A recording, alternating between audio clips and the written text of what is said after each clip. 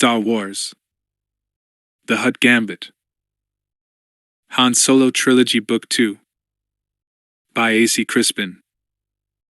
Han Solo, former Imperial officer, sat despondently at a sticky table in a dingy bar on Deveran, sipping an inferior Alderaanian ale and wishing he were alone. Not that he minded the other denizens of the bar, horned Devish males and furry Devish females, plus a smattering of non-humans from other worlds.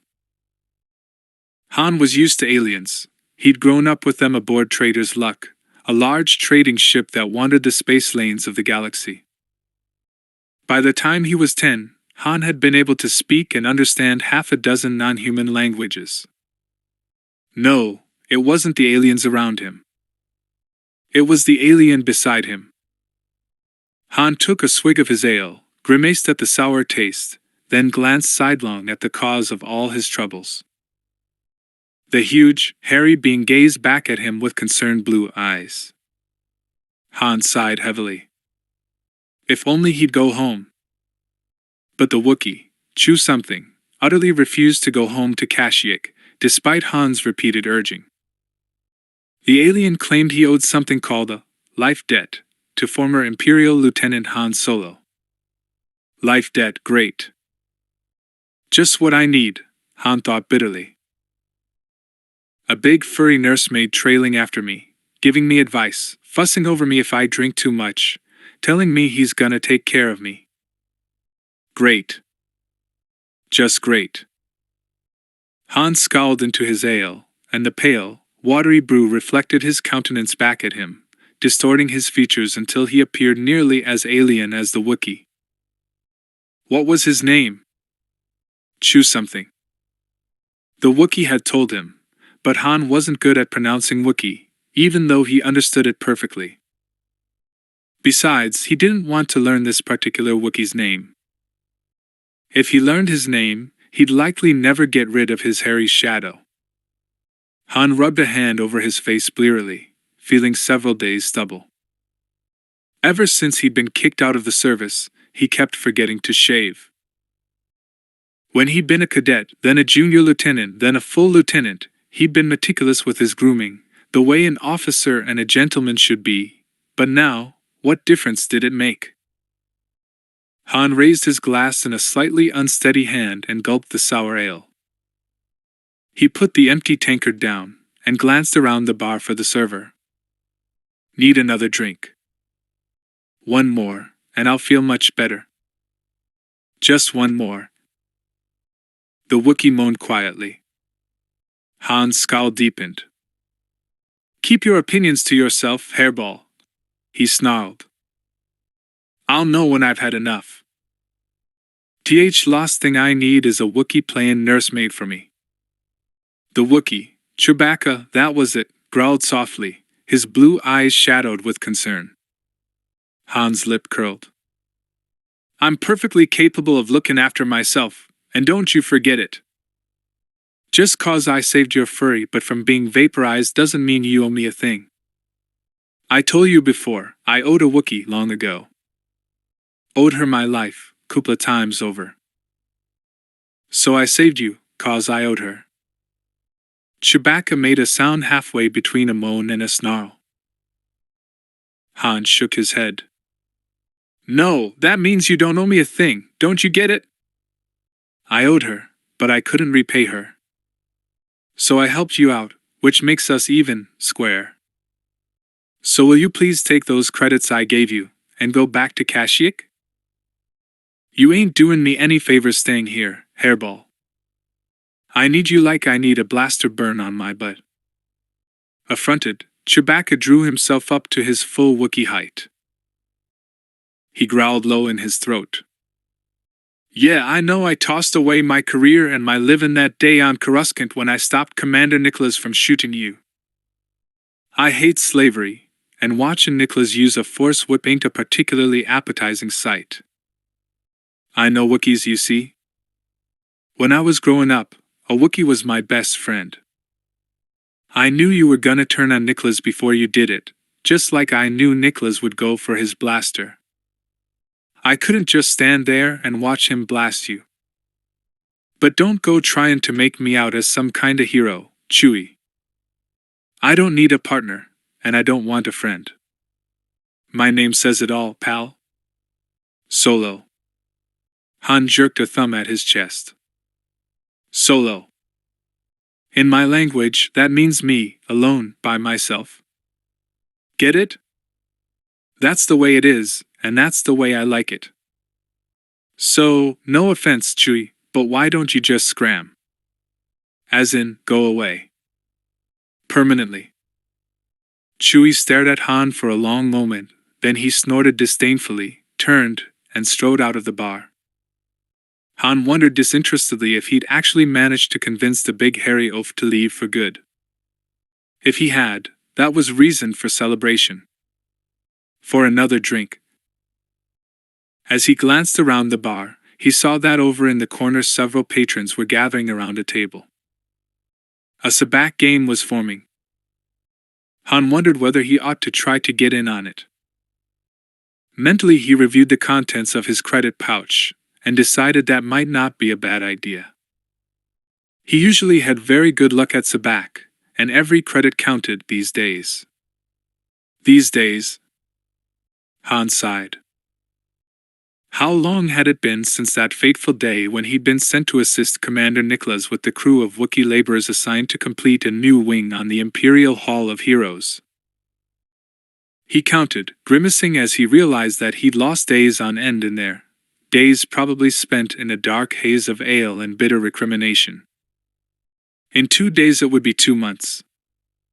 Han's mouth tightened and he ran an unsteady hand through his unruly brown hair.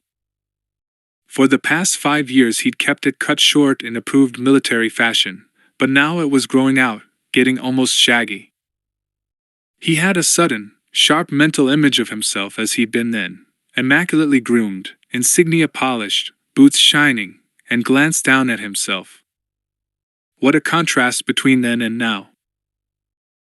He was wearing a stained, grayish shirt that had once been white, a stained, gray neil-leather jacket he'd purchased second-hand, and dark blue military-style trousers with his Corellian blood stripe running down the outside seam. Only the boots were the same. They were custom-fitted when each cadet was commissioned, so the Empire hadn't wanted them back. Han had been commissioned just a little over 8 months ago, and no junior lieutenant had ever been prouder of his rank, or of those shining boots. The boots were scuffed now, and worn. Han's lip curled as he regarded them. Scuffed and worn by life, all the spit and polish gone, that about described him these days, too. In a moment of painful honesty, Han admitted that he probably wouldn't have been able to stay in the Imperial Navy even if he hadn't gotten himself cashiered for rescuing and freeing Chewbacca. He'd started his career with high hopes, but disillusionment had quickly set in. The prejudice against non-humans had been hard to take for someone raised the way Han had been, but he'd bitten his tongue and remained silent. But the endless, silly bureaucratic regs, the blind stupidity of so many of the officers, Han had already begun to wonder how long he'd be able to take it.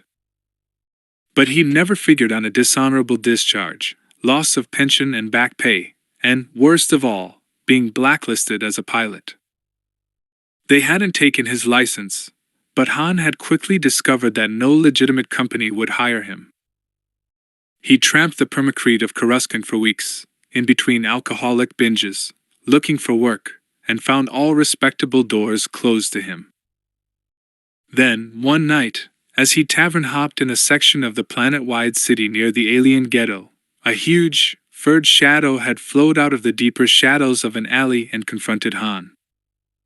For long moments Han's ale-fogged brain hadn't even recognized the Wookiee as the one he'd saved. It was only when Chewbacca began speaking, thanking Han for saving his life and freeing him from slavery, that Han had realized who he was. Chewie had been quite direct. His people didn't mince words. He, Chewbacca, had sworn a life debt to Han Solo. Where Han went, from that day forward he would go, too. And he had. When Han had finally gotten them passage off Coruscant, piloting a ship with a load of contraband to Trailus. The cargo had been magnetically sealed into the hold.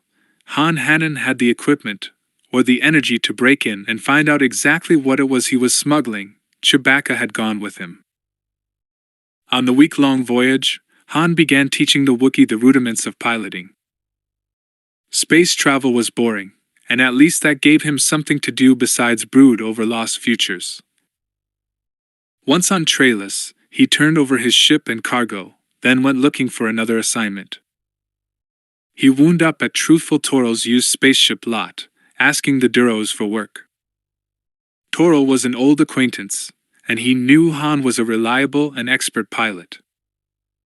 The Empire was tightening its grip all the time, taking away the rights of its worlds as well as its citizens.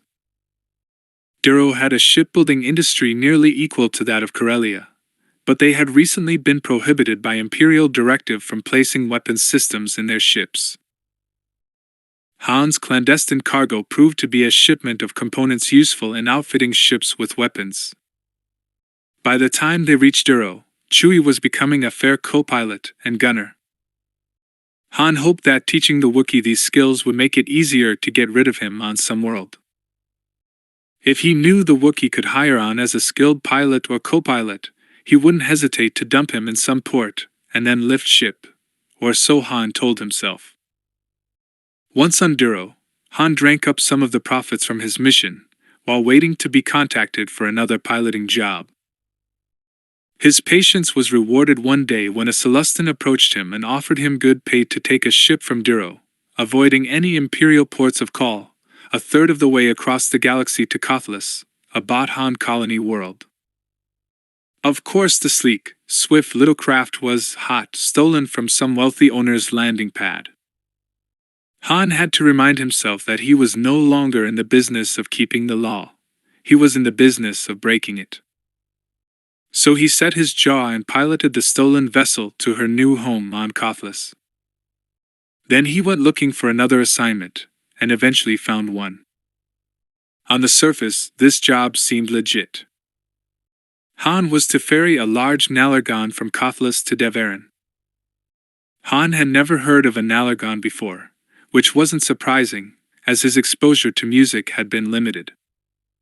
A Nalargon proved to be a very large instrument that was operated by a keyboard and foot pedals.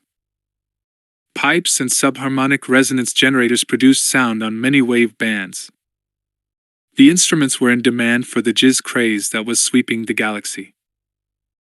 Accordingly, the huge instrument was brought aboard the ship Han had been assigned, bolted to the deck, then left sealed in the cargo compartment. Han investigated the instrument once he and Chewie were safely in hyperspace. He tapped it, poked and nudged it, turned it on, then tried pressing the keys and pedals. No sound, except the sound he made trying to make it work. But his tappings proved it wasn't hollow. Han sat back on his heels, gazing at the huge instrument. The thing was obviously a dummy, a shell, with something inside. What? Han knew from his stint in the Imperial Navy that Deveran was a world in turmoil. Not long ago a group of rebels had risen against the Imperial governor, demanding independence from the Empire. Han's lip curled disdainfully.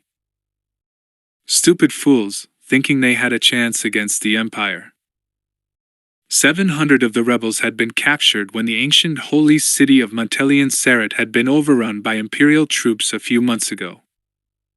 They'd been summarily executed without trial, killed without mercy.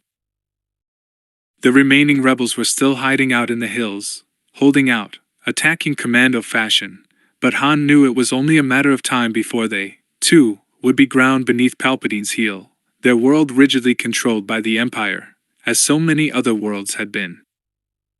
Eyeing the Nalargon, Han made some mental calculations based on the instrument being hollow. Yeah, a short-bore mobile laser cannon would just about fit inside that shell.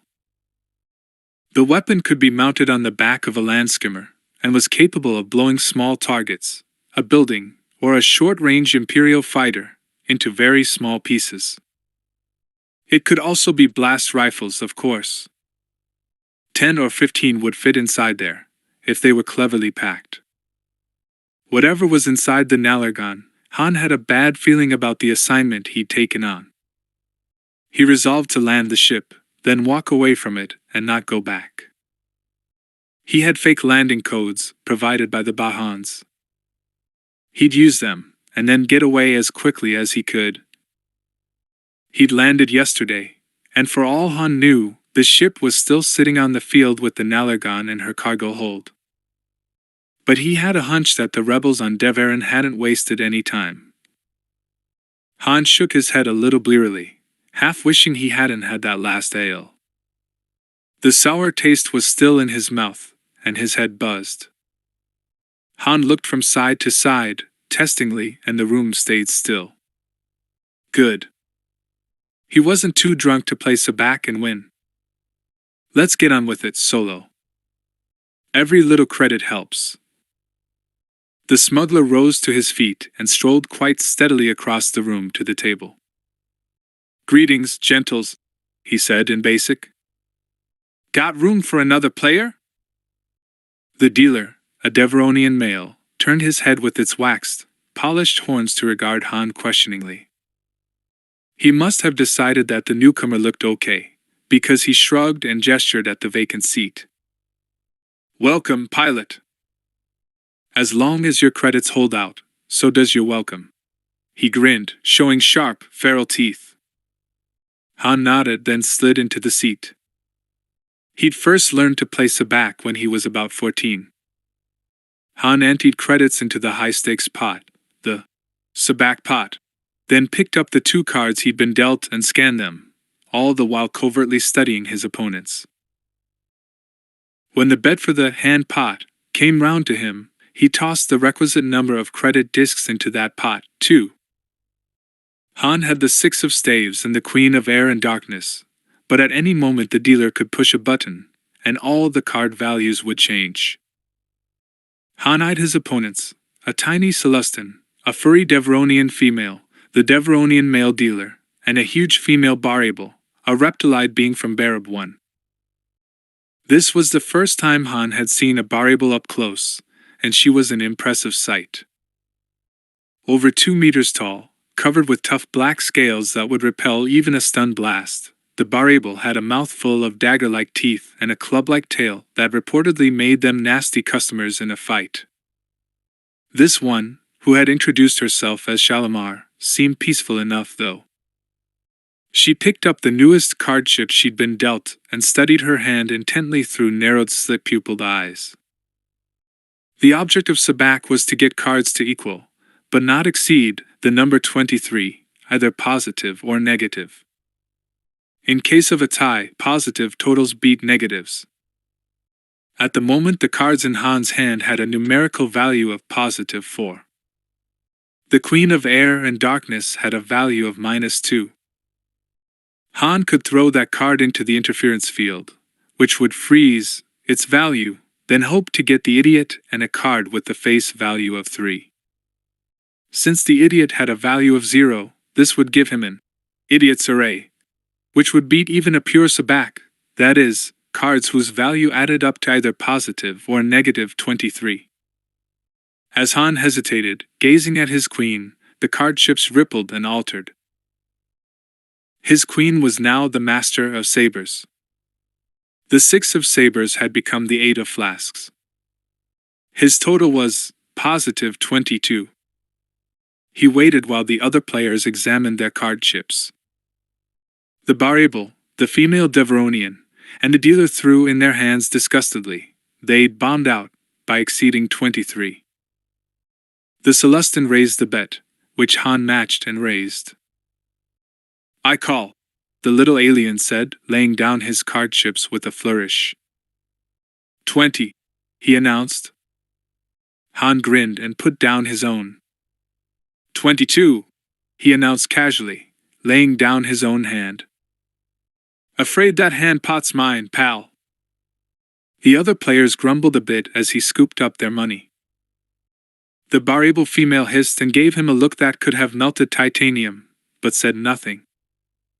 The Celestin took the next hand, and the Deveronian dealer the one that followed.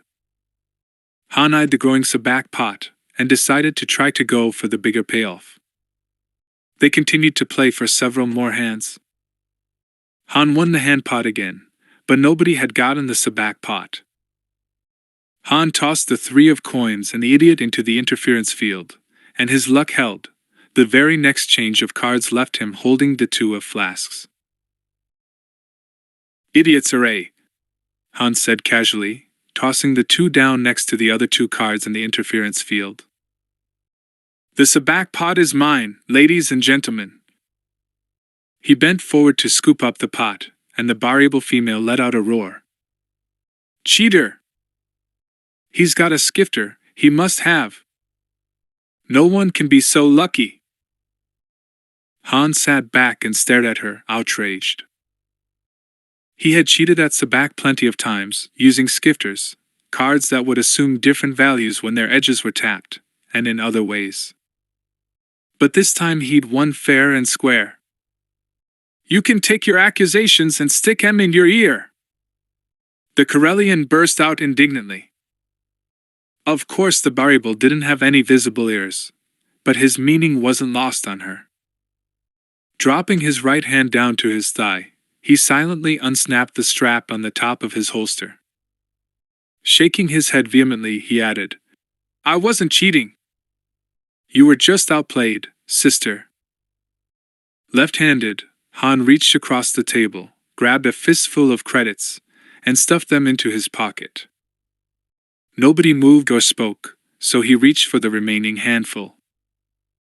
In a blur of reddish fur, the Deveronian female's hand shot out, grabbed his wrist, and pinned it to the table. Maybe Shalimar is right, she said, in strongly accented basic. We should search him to make sure. Han glared at her. Take your hands off me, he said very quietly. Or I'll make you really sorry. Something in his eyes and voice must have impressed her, because she let go of him and stepped back. Coward! Shalimar snarled at the Deveronian. He's just a puny human. The Deveronian shook her head and backed away, indicating that she wanted no further part in the conflict. Han smiled smugly as he reached for the last of the card chips. Seeing that smile, the variable roared again. One armored, sharp-taloned hand came sweeping down in a mighty blow that smashed the table in 2, sending board, credits, and card chips flying. Snarling, she advanced on Han. No! I'm going to bite your head off, cheater. We'll see how good you are then. Han took one look at her gaping maw, realizing that she was big enough to make good on her threat, and went for his blaster. His right hand dropped to his thigh with blurring speed, then the well-worn grip was there, nestled against his palm. His hand, still moving with extraordinary speed, started back up as he began his draw. Only to stop short when the blaster hung up in the holster. Han had barely a second to realize that the blaster's front sight, mounted on the end of the barrel, was caught at the bottom of his holster. He tugged, trying to free his weapon. The variable leaped for him. Han jumped back, but not far enough. Shalimar's huge, sharp talons grabbed the front of his jacket, slashing the tough material as though it were tissue. Still yanking at his trapped blaster, Han was hauled toward the Barabel's wide-open mouth so fast his vision blurred. He let out a choked gasp as a blast of hot, reeking reptiloid breath engulfed him. Suddenly Han glimpsed a blur of brownish tan at the corner of his vision, just as a huge roar nearly deafened him. A long, furred arm snaked around Shalimar's neck, jerking her back, away from Han. Chewie! Han yelled. He'd never been so glad to see someone in his life. The variable roared back at the Wookiee, dropping the Corellian as she swung around to grapple with her attacker. Hold her for a second, Chewie! Han yelled, yanking at the bottom of his holster as he twisted the grip of his blaster. At last! He pulled it up and sighted at the variable as she wrestled with the Wookiee, but he couldn't get a clear shot. The two huge beings, snarling and hissing, rampaged across the room, knocking over tables and chairs. The other sabacc players and denizens of the bar scattered before the fray, screaming advice and curses in multiple languages. The Celestin sabacc player dropped his hand to his own blaster, but when he saw that Han was now armed, he turned and flung himself behind the bar. Shalimar and Chewbacca swayed back and forth, locked in a grim parody of a loving embrace, each testing the other's strength, trying to get each other off balance. "Chewie, come on!" Han yelled. "Let's get out of here!"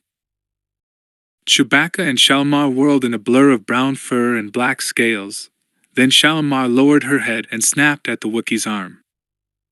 Her needle-sharp teeth sheared off a chunk of fur and meat. The Wookiee roared in agony and, with a burst of strength, grabbed the Barabel's arm and slung her around with dizzying speed, so fast that her feet slid out from under her. As she went down, Chewie also grabbed her tail, swinging her so hard she was airborne. With a final howl of triumph, Chewbacca released his grip and sent the huge reptiloid flying across the room, while sentience scattered to avoid her trajectory. Shalimar landed on her back amid a ruin of chairs, tables, and sabacc card chips. "Stun won't work, don't want to kill." A jumble of thoughts raced through Han's mind as he thumbed the setting on the blaster, aimed, and fired at the dazed Shalimar, hitting her at half force just below one huge knee joint. She hissed in pain and sagged back, black scales smoking and steaming. "Chewie, come on!" Han yelled, snapping off a stun shot at the sabacc dealer, who was aiming a blaster at the Wookiee. The Devaronian went down without a sound. Chewie, dripping blood, was right behind Han as they raced for the exit, knocking over chairs and tables. The tavern's owner, a Devaronian female, blocked his way, screaming curses and threats, but Han slapped her aside with the barrel of his blaster and kept running. He slammed the door with his shoulder, then bounced off. Locked. Swearing in 6 non-human languages, Han thumbed the indicator on his weapon up to its highest power, and blasted the door. The proprietor howled in protest, but the Corellian and the Wookiee were already gone. Han and Chewbacca pelted down the squalid alley, then swung out onto the street with its rustic-looking buildings made of blue native wood and stuccoed permacrete. A chilly breeze made the Corellian shiver. It was early spring here on Devron's south polar continent. Han quickly holstered his blaster as he dropped his pace to a fast walk. "How's the arm, pal?" Chewie groaned, ending in a snarl. Han glanced down at the damage. "Well, it was your choice to come back," he pointed out. "Not that I'm sorry you did, mind you. I want to say, thanks for saving my rear." The Wookiee made an interrogatory sound. Han shrugged. "Well, sure, I guess," he mumbled. "I've never had a partner before, but yeah, why not?" It can get kinda boring on long space flights without someone to talk to, I guess. Chewie rumbled with satisfaction, despite his pain. "Don't push your luck," Han said dryly. "Listen, we got to get that arm seen to. There's a med droids clinic across the street. Let's go." An hour later the two were back on the street. Chewie's arm, after a back-to-treatment, was sheathed in a protective bandage, but the med droid had assured them that Wookiees were quick healers. The Wookiee had just finished commenting that he was hungry, when Han heard a soft call from the shelter of a nearby doorway. "Pilot Solo." Han stopped in his tracks and looked over to find a Diro's male beckoning to him. He glanced from side to side, but the Devaronian street scene was quiet and peaceful. This section near the town square was reserved for pedestrian traffic. "Yeah?" he replied, in a low voice. The blue-skinned Duros motioned for Han to follow him into a nearby alley.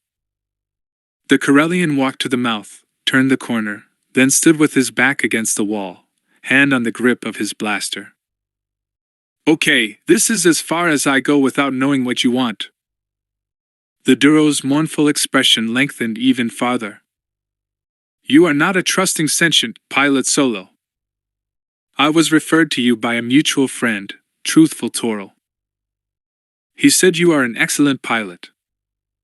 Han relaxed slightly, but didn't take his hand off his gun. I'm good, all right, he said. If Truthful Toral sent you, prove it. The Duros gazed straight at him with calm, moonstone-colored eyes. He said I was to tell you that the talisman you brought him is no more. Han relaxed and took his hand off his weapon. Okay, you've convinced me he sent you, he said. State your business. I need a ship delivered to Nar Heka, in the Hutt system, the Duros said. I am willing to pay well, but Pilot Solo, you must not allow Imperials to board her should you run into any patrols. Han sighed. More intrigues. But the Duros' offer interested him. He'd been planning all along to eventually make his way to Nar Shada, the smuggler's moon, that orbited Nar Hutt. Now would be as good a time as any. From Nar Heka, he could easily catch a ship to Nar Hutt or Nar Shada.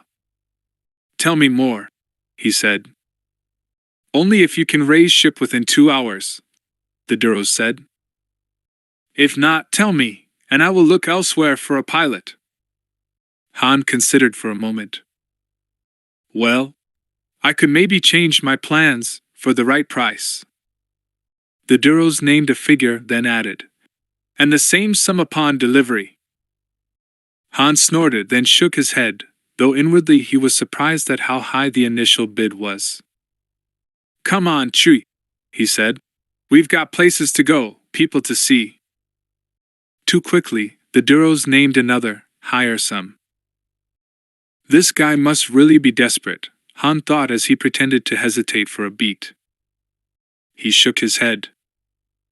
I dunno, it's not worth mine, but if the Imperials are looking for this ship of yours. What's she carrying? The Duros' expression did not change. That I cannot tell you. But I will tell you that if you deliver the ship and its contents safely to Tacta the Hutt, he will be pleased. And pleasing a Hutt lord is generally considered to be a good thing for one's financial well-being. Tacta is Juliak the Hutt's highest-ranking subordinate on Nar Heka. Han's ears pricked up. Juliak the Hutt was a very high-ranking Hutt lord indeed. Maybe this Tacta would give him a recommendation to the boss. Han scratched his head, then named a sum. And all in advance, he added. The Duros' pale blue skin seemed to grow even paler, but then he nodded. Very well as to the sum, but half up front. You will receive the rest from Tacta, Pilot Solo. Han considered, then nodded. Okay, you've got yourself a deal. Chui. He turned to address the Wookiee, who was hovering nearby, listening intently. Go on back to that lockbox where we left our stuff and get it, will you? While I conclude my business with our friend here? The Wookiee rumbled a soft assent. Thanks. I'll meet you on the north side of the town square in an hour, okay? Chewbacca nodded and moved off down the street. Han walked closer to the Duros and said, Okay, you've got yourself a pilot. We'll raise ship within 2 hours. Fill me in on the rest of it. Where do I find this tag to the Hutt? Within minutes Han had all the details. The Duros handed over a sheaf of credit vouchers, gave him the ship's security code, and the location of the vessel. Then the blue-skinned alien melted away into the dimness of the alley. Han had a couple of minutes to kill, so he grabbed a quick bite at the cafe next door. He had to argue with the devish female chef to get her to cook his meat. But it was worth it. The food drowned the last of the ale-induced muzziness. Clear-headed, his energy renewed, Han felt considerably cheered.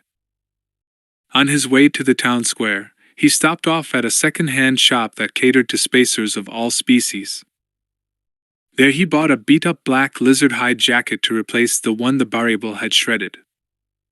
Respectably clothed again, he started up the street toward his rendezvous with Chewbacca. Han knew something was up long before he reached the town square.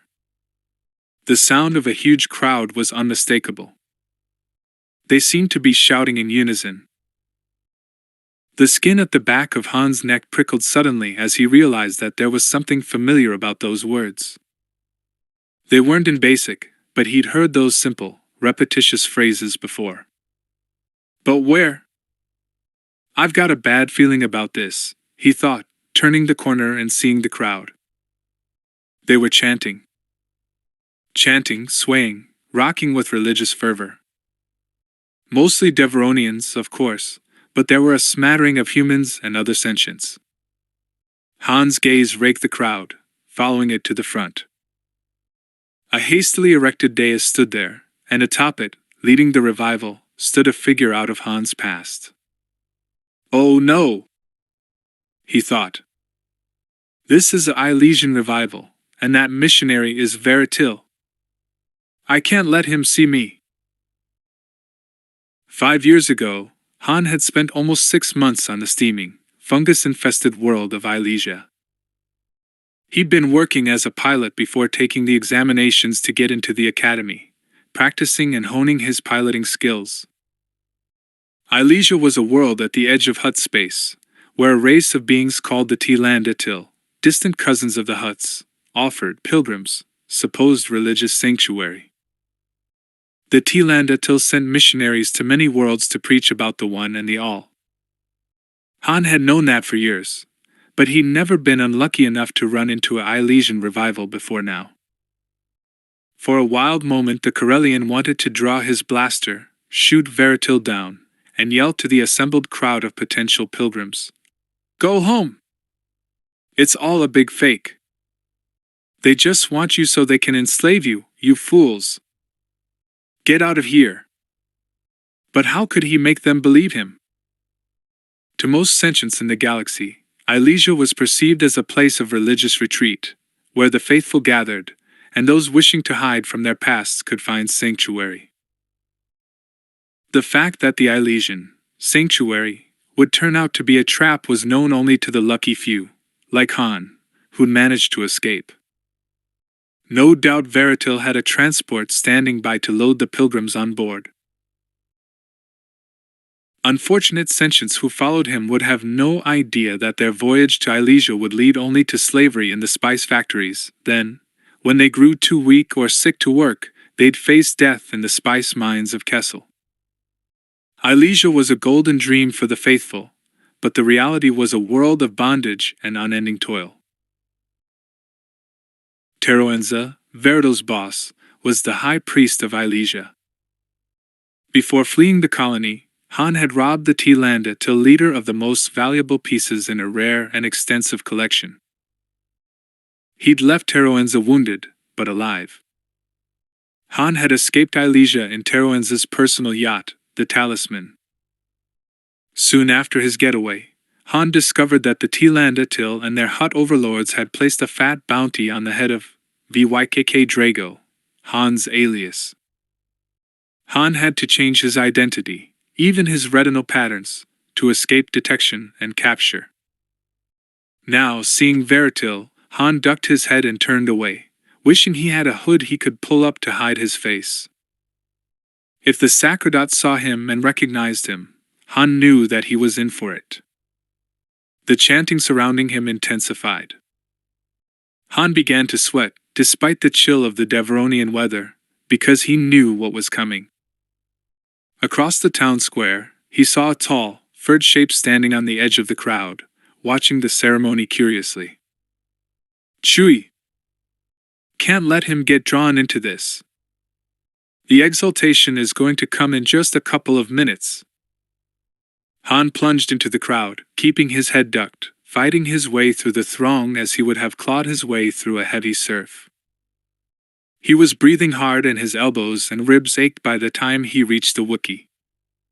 "Chewie!"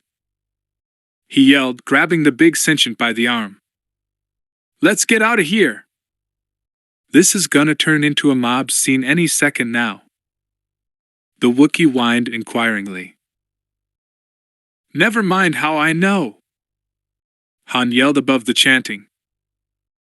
"I just know. Trust me." Chewbacca nodded and turned away, using his huge size to part the crowd before him. Han started to follow him, then something caught the corner of his eye, and he turned his head. A gleam of reddish gold on a stray curl. Han caught just a glimpse of her, but his whole mind and body jolted to a stop as though he'd slammed into a stone wall while running at top speed. "Bria? Bria!" He caught only that one brief glimpse of a pale, perfect profile and a stray reddish blonde curl, but it was enough. She was standing there, wearing a black cloak and hood, in this crowd. Memories came surging back, so strong that they scared him. Bria, a pale ghost of a slave in the spice factories of Ilesia. Bria, scared but determined as they robbed Taroenza of his treasures. Bria, sitting beside him on a golden sand beach on Tagoria, her mouth soft and red and just begging to be kissed. Bria, lying in his arms late at night. Bria, who had left him behind, saying she needed to fight her addiction to the Tyrande Till's exaltation by herself. Han had spent the past 5 years convincing himself that he'd forgotten her. After 4 years in the Imperial Academy, plus nearly a year of commissioned service, he'd been convinced that he no longer cared. But now, in a single searing blaze of insight, Han Solo knew he'd been lying to himself. Without hesitating, he turned and plunged back into the crowd, heading for the woman in the black cloak. He was halfway there when the exultation hit the crowd, and the throng of sentients collapsed onto the cobblestones of the town square, as though they'd been stun-blasted. Han had forgotten how strong the exultation was. Waves of intense pleasure rolled through his mind as well as his body. No wonder the Ilesian pilgrims thought the Tyrande Till were divinely gifted. Even knowing, as Han did, that the exaltation was caused by an empathic transmission coupled with a subsonic vibration that caused a wave of pleasure that acted on the brains of most bipedal sentients, Han had to brace himself to resist it. He knew without seeing it that the pouch beneath Veridal's chin had swelled, and that the Sacrodot was humming those vibrations as he concentrated on warm, positive emotions. To anyone unprepared for the force of the exaltation, the effect was as intoxicating as any pleasure drug.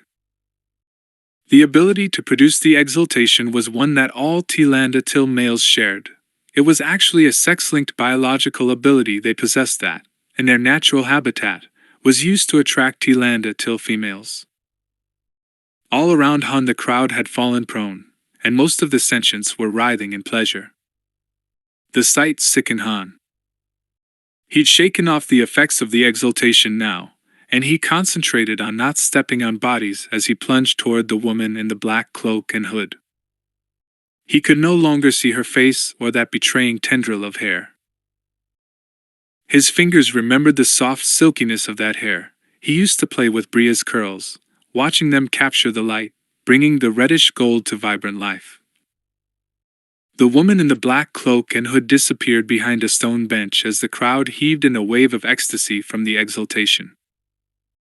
Han swallowed hard. Bria had left him because she was addicted to the exaltation. Was that where she'd been for the past 5 years? A willing slave on Ilesia, bound to her Tyrande Till masters because she needed her daily dose of pleasure?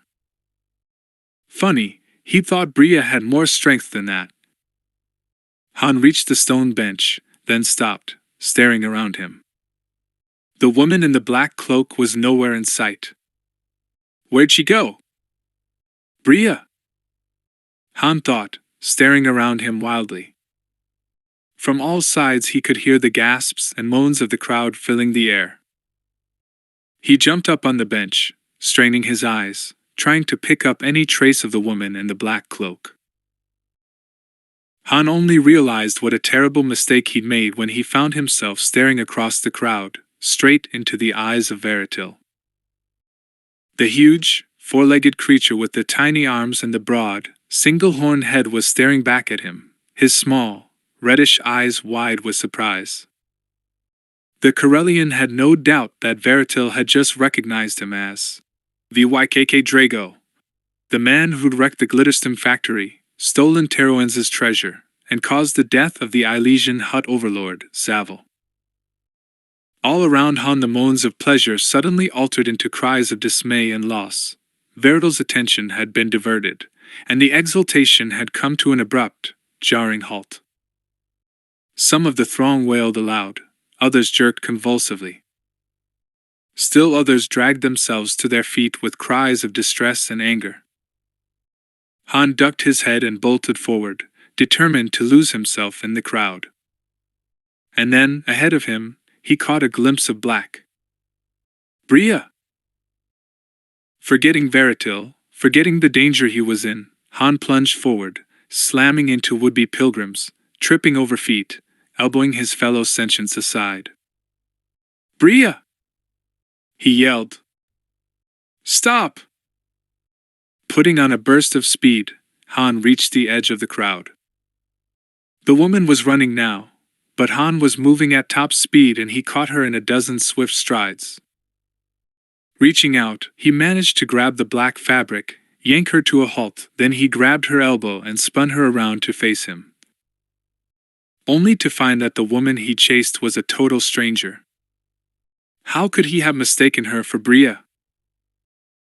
This woman wasn't homely, she was even pretty in a rather worn way, but Bria had been one of the loveliest women Han had ever seen. This woman's hair was dark blonde, not gold with warm reddish highlights. Bria had been tall. This woman was short. She was also angry. What do you think you're doing? She demanded in basic. Leave me alone or I'll summon security. I'm sorry. Han mumbled, stepped back, holding up both hands in as non-threatening a manner as he could manage. I thought you were someone else. Well, I feel sorry for her, the woman said huffily. With an ill-mannered, scruffy lout like you in her life. Look. Han continued to back away, hands up. I said I was sorry, sister. I'm going, okay? I think you'd better, she said pointedly. That priest has summoned security, I think. Han looked over his shoulder, cursed, then took to his heels, heading away from the crowd. He could see Chewbacca waiting for him, and waved to the Wookiee. He lengthened his stride, and a glance back at his pursuers reassured him that he was losing them. Been drinking too much, he decided as he ran. That's gotta be it, I'm gonna be more careful from now on, a lot more careful. Did Han get away? Bria then asked her friend as Lana Malo walked into the room, carrying Bria's black cloak under her arm. Bria was seated on the single human-style chair in the cheap room they'd rented for their short stay on Deverin. I think so, Lana Malo replied, tossing the cloak to her friend, then picking up her travel bag and dumping it on the bed. The last I saw, he and that big Wookiee he was traveling with jumped into a public skimmer. Security was still on foot. My guess is he made it. He's probably off-world by now, Bria said softly, wistfully.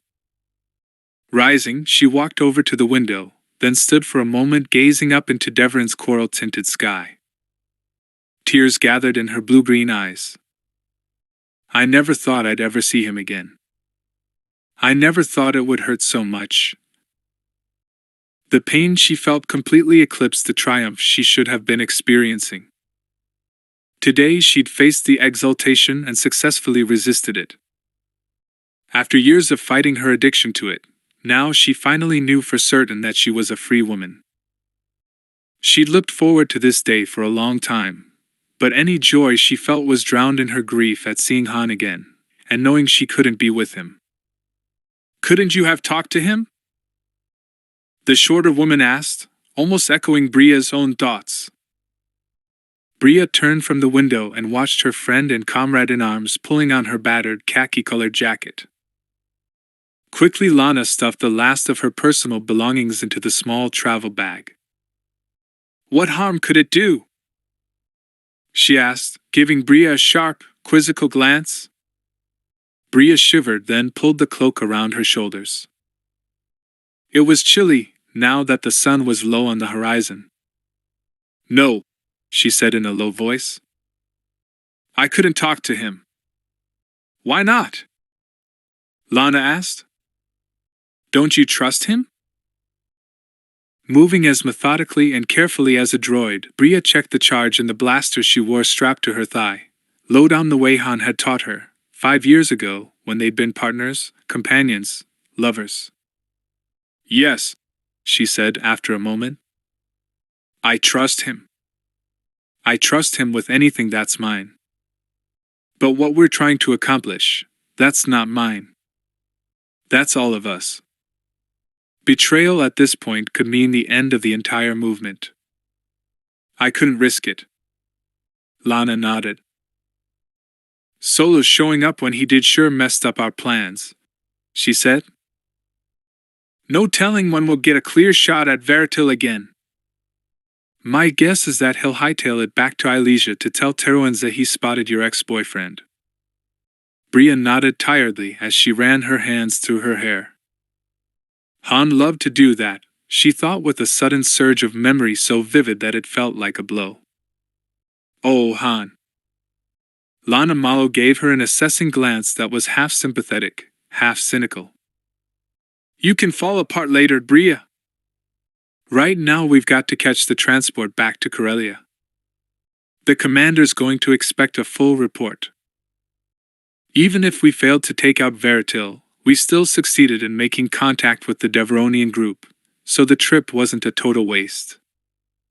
"I'm not going to fall apart," Bria said dully, holstering her blaster without looking at it, the way Han had taught her. "I got over Han long ago." "Sure you did," Lana agreed, not unkindly, as the two women picked up their bags and headed for the door. "Sure you did." Han Solo shuffled into the tiny control room of the Derosian ship, cradling a mug of stim tea. He glanced at the view screen, which showed the comforting Starline patterns of hyperspace, then blinked blearily over at the big Wookiee who lounged in the co-pilot's seat. "I overslept," he said accusingly. "You didn't call me." Chewbacca made a short comment. "Well, yeah, I probably did need the rest," Han admitted. "But you're the one who got wounded. How's the arm?" The Wookiee reassured Han that it was healing just fine. The Corellian glanced at the wound, and nodded, then he sank into the pilot's seat. "Good.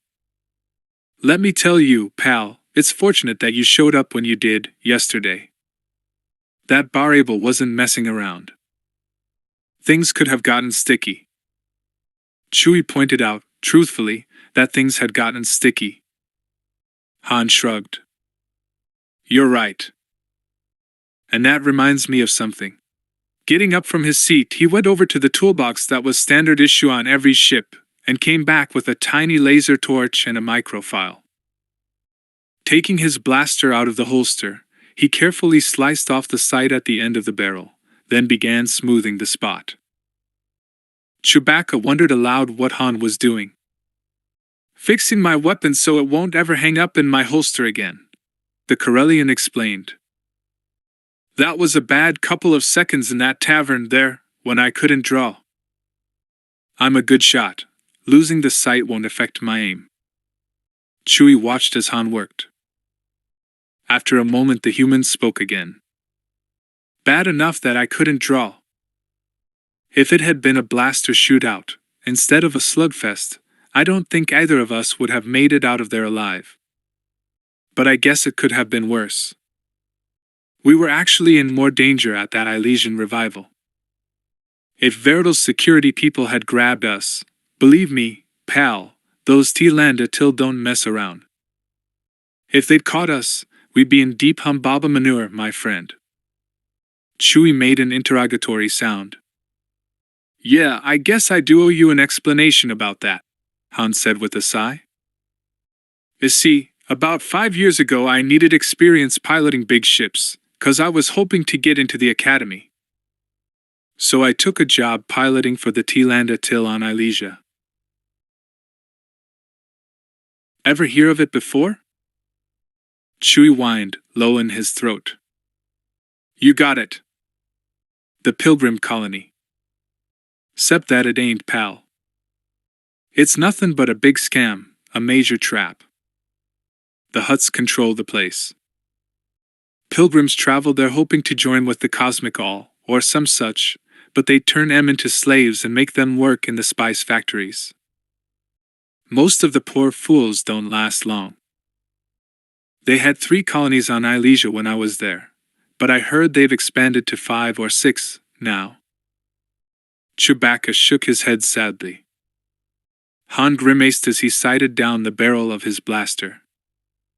Somebody ought to go in there and shut those creeps down, Chewie.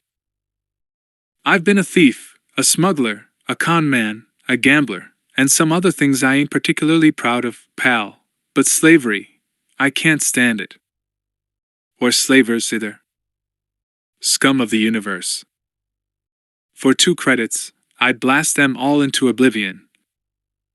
Chewbacca, naturally, voiced vehement support for Han's opinion. The Corellian grinned crookedly as he ran his thumb over the now smooth barrel tip. Satisfied, he replaced the weapon in his holster. Yeah, well, I kind of forgot who I was talking to. But anyhow, it's a long story. The end result was, I decided I had to get out of there, so I stole a bunch of stuff from the High Priest. He had a great collection of art objects, jeweled weapons, stuff like that. Only trouble was, Teruenza and his Hutt boss, Zavel, showed up at a real inopportune time. The shooting started, and Zavel died. Chewbacca made an interrogatory sound. Han sighed. No, I didn't shoot him. But you could sorta say it was my fault that he bought it. Chewie commented that from what he knew of Hutts, the fewer the better. Yeah, I've thought that myself, Han said. But we may wind up working for a Hutt, so you'd better keep your opinion to yourself, pal. He sipped his stim tea and looked out at the racing star patterns for a long second, lost in memories. So anyhow, I got away. But I wish Vertil hadn't gotten a look at me yesterday. I got a bad feeling about that. The T-Landa Till can be pretty nasty. Chewie asked a question. Han looked down and cleared his throat. Why'd I go back into the crowd and give Vertil the chance to see me? Well, pal, there was this girl. The Wookiee grunted a phrase. Translated, it meant, why am I not surprised? Well, this one was special, Han said, feeling rather defensive. Briathern. Yesterday in that crowd I thought. He shrugged, his eyes shadowed. I thought I saw her. I could have sworn that was her, standing there in the crowd. 5 years ago, we were friends. Close friends. Chewbacca nodded. After only a month with Han Solo, the Wookiee was perfectly aware that human females almost invariably found the Corellian attractive. Han shrugged again. But my eyes were playing tricks on me. When I finally caught up to her, she wasn't Bria. It was really He cleared his throat self-consciously. That is... I was sort of disappointed. I really hoped I'd found her again. He took another gulp of the cooling tea. I dreamed about Bria last night, he muttered, almost to himself. I was wearing my uniform, and she was smiling at me. Chewbacca made a sympathetic sound. Han looked up at the Wookiee. But hey, Bria's part of the past. I gotta look ahead. What about you, pal? You got a girlfriend? The Wookiee hesitated. Han grinned knowingly. Someone special? Or someone you'd like to be special? Chewie fiddled with the stabilizer control button. Careful, don't push that, Han said.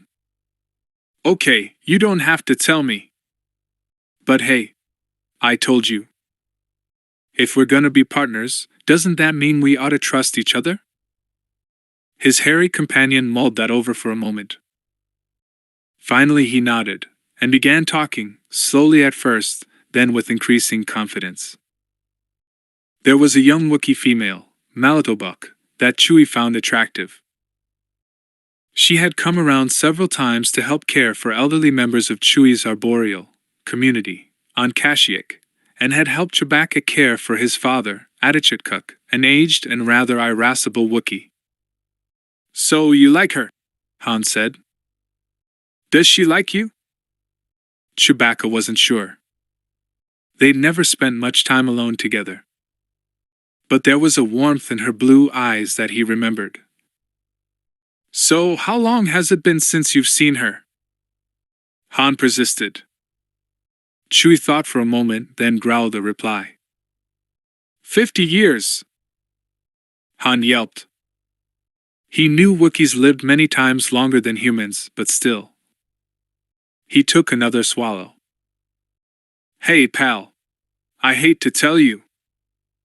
Audiobook might be married with 6 little Wooks by now. You sure ask a lot, wanting a girl to wait for you that long. Chewbacca agreed that perhaps he should return to Kashyyyk and re-establish contact as soon as possible. Tell you what, Han said. When we've gotten our own ship, bought and paid for, Kashyyyk will be our first stop, okay?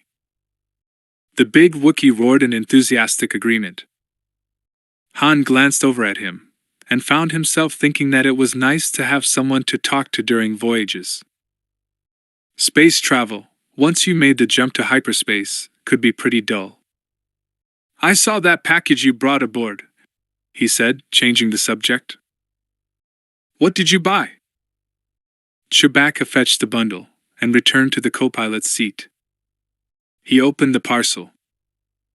Inside was a jumble of various lengths of metal and wood, plus a hand grip and a powerful-looking spring attachment. Han eyed the assortment, puzzled. What's that? The Wookiee grunted a reply. It's going to be a bowcaster, Han repeated. Well, good luck putting it together. That spring is so strong that no human would be able to draw a weapon like that. Chewie agreed and, taking out the toolbox, began putting his new bowcaster together. You a good shot? Han asked. Chewbacca modestly allowed that among his people he was considered quite a marksman. Good, Han said. We're heading for Nar Shaddaa, so we'll need to cover each other's back. It's a moon that orbits the Hutt planet, Hutt. You ever hear of it? Chewie hadn't. Well, I've never been there, but from what I've heard, it can be a little rough. Even the Empire doesn't mess with Nar Shaddaa. If you're hot, or you want to make some kind of deal that the authorities would frown on, you go to Nar Shaddaa. It's that kind of place. Han began checking the controls, making sure everything was shipshape. Not much longer before they emerged into real space, not far from Nar Heka. Chewbacca watched him with bright blue eyes, then asked a quiet question. Han glanced up. I did try to find Bria, he admitted after a long moment. At first I was mad at her for leaving me, but hey, she was going through a lot. A couple of years ago, while I was on leave from the academy, I looked up her dad, Rendren. He said he hadn't heard from her in a year. He had no idea where she was. Han sighed. I liked her dad. The rest of her family was a pain in the butt, but I liked Ren. He helped me out when I was in a spot. Most of my first 6 months' paychecks when I was commissioned went to pay him back some money he'd loaned me. He was. The ship's hyperspace alarm sounded. Coming out of hyperspace, Hutt said, his hands flying over the controls. Next stop, NAR Heka. We've got to find us a Hutt lord named Tagda, pal. After landing the Duros' ship at the spaceport the alien had specified, Han and Chewbacca gathered up their scanty belongings and left it behind, under no illusions that it would be there when they got back. Together, they boarded a public tube speeder that would take them into the city where Tagda the Hutt held court. Han had been to Nal Hutta, and found it an unpleasant world, damp, slimy, and smelly, rather like the Hutts themselves. He braced himself to endure more of the same on Nar Heka, but he was pleasantly surprised. The planet was a cold world that orbited a dim red star on the edge of the tube system, but Hutt credits and colonies of various galactic species had transformed it into a technological wonder. Beneath enormous hothouse domes, the skies shone blue with a faint tinge of violet.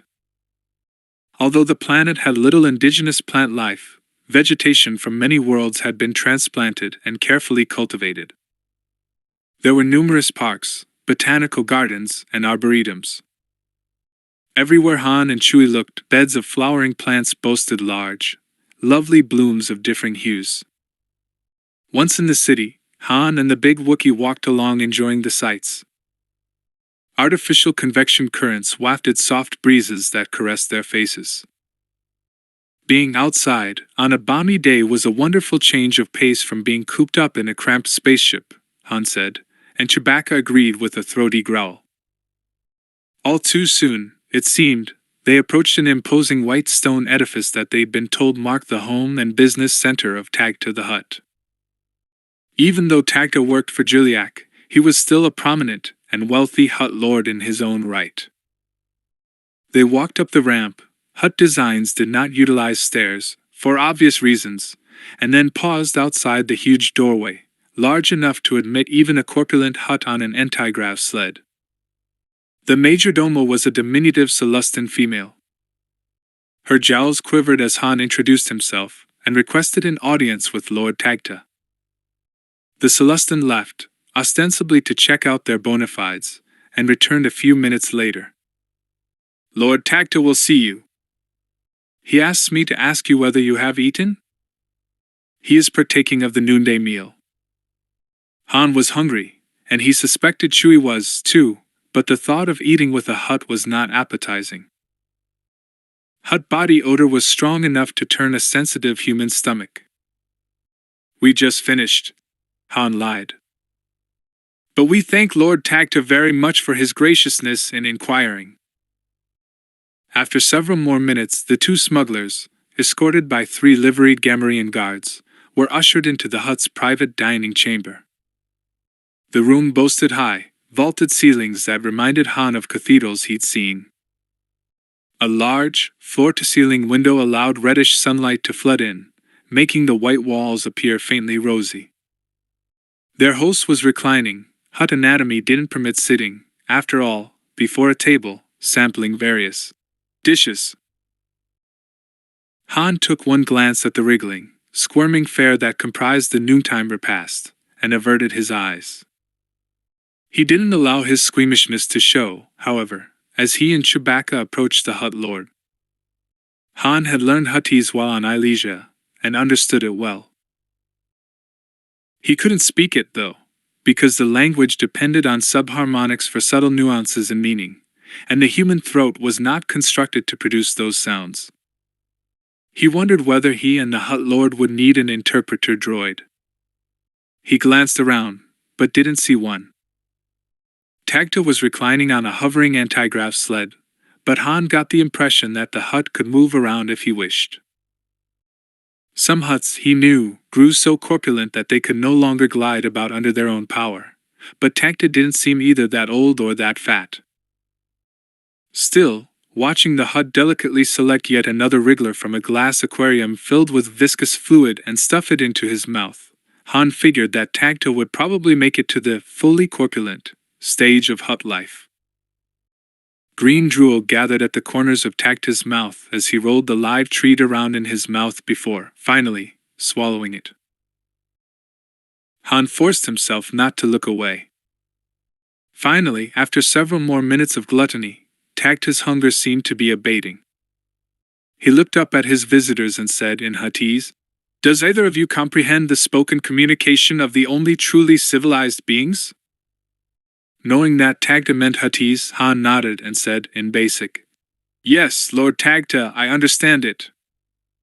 I cannot speak it well, though." The Hutt waved a plump little hand and blinked his bulbous eyes in surprise. "That is much to your credit then, Captain Solo. I understand your primitive basic, so we will not require an interpreter to converse."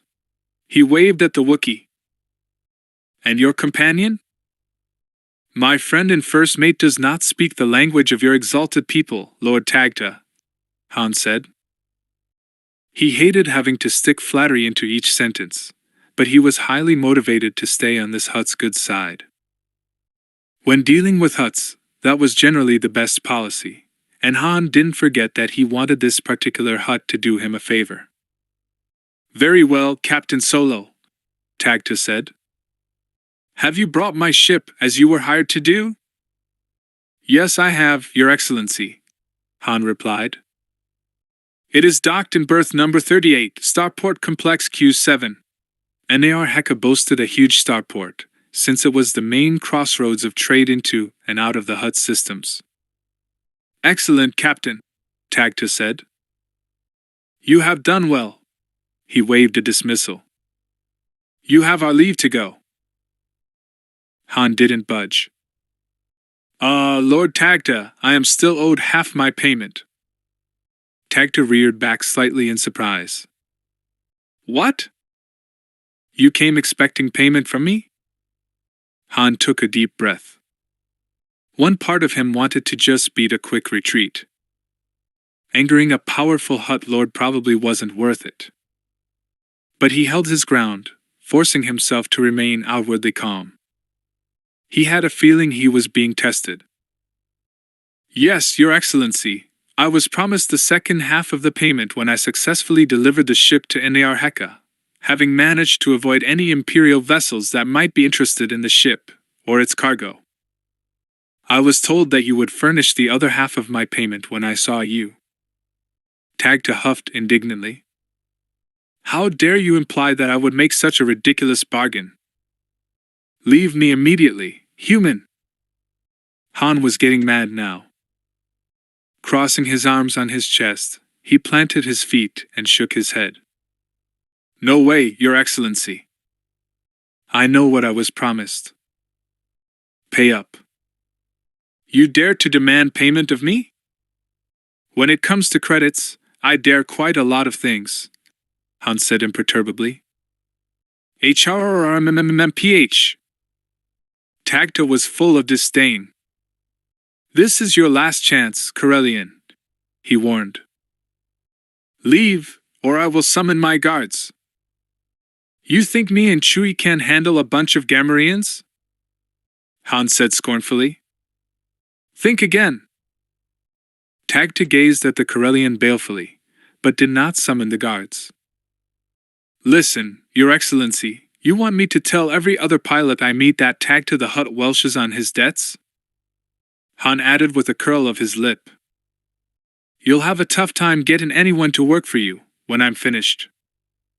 The Hutt Lord rumbled deep in his chest, a sort of HRRMMMMMMPPPPPHHHHHHH sound that made Han's mouth go dry.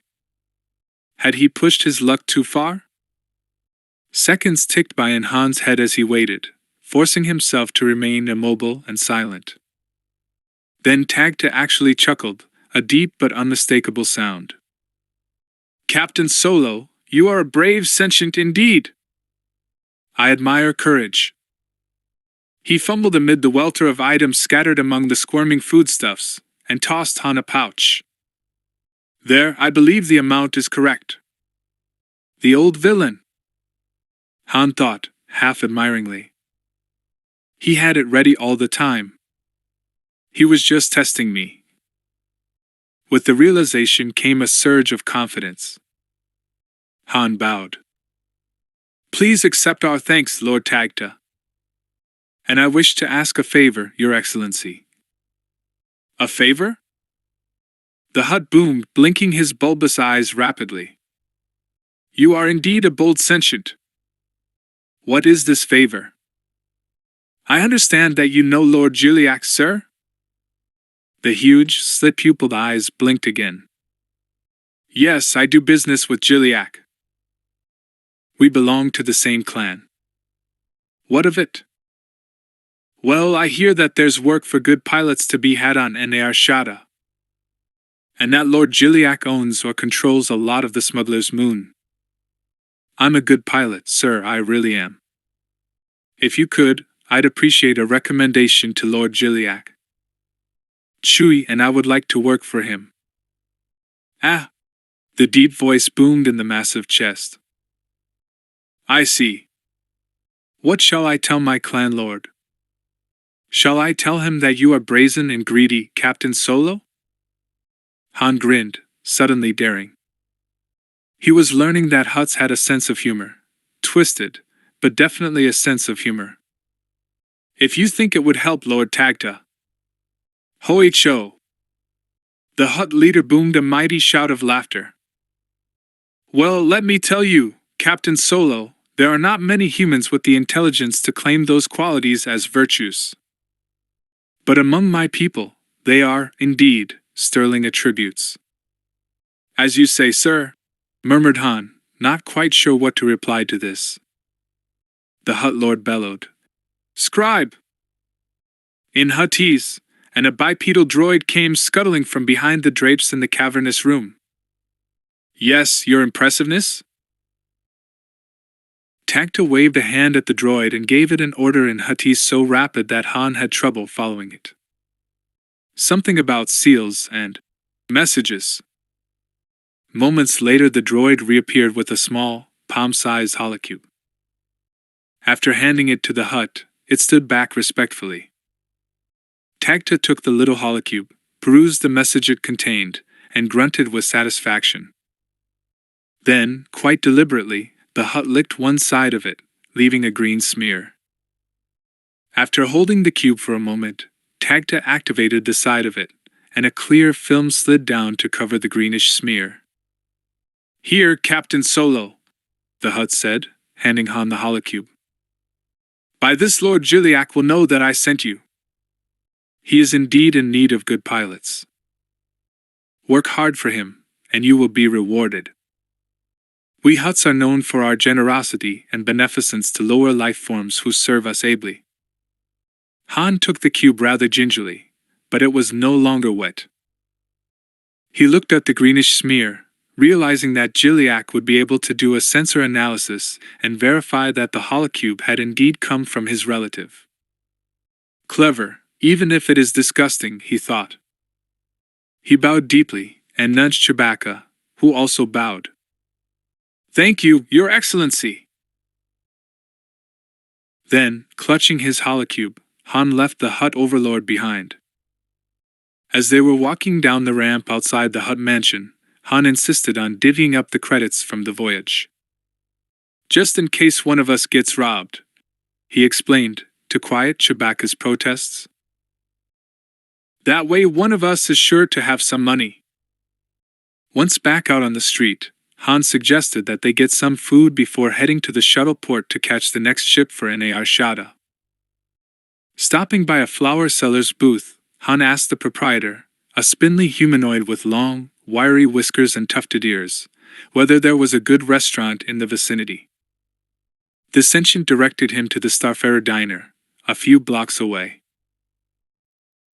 They were halfway there, strolling casually and chatting, when Han suddenly stopped in mid-sentence and swung around, alarmed, and not even sure why. Out of the corner of his eye he caught a glimpse of a pale-skinned humanoid with two long fleshy tails instead of hair. The Twi'lek was just stepping out of a doorway behind him. There was a drawn blaster in his hand. As Han turned, the TRILOGY shouted, in accented but understandable basic. "Halt, both of you, or I shoot you now!" Han knew instinctively that if he obeyed the command to stop, he'd wind up dead, sooner or later. He didn't hesitate for even a second. With an ear-splitting yell, the Corellian threw himself to the side, hit the ground, rolled, and came up on one knee, blaster in hand. The TRILOGY's weapon spat a blue-green burst. Han dodged. Stun blast. Han aimed, fired, and the reddish beam struck his attacker mid-torso. He went down, dead or incapacitated. The Corellian made sure the TRILOGY wasn't getting up anytime soon, then he turned to look for Chewbacca. The Wookiee was leaning heavily against a park speeder, dazed. He'd evidently been grazed by the stun beam. Han ran over to him, his heart pounding from the rush of adrenaline. "Did he get you bad, pal?" With a muffled growl, Chewbacca assured his partner that he'd be fine. Han peered up into the Wookiee's furry face, saw that his eyes were clear, the pupils even. Only then did he draw a long breath of relief. He hadn't realized until that moment that he was getting used to having the big hairy lug around. If anything had happened to Chewie. Going over to the TRILOGY, Han knelt down. One glance at the huge blaster wound that had turned the TRILOGY's chest to blackened slag was enough to tell him the being was dead. Han experienced a quick pang. He'd killed before, but he didn't like doing it. Gritting his teeth, he forced himself to search the dead sentient. There was a vibroblade strapped to the inside of a sleeve, another on the calf. On the inside of the other wrist the TRILOGY wore a wrist vac, a device that when triggered would send small, deadly blades flying into an opponent's vitals. Shoved into his belt, covered by his tunic, was a sleep inducer. A short-range weapon, but very effective. The TRILOGY could have simply walked up behind Han, stuck the sleep inducer in his back, then pulled the trigger to send the Corellian off to dreamland. Han stared at the weapon, his mouth dry. A bounty hunter. Great. Why am I not surprised? This must be Teroenza's doing. He's found out I'm alive, and he wants me. If not for instinct and fast reflexes, Han knew, at this very moment he'd be out cold, and on his way back to Elysia to face a terrible vengeance.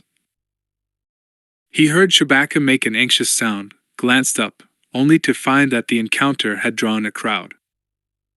Abandoning the TRILOGY where he lay, Han stood up, blaster still ostentatiously held in his right hand. The crowd backed away, muttering. The Corellian moved sideways with a dancer's grace, never turning his back on the crowd, until he and Chewbacca were side by side.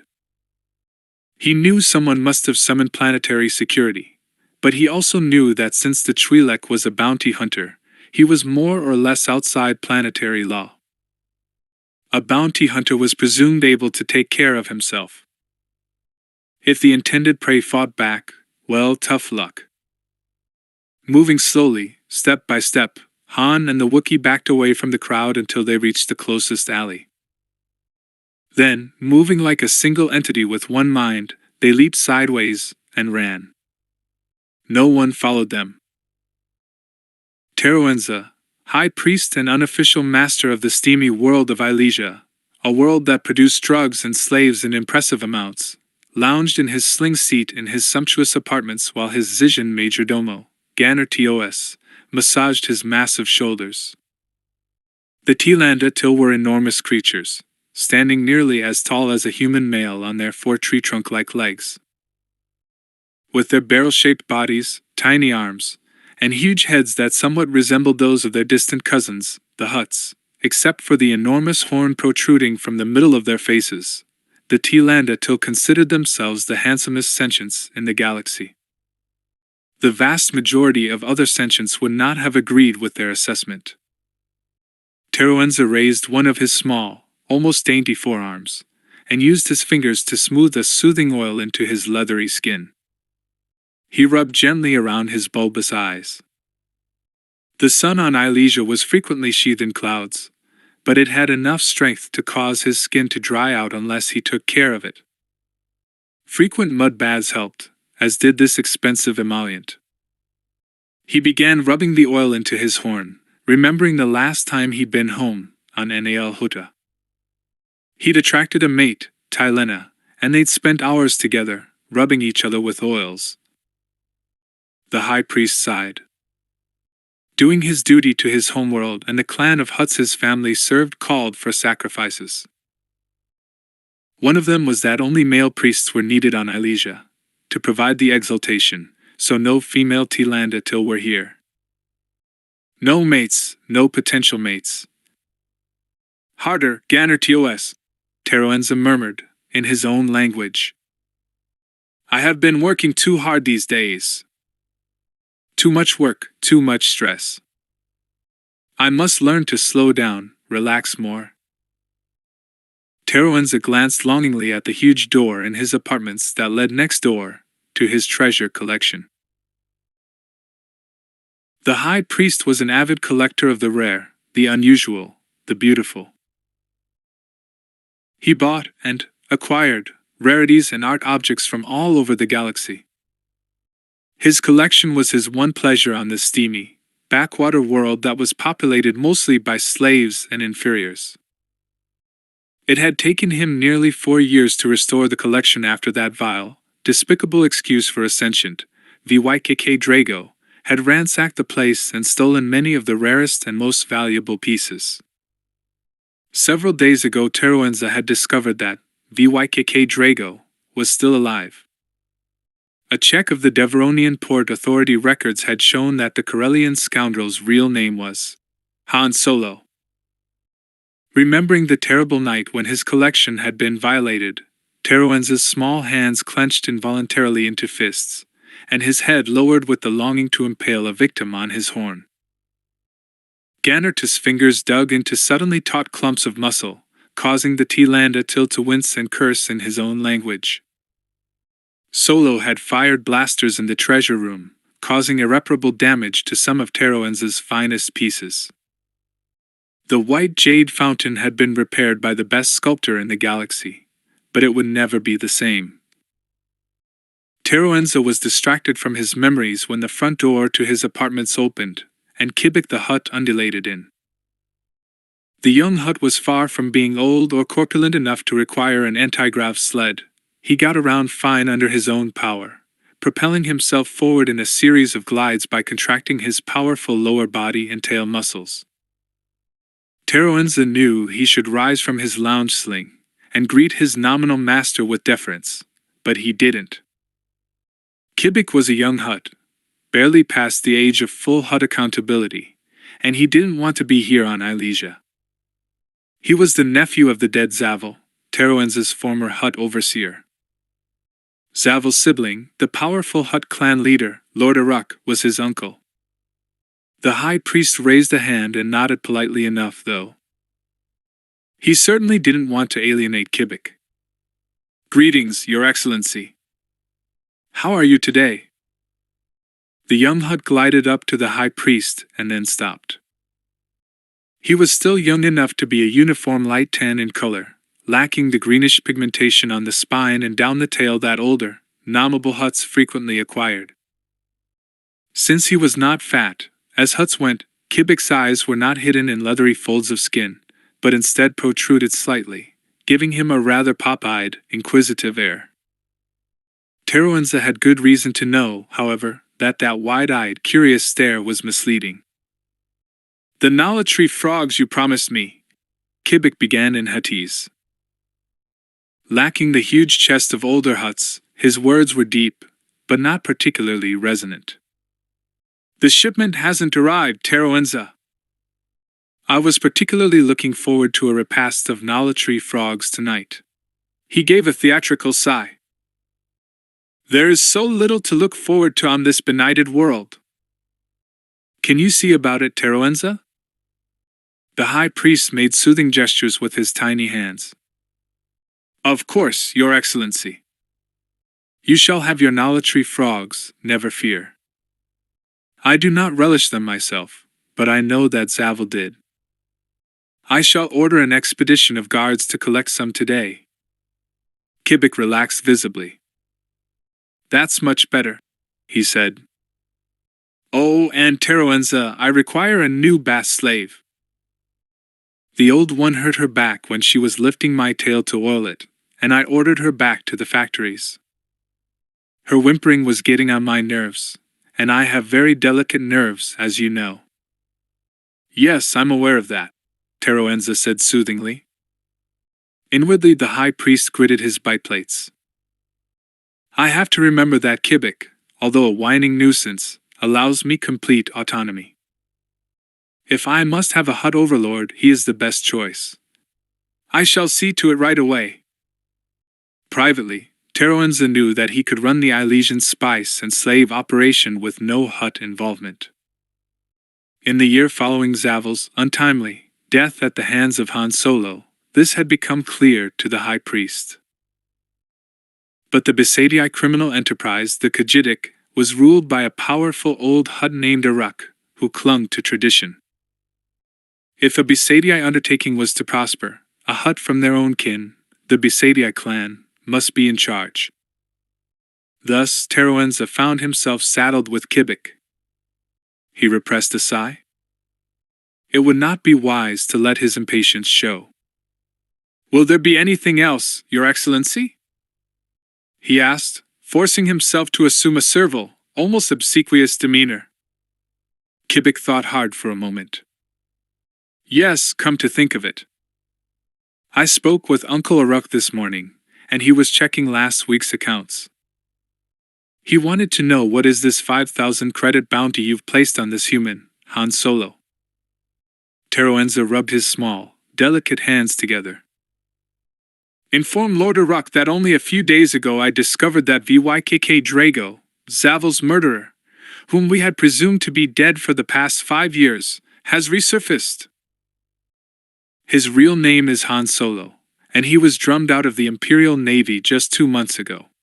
Teroenza's protuberant eyes were suddenly moist and glittering with anticipation.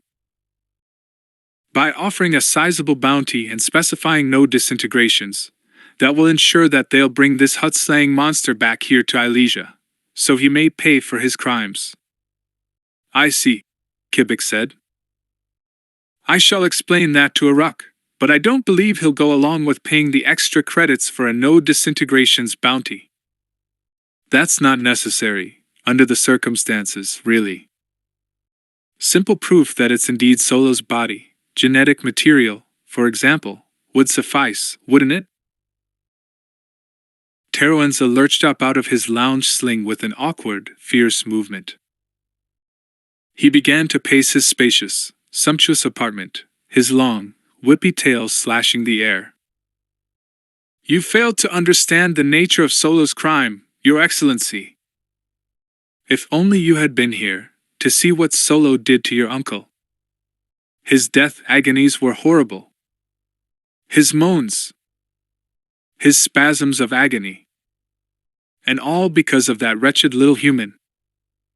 The high priest took a deep breath, realizing he was shaking with anger.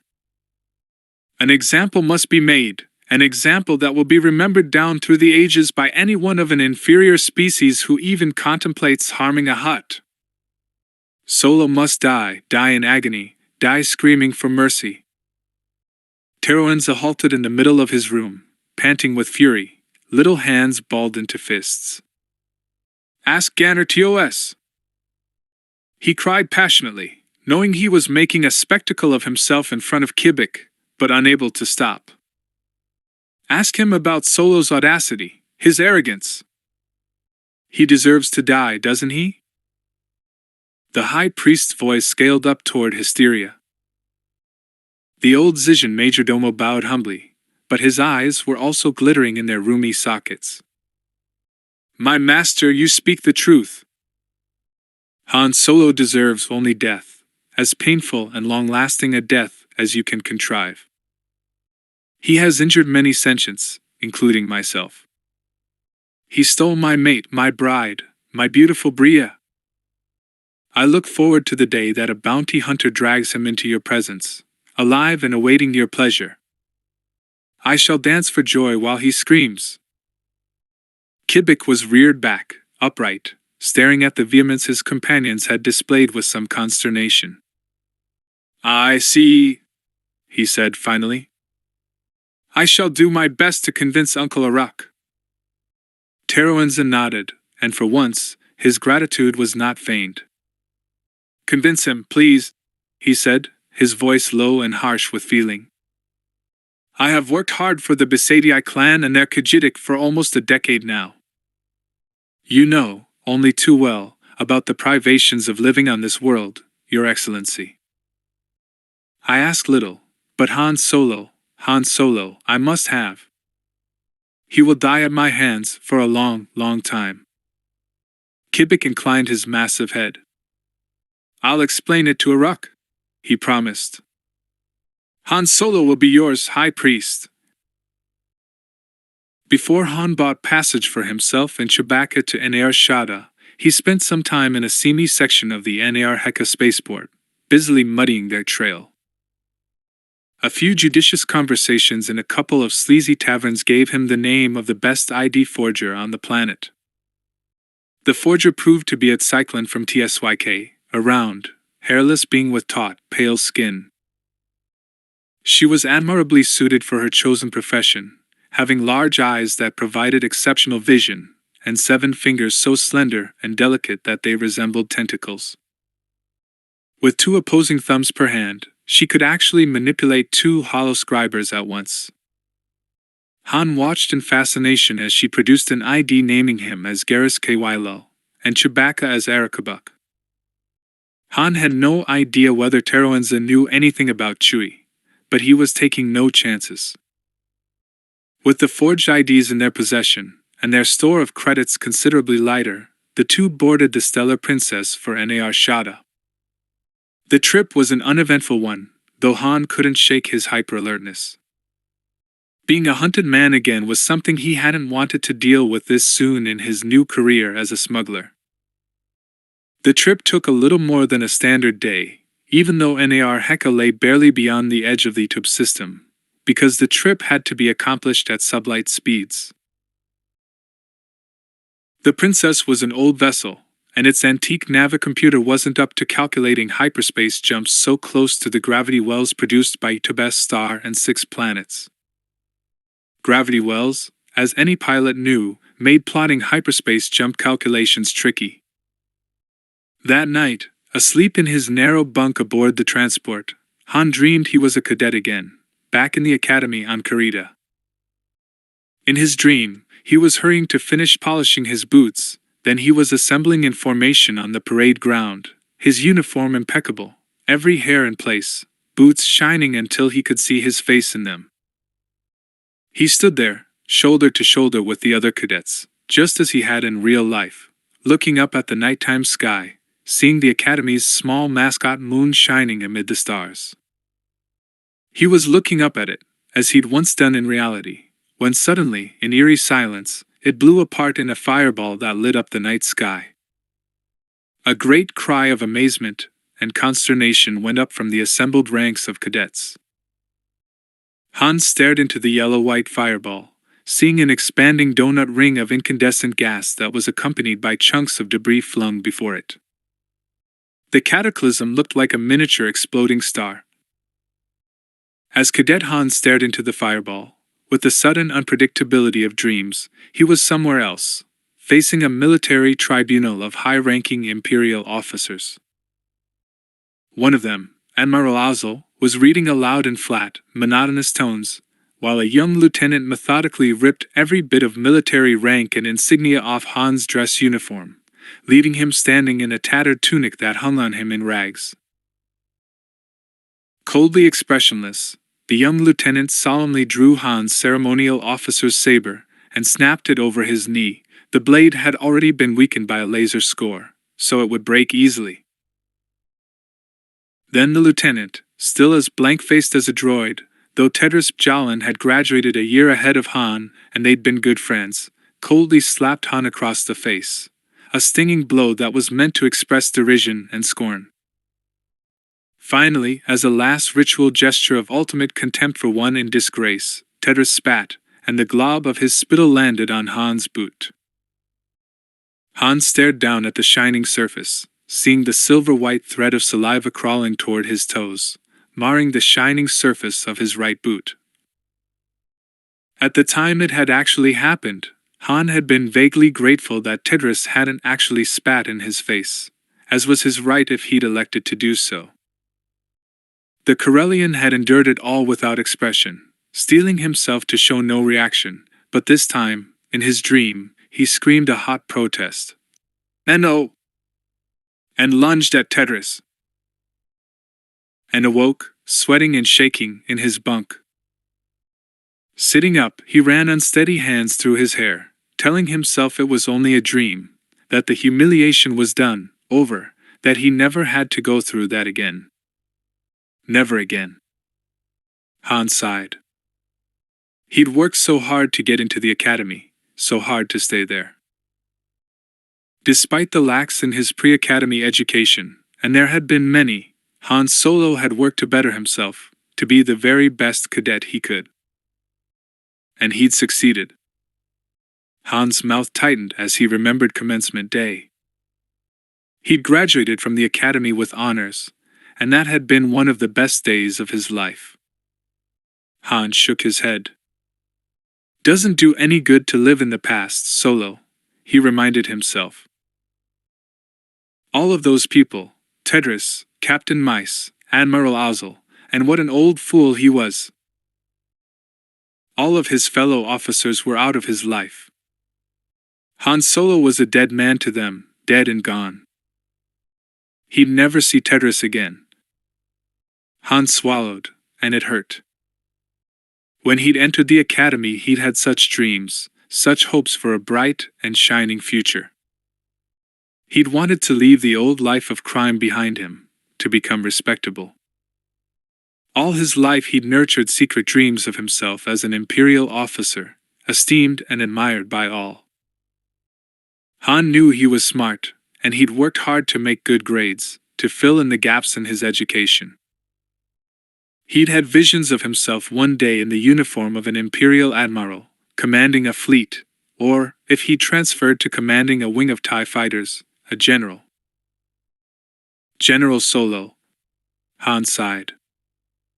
It had a nice ring, but it was time to wake up and face facts.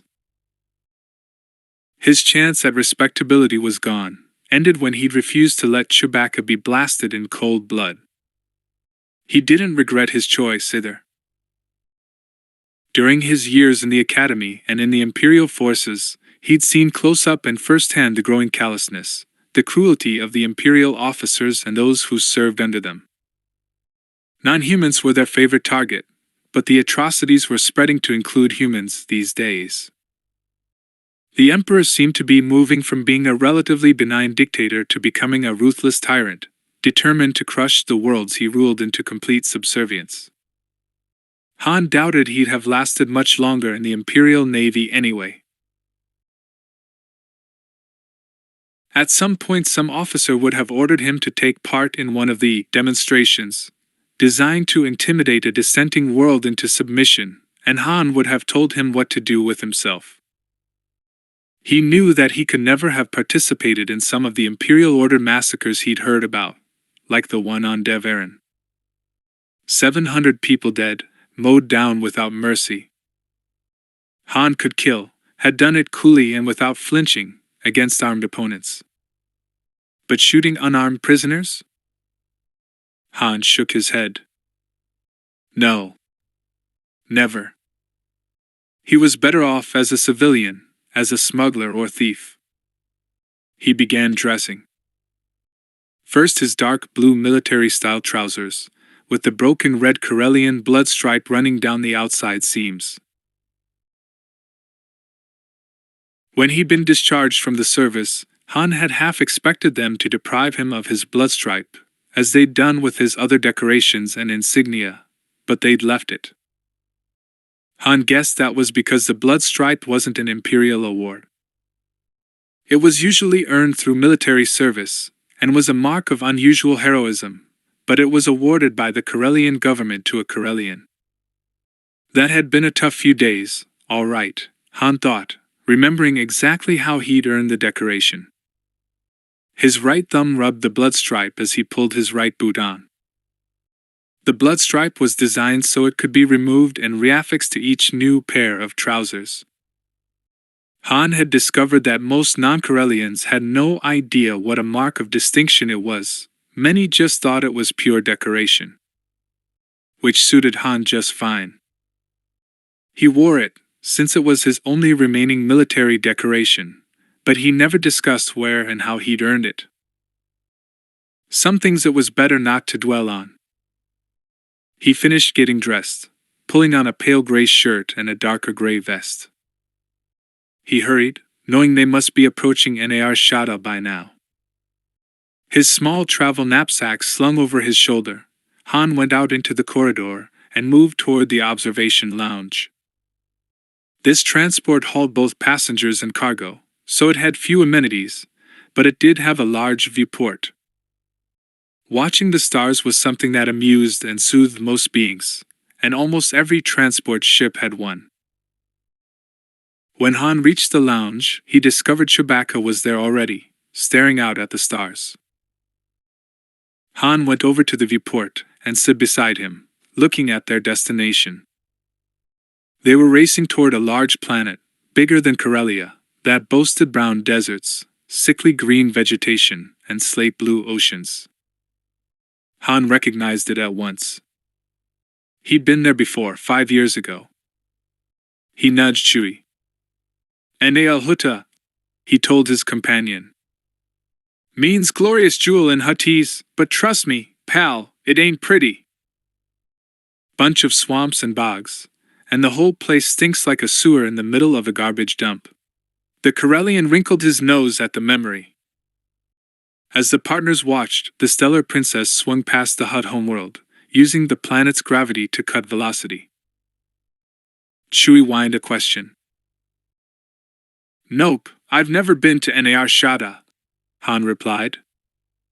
When I was here 5 years ago, I never even got a close look at it. They could see the edge of the big moon now, as it crept over the horizon. Chewie made an inquiring sound. Yeah, the planet and its moon are tidally locked, so they always keep the same hemispheres facing each other, Han replied. Synchronous orbit. As the princess glided around the big world, Han saw that space on the side of the planet was studded with floating debris. As they drew closer, the debris proved to be derelict spaceships of all shapes and sizes. Han's imperial training allowed him to ID many of them, but there were some that even he'd never seen. The smuggler's moon was a big moon, one of the biggest Han had ever encountered. It was surrounded by the derelict spaceships, and they were numerous enough that the princess had to change course several times to avoid them. Many of them were burned-out hulks, or shells with great holes blasted in their hulls. From the amount of space scarring on their sides, it was plain to Han that many of them had been there for decades, even centuries. Han wondered why there were so many, but then he caught a faint glimmer of planet light off an ephemeral field that enclosed the waiting moon. A moment later, a piece of space junk blazed up in a bright explosion. Hey, Chewie, that explains these hulks, Han said, pointing. See that glimmer surrounding Unabridged? The place is shielded. These ships came calling, and if they didn't want to let them land, they just refused to drop shields, then used ion guns to blast them. Guess they must have had their share of pirates and raiders, huh? Chewbacca made a low noise that sounded like HRRNNN and meant, right. The faint haze caused by the moon's shield made it difficult to see specifics about their approaching destination. But Han could tell that the landscape was almost completely covered with structures. Communication spires stuck up in spikes from the welter of buildings. Like a rundown version of Coruscant, Han thought, remembering the world that was one vast city, a world so encased in layers upon layers of buildings that the natural landscape was almost completely covered except at the poles. As Hans stared out at the fabled smuggler's moon, he found himself remembering his dream again.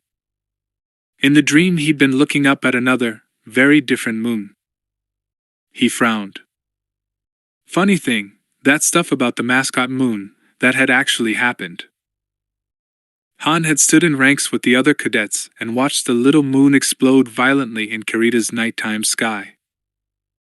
Perhaps his subconscious had sent him that dream to remind him of something important that he'd forgotten.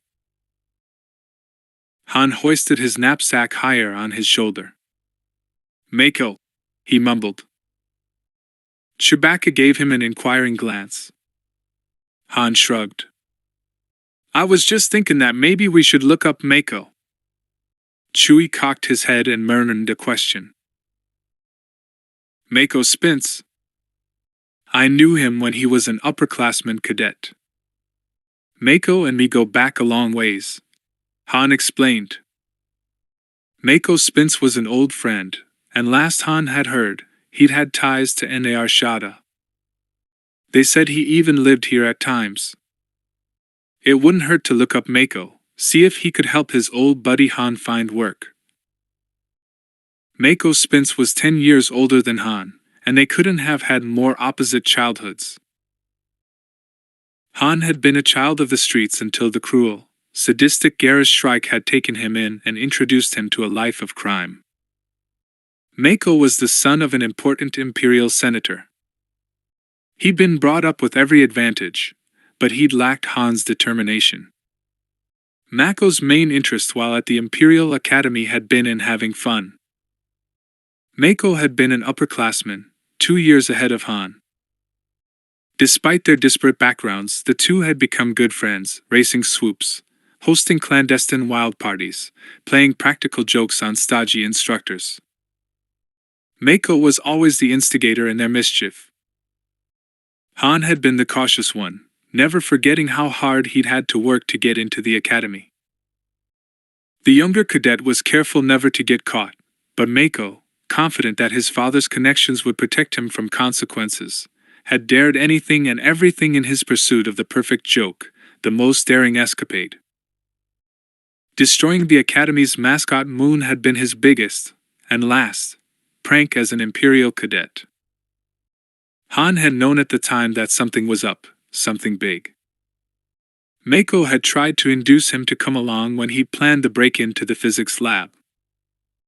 But Han had had a test to study for, so he'd refused. If he'd known what Mako was planning, he'd have tried to talk his friend out of it.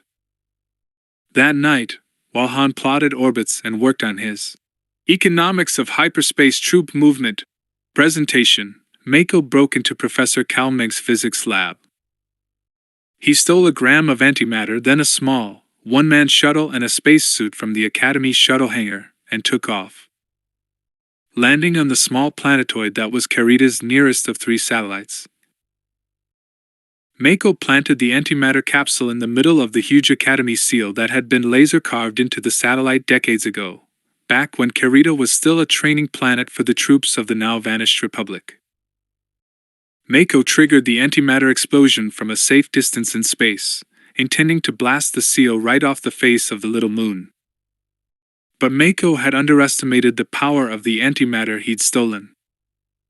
The entire satellite blew up in a cataclysmic display that Han and the other cadets witnessed from the planet's surface. Mako was immediately one of the prime suspects. He'd pulled so many pranks in his time, caused so much mayhem, that the officers began checking on him almost before the debris from the shattered satellite had either plunged planetward or drifted into alignment, forming a disjointed ring around Karita. Han was also a suspect, but fortunately for him, a friend had come over to see him for some astrophysics coaching right at the time of the break-in. Han's alibi was airtight. But Mako's wasn't. At the hearing, the prosecution had alleged that Mako was a terrorist who'd infiltrated the Academy. Han himself had volunteered to give testimony under truth drugs in order to clear his friend of that charge, and they'd had to accept his word that Mako had acted alone, intending only to play a prank. So Mako was spared the charge of terrorism. In the end, they just expelled the senior cadet. Mako's father had come through one last time, and given Mako the credits to set himself up in business. Little did the senator suspect that his only son would spend the money on a ship and contraband to stock it with. Then Mako had disappeared, but Han knew that Mako's spince wasn't the sort to just quietly fade into the background. Not Mako. Where there was excitement to be had, and credits to be accrued, that's where you'd find Mako's spince. Han was betting that someone on Nar Shada would know where his friend was. Han watched as the princess drifted closer and closer to the large moon. Nar Shada was actually the size of a small planet, almost a third the size of Hutt. It was hard to make out details through the shield, but he could see lights flashing. As the princess neared the smuggler's moon, a section of the haze that marked the shield suddenly disappeared, and Han knew they dropped a shield to admit their ship. The transport went past the shield, and moments later they entered atmosphere. Now Han could see the source of the flashing lights, huge holosigns that advertised goods and services. As they came closer, he was able to read one. Sentience, get it here! Anything goes. If you have the credits, we have who, or what, you want. Just a real classy place, Han thought sarcastically. He'd seen signs for pleasure houses before, but never anything this blatant. As the princess dropped down toward a large clear space atop a massive pile of permacrete, Han realized this must be their intended landing site. He looked about for a seat to strap himself in, but realized that none of the other passengers seemed concerned. They just grabbed a handhold affixed to the inside hull and hung on. Han shrugged, glanced at Chewbacca, and they did likewise. The Corellian discovered that it was much more difficult enduring a tricky landing as a passenger than it was as a pilot. When you were piloting, you were too busy to think about the possible danger. A moment later there was a slight jar, and they were down. Han and Chewbacca followed the other passengers toward the airlock, and found a line ahead of them, waiting to disembark. Han couldn't help noticing how hardened and seedy the other passengers appeared. Tough, space-scarred males, with a scattering of even tougher-appearing females. Sapients of assorted species, but no families, and no one was old. That variable would fit right in, he thought, conscious of the comforting weight of his blaster against his thigh. The airlock door slid open, and the passengers began filing down the ramp, onto the landing pad. Han took a deep breath of the local air, then wrinkled his nose in disgust. Beside him, Chewie whined softly. I know it stinks, Han said out of the side of his mouth. Get used to it, pal. We're gonna be here a while. Chewbacca's sigh was eloquent, and required no translation. Han didn't want to seem like too much of a newcomer, so he tried hard not to stare as they walked down the ramp. Finally, he was able to get a good look at his surroundings. At first glance, Nar Shada reminded him of Coruscant. There was no open land to be seen at all. Only buildings, towers, spires, pedestrian glide walks, shuttle landing pads, all of it blending into an unending vista of sentient-created construction. It resembled a permacrete forest studded with garish advertising holosigns. But as he and Chewie walked slowly across the landing pad, Han quickly realized that even though they were on the topmost levels of the moon, this place differed greatly from the topmost levels of Imperial Center, as it was officially referred to these days. Coruscant's topmost levels were clean, tastefully lighted marvels of soaring, graceful architecture. Only when one traveled down, hundreds of levels down, to the deeper levels of the planet-wide city, did Coruscant appear dingy and seedy. The topmost level of Nar Shada looked like the deepest levels of Coruscant. If this is the top level, Han thought, catching a glimpse of a dizzying plunge down into an artificial canyon between two massive, graffiti-emblazoned buildings, I hate to think what it must be like down there.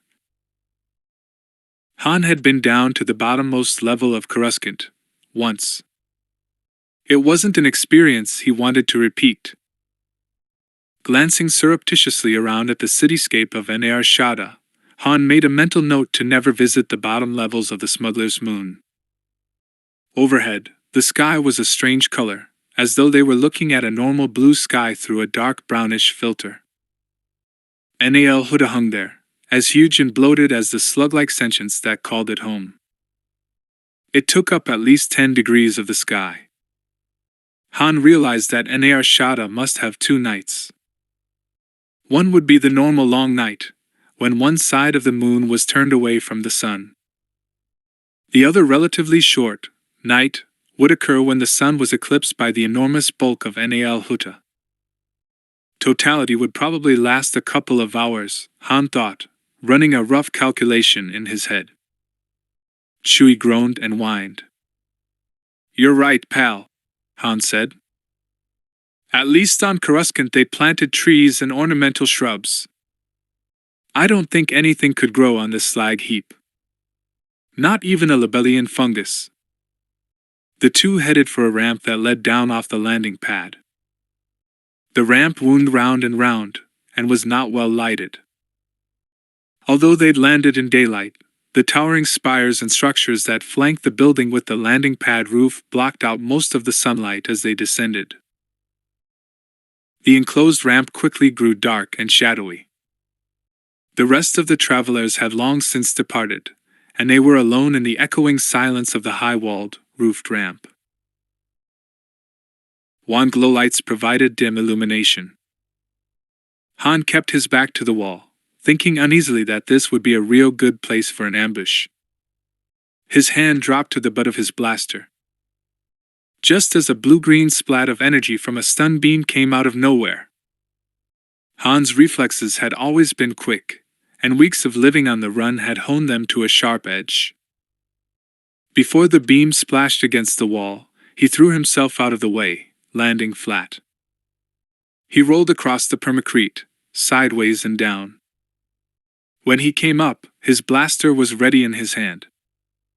Han caught a quick glimpse of his assailant, a stocky male humanoid, with a lot of hair on his face. A Bothan, probably. A bounty hunter, almost certainly. The Corellian snapped off a shot but missed, blowing a hole in the permacrete wall. He crouched beside the opposite wall, watching for the bounty hunter to reappear. Chewbacca howled. Han looked across the ramp at his partner, who was crouched against the curve of the wall, safe for the moment. He made an urgent, "Stay still!" sign with his hand. Chewbacca glared at him, and hefted his bowcaster emphatically. "What's he trying to tell me?" Han wondered. Chewie roared, and to anyone who didn't understand Wookiee, the sound he produced would have seemed nothing more than a howl of rage. But Han understood. He nodded at Chewie, then dived down ramp, firing blindly as he went. 2 shots sizzled into the wall, and chips of permacrete flew. The stun beam screamed past him again, and Han took a deep breath, then yelled with anguish, doubling over and dropping his blaster. He hit the permacrete and lay there, as if stunned. This had better work. Steps approached, quick and decisive. And then came the whang of the bowcaster being fired. A loud, explosive whump and a short, choked-off scream followed. Han rolled over and leaped to his feet, just in time to see his assailant slump to his knees, anguish imprinted on every hairy feature. A Bothan, sure enough. His hands were clutching a smoking hole in his chest. A Bothan bounty hunter. Han recognized the type, if not the individual. As he watched, the Bothan pitched over on his face. He thrashed, gurgled, gave one final twitch, then lay still. Han looked over at his partner and nodded. "Good shooting, Chewie." Thanks. Walking over to the dead Bahan, Han used the toe of his boot to turn him over onto his back. The hairy features had gone slack in death. Han eyed the wound. That doesn't look anything like a blaster shot. Can't be all that many Wookiees here on Nar Shaddaa, so I think we need to disguise how this guy met his end. Drawing his blaster, Han aimed, turned his head, then discharged it full force into the Bathan's chest. When he looked back, the Bahan barely had a chest, and all signs of Chewie's distinctive weapon were erased.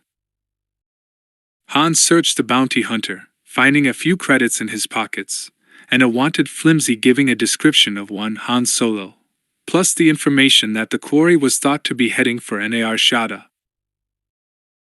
The bounty posted for Han was 7,500 credits. Live capture only, no disintegrations. Han scanned it, then stuffed it into his pocket. Looks like things might get real exciting, Chewie, he said. We'd better stay sharp. HRRNNN. Han wondered what to do about the Bahan. Should they try to destroy the body?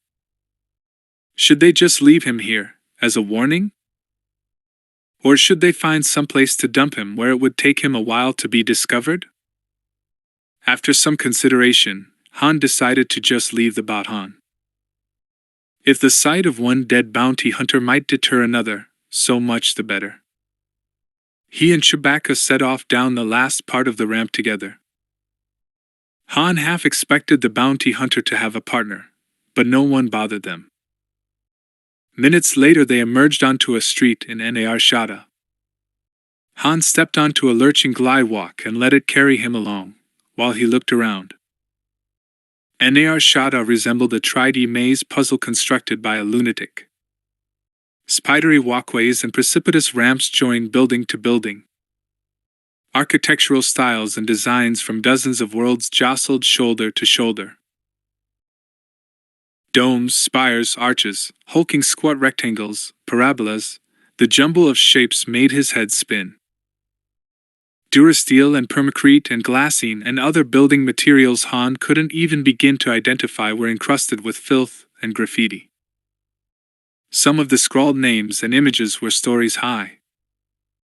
Many of the larger structures had obviously been built decades ago, when Nar Shaddaa was a respectable spaceport, a pleasure moon where wealthy sentients came to play.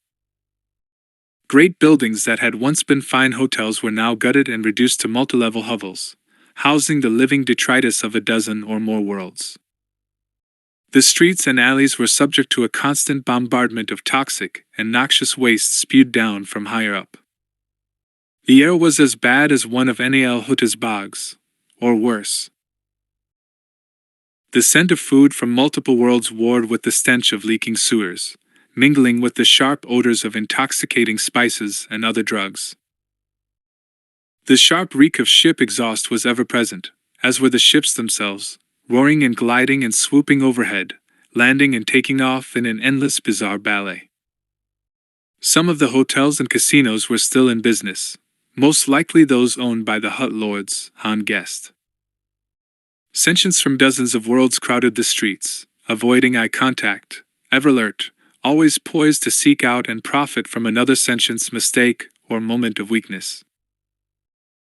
Nearly everyone Han saw went armed, with the exception of the droids. Han was hungry, but he didn't recognize any of the wares the street vendors were selling. They say there's a Corellian section, he muttered to Chewie. That's probably where we should head. He didn't want to admit that he was lost, for fear of attracting thieves or worse, but a few minutes later Han saw a banner hanging from an awning. Most booths and building fronts possessed awnings. They helped shield the inhabitants from noxious spatters falling from above, that read in 6 languages and basic, information broker. Han stepped off the glide walk and headed toward the booth, with Chewie trailing behind. The information broker proved to be an ancient Twi'lek woman, so old that her ropey headtails were shriveled and knotty with age. She eyed Han sharply, then spoke in her own language. What you wish to know, pilot? Han took out a half-credit coin and laid it on the edge of the booth, ostentatiously keeping his forefinger on it. 2 things, he said, in his own language, knowing she must speak basic. Directions on how to get to the Corellian section, by the safest and most direct route. He paused as she keyed some information onto the ancient datapad before her, and then when she looked up again. And where can I find a smuggler named Mako Spence? The old Trilek grinned, showing stained and broken teeth. For the first, she cried. Take this. She shoved a flimsy into his hand. Han squinted at it, saw that it was a section of a map. One blinking red dot indicated, You are here. Directions to the Corellian sector of Nar Shaddaa were clearly indicated.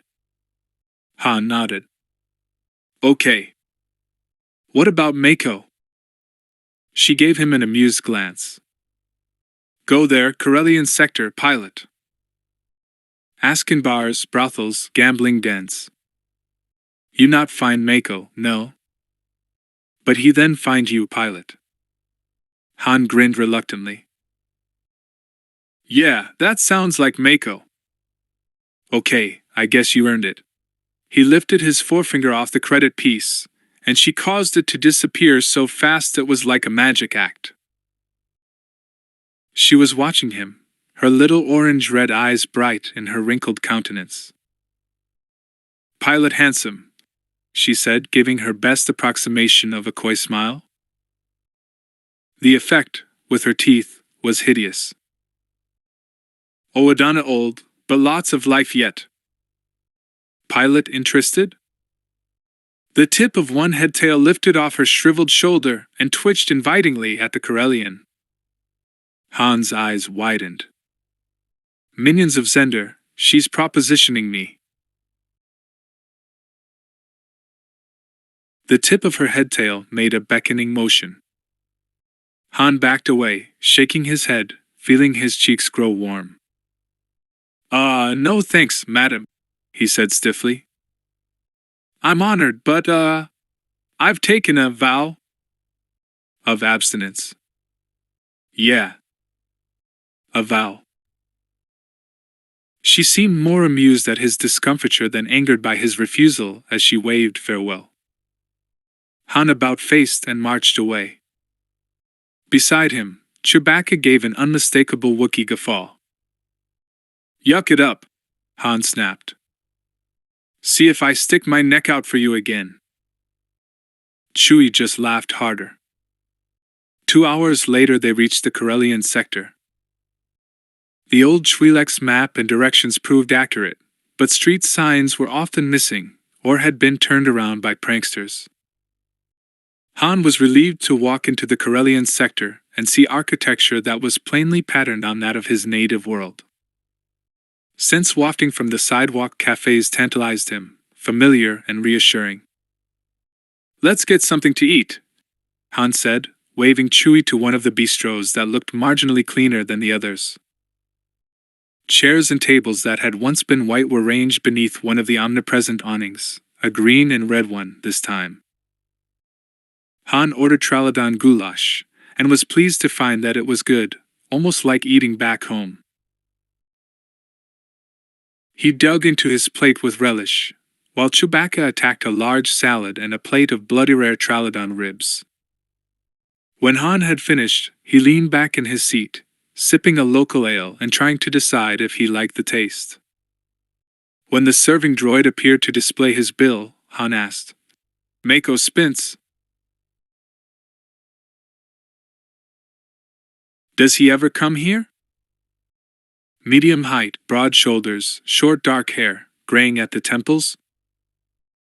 The droid's head swiveled side to side. No, sir, I have not seen the person you describe. Tell your boss I was a skin about him, okay? Han said. He finished the last of his ale, then he and Chewbacca headed down the street toward the most garish of the bars. Short night was rapidly falling now, as Yutub was eclipsed behind the bulk of Nal Hutta. The real night was still many hours away, and would last more than 40 standard hours. As the artificial lights came up, Han wondered if he'd ever get used to such long nights. It probably didn't matter, since the moon that was a city never really slept. At the smuggler's rest, Han asked again for Mako's spints, and naturally, nobody had ever heard of him. They did the same thing at the Lucky Star, the tattered remains of what had once been an elegant casino, and then at 2 or 3 more bars. Han was getting used to the word no. He sighed and trudged onward. The smuggler's hideaway. The Corellian Cafe. The Golden Orb. The exotic exhibit, live dancers. Live shows. The Comet Casino. The Drunken Drummer. By now Han's feet were beginning to hurt from pounding the permacrete, going up and down ramps. Places on NAR's shadow were often frustrating to reach unless one had wings, or a jetpack.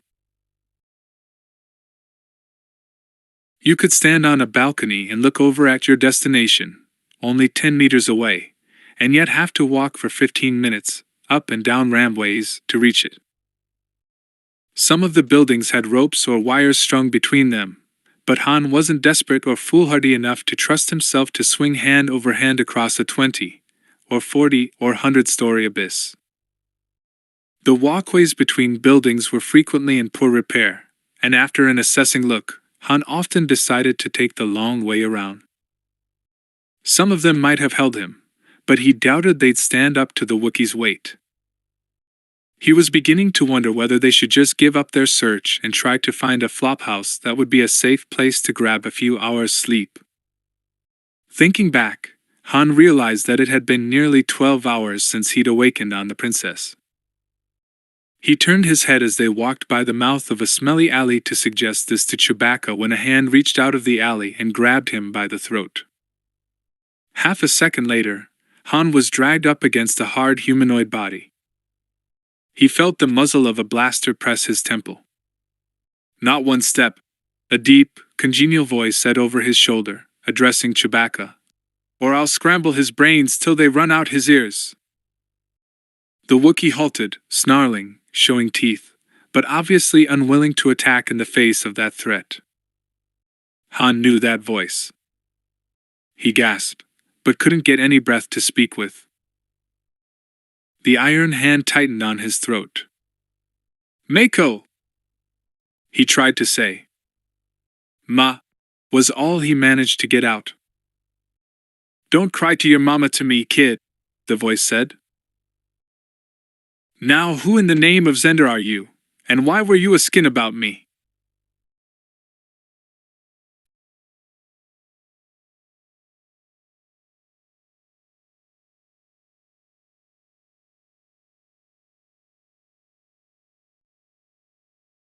Chewbacca growled, then pointed at Mako's quivering captive.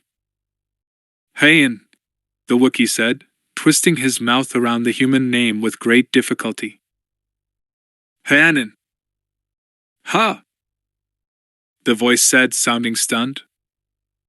"Han?" Abruptly Han was released, then swung around. As he gasped, hands to his throat, his captor, who was indeed Mako's Spince, grabbed him in a hug so enthusiastic that it deprived him of breath yet again. "Han! Kid, it's great to see you. How are you, you old Sanophagun?" A hard fist thumped the younger Corellian between the shoulder blades. Han gasped and wheezed, only to lose his breath again. Mako helpfully slapped him on the back, which didn't improve matters. "Mako," he managed finally. "It's been a long time. You've changed."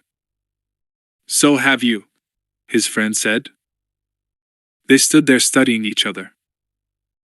Mako's hair was long enough to brush his shoulders now, and there were more gray threads amid the black. He wore a fierce, bristling mustache, and had gained some weight, mostly in his shoulders. A narrow scar ran down the line of his jaw. Han decided he was glad Mako was on his side. He didn't look like anyone Han wanted to have as an enemy. He wore a scarred jumpsuit of spacer's leather, hide so thin and flexible, and yet so tough, that it was said it could maintain internal pressure even in vacuum. The two friends stared at each other, sizing each other up, then both burst out with questions. They stopped laughing. "One at a time," Mako said. "Okay," Han said. "You go first." Minutes later, they were all seated in a tavern, drinking, talking, and spouting questions. Han told Mako his story, and found that his old friend wasn't surprised to learn that he'd left the service. "I knew you'd never be able to go along with the slaving, Han," Mako said. "I remember how it used to set your teeth on edge to even see an imperial slaving detail. Made you crazy, boy. I knew the first time they tried to get you to boss slaves, that would be the end of your brilliant career." Han looked sheepish as he raised his second tankard of Alderaanian ale to his lips. "You know me too well," he admitted. "But what could I do, Mako? Nicholas was gonna kill Chewie." Mako's ice blue eyes were smiling with unaccustomed warmth. "Nothing else you could have done, kid," he said. "So, Mako, how've you been doing?" Han asked. "How's the business?" "Booming, Han," Mako said. "The Empire's restrictions are making us all rich, running contraband of all kinds these days. Spice, yeah, that's still big. But we do nearly as well these days smuggling arms, weapons components, power packs, all that kind of thing. Luxuries like perfume and Ascagian fabric, too. Let me tell ya, Han, old Palpatine wouldn't rest nearly as easy nights if he knew how dissatisfied with his rule some worlds are getting." "So there's work here?" Han asked eagerly. "Work for pilots?" "You know I'm good, Mako." Mako signaled the server droid for another round of drinks. "Kid, you're one of the best, and I'll let everyone know that," Mako said, slapping Han on the shoulder. "Badur didn't name you slick for nothing. Tell you what, want to work for me to get your feet wet? I could use a good co-pilot, and while you're riding with me, I can show you some of the best runs. I'll introduce you to all the other runners, too. Some of them are bound to need help." Han hesitated. "Could Chewie here come along?" Mako shrugged and took a huge swig of ale. "Can he shoot?" "I can always use a good gunner." "Yeah," Han said, finishing his own tankard with more confidence than he felt. Chewie was a dead shot with his bowcaster, but he'd only been training as a gunner for a month or so. "He can't shoot." "It's all set then," Mako said. "Listen, kid, you found yourself a landing zone yet?" A landing zone, in smuggler's lingo, meant a room more flat. Han shook his head and felt the room lurch slightly. "I was hoping you could recommend a decent place," he said. "Not too expensive." "Sure I can," Mako said, slurring ever so slightly. "But why don't you two come stay with me for a day or so, till we see and get you set up?" "Well," Han glanced over at Chewie.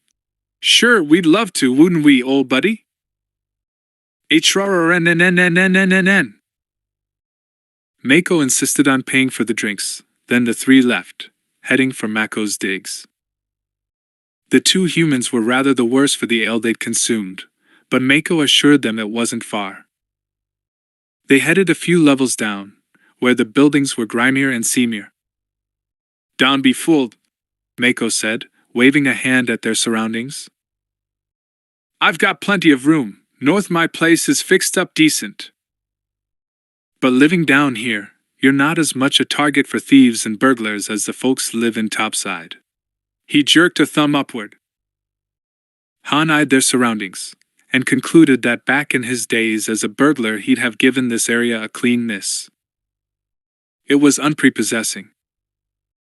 Drunks weaved along the permacrete, and the glide walks down on this level were permanently broken. Beggars and pickpockets eyed them, but didn't approach the trio. Han figured that was because Chewbacca was wearing his fiercest "Don't mess with me or I'll rip your arm off" look.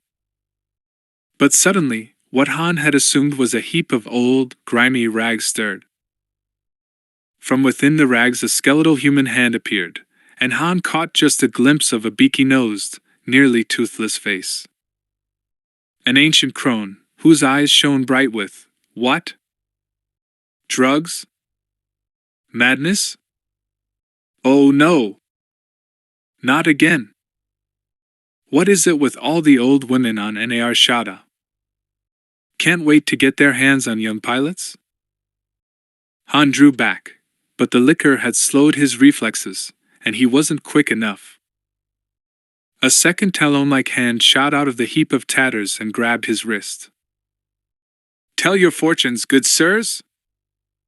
Tell your fortunes, masters?" The voice was shrill and squeaky, and Han couldn't place the accent. "The descendant of Vima Sunrider has foreseen the future, good sirs. For a credit she will tell you what lies ahead. Let me go!" Han tried to yank his hand free from the filthy claw, but the ancient woman's grip was surprisingly strong. He fumbled for a credit coin, just to make her let go of him. He didn't want to have to stun the crone.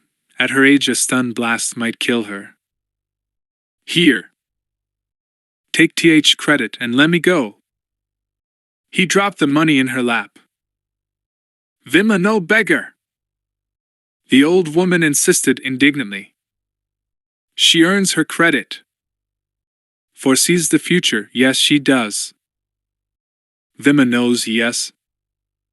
Han stopped and sighed, rolling his eyes. At least she wasn't propositioning him. "Go ahead then," he snapped.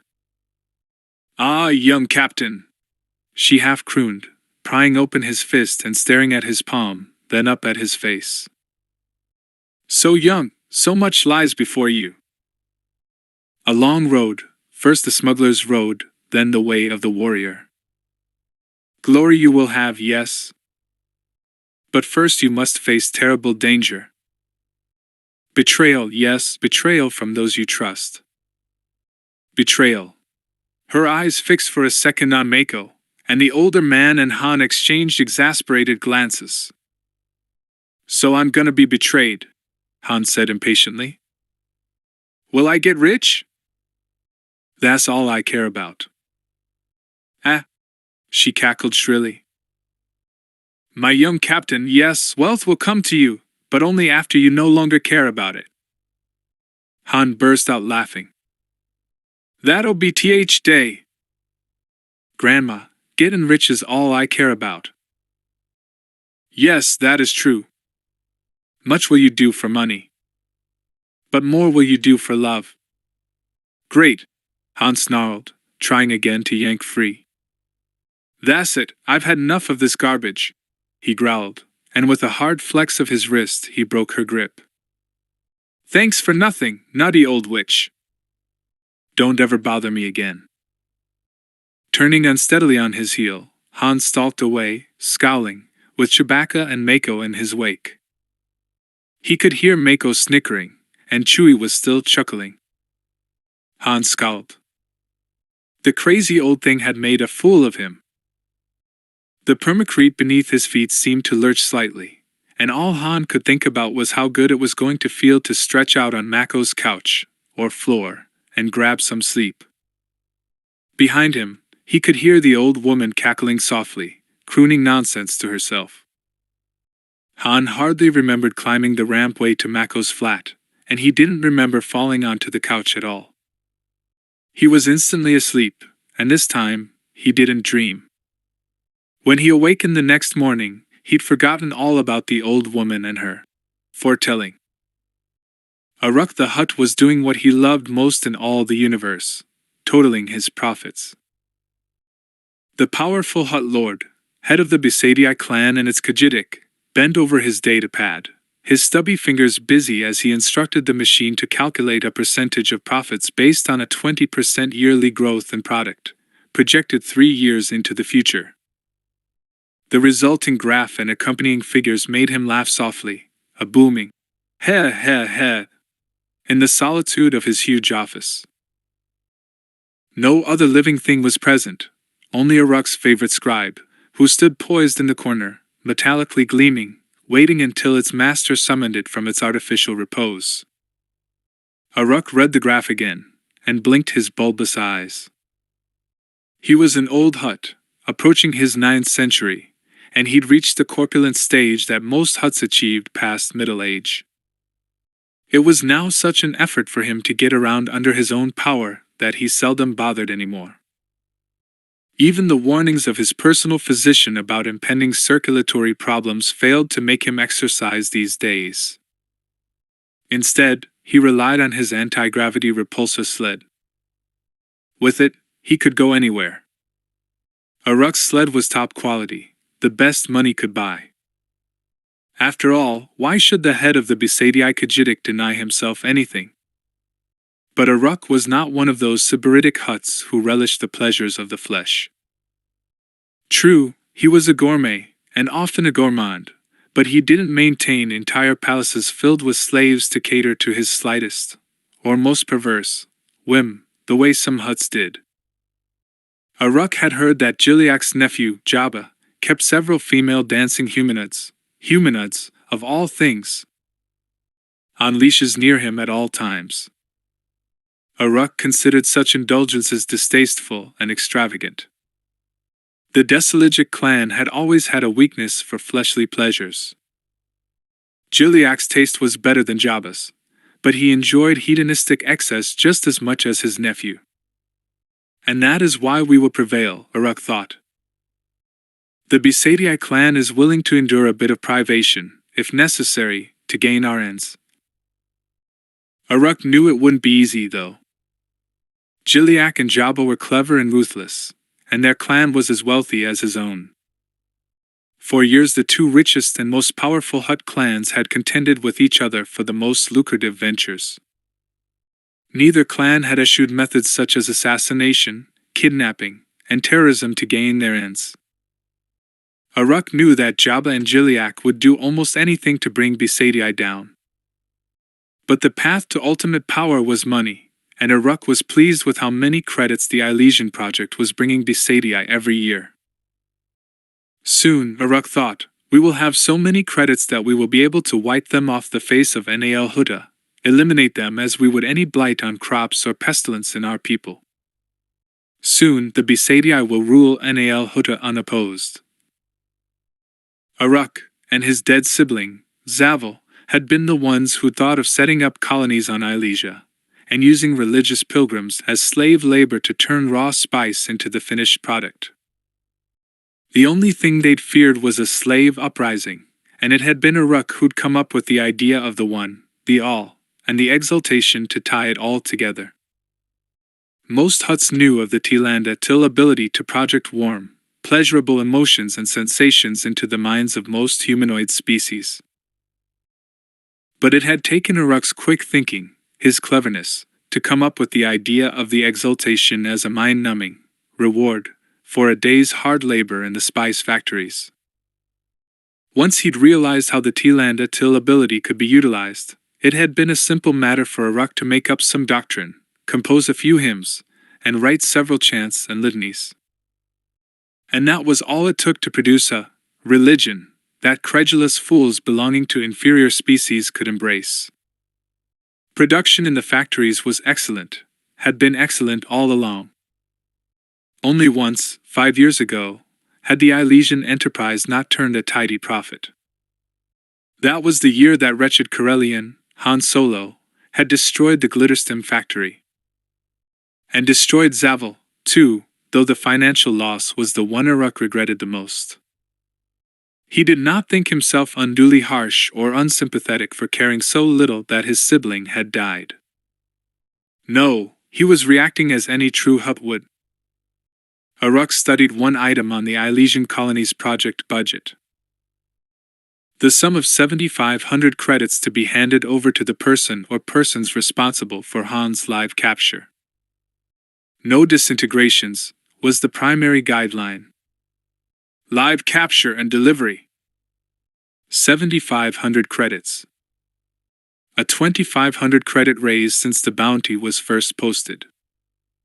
Apparently Solo was proving difficult. Well, this new bounty was certainly large enough to tempt many hunters, though Uruk had seen larger ones. Still, for a man so young, it was a large bounty. Was it really necessary to pay extra for the live capture option? Uruk had supervised many torture sessions, coolly and efficiently, but unlike many of his people, he took no pleasure in tormenting sentients to gain his own ends. If the Corellian Solo were to be brought before him, Uruk would not bother to torture him before ordering his death. But Teroenza was a different story. The Tlandil were vengeful people, and it was obvious to Uruk that the High Priest of Ilesia would not rest until he could personally supervise the long and exceedingly painful death of Han Solo. Moment by moment, scream by scream, groan by groan, Solo would die in the most exquisite agony, while Teroenza savored every second of it. But did Uruk want to pay extra, just so Teroenza could be satisfied? Uruk considered. Lines of concentration formed above his bulbous, slit-pupilled eyes. After a moment he released his breath in a short, decisive "Half." Very well, he would authorize the payment of the bounty. Let Teroenza look forward to his fun. The anticipation made the High Priest happy, and happy underlings were productive underlings. Uruk was a bit concerned about Teroenza, actually. The Tlandil was definitely running the Ilesian operation, no matter how much he and that idiot Kibik tried to disguise that fact. Uruk frowned. Ilesia was a Hutt operation. It wasn't proper for anyone other than a Hutt to give the orders there. And yet, Kibik was the only high-ranking Hutt in the Besadii clan who was available at the moment to take the Ilesian posting. And Kibik, there was no denying it, was a fool. If only I dared send Durga, Uruk thought. He has the will and the intelligence to rule Ilesia properly, to remind Teroenza of just who his masters are. Durga was Uruk's only offspring. He was still a very young Hutt, barely past the age of legal responsibility and true self-awareness, only 100 standard years old. But he was smart, 10 times more intelligent and clever than Kibik. When Durga was born, all the other Hutts urged Uruk to roll over on the helpless newborn, smothering him, because of the dark birthmark that spread like a foul liquid from his forehead down over one eye and cheek. They said that such a marred countenance would make the youngster socially unacceptable, and speculated that he would be feeble-minded all his life. Ancient tales mentioned that such birthmarks were supposed to be omens of disaster, and the elder Hutts predicted all sorts of terrible things should Durga be allowed to survive. But Uruk had looked down at his tiny, squirming offspring and sensed that his child would grow up to be a worthy Hutt, intelligent, cunning, and, when necessary, ruthless. So he had taken young Durga up into his arms and solemnly pronounced that here was his offspring and heir, and warned the naysayers to be silent. Uruk had seen to it that Durga was well educated, and had everything a growing Hutt could want. The young Hutt responded to his parents' interest, and the bond between the two had become very close. Staring down at the graphs showing the Ilesian finances, Uruk made a mental note to share his findings with Durga later that day. He was grooming his offspring to take on the leadership of the clan after his own passing. These figures are so encouraging, Uruk thought, that we should put some of this profit into founding yet another colony on Ilesia. 7 colonies can produce much more processed spice than 6. And we can increase our missionary force by recruiting more Tlandil males and sending them out to lure in more pilgrims. Uruk's greatest dream was to someday expand their spice processing and slaving operation to a second world in the Elysian system. He knew he probably wouldn't live to see 2 worlds producing at full capacity, but Durga definitely would. There was only one problem, and that was TRILOGY. Uruk knew that Jiliak and Jabba watched every move he and his high-ranking clan members made, and they were ready to pounce at the slightest sign of weakness. They were ruthless, the TRILOGY, and they were jealous of the Besadii clan and their success on Elysia. Uruk knew only too well how much Jabba and Jiliak would give to destroy them all and take over the Elysian operation. Still, it was but a sign of the Besadii clan's extraordinary success and accomplishment that they be so envied. Hutt life was full of move and countermove. That was the way of it, and frankly, Uruk thrived on the intrigue, the danger. He wouldn't have changed things if he could have. With a sigh of contentment, Uruk the Hutt turned off his data pad and stretched, rubbing his bulbous eyes. A good afternoon's work. Time for dinner, and a chance to spend time with his offspring. How pleasant that he had such good news to impart. Guiding his repulsor sled with minuscule touches from his thick fingers, Uruk glided from the room, in search of food and companionship. 5 months and 6 bounty hunters later, Han and Chewbacca had settled down into life on Nar Shaddaa. Han found them a little apartment in the Corellian sector, a mega block or so from Mako's place, and only 1 level below it. The little flat was set up like a small suite, with 2 tiny bedrooms with fold-out beds, a minuscule kitchen/living area, and refresher unit. But they didn't spend much time at home. As soon as Mako had introduced Han to his associates, the young Corellian found steady work. Good pilots were always valued on Nar Shaddaa. During his first month, Han filled in as a shift pilot on the Nar Shaddaa to Nal Hutta shuttle, ferrying Hutts and their underlings back and forth from the smuggler's moon to the Hutt homeworld. Han had hoped to meet either Jabba or Jiliak that way, but the 2 top Hutt lords of the TRILOGY clan had their own private shuttles and didn't need to take public ones. Han hung on to the referral Tagta had given him, but decided he'd better learn his way around before he applied for jobs piloting for the Hutts. They were tough masters to please. Just about the time Han's temporary job ended, the young Corellian went out with Mako on several runs, hauling loads of spice from the Twi'lek homeworld, Ryloth, to a staging area on Rune. There Han met up with an old acquaintance of Mako's, a craggy-faced, aging smuggler named Zeen Affit. Zeen was heading off to Smuggler's Run with a shipment of food, and when he mentioned that he'd like company, Han and Chewbacca offered to ride along. Smuggler's Run was a hideout for sentients on the Lam who were even hotter than the denizens of Nar Shaddaa. Smuggler's Run was a series of hideouts, actually, artificial environments whittled out of several large asteroids located in the middle of a huge asteroid field.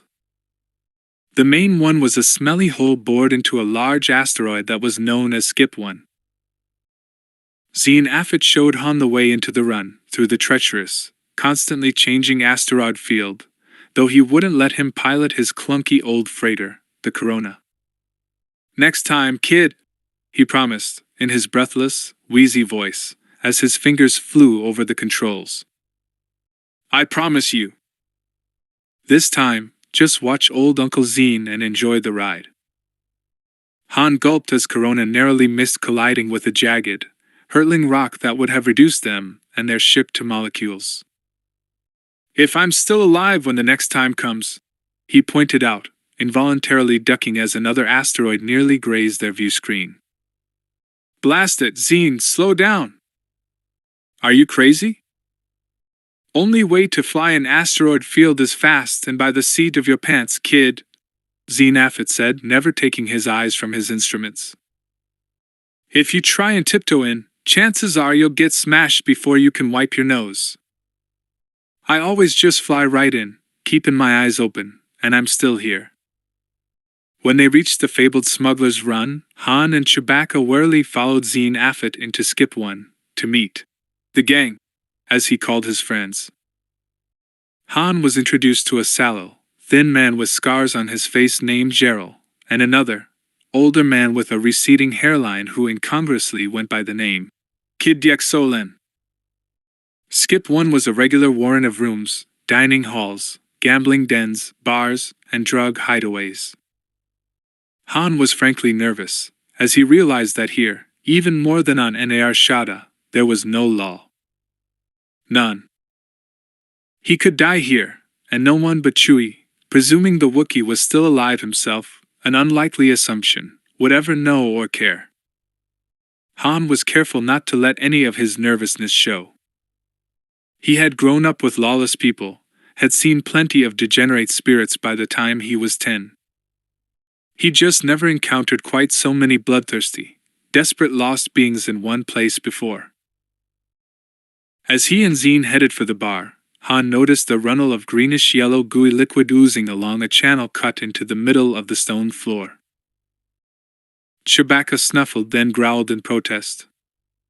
"Yeah, that really stinks," Han said, his nostrils twitching.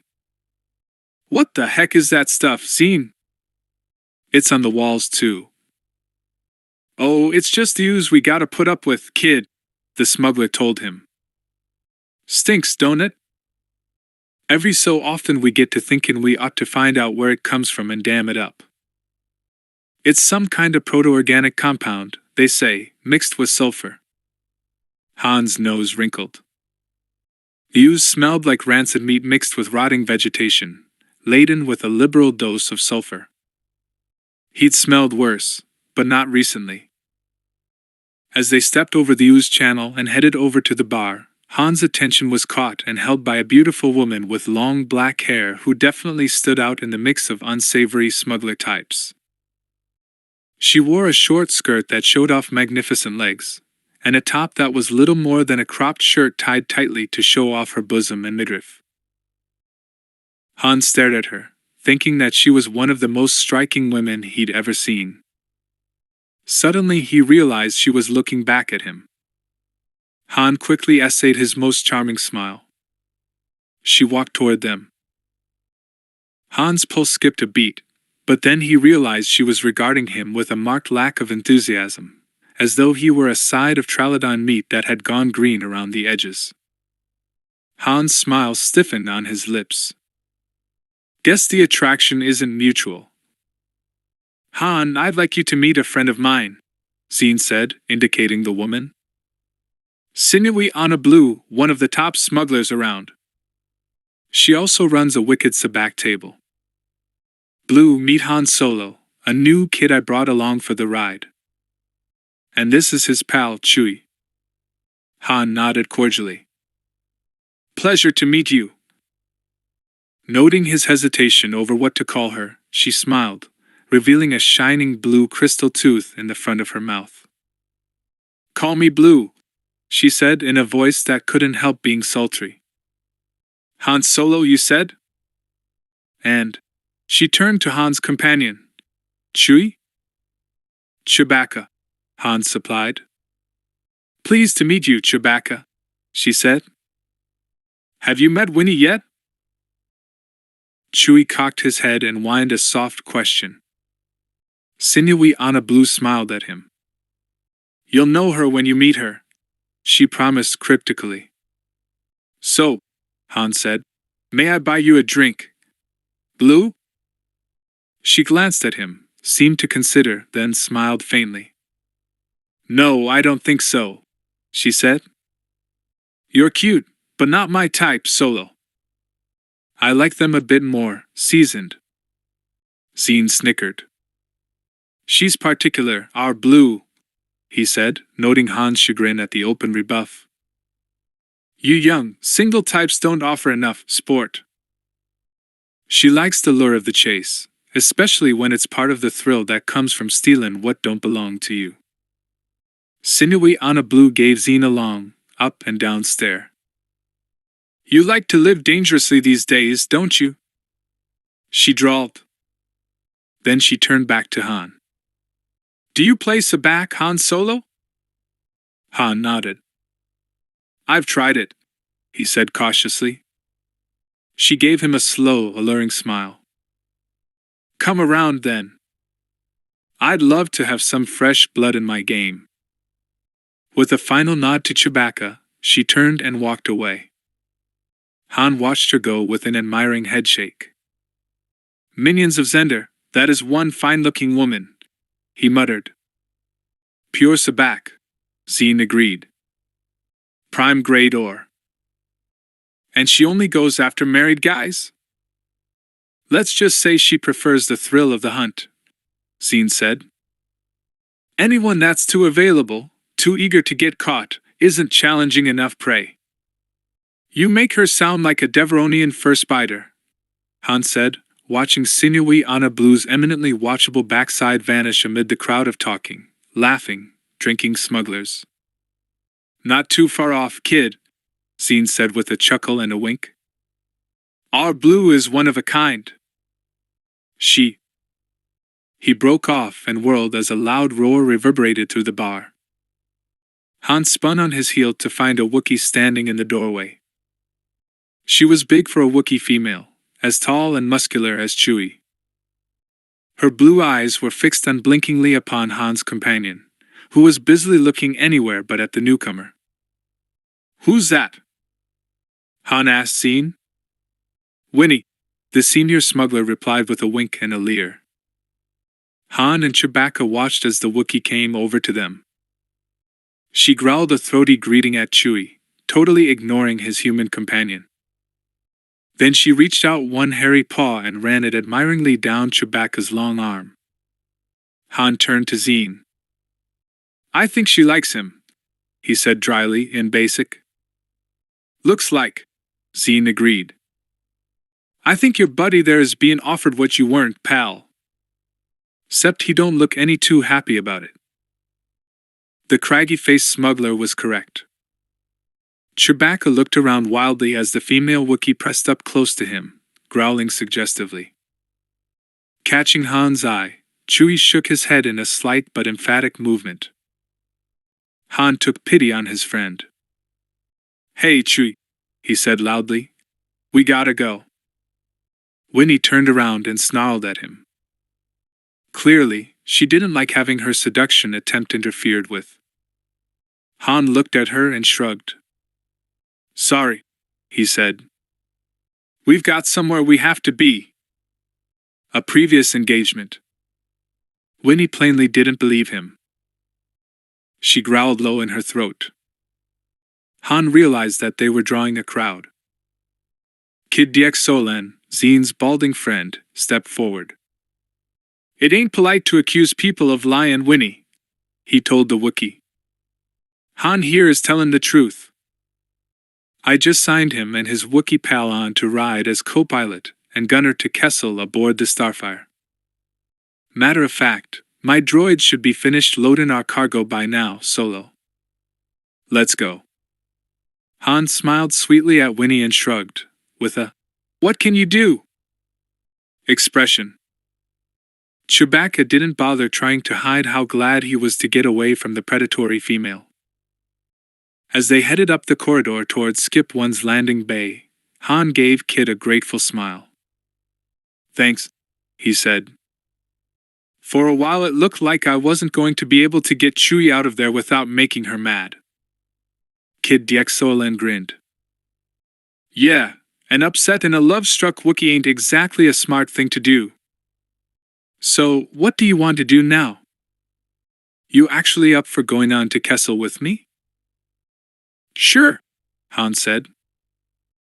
I've always wanted to go to Kessel.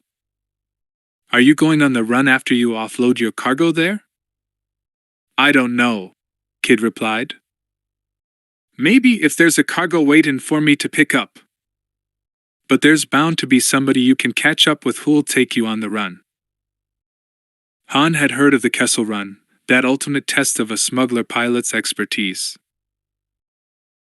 Traveling the Kessel Run allowed a pilot to shortcut across a large, uninhabited area of space that would otherwise have taken a vessel 2 days or more to skirt. But the direct route from Kessel back to the standard trade routes lay perilously close to them all, a massive collection of black holes that distorted both space and time. Many a ship had been lost to them all, lost with all hands. Once they were safely aboard the Starfire, Kid waved a hand at the controls. "I hear you're pretty good, Solo. Want to try talking her through the field?" Han nodded, his mouth suddenly dry. Remembering Zine's advice, he forced himself to head confidently into the field, instead of holding back.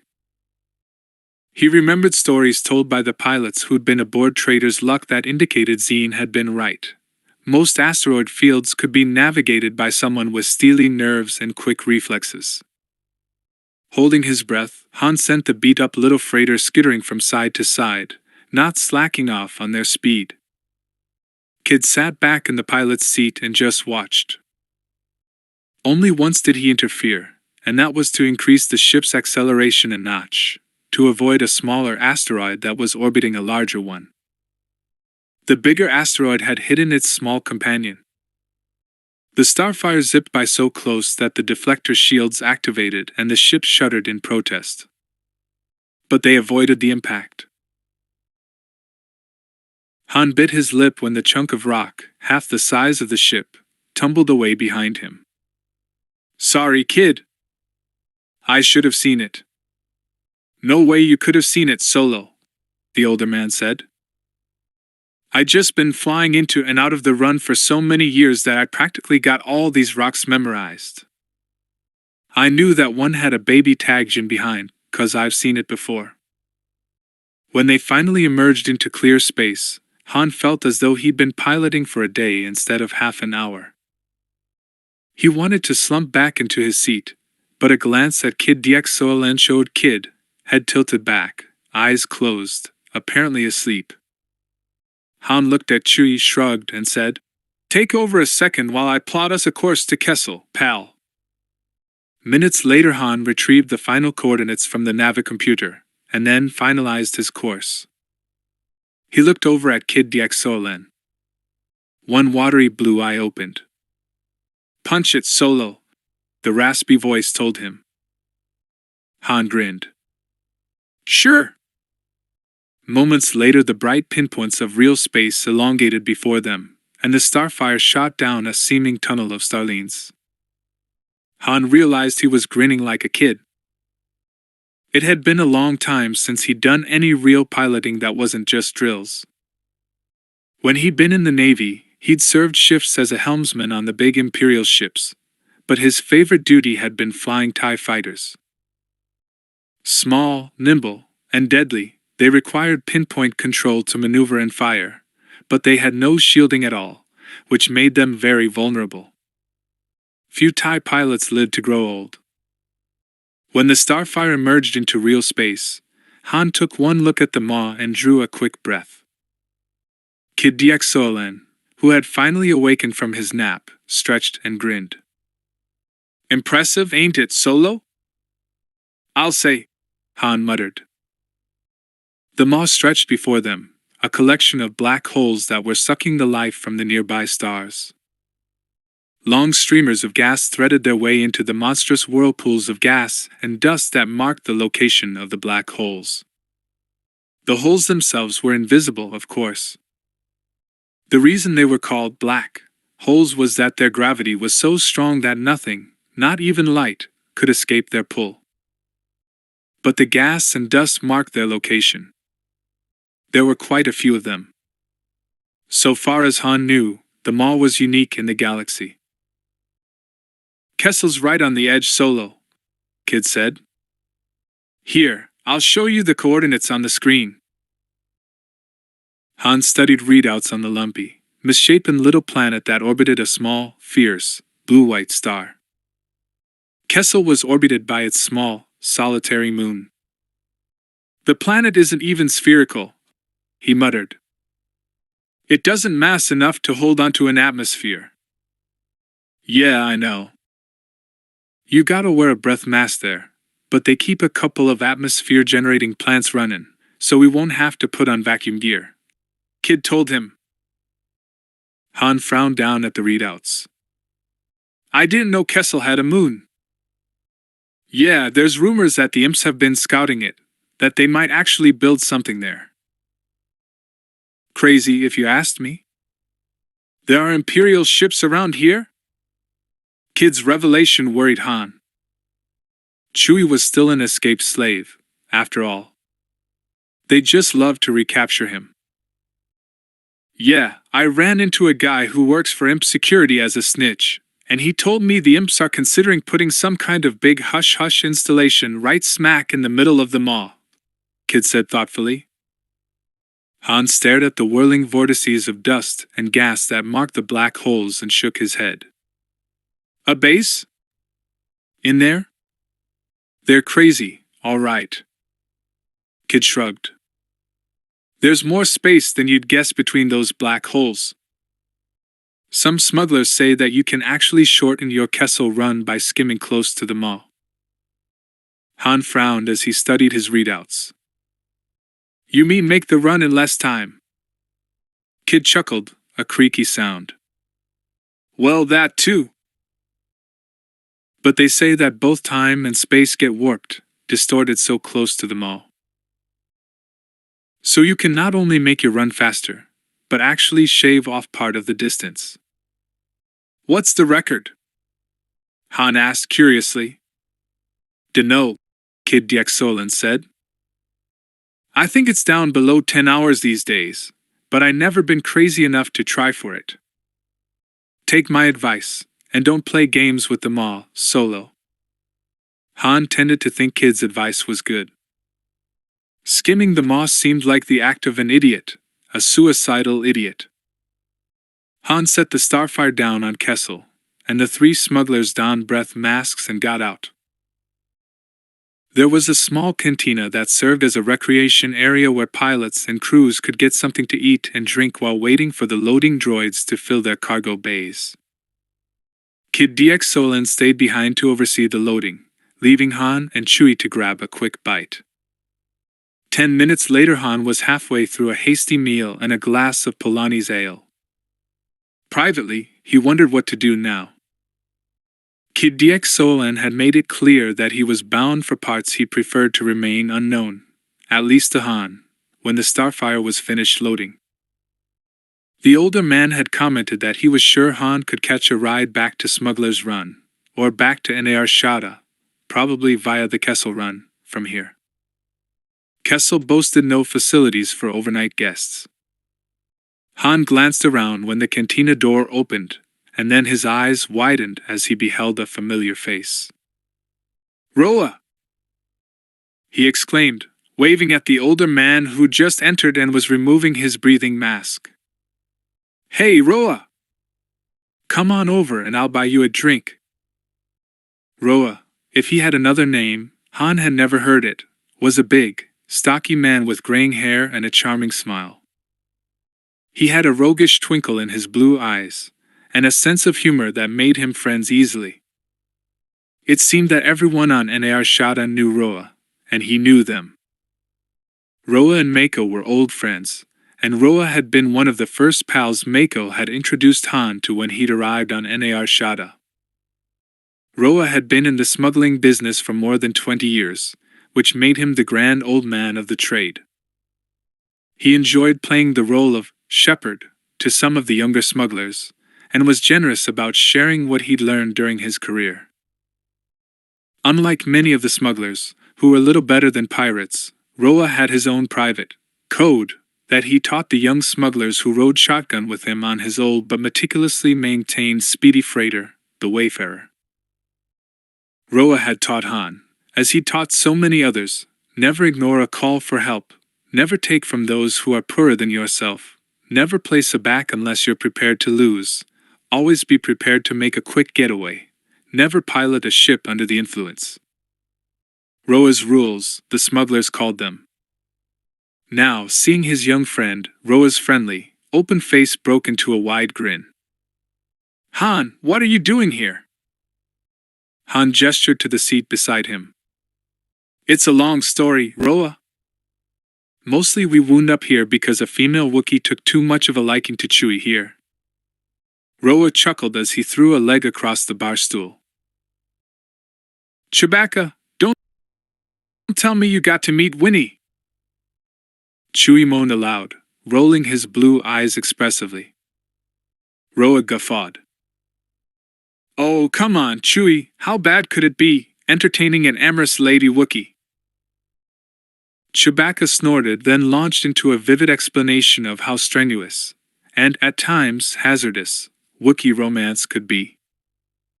Han could understand him, of course, but it was obvious that Roa was barely getting the gist of it. The older smuggler's eyebrows went up, then he shook his head when Chewie finished. All right, sounds like you did the right thing by beating a hasty retreat, Chewbacca. Remind me never to attract Winnie's attention. Han grinned. Me neither, he said, then sobered. Problem is, we're stranded here now. Kid Diek Solen brought us, but he's heading out of here on some private business, and he doesn't need a crew. So I'm looking for a ride back to Nar Shaddaa. Any chance we can catch one with you, Roa? The older man smiled. Sure, Han. Only trouble is, we're not going directly back. I've got a load of spice to take on to Mwarkar. How does Nar Shaddaa by way of the Kessel Run strike you? Han's eyes lit up. That would be great. I can't really get the top piloting assignments until I've got a run or two under my belt. Roa, any chance you'd let me pilot, and coach me through it? The older man grinned. Depends, Solo. On what? How many drinks you buy me? Han chuckled, and waved to the bar droid for fresh ammunition. Tell me about the run, he said. I think I'm ready. As Roa explained it. The Kessel Run took ships traveling in real space from the Kessel sector past and around the Maw. Then through a rough, uninhabited sector of space known as the Pit. The Pit wasn't as hard to navigate as the Maw, but more ships had actually been lost there than near the Maw, because after successfully making it past the black hole cluster, pilots tended to be tired, their reflexes slowed. And just when they needed to rest, the Pit was waiting for them. The Pit contained a scattered asteroid field that wasn't nearly as concentrated as the one surrounding Smuggler's Run, but it was encased inside a wispy arm of a nebula. The gas and dust from the nebula tended to make most ships' sensors imprecise, and the pilot's line of sight was seriously compromised. Zigging in and out of the gauzy tendrils of the nebula was a confusing, chancy business, and there was always the chance that when a pilot zigged to avoid one asteroid, he'd zag right into another. Roa explained all of this to Han, then took him back to the Wayfarer, and showed him a complete schematic of their course from the Navicomputer. Han studied it all intently, then nodded. Okay. I think I can handle it, Roa. The Wayfarer's captain gave him a long, measuring glance, then nodded. Okay, son. Go ahead. Take us out. Han nodded, then his world narrowed into the view screen, his coordinates, his controls, and his hands and eyes. He felt almost like a bio-droid, someone who could link his nervous system into the ship. It was as though Han had become the ship, as though they were one entity.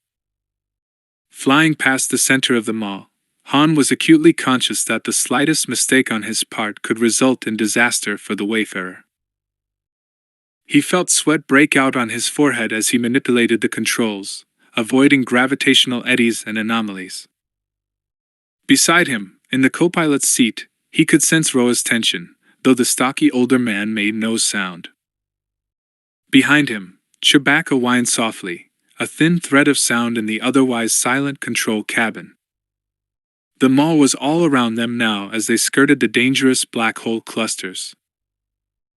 Han knew that it would be possible to make the run by looping wide around this entire perilous sector, but the cost, in fuel, in time, and in the extra distance that had to be traveled, made negotiating the obstacle course of the Maw worthwhile. Barely. So far, Roa had not spoken as Han took the wayfarer along the twisting, tricky course that was the shortest safe way through the mall. Han figured that must mean he was doing all right. He tried to take a deep breath as they sped past a whirl of bluish gas and dust, but it was as though a Durasteel band was tightening around his chest. When Roa spoke softly in the silent cabin, the sound made Han jump. Past the halfway point. Good job, lad. Watch this one coming up. It's a bit tricky. Han nodded, and felt a greasy drop of sweat slide past his eyebrow. He flipped Wayfarer up on her side as they hurtled past the whirlpool of cosmic dust that had once been a star. Nearly an hour later, when Han felt as though he hadn't drawn a deep breath for the whole trip, they were out of the maw and entering the pit. An asteroid whizzed by. Han throttled back a bit as he tried to watch every direction at once, wishing for eyes in the back of his head like a Molaskian. Roa's voice was sharp. Hard to port! Han caught barely a glimpse of the onrushing asteroid, the size of a mountain. His sweaty hand found the control to implement Roa's order, and slipped. Panic erupted in Han's chest as he clamped slick fingers onto the controls, overcompensating and causing them to nearly skid into the path of yet another asteroid. Chewbacca howled, and Roa cursed. Han managed to miss the chunk of rock by the skin of his teeth. Sorry, he said tightly. Fingers slipped. Without another word, Roa reached into a storage bin and pulled something out. Here. My present for making it past the mall. I'll take over while you put them on. Han grabbed the pair of pilot's gloves with their non-slip finger pads and tugged them on, snapping them securely into place. He flexed his fingers. Thanks, Roa. Don't mention it, the older smuggler said. I always wear 'em, and I suggest you do too.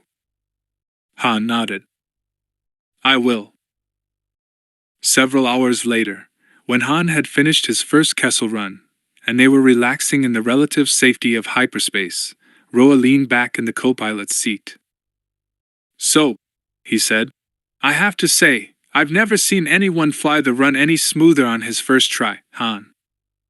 You're a natural, son. Han grinned at his friend. You're a good coach. Chewbacca commented sourly that he wouldn't have objected to a bit more coaching from Roa. Han had frightened him so badly it was a wonder his hair hadn't fallen out. Han turned around and glared at his furry friend. Hey, just keep it up, and I'll give Winnie our home address the next time I see her. Chewie subsided into glaring silence. So, what are you going to do now, Han? Roa asked. Not every smuggler can brag that he's flown the Kessel Run, and you made it in excellent time. What's your next move? Han had been thinking about that. I want a ship of our own for me and Chewie, he told Roa. First I'll have to lease one, of course, but then maybe someday I'll find one I can buy. But I'll need a pile of credits, Roa. So when I get back to Nar Shaddaa, I'm going where the credits are. Roa's eyebrows went up. The Hutts, he said. Han checked his stabilizers. Yeah, the Hutts.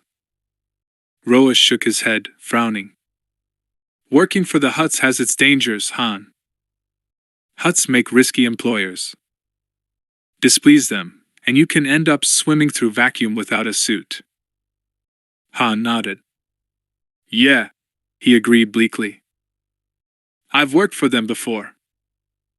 But to make the big money, you've got to be willing to take those risks. 2 weeks and yet another bounty hunter later, Han and Chewbacca walked up to the largest building in the Hutt section of Nar Shaddaa. Once a luxury hotel, the Jewel was now headquarters to the Desiligic Kajidik. When the Jewel had been a hotel, the management had boasted that it could provide quarters for over half the known sentient races in the galaxy. Aquatic beings, methane breathers, and beings who could only be comfortable in low gravity. The jewel had accommodated them all, and more. As he approached the old building, Han could see that it had been vastly remodeled to suit its new tenants. The giant lobby area was now festooned with glide ramps leading to higher levels. The carpeting had been pulled up, and the stone floors were polished to a brilliant shine to ease a Hutt's passage when gliding along. Han checked, for the fourth time, that he had tacked his message cube safely in his pocket. He glanced over at Chewbacca. "You don't have to come in, pal. I can probably handle this interview myself." Chewie's only response was a firm shake of his head. Han shrugged. "Okay then, but let me do the talking." Jiliak's majordomo on Nar Shaddaa proved to be a human woman, a striking redhead who was approaching middle years. She wore a simple green gown, modest and cut. Han was impressed by her dignity and presence as she introduced herself. "I am Diello, Lord Jiliak's assistant. You said that you had a letter of recommendation, sir?" Han nodded, feeling rather shabby by comparison, even though he'd worn his best pants, shirt, and jacket. Inside he felt defensive, but he'd learned long ago never to show discomfort or nerves. So his insouciant smile never wavered, and not the slightest crack showed in his air of casual bravado. "Yes, I do. May I see it?" "Sure, long as you don't leave with it." Han produced the small holocube, handed it to her. She glanced quickly at the greenish smear on the side, scanned the message, then nodded. "Very well," she said, handing the holocube back. "Please wait here. I will call you in presently." 45 minutes later, she reappeared and ushered Han into Lord Jiliak's audience chamber. Han was a little nervous, wondering whether Jiliak the Hutt would recognize him as one of the messengers who, 5 years ago, had delivered a message to him in his palace on Nal Hutta. The message had come from Jiliak's archrival, Zavel. The Ilesian overlord had challenged Jiliak and threatened him with dire consequences. When he'd heard it, Jiliak had flown into a rage and wrecked a large portion of his audience hall. Han hoped the Hutt Lord wouldn't recognize him. He'd never told Jiliak his name, after all. Besides, he was no longer 19, he looked different. His face was thinner, older, and he'd put on weight and muscle from his time in the academy. Not to mention that in all probability most humans looked pretty much alike, to a Hutt. Still, Han's mouth was dry as he stepped through the door into the innermost chamber. Han was surprised to see 2 Hutts in the room. One was nearly twice the size of the other, which Han knew meant that it was older. Hutts grew throughout their lifespans, and some of them reached impressive proportions indeed. The average Hutt underwent several growth spurts after reaching adulthood. Han had heard that some of them could more than double in size in a matter of a few years. Han squinted at the Hutts. He was pretty sure that Jiliak was the larger of the two. The room was huge and ornate. This audience chamber had evidently been the hotel's main ballroom. Mirrors lined the walls, and Han caught sight of himself on both sides. When Han finally stood before the 2 Hutts, he bowed deeply. Diello waved a hand at him and spoke in passable Huttese. "Lord Jiliak, this is the Corellian pilot your cousin Lord Tacta recommended to you. His name is Han Solo. The Wookiee is named Chewbacca." Han bowed again. "Lord Jiliak," he said in basic, "it is a privilege to meet you, Your Excellency. Your cousin Lord Tacta says that you are always in need of good pilots." Pilot Solo. Jiliak turned bulbous eyes layered in fat upon Han, and peered down at him with faint curiosity. "Do you speak and understand Huttese?" "I understand it, Your Excellency. I do not speak it well enough to convey the beauty of the language, therefore it is not proper for me to attempt to utter it," Han said earnestly. Fortunately, Hutts were easy to flatter, and this one bought it. Ah, a human that understands the beauty of our language, Gilliac said, turning to the smaller Hutt. Truly an insightful and sensitive member of his species. That isn't saying much, the other Hutt replied with a deep chuckle. I wonder if Captain Solo can pilot as well as he dissembles? Han glanced over at the younger, smaller Hutt. Sharp intelligence shone in his narrow-pupilled eyes. He was about Han's height, and only about 4 or 5 meters long. Gilliac noticed Han looking at his companion. Captain Solo, this is my nephew Jabba. He has become indispensable to me in running the Desiligic Kajidik. Han bowed to the younger Hutt. Greetings, Your Excellency. Greetings, Captain Solo, Jabba replied with a gracious wave of his small hand. Your reputation precedes you. Gilliac held out his own hand. Enough chit-chat. The holocube, Captain? Certainly, Your Excellency. Han produced it, handed it to Gilliac. The Hutt Lord examined the holocube for several minutes, then passed a small scanning device over the green smear. Finally satisfied, he looked at Han. You come highly recommended, Captain.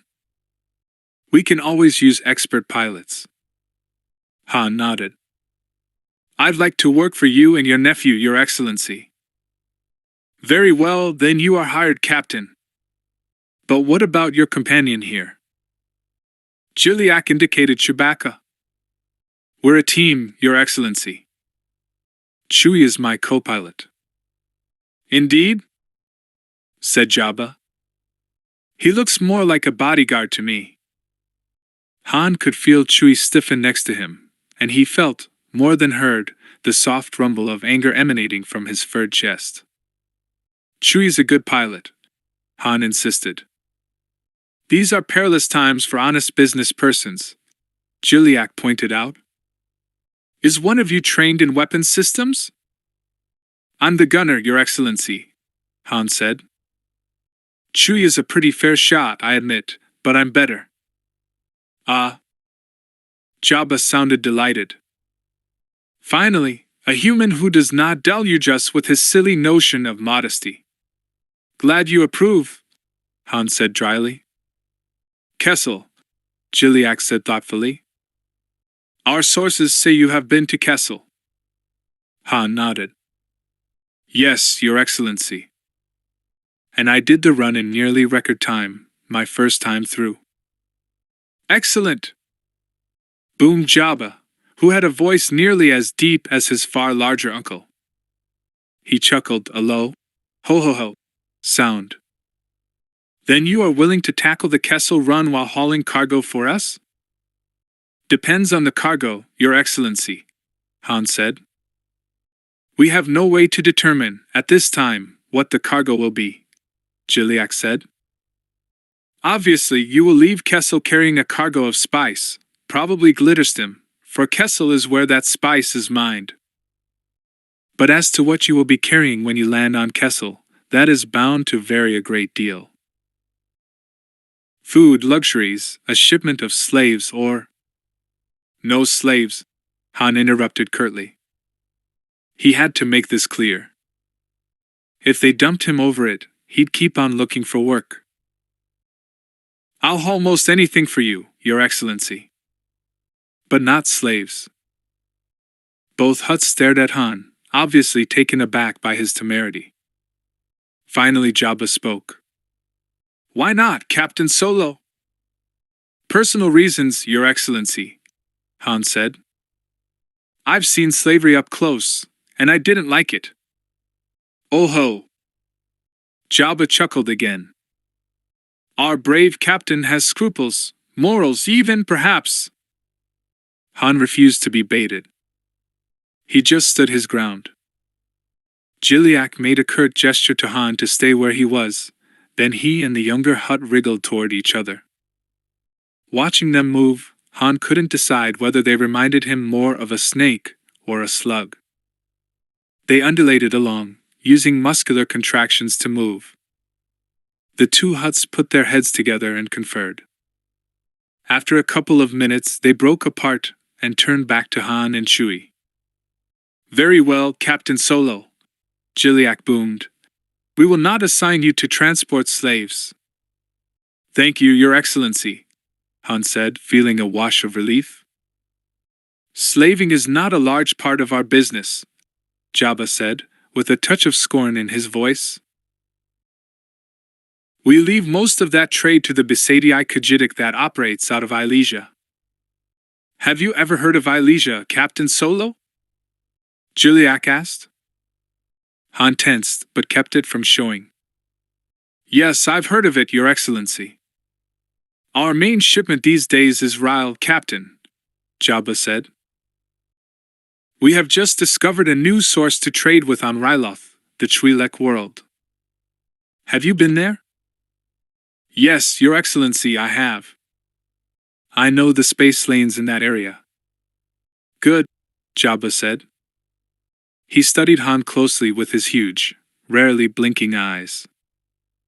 "Tell me, Captain, have you ever piloted a space yacht?" Han had to stifle an ironic grin. The reason all these bounty hunters were after him was that in addition to swiping the cream of Taroenza's treasure, he'd stolen Zavel and Taroenza's personal space yacht. "Yes, Your Excellency," Han said. "I have." Jabba regarded Han thoughtfully. "I shall keep that in mind." Jiliak made a dismissive gesture. "We shall be in touch, Captain. At the moment, you have our leave to depart." Han bowed to the Hutts, and as he did so, he surreptitiously gave his Wookiee friend a poke. Chewbacca growled softly, but he, too, bobbed his upper body forward. Han left the audience, feeling sweat trickling down between his shoulder blades. Slowly, carefully, he let out a deep sigh of relief. This had better be worth it. During the next 3 months, Han worked for Roa on and off, but he also flew many missions for the Hutts. He developed a reputation for being able to coax top speeds out of even inferior vessels, and for being willing to do whatever it took to get his smuggled cargo through to its destination. He flew the Kessel Run so many times he lost count. There were times when the Hutts didn't need him for days or weeks at a time, and he took assignments from Mako, Roa, or other employers. But Jiliak and Jabba provided him with fairly steady work, and most of his income. Both Jiliak and Jabba had personal space yachts. Han discovered that each of them had sizable holdings on other worlds than Nal Hutta. Matter of fact, Jiliak was the de facto ruler of Dilbana, and Jabba was the top crime lord on a backwater world called Tatooine.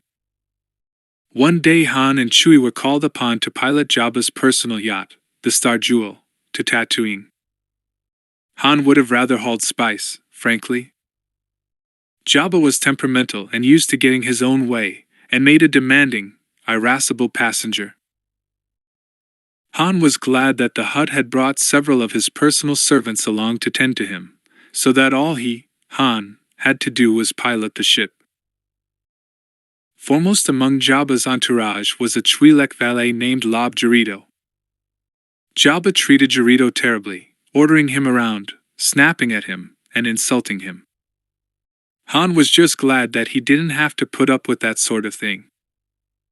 Jabba's entourage also included several humanoid dancing girls, a Nalargon player nicknamed Whizbang, and Jabba's and Jiliak's chef from their residence on Nar Shaddaa, an Ishi Tib named Todaplat.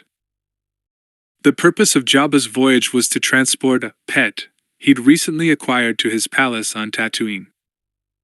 The thing was a nightmare, slashing claws, a huge sucker-like mouth, and an insatiable appetite. Han discovered it was called an Oscan blood eater. Han's stomach turned over the one time he watched its keeper feed it. The entire hold area stank from the creature's occupation. It was a messy eater, and its effluvia was enough to gag a Corellian corpse grub.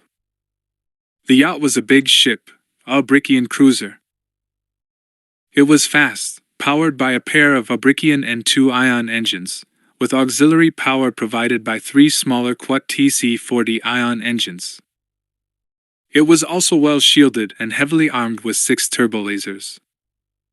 In its docking bay was space for 6 Z-95 Headhunter fighters, as well as 2 small landing shuttles. This trip, as happened frequently, Star Jewel was down to 2 Headhunters, with 2 pilots to crew them. The little fighters were tough, but they had no hyperdrive, and Jabba was known to order them deployed as a rear guard while he took off into hyperspace. Jabba was tough on Headhunters and their pilots. Tatooine was a remote world, back of beyond, and Han had to make several hyperspace jumps to reach it. His next-to-last jump put him into a little-traveled space lane, but it was the most direct route to Tatooine. That's where the pirate ships were waiting for them. 4 Drell teardrop-shaped vessels, sleek and shining, small but deadly. Han had faced them like before, when he'd been piloting for the Elysians. The moment he saw them, his mental alarm bells went off. Pirates. They could be. Better to be safe than sorry. Chewie, shields on maximum. Han snapped, sending the yacht into an evasive maneuvering pattern, while his co-pilot adjusted their deflectors to maximum strength. Han flipped on the comm unit. Attention! Gunnery crew, stand ready. We may be seeing some action. He switched frequencies. Headhunter pilots, report to your snubs. This is not a drill. Even as the words left his mouth, the closest ship spat a salvo of quad laser fire at them. I was right. Han mentally congratulated himself. Thanks to his caution, the Drell ship's fire went wide. The ships were only a third the size of Jabba's massive space yacht, but their quad laser cannons spat deadly bursts at the bigger ship as they rushed in at top speed. They were so small they were going to be difficult to hit. Han banked the Star Jewel around and yelled, Gunnery crew, fire at will! Even as the crews manning the yacht's 6 heavy turbolasers began returning fire, Han switched to another comm frequency. Attention passengers and crew, we are under attack. Prepare for evasive maneuvers. Activate your restraint systems. Beside him, Chewie was performing his job ably, leaving the piloting mostly to Han, but busy balancing and distributing power to their shields, monitoring the ship's status, checking on how much power they could channel to the weapons. The Hutt yacht's turbolasers, mounted discreetly beneath the ridge of the yacht's superstructure, actually tapped directly into the ship's power core, thus giving them far more destructive capability than any opponent would expect. Han dodged an incoming Drell ship, saw the turbolasers fire a vicious burst at the oncoming vessel, but at the last moment it dodged the fire. Blasted little ships are too fast. His comm unit crackled. Headhunters here. Ready for launch. Chewie opened the cargo bay doors and dropped one shield amidships so the 2 fighters could launch. Han activated the comm. Pilots, launch on my order. 3, 2, 1. Now. Jabba was hollering over the comm, demanding an explanation. Han could hear wails and curses from the Twi'lek and the dancing girls. Todaplat, the cook, was fussing that Jabba's dinner was ruined, just ruined. With a muttered curse, Han spared half a second to close the comm channel from the passenger section. When he looked back up, he paled. Incoming amidships, Chewie! He yelled, knowing this time he couldn't evade fast enough. The Star Jewel shuddered violently, then shuddered again. Han realized the first ship had swung around and was now firing on their stern. He cursed when he saw that his rear deflectors were nearly gone. Chewie! I'm coming about. Compensate for that shield. Activating the comm, Han shouted. I'm coming about, hard to port. You guys get that blasted pirate off my rear. The Wookiee snarled as he worked frantically on the shields. Han sent the Star Jewel into a hard port turn, then a second later he felt the faint jolts as the gunners fired. Another miss. Han cursed and activated the comm. Listen up, you guys!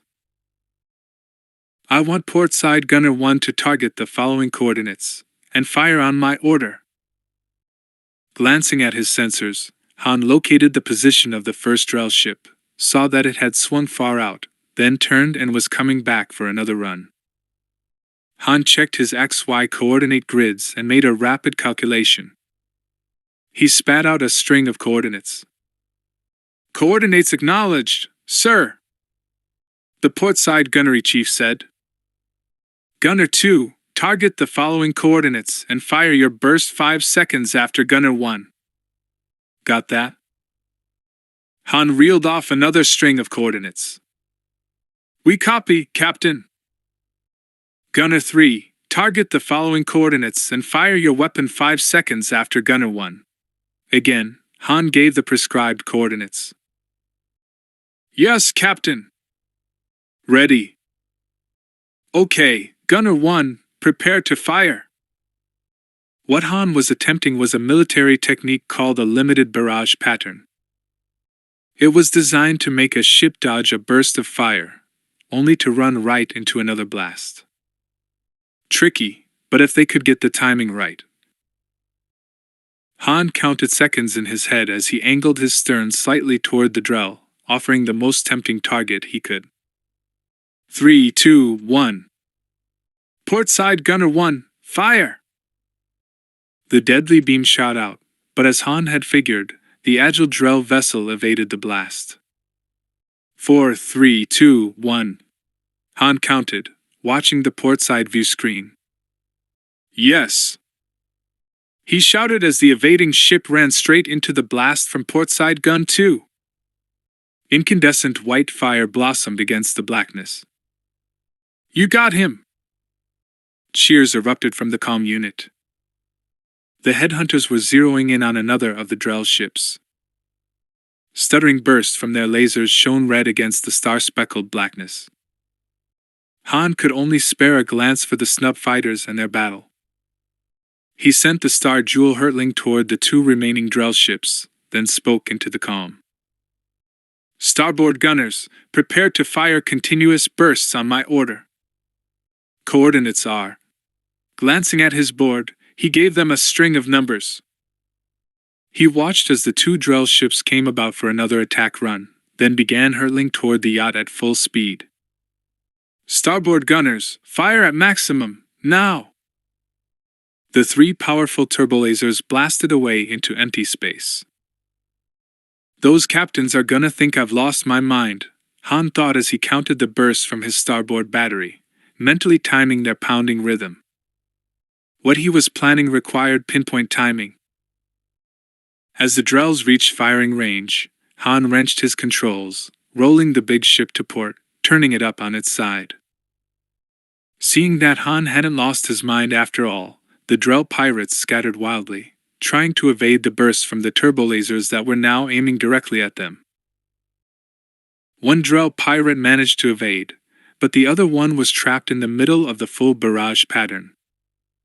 The blast from starboard gun 2 caught it dead center. This time, the Star Jewel was close enough to the explosion to lose a starboard deflector when it was repeatedly pummeled by wreckage.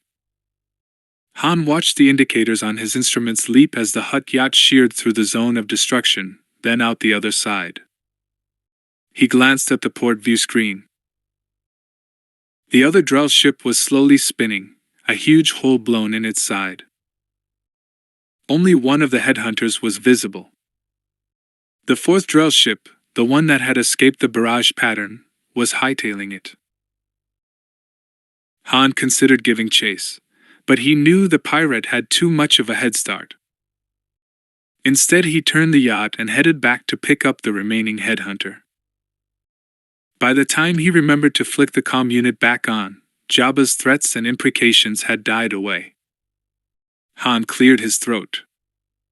We're okay, Your Excellency. Hope I didn't jounce you around too much back there. My precious cargo is upset, Jabba grumbled. I may have to sacrifice one of my dancers to appease his appetite. Blood-eaters are sensitive creatures, Solo. Yes, sir. Sorry about that, sir. But I had to fight. Otherwise, we'd have been blown out of space. Those pirates weren't just looking for loot and salvage, Your Excellency. They knew we were coming. They were waiting at exactly the right spot to intercept a ship making the last leg of a trip to Tatooine. Really? Jabba's petulant tones suddenly hardened. Now the crime lord was all business. What do you think they were attempting to do, Captain? Disable or destroy us, Your Excellency, Han said, opening the landing bay doors so the one remaining headhunter could limp in. I believe they were after you, sir. Another assassination attempt. Jabba sounded very thoughtful.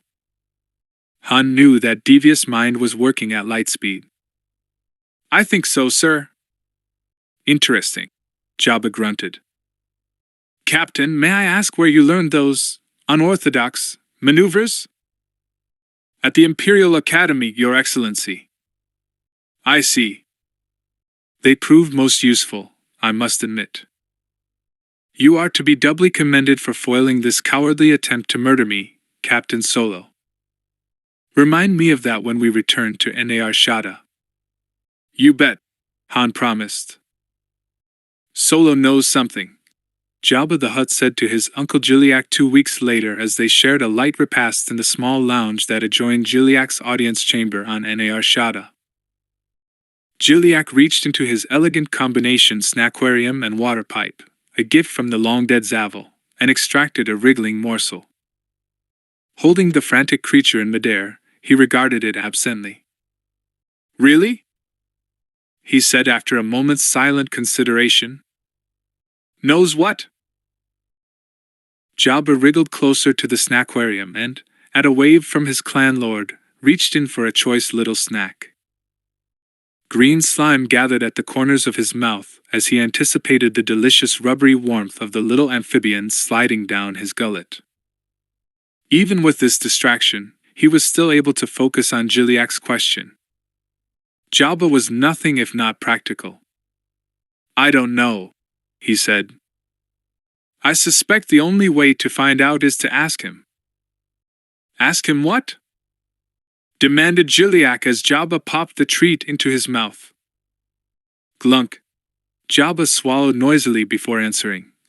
Ask him how he knew to react so quickly with those Drell ships. Ship's log showed he was tracking with his weapons systems and taking evasive maneuvers even before they fired on us. How did Solo know those Drell ships meant trouble? We have hired Drell pirates ourselves in the past, Jiliak reminded him. The question we must ask is, was this attack one from within our clan, or from outside? He folded his small hands together on the swell of his belly folds. Make no mistake, nephew. There are those within TRILOGY who would wrest the leadership of the Khajiit from me. True, Jabba agreed.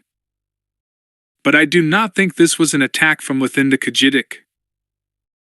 My informants assure me that the entire clan was pleased with our profit ratio last quarter. Then who do you think was behind the attack? Jiliak asked. Besaidii, Jabba replied flatly. Jiliak cursed. Naturally.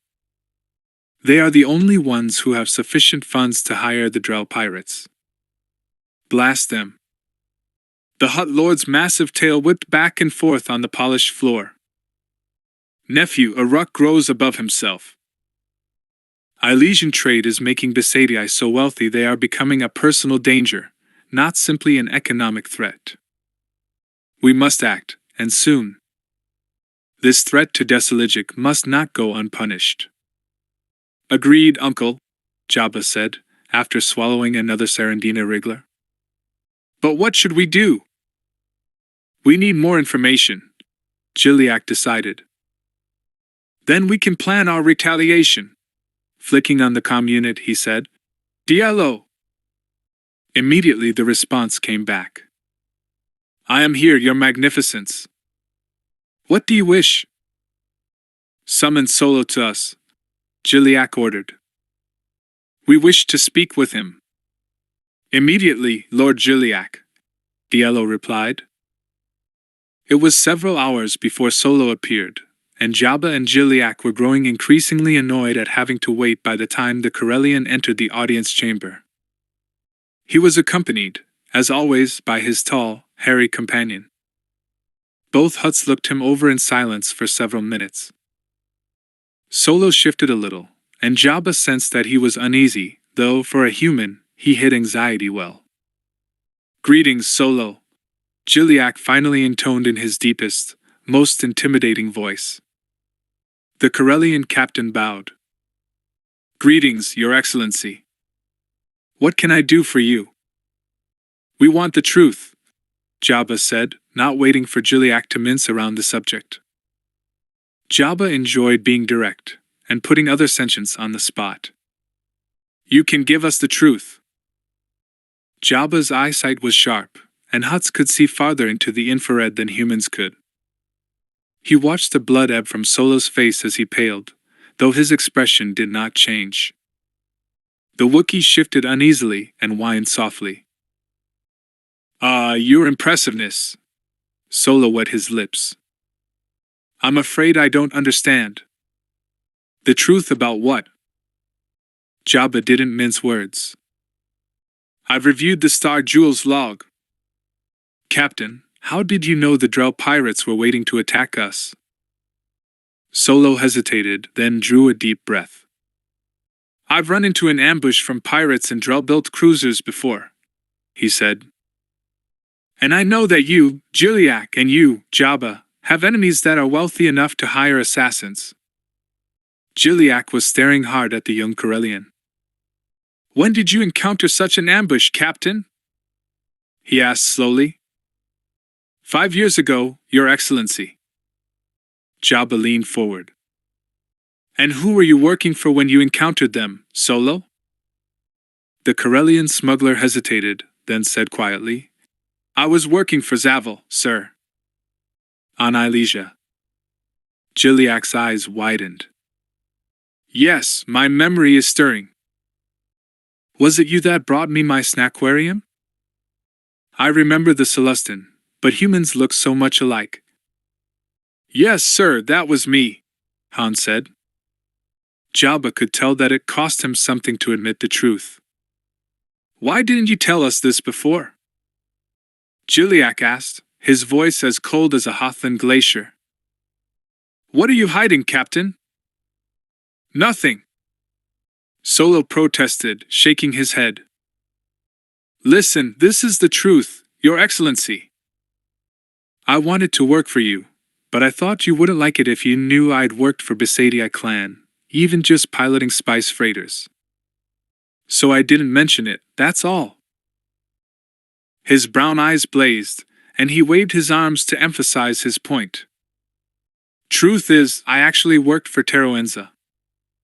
I barely knew Zavel. I'm sorry if you thought any different, Your Excellency." Gilliac gazed down at the Corellian from his dais. "You are correct, Solo. I would not have hired you had I known this." Silence. Solo had no answer save a shrug. Gilliac considered for a moment. "Are you still working for them?"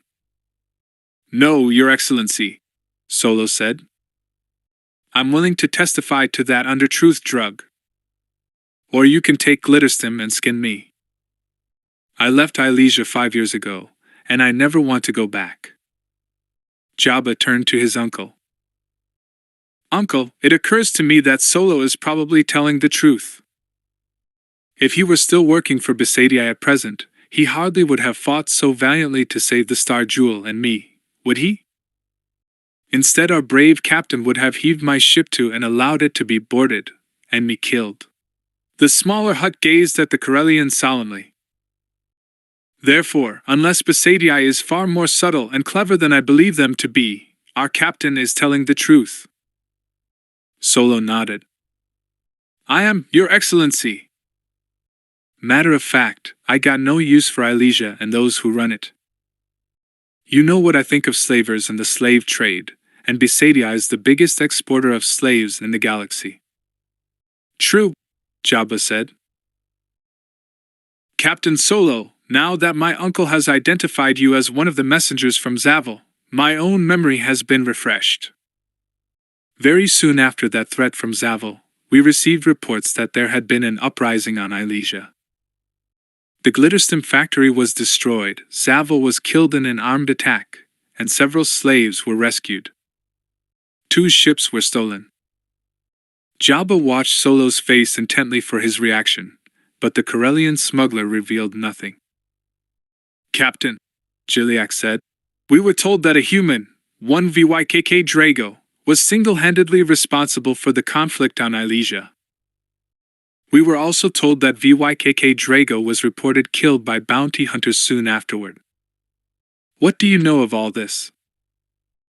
Solo shifted, and now Jabba could tell he was struggling to make a decision. Finally, he nodded. I know a lot about it, he admitted. I'm Vykk Drago. Jabba and Jiliak exchanged a long look. Did you kill Zavel? Jabba said in his deepest, most intimidating voice. Not really. Solo wet his lips. It was an accident, sort of. Hey, it wasn't my fault. Both Hutts looked at each other again, then burst out into booming roars of laughter. Ho hoi cho! Jabba shouted. Solo, for a human you are a rare sentient. The Corellian seemed taken aback. You're not mad 'cause I caused a Hutt to die? Zavel threatened me, Jiliak reminded the Corellian. He and his clan caused Desaligic many problems, and cost us some lives. Hutts prefer to ruin enemies by stripping them of their wealth, Captain, but we are not above assassination as a means to rid ourselves of a problem. Jabba watched as Solo visibly relaxed. Oh. Well, humans do that too sometimes. Really? Jiliak seemed surprised. Then perhaps there is hope for your species after all, Captain Solo. The Corellian smiled wryly. Jabba recognized the expression because he was so used to having humans attend him. However, Jabba said, waving a cautionary finger, it would not do for it to become generally known that a human killed a Hutt and remained unmolested, Captain. If you ever divulge the truth to anyone else, we will have to see that you are silenced. Permanently. Do we understand each other? Solo nodded silently, obviously impressed by Jabba's threat. So, Jiliak was all business once more. You worked for Besadia, Captain Solo. What can you tell us about them? Well, I was there about 5 years ago, Solo cautioned. But living on Ilesia is something I could hardly forget. Who gave you your orders, Solo? Jabba asked. Teroenza, the human replied. He really runs the place, being high priest and all. Teroenza? Tell us about him, Jabba instructed. Well, he's a Tilandatil, the Corellian said. You know what they are, right? Both Hutts indicated that they did. Well, Teroenza reports to his Hutt overlord, the way he did to Zavel when I was there, Solo said. But he's the one who makes the decisions, and who oversees the day-to-day administration of the Ilesian colonies. Teroenza's pretty smart, and he's an efficient administrator. I gather profits were pretty good, though I'm sure they had a bad year after I destroyed the Glitterstim factory. At the thought of the destruction of so much valuable property and spice, both Hutts winced. Solo shrugged again. Yeah, it bothered me too. But I needed a diversion. How did Zavel really die? The ceiling collapsed on him, Solo said. While we were raiding Teroenza's treasure room we got caught, and... Jabba's eyes narrowed. Treasure room? What treasure? That's what we called it, Solo explained. Teroenza's a really single-minded collector of rare things, art, antiquities, weapons, musical instruments, furniture, jewelry. You name it, and he's got some. He's built a big room to house his collection down in the bowels of the administration building on Ilesia. He lives for his collection, 'cause there's not much to do on Ilesia. It's mostly jungle. I see, Jiliak said thoughtfully, with a sideways glance at Jabba. The younger Hutt could tell that his uncle's mind was busily churning out a plot based on the information Solo had just given them. Jiliak continued to question Solo about the spice factories on Ilesia, how the operation was set up, how many guards there were, etc. Jabba listened with interest. His uncle was an experienced and devious leader of the Khajiitic. What did he have in mind now? Finally, Jiliak dismissed the Corellian, and Solo and the Wookiee turned and left the audience chamber. So, Uncle, Jabba said, what are you thinking? Jiliak slowly took his hookah out of the bottom of the snackwarium and began puffing on it. Jabba smelled the sweetish odor of Marken herbs, a mild euphoric drug. It was several minutes before the Khajiitic leader spoke. Jabba, my nephew, I am thinking that all this enmity between Besaidii and Desiligic must cease. Sooner or later one of their attempts against us will succeed, and that would be a tragedy. I agree, Jabba said, feeling his hide prickle as he imagined what an assassin's vibroblade would do to him. Or perhaps they just dump him into vacuum without a suit. He shuddered at the thought. But what can we do? I believe we should call for an interclan meeting, to be held on neutral ground, Jiliak said slowly, between puffs. And that we should offer a non-violence pact to Besaidii. Will they accept it? Jabba couldn't see why they should. Aruk is no fool. He will at least appear to accept it, nephew. Jabba knew there had to be more to it than that. What is behind this request? He asked slowly. Jabba knew he himself was a clever Hutt, but sometimes Jiliak could be downright devious. My agenda for this meeting will include a request for up-to-date profit disclosure on both sides, Jiliak said, and a request for income equalization. Besaidii will never agree to that. I know. But it is a valid reason for requesting profit disclosure, and Besaidii will recognize that. And you think Besaidii will share their information with us? I believe they will, nephew. Aruk will enjoy the chance to flaunt their profit margins before Desiligic. Jabba nodded. He will, you are correct. I believe that he will take this chance to bring in the leadership of Ilesia in order to validate their figures, so Aruk can boast about their profits. Who is the current overseer? Kibik is in charge of the Ilesian operation. But Kibik is an idiot, Jabba pointed out. He met the younger Hutt before, at an interkhajiitic conference. True, Jiliak said. My guess is that the true leader of Ilesia will also be summoned to report. Jabba's eyes widened, then narrowed, at the thought. He chuckled aloud. I begin to see your drift, uncle. Jiliak puffed serenely on his hookah.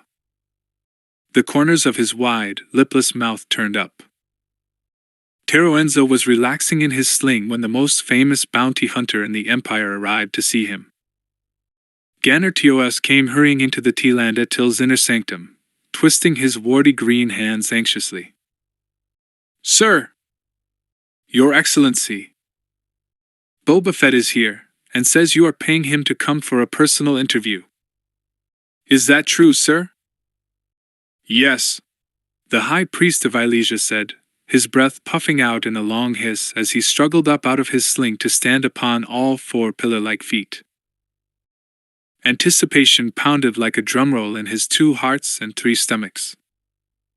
The sentient who entered the room wore battered, greenish Mandalorian battle armor. 2 braided Wookiee scalps, one black and one white, hung from his right shoulder. His features were completely masked by his helmet. Behind the eye slit, Teroenza thought he could make out the glint of his eyes. "Greetings, Master Fett!" Teroenza boomed, wondering whether to offer his hand. He had a feeling that if he did, Fett would ignore it, so he didn't. "I would like to thank you for coming so promptly.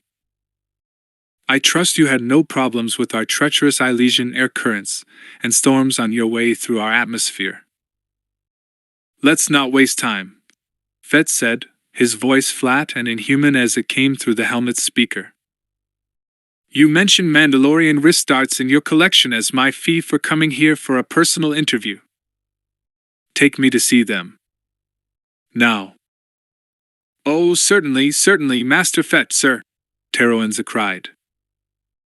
He had a sudden cold certainty that if Fett were to decide for some reason to kill him, there would be little he could do to prevent it.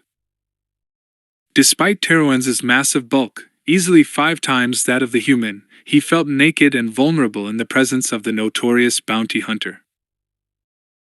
Quickly he ushered Fett through the door in his private apartment that led into his treasure room. "They're right here," he said, having to forcibly stop himself from talking too quickly, almost babbling. Fett moved beside him, his progress as silent and deadly as a poisoned dart. Opening a case, the Elysian high priest seized the wristlets. Each contained a spring mechanism that would shoot a profusion of tiny, deadly darts when the wearer moved his fingers in a certain way. "A match set?" Teroenza gabbled. "I was assured they're in perfect working order." "I'll determine that for myself," Fett said, his voice, as always, flat and emotionless. Sealing the wristlets on, he turned in one smooth, light motion, and fired both of them into a thick tapestry that adorned the wall. Teroenza squeaked in protest, but dared not say more. Only after Fett had collected the darts from the tapestry did he turn to face the high priest. "Very well. I am paid for my time, priest. What is it you wish?" Teroenza pulled himself together. Fett was about to become his employee, after all, in a manner of speaking. He summoned as much dignity as he could, despite the racing of his pulses. "There is a smuggler, Han Solo by name. You may have seen wanted posters for him." Fett nodded once. "Solo travels with a Wookiee, they say, these days. He's been reported seen on Nar Shaddaa. They say that 9 or 10 bounty hunters have tried for him, but he's been too quick for all of them." Fett nodded again. Teroenza found his silence unnerving, but he continued doggedly. "I want him. Alive, and relatively unharmed. No disintegrations." "That makes it harder," Fett said. "For 7,500 credits, it's not worth my time." Teroenza had been afraid of this. Inwardly, he quailed at the thought of what Uruk would have to say about this. Uruk liked to call himself frugal. Teroenza thought of him as a cheap old miser. But he had to have Solo. Should he try raising the bounty credits himself? He didn't want to sell part of his collection. "Elysia will increase the bounty on Solo to 20,000 credits," Teroenza said firmly. He resolved to talk Kibik and Uruk into approving the increase. He'd manage, somehow. After all, it was Uruk's responsibility, as head of Besaidii. Fett remained motionless, then, finally, just when Teroenza thought he'd say no, he nodded again. "All right." The high priest had to resist the urge to babble thanks at the bounty hunter. "When do you think you can have him?" Teroenza asked eagerly. "That's not enough of a bounty to make me put aside my other commitments," Thet said. You'll have him when I get to him, priest. Teroenza fought his disappointment. But make it 100,000, and I'll put Solo as my first priority, Thet offered. 100,000 credits. Teroenza's mind reeled. His entire collection wasn't worth much more than that. Aruk would have him drowned in Ilesia's oceans if he promised such a bounty. He shook his head. No. Just put him on your list. We'll wait. And you'll have Solo, Fett promised. As Teroenza stood watching, Boba Fett turned and walked away. Teroenza strained his excellent hearing, but he could hear nothing. Soundlessly, Fett vanished through the door. The High Priest knew he wouldn't see him again, until the day he brought Han Solo back to Ilesia, to face a terrible fate. Just wait, Solo, he thought. You are a dead man. You just don't know it, yet. 2 months and 3 bounty hunters later, Han and Chewbacca were well on their way to saving the credits they need to lease a ship of their own. Jabba and Jiliak were sticklers when it came to keeping schedules, but they paid well if their orders were followed to the letter. There were no further attacks on the Hutt yachts. But it was obvious to Han that a confrontation was brewing between Desiligic and Besadii. He knew that Jiliak's messengers had made some kind of proposal to Aruk the Hutt's representatives. Aruk had come back with a request for a face-to-face conference. Han gathered that such conferences were highly unusual in Hutt society. He kept his eyes and ears open, wondering if he'd be ordered to fly Jabba and Jiliak to attend the meeting. Han and Chewie worked long hours, but sometimes days went by between missions. During their off hours, they hung out with the other smugglers in the Corellian sector, playing sabacc and other games of chance. Always ready for entertainment, and intrigued by novelty, Han was attracted one day by a huge holosign on one of the ancient, though still maintained, hotel casinos. Headlining at the Chance Castle was a stage magician who was, by all reports, one of the best illusionists in the galaxy. Her name was Zaveri. Han checked out the admission price, and when he discovered they could afford it, he suggested to Chewbacca that they attend a magic show that night. Han didn't believe in magic any more than he believed in religion. But he'd had some experience at sleight of hand and learning pickpocketing and card tricks, and he enjoyed trying to figure out how each trick was done. Chewbacca proved strangely reluctant to go. He whined and shook his head, telling Han that they should go out with Mako that night, or over to see Roa, who had bought a small, one-man snub fighter that pirates had salvaged, and was working on it. Several times Han and Chewie had given him a hand fixing it up. Han pointed out that they could help Roa any night, but that Zaveri was only scheduled to appear for a week's run. Chewie shook his head, silent, but obviously unhappy. Han stared at the Wookiee, wondering just what in the name of blazes was wrong with him. Hey pal, what's the matter? This would be fun. Chewie just grunted and shook his head, not answering. Han regarded him, puzzled, when suddenly he had a flash of insight. Wookiees were still a primal people. They'd incorporated and adapted advanced technology so it fit into their society, but they weren't naturally technological. Wookiees were a very intelligent species who had learned to pilot spaceships through hyperspace, but they never built any of their own. Wookiees who left Kashyyyk, though that was rare now that the Empire had declared Kashyyyk a slave labor world, did so on ships built by other sentients than themselves. Wookiee society still contained rights and customs that many citizens of the Empire would consider primitive. Chewie had his own beliefs, and they included a certain amount of what Han regarded as superstition. Wookiee legends contained frightening tales of supernatural beings that prowled, hungered, and thirsted by night, as well as stories of evil magicians and sorcerers who could work their will on others for nefarious purposes. Han stared at his hairy partner for a long moment. "Hey, Chui," he said finally. "You know as well as I do that what they're calling magic in Zaveri's act ain't nothing but a bunch of simple tricks and nonsense, right?" Chewbacca grinned, but he didn't sound too positive about it. Han reached up and ruffled the hair on the top of the Wookiee's head. Delana had often caressed him in just that way. It was the Wookiee equivalent of a comforting pat on the shoulder. "Believe me, Chewie," he continued, "these stage magicians don't actually do real magic. Not the kind in Wookiee legends. What this Zaveri does is all sleight of hand, like what I can do with card chips. Either that or it's done with hollow projections or mirrors or something like that. No real magic. Nothing supernatural." Chewie whined, but he was beginning to look reassured. "I'll bet you that if you come with me tonight, I can spot how this Zaveri does all of her tricks," Han said. "How about it, pal? Is it a deal?" The Wookiee wanted to know what Han was willing to bet. The Corellian thought for a moment. "I'll fix breakfast and clean up for a month if I can't figure out how she does them," he promised.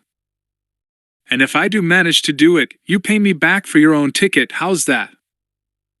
Chewbacca decided that was fair. The two smugglers got to the performance early enough to get seats close to the stage. They waited restlessly until there came a blare of fanfare, and the hollow curtain vanished, to reveal the stage and its sole occupant. Zaveri proved to be a voluptuous, attractive woman several years older than Han. She had long, heavy black hair that she wore in an elaborate coiffure. Her eyes flashed silver from the iris enhancers she wore. The magician wore a costume of violet silk, slashed in strategic places to permit occasional tantalizing glimpses of the golden skin beneath it. She was an exciting, exotic-looking woman. Han wondered what planet she came from. He'd never seen anyone who looked like her before. After she was introduced, she went straight into her act. With a minimum of stage patter, she performed increasingly difficult tricks. Both Han and Chewbacca were captivated as they watched her illusions. Several times Han thought he might be able to guess how a trick had been engineered, but he was never able to spot any flaws in her routine. He knew he'd lost his bet with Chewie. Zaveri performed all the traditional illusions, and then improved on them. She lasered a volunteer from the audience in half, then lasered herself in two. She teleported, not only herself but a small flock of Rodian batwings from one glassine cage to another one across the stage, all in one burst of smoke and flame. Her illusions were stylish and imaginative, and so well done it appeared she really possessed supernatural powers. When she seemingly released a flock of cave-in whistlers to attack the audience, even Han flinched, and Chewie had to be restrained from trying to attack the illusionary beasts, so real did they appear. For the grand finale of her act, Zaveri made the entire wall of the hotel ballroom disappear, replaced with the star-flecked blackness of space. As the audience oohed and awed, suddenly the emptiness of space was filled with a terrifying vision of a rogue dwarf star rushing headlong at them. Even Han couldn't stop himself from crying out and ducking as the enormous illusion dominated the room. Chewie howled in terror and nearly crawled under his seat. It was all Han could do to drag him back upright when the illusion abruptly vanished, and there, replacing it, was a huge image of Zaveri, bowing and smiling. Han clapped until his hands were sore, yelling and whistling. What a show! After all the applause had died away, Han made sure that he found his way backstage. He wanted to meet the lovely illusionist, wanted to tell her that she was extraordinarily talented. Zaveri was the first woman he'd found himself really attracted to in a very long time. Since Bria had left, matter of fact. After a long wait amid the stage door crowd, Han saw Zaveri emerge from her dressing room. The silver iris enhancers were gone, and her eyes were now their natural dark brown. She wore a stylish street outfit instead of the silk costume. Smiling warmly, she scribed her signature and personalized messages to her fans, then thumbprinted them onto tiny holocubes as a memento. She was gracious and pleasant to her admirers. Han deliberately hung back until everyone except her assistant, a surly Rodian, was gone. Finally, he stepped forward, smiling his best, most charming smile. "Hi," he said, looking her in the eye. Zaveri was nearly as tall as he was, and her high-heeled, elaborately decorated boots made them the same height. "Han Solo, Lady Zaveri. And my partner, Chewbacca. I wanted to tell you that I thought that was the most original and exciting magic act I've ever seen." Zaveri looked him and Chewbacca up and down assessingly, then smiled, a very different sort of smile, cold and cynical. "Greetings, Solo. Let me guess," she said. "You're selling something?" Han shook his head. Very perceptive of her. "But it's been a long time since I've been a con man. These days I'm just a pilot." "Not at all, lady. I'm just a fan who admires stage magic. Also, I wanted to give Chewie a chance to see you and smell you so he'll know you're as human as I am. I'm afraid you more than impressed him. When you filled the air with those caven whistlers, it was like something out of a Wookiee night flyer legend. He didn't know whether to dig a hole in the floor or fight for his life." She glanced up at Chewbacca, then, slowly, her cynical smile faded, to be replaced by the real thing. "Pleased to meet you, Chewbacca. Sorry if I scared you," she said, holding out her hand. Chewie engulfed her hand in his two hairy paws and spouted Wookiee at her, which she seemed to understand perfectly. He told her that her show had amazed and terrified him, but that now it was over, he found that he'd really enjoyed himself. "Why, thank you!" she exclaimed. "That's the reaction a magician hopes to get." Han was almost jealous to see how she and the Wookiee seemed to hit it off. Zaveri responded to Chewie's open admiration with genuine warmth. Before the moment could be lost, Han stepped forward and invited the illusionist to go out with them for a post-performance snack. She eyed him, the caution back in her eyes. Han studied her, and suddenly realized that this was a human who had suffered a terrible loss in the past. It had made her cautious, protective. She'll say no, he thought, disappointed. But, to his surprise, after a moment's consideration, Zaveri agreed to accompany them. Han took her to a little bistro in the Corellian sector where the food and drink were good and cheap, and a woman with a lute pipe alternately strummed and sang softly. It took a while, but Zaveri slowly relaxed, and even smiled at Han as well as Chewie. After they walked her back to her hotel, the magician took Han's hand in both of hers and gazed at him earnestly. "Solo, thank you. I've really enjoyed meeting you and Chewbacca." She looked over at the Wookiee, who gave her a pleased whine. "I find I'm sorry to have to say goodbye, and it's been a long time since I could say that to anyone." Han smiled at her. "Then don't say goodbye, Zaveri. Say I'll be seeing you, because it's true." She took a deep breath. "I don't know if that's a good idea, Solo." "I do," Han said. "Trust me." Han was back at the stage door the next night, and the next. He and Zaveri got to know each other, little by cautious little. She was uncommunicative about her past, even more reticent than Han himself. By listening and asking roundabout questions, Han managed to discover a few things about her. She hated the Empire and Imperial officials with a single-minded quiet ferocity that he found disturbing. She was proud of her skills as a magician and couldn't resist a challenge, and she was lonely. It was a hard life, traveling from planet to planet, playing to cheering crowds, but always winding up alone in some hotel room. Han got the impression that it had been a long time, perhaps years, since Zaveri had spent time with a man. She had many opportunities, but her natural reserve and suspicion made her resist involvements. For the first time in his life, Han found that he was the person who had to open up, to try to get past barriers that made his own considerable emotional defenses seem puny. It was hard to do. Several times he was tempted to quit, to give up his pursuit as hopeless. But Zaveri intrigued and excited him. He wanted to get to know her, and he wanted her to trust him, even a little. The third night he spent time with her, Zaveri gave him a quick kiss at the door to her room, before vanishing inside. Han went home smiling. When he got ready to go out late the next night, Chewbacca rose to accompany him. Han held up a warning hand to the Wookiee. "Chewie, old buddy, you don't have to come with me tonight."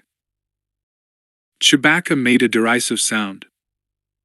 Han would get into trouble without him, he just knew it. Han smiled, a slow, irresistible smile. "Yep. That's what I'm hoping, pal. I'm going alone tonight. See you later. Much later, I hope." Smiling and whistling the beginning notes from Zaveri's opening number, Han left his apartment and headed for the Chance Castle. When he waited outside the door this night, Zaveri emerged, wearing a simple black and scarlet jumpsuit that set off her hair and skin. She looked pleased to see him, but glanced around, obviously searching for Chewbacca. "Where's Chewie?"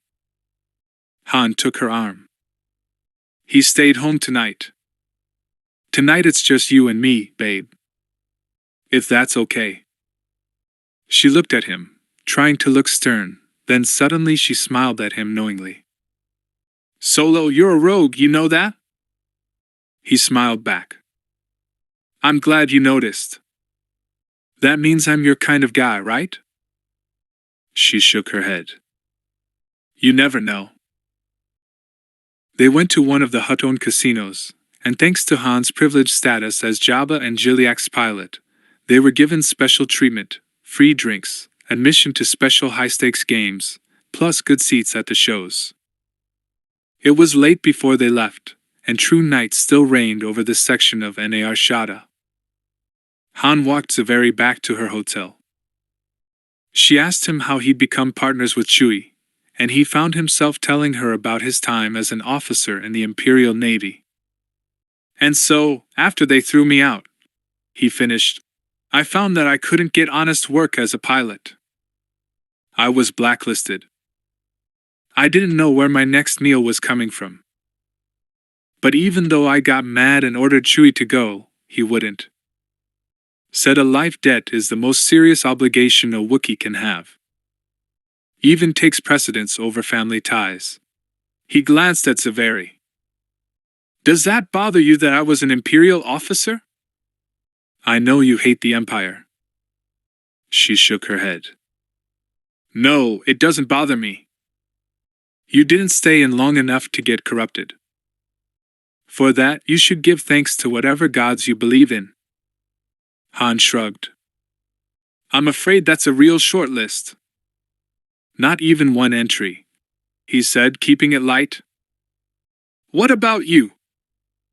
She glanced at him, and her eyes were haunted. "Revenge is my religion, Solo. Revenge against the Empire for what they did to me, and mine." Han reached over and took her hand, gripped it strongly. "Tell me, if you can." She shook her head. "I can't. I've never told anyone. I will never talk about it. If I did, I think it might kill me. I really do, Solo." "The Empire," Han was guessing. "They killed your family?" She drew a long breath, nodded, lips tightly pressed together. "Husband. Children," she said flatly. "Yes. They killed them." "I'm sorry," Han said. "I never knew my family. I'm not sure I had one. Sometimes, like now, I think that might not be such a bad thing. Zaveri shook her head. I don't know. You may be right, Solo. All I do know is that I never miss an opportunity to hurt them. My work takes me through the galaxy, and believe me, this is the first engagement I've had in a long time where I haven't spent every free moment figuring out a way to hurt the Empire. Han smiled wryly. That's because there are no Imperials here on Nar Shaddaa. Which wasn't quite true, but it might as well be. There was an Imperial Customs office on the smuggler's moon. The office was staffed by an old man named Dedro Nidal, who basically worked for the Hutts. He bore the title of Imperial Customs Inspector, though. He transmitted data about ships and their cargoes to the local sector Moff, Sarn Child, when he felt like it. No one ever verified whether the data he transmitted were accurate. Basically, the Hutts had their own arrangements with Sarn Child. They made political contributions and personal gifts to Child as gratitude for being such a good Imperial rep. Child, in turn, left the Hutts and their holdings pretty much alone. Each prospered from the arrangement. Like a symbiotic organism, Han thought. Exactly, she said. There's no point in harming old Dedro Nidal. Hutting him would hurt the Hutts and Nar Shaddaa, and it might actually benefit the Empire. That's the last thing I want. So how do you hurt them? Han asked, wondering whether she was an assassin. She was an accomplished gymnast and contortionist, and some of her tricks involved weapons such as daggers, sabers, and vibroblades.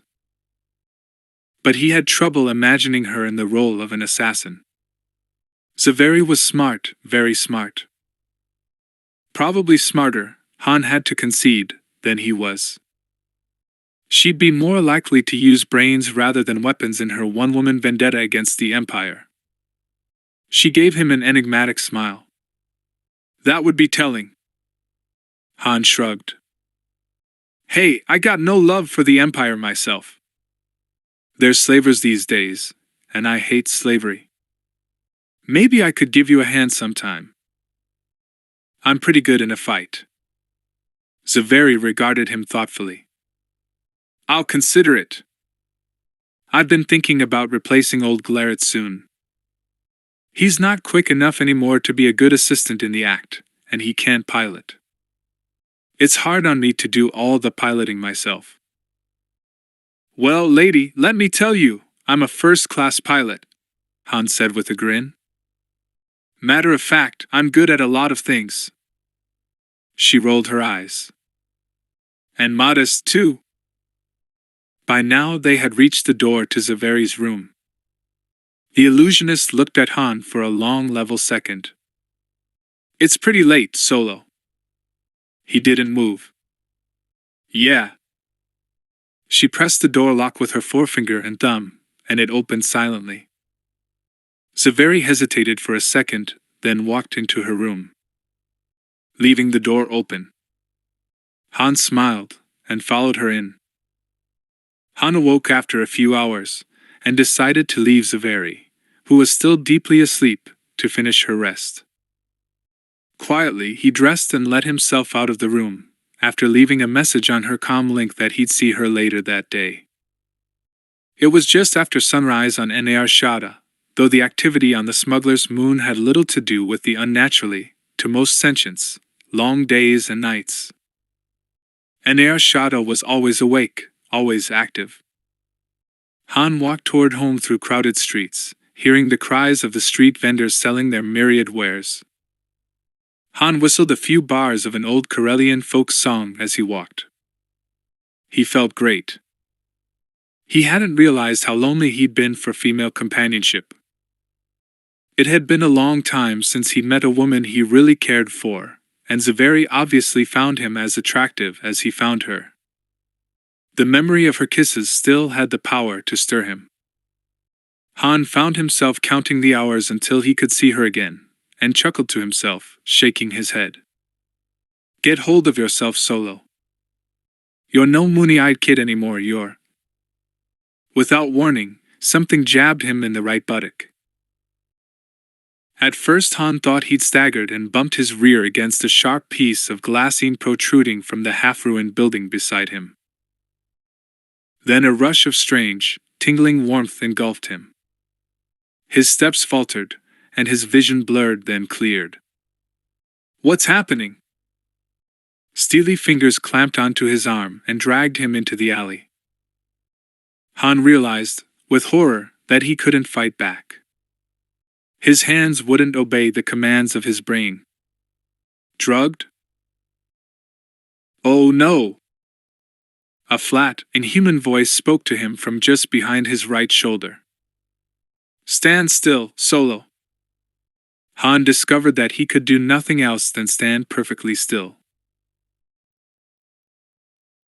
Inwardly he was raging, his anger as hot and explosive as star plasma, but outwardly his body was completely obedient to that artificially amplified voice. Who's got me? What does he want? Han concentrated every muscle, every sinew, every neuron of his being into moving his hands, his arms, his legs. Sweat gathered on his forehead, trickled down into his eyes. But he couldn't so much as twitch a finger. The hand left his arm, went down to his thigh to unfasten the leather strap that held his blaster secure in its holster. Han could feel the weight against his thigh lighten as his attacker disarmed him. Raging, he tried again to move, but he might as well have tried to push a ship into hyperspace using his own muscle power. He tried to speak, tried to say, "Who are you?" But that proved beyond him, too. All he could do was to breathe, in and out, blink his eyes, and obey. If Han had been a Wookiee, he'd have howled, long and loud. After relieving Han of his blaster, his captor walked around him. Finally, Han got a look at him. Bounty hunter. His mind screamed. Beat-up greenish-gray Mandalorian armor, a helmet that completely hid his features, and armed to the teeth. He even had black and white braided scalps of some kind hanging from his right shoulder. Han wondered what the man's name was. He must be one of the elite, a bounty hunter who only went after tough cases. The Corellians supposed that he ought to be flattered, but it seemed a dubious honor at best.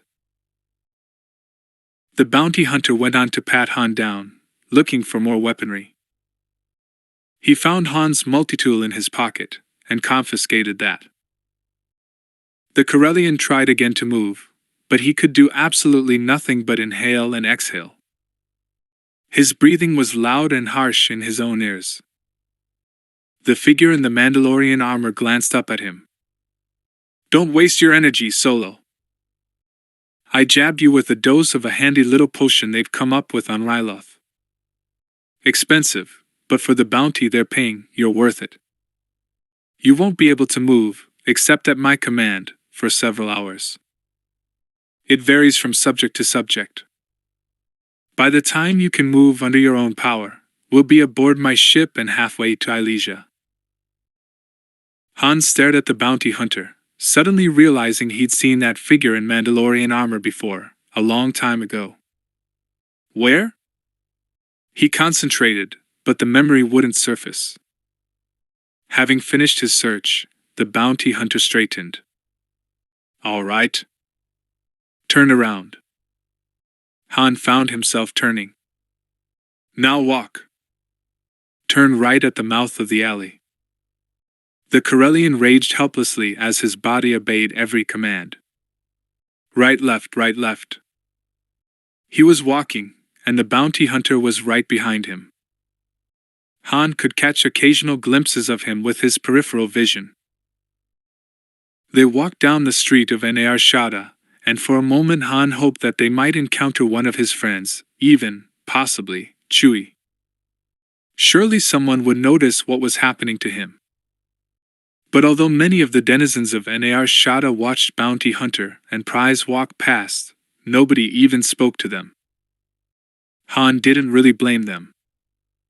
This bounty hunter, whoever he was a different sort than the ones he'd dealt with before. This guy was skilled, clever, and extremely dangerous.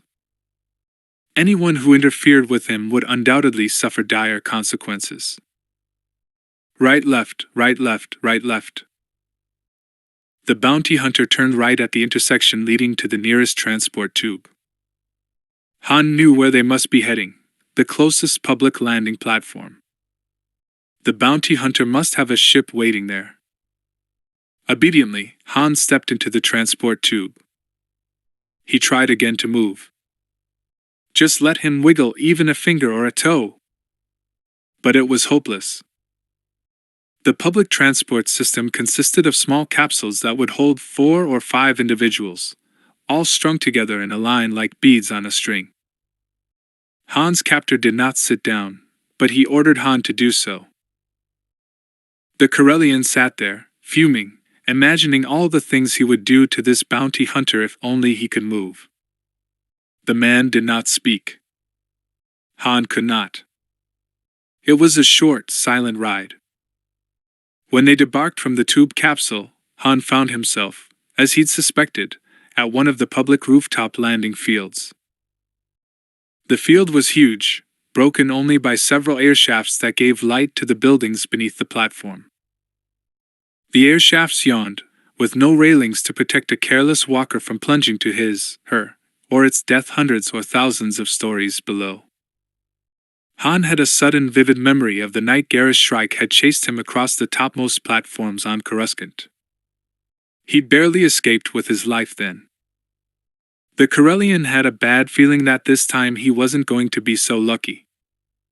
Han found himself wondering what fate held in store for him back on Ilesia. Teroanza didn't have a molecule of kindness or mercy in his entire enormous body. He'd see that his prisoner met a slow and agonizing end. For a moment Han wished he could get control of his body just long enough to make a running dive down one of those air shafts. But no matter how he struggled to move, he could do nothing except obey orders. Han and his captor strode between the grounded ships, heading Han knew not where. Right, left, right, left, right, left. The bounty hunter pointed, his arm coming into Han's view. Head for that ship. The modified fire spray class. Han could see it now. The bounty hunter wasn't kidding when he said, modified. The patrol and attack ship was very unusual, obviously heavily modified. Unlike other vessels, it landed with its quad engineering system's F-31 drive engines down against the permacrete. Roughly egg-shaped, when those powerful engines were engaged, the ship would stand up, on end to fly. Han had never seen anything quite like it, but the vessel reminded him of its owner, powerful and deadly. For a moment, forgetting his predicament in his interest in the ship, Han found himself wishing he could get a look at the interior, only to catch himself in disgust. He was going to get a look at the interior, all right. He'd spend several days aboard that modified fire spray as it took him to certain torture and inevitable death. They were walking down the ragged aisle, between 2 huge Derosian-built freighters now. In just a few steps, they'd be at the bounty hunter's ship, and that would be it. Han knew better than to imagine he'd be able to somehow overpower this guy, seize control of the fire spray, and save himself. He wished he could swallow. His throat was so dry it ached.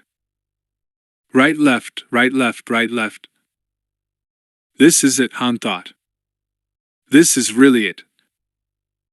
As Han marched woodenly forward, he caught a blur of motion out of the corner of his eye. A figure stepped out from behind the freighter's massive stabilizer fin. A voice he'd never heard before, low, pleasant, but holding plenty of authority, said, "Freeze, bounty hunter. Move and you've had it." The hand that had been resting lightly on Han's arm fell away. The Corellian, of course, was unable to stop walking.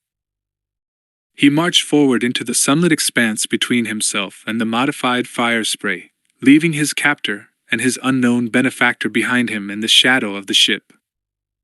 Relief washed through him. I'm saved. Only to be replaced with terror. Now that his eyes had adjusted to the sudden change from shadow to sunlight, he could see there was an air shaft between him and the fire spray. Unable to stop himself, he was going to walk right off the edge.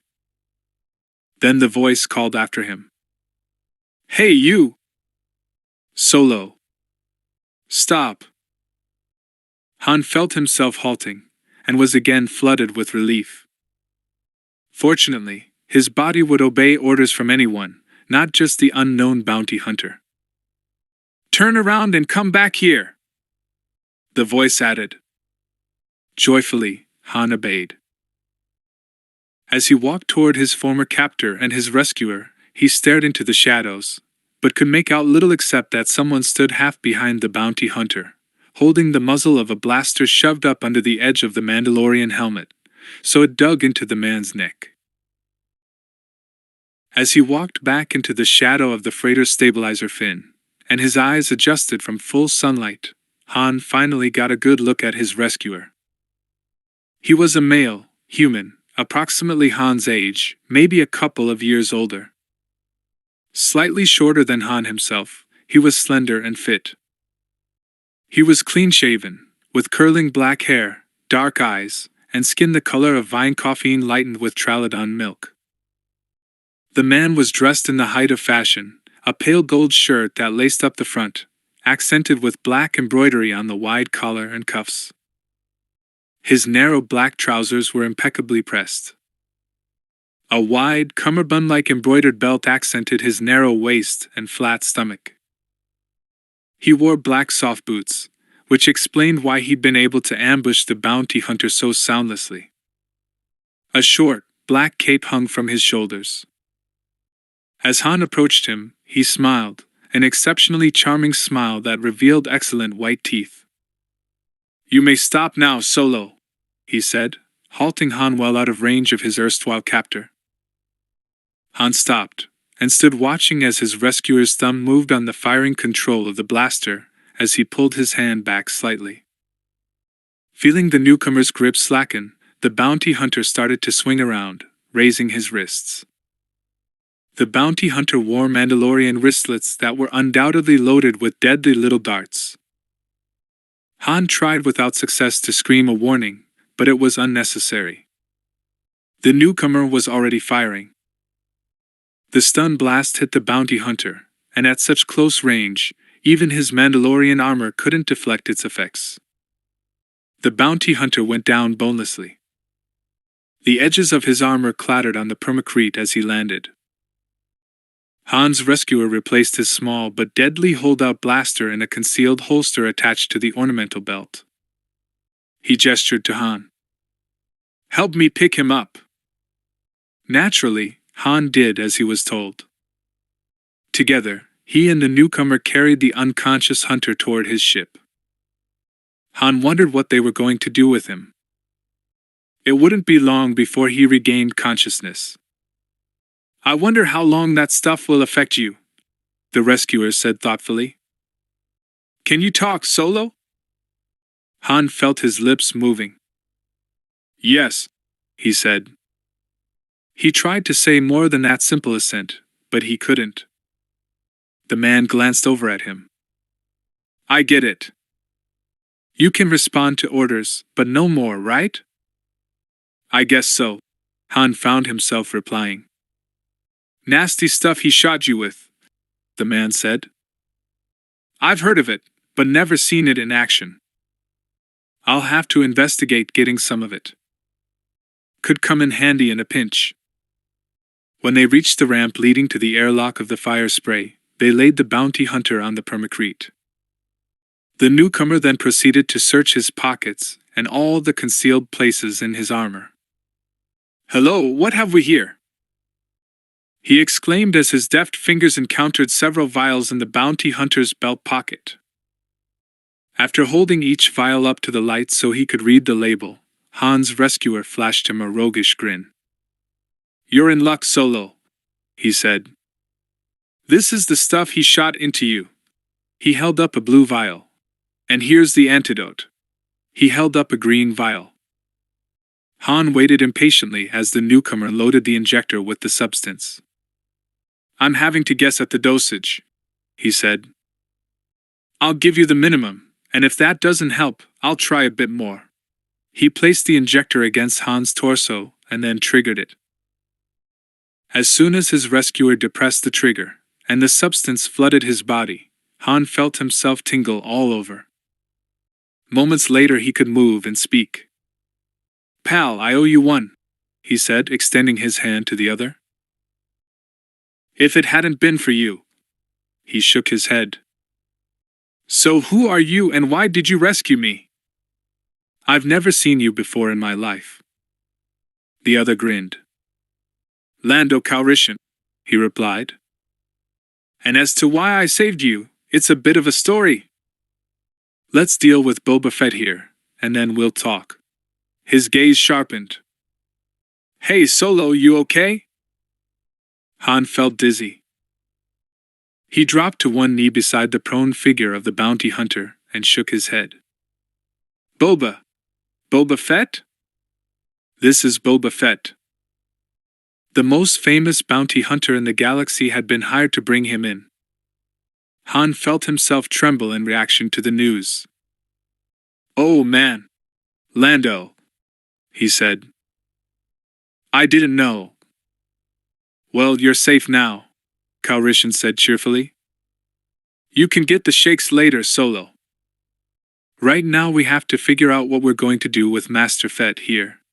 He thought for a moment, then a slow, unpleasant smile stole across his face. He snapped his fingers. "Got it." "What?" Calrissian was already loading the injector again, this time with the other vial, the blue one. He shook the bounty hunter, who groaned and stirred. "He's coming around, so here goes nothing," he grunted. Han, who had reappropriated his blaster, kept the bounty hunter covered while Calrissian lifted the front of Fett's helmet, exposing his throat. The bounty hunter suddenly struggled violently. "Freeze!" Han ordered, holding the blaster against his helmet. "This isn't set on stun, Fett," he snarled. "After what you almost did to me, I'd cheerfully disintegrate you." Boba Fett lay quiet as Calrissian shoved the injector against his neck and triggered it. Moments later Fett shivered. "Lie still," Calrissian ordered. The bounty hunter obeyed.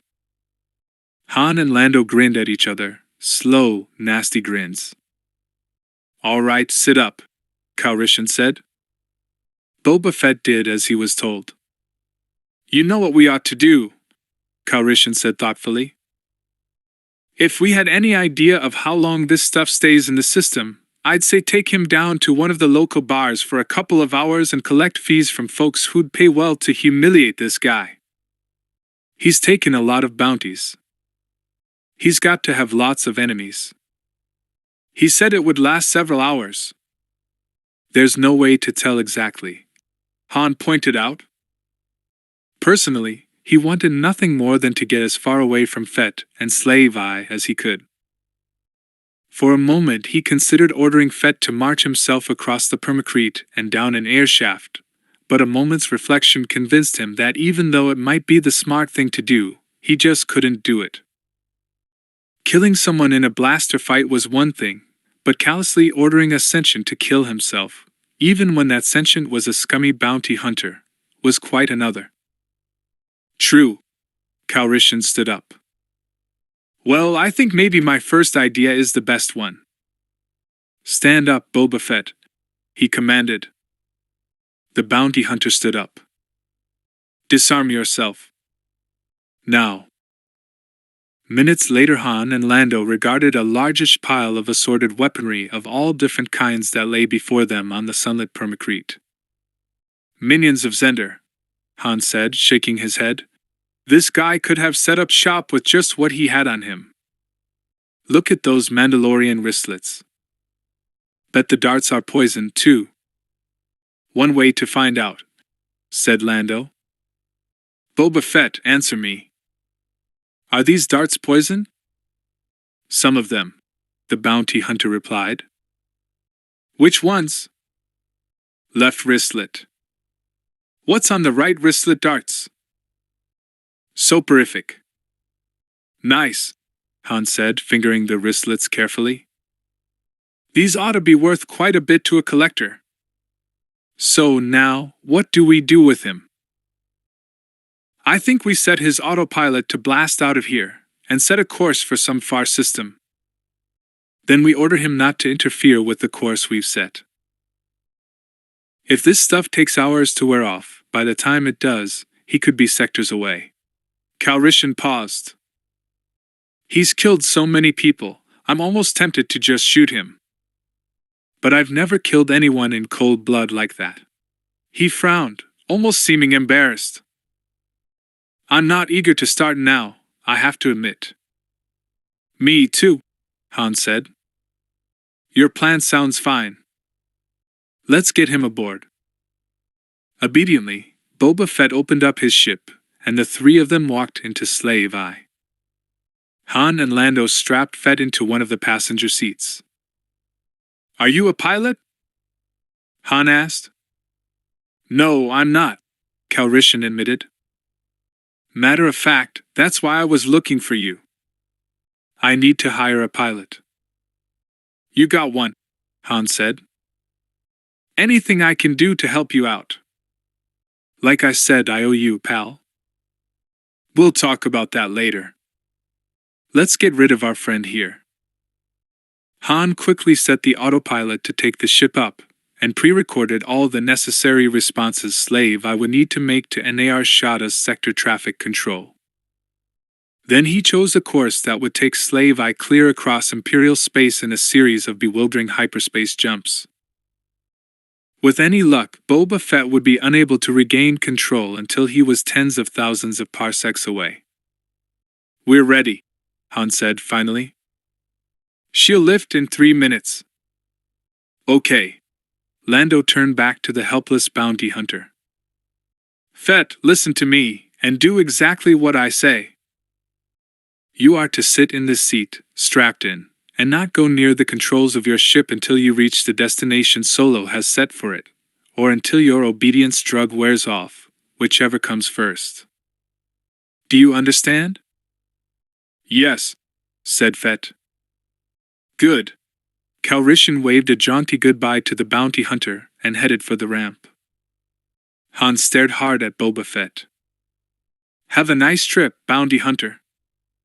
I hope I never see you again. And you can tell Teruanza from me that the next time I come back to Ilesia, he's one dead T-Land Atil. You hear me? Yes. So long, Fett, Han said. He could hear the engines whine, and the ramp trembled beneath his feet as he ran down it, pressing the close button as he did so. He had to jump down from the ramp as it rose beneath his feet. Lando had already scooped up Boba Fett's weaponry, and together, the young men jogged to a safe distance. They turned back to watch Slave I rear up on its end, then take off, its powerful engines flaring. Only when it had disappeared into the distance did Han finally draw a long, deep breath and then let it out slowly. Phew. Close call, he said. I'll say, Calrissian agreed. You're lucky I spotted you, Solo. Han nodded and held out his hand to the other. Call me Han. I owe you, Calrissian. Call me Lando. The other man's irresistible grin flashed. And don't worry. I'll see you pay up. Whatever you want, pal. You don't know what would have happened to me if Boba Fett had succeeded. The Corellian shivered, even in the sun's warmth. Trust me, you don't want to know. I can guess, Lando said. Boba Fett doesn't work cheap. If somebody wanted you that bad, chances are it wasn't just because you welched on a debt, or anything minor. Han grinned. You are an insightful guy, pal. He beckoned to the other, and they began walking back across the landing platform. Want to get some breakfast? I find I'm really hungry. Nearly meeting a fate worse than death has that effect on me. Sure, Lando said. You buying? You bet. By the time they were settled at a little cafe Han knew, sipping cups of stinty, Han was beginning to feel as though he'd known Lando for years, instead of just an hour. So tell me, he said, finishing off the last slice of flatbread, how did you find me? And why were you looking for me? Well, I've actually seen you a time or two before, Lando admitted. You were pointed out to me in a couple of night spots as a fair sabacc player, a good smuggler, and an excellent pilot.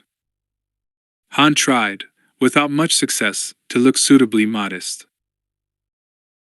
I don't recall seeing you, Lando, but I didn't have any reason to remember, I guess. So, okay, you knew what I look like. What happened this morning? Well, last night I went by your place to talk to you, and your friend told me that he didn't think you'd be home that night. Lando gave Han a knowing smile. But he told me you'd probably be staying with a friend at the Chance Castle. So, when I finished the night's work, I dropped by on my way home. You work at night? What do you do? Han asked. Gambler, Lando said.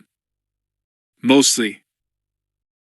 Though I've been known to try my hand at various schemes as they come along. I see. So you hadn't been to bed yet, but you came by the castle on the way home. It wasn't far out of my way. Most of the big casinos in that section of Ner Shada are within walking distance of each other.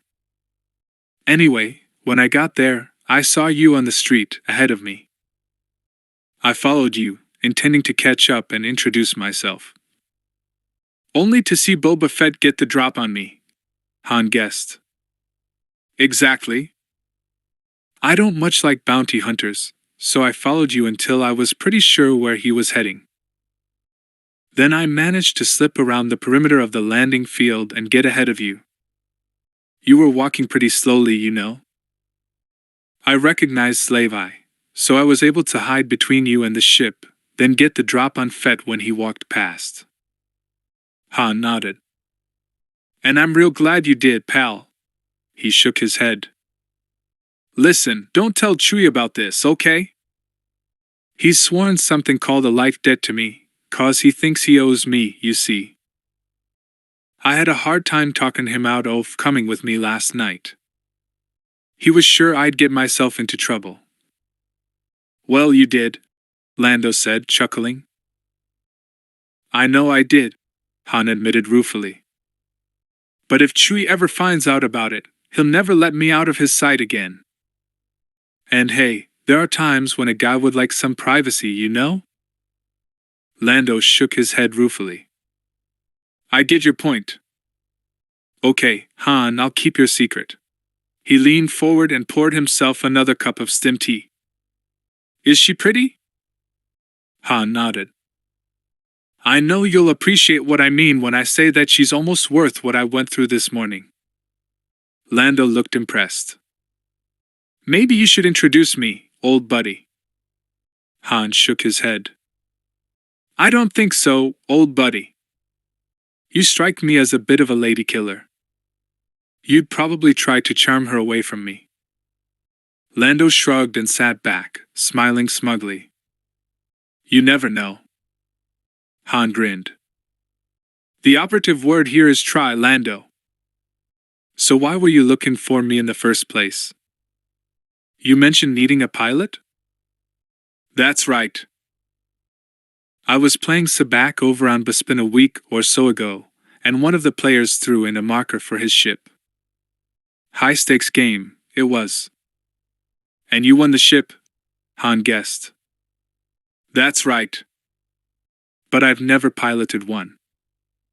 I need to learn, especially now, with a chance that Boba Fett will come looking for me. I'm going to head for greener pastures and fresh sabacc tables for a while, and I thought it would be fun to travel in my own ship. I had to hire a pilot to fly me back here, and it was expensive. So I want you to teach me to fly my ship. Okay, Han said. I can do that. When do you want to start? Lando shrugged.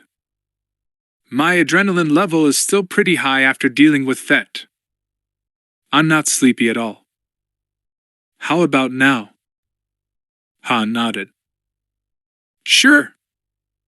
They took a different tube to a different landing platform.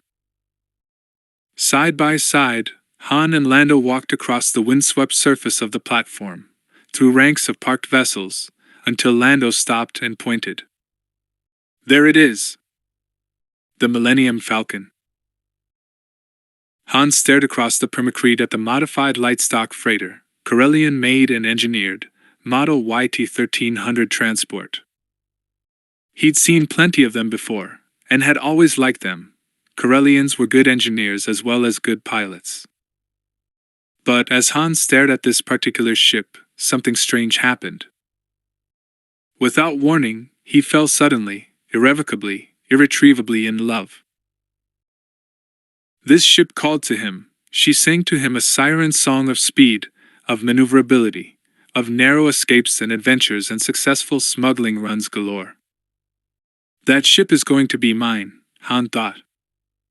Mine. The Millennium Falcon will be mine. The Corellian suddenly realized he was staring, his mouth agape.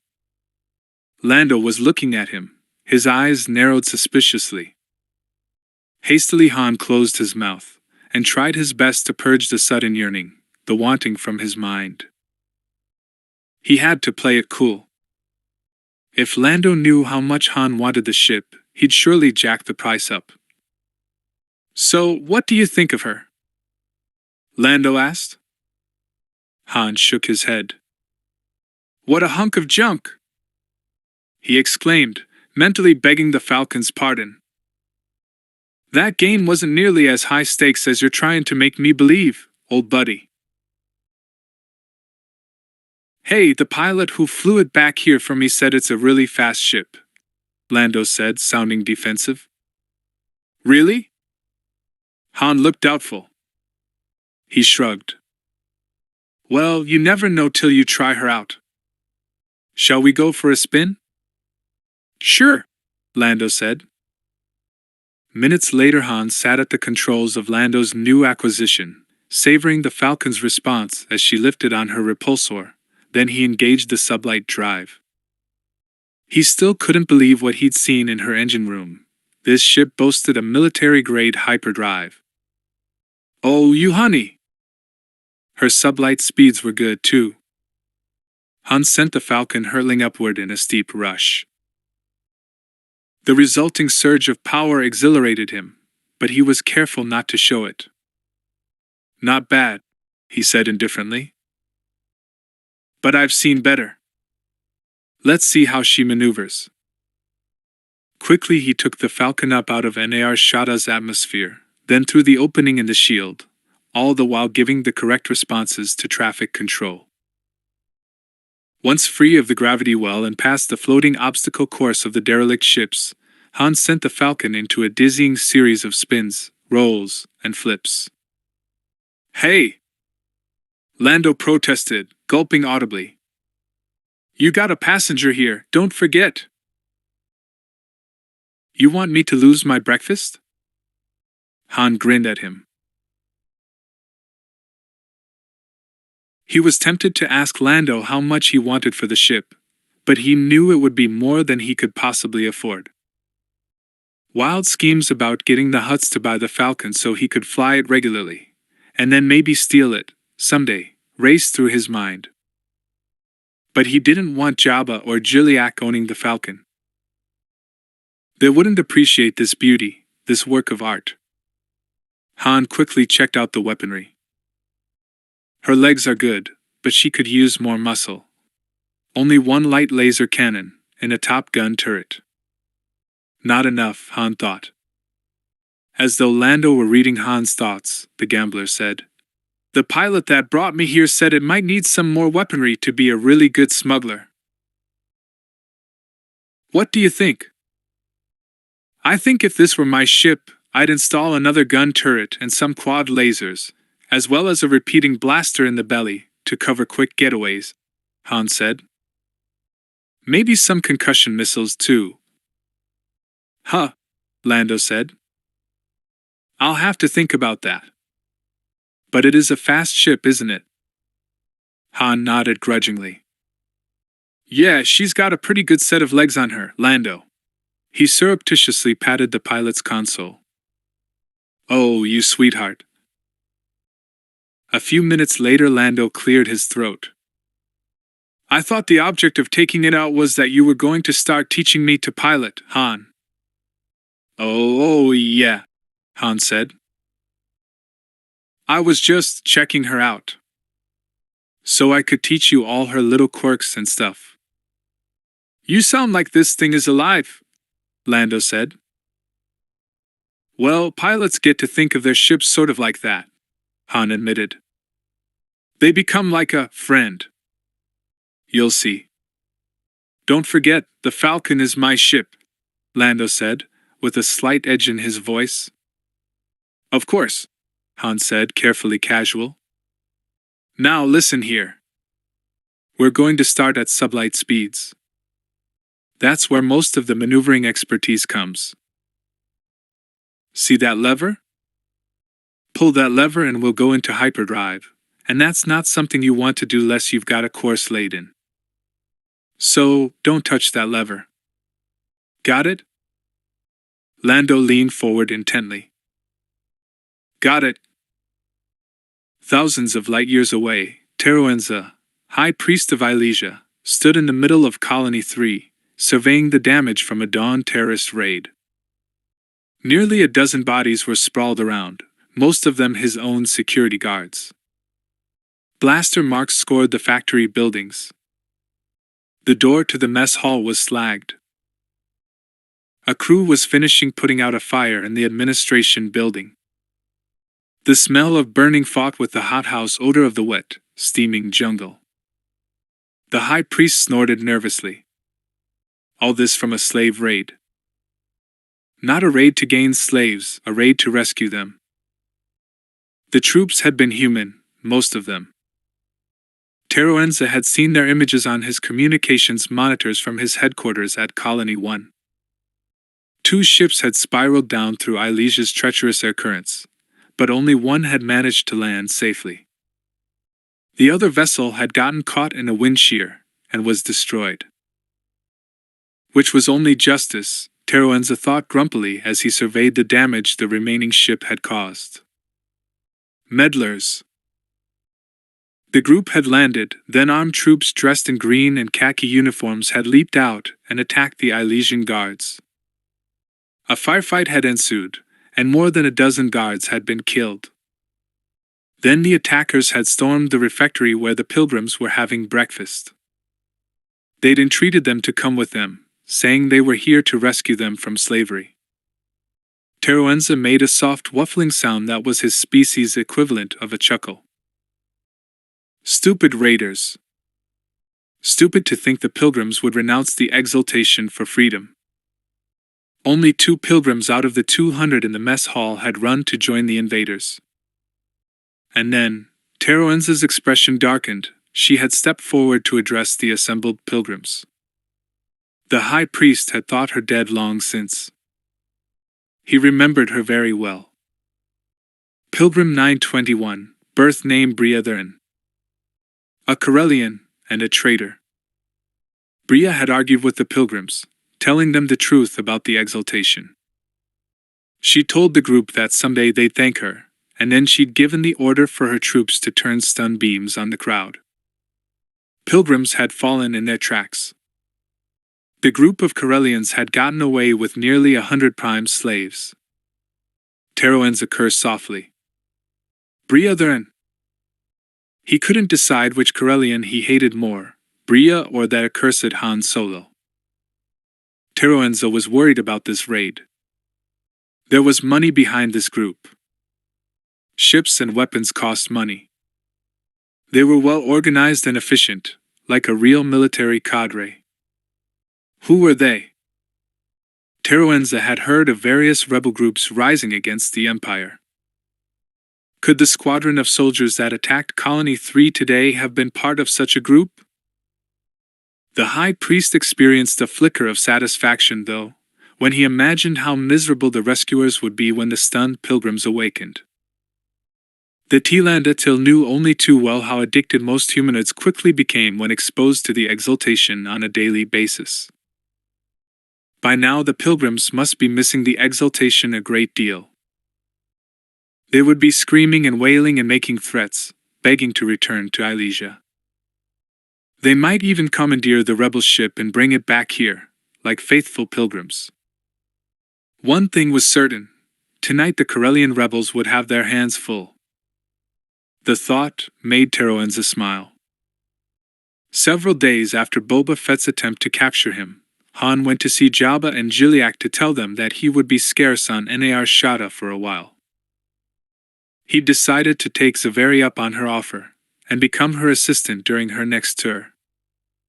He had a feeling Boba Fett wouldn't be easily discouraged, and it wouldn't hurt to get off Nar Shaddaa for the next few months. But the words died unspoken on his lips. The moment he was ushered into their presence, Jabba hailed him with impatient cries, ordering him to prepare the Star Jewel for an immediate trip to Hutt. The emissaries sent from the Desiligic and the Besadii Khajiitics had convened a meeting of the Hutt Khajiitics for the next day. Apparently Besadii had been holding up the negotiations, but had suddenly made several important concessions, in the interest of holding the meeting quickly. "Today?" Han said, thinking that he'd have to cancel his lesson with Lando this afternoon. "That's pretty short notice, isn't it?" "Yes," Jiliak agreed. "We know of no reason for things to have been speeded up, but something must have happened." "Okay, I'll take you down this afternoon," Han said. "Just give me an hour or so to get the ship ready, and check out our course. And Captain Solo, you must be prepared to give us your smoothest flight," Jabba cautioned. "No turbulence. My aunt is in a delicate condition, and she must not be jostled." Han glanced around for another hut, but saw only Jiliak. "Your aunt?" "I beg your pardon, Lord Jabba?" "There will be 3 huts for me to transport." "No, human!" Jabba was impatient. "Jiliak and myself, as always." "Don't you have eyes? Didn't you notice her skin texture? Her condition is plain." Han looked over at Jiliak, and suddenly realized that the hut did appear different. Warty excrescences had erupted on the being's face, and purplish patches mingled with the greenish ones on the leathery tan skin. Jiliak also appeared bigger, and rather lethargic. "Oh, wonderful, I get to play nursemaid to a sick hut? Great. Lord Jiliak, are you feeling?" Han began, only to have Jabba round on him with withering scorn. "Human idiot! Can't you see that Lord Jiliak is now Lady Jiliak? She is expecting. In her delicate condition, she really should not make this effort, but we Desiligic are nothing if not faithful to our duty." "She? Pregnant?" Han's mouth dropped open, and Chewie roared softly in surprise. Han recovered quickly, and bowed to Jiliak. "Your pardon, Lady Jiliak. I am not familiar with your species' reproductive habits. I meant no offense." Jiliak blinked at Han sleepily. "No offense taken. My people reproduce as they will, and I decided it was time for me to do so. My child is due in a few months. I will be able to make the trip safely. My nephew Jabba is merely overprotective. But a smooth flight would be advisable." "Yes, lady," Han said, bowing. "Smooth flight to Hutt. Leaving this afternoon." "I'll get right on it." "Very well, Captain." "You are dismissed." We wish to leave as soon as possible. Han bowed again, and left, with Chewie trailing behind him. As soon as he was out of sight, he shook his head. Hutts. The more I get to know them, the weirder they are. A veritable tide of Hutts wriggled and glided toward the large Hutt Grand Council Hall on Hutt. Jabba and Jiliak undulated along, side by side, accompanied by the Desiligic security guards. Most of the Hutts preferred to move under their own power if they still could. It was permissible to show weakness before humans and other underlings, but in the company of their own kind, Hutts preferred to appear strong and fit. All of Desiligic moved under their own power, and among the Besadii clan, only Uruk was too old and corpulent to manage without his sled. As the Hutts moved toward the council chambers, they and their guards passed through multiple security and scanning devices. None of the guards was allowed a weapon, and each attendee was scanned, internally as well as externally, to make sure no dangerous substances were being smuggled into the hall. Hutts were not trusting beings, especially in the company of other Hutts, and with good reason. Long ago, every prominent Hutt on Hutt had been eliminated en masse by a single ingenious assassin. Hutts were determined that nothing like that would ever happen again. The Grand Council Hall was a huge room, big enough to comfortably hold nearly 50 Hutts. At the moment 27 Hutts were gathered, representatives of all the major clans and Khajidics, as well as neutral parties from the Hutt government who would be overseeing and administering the conference.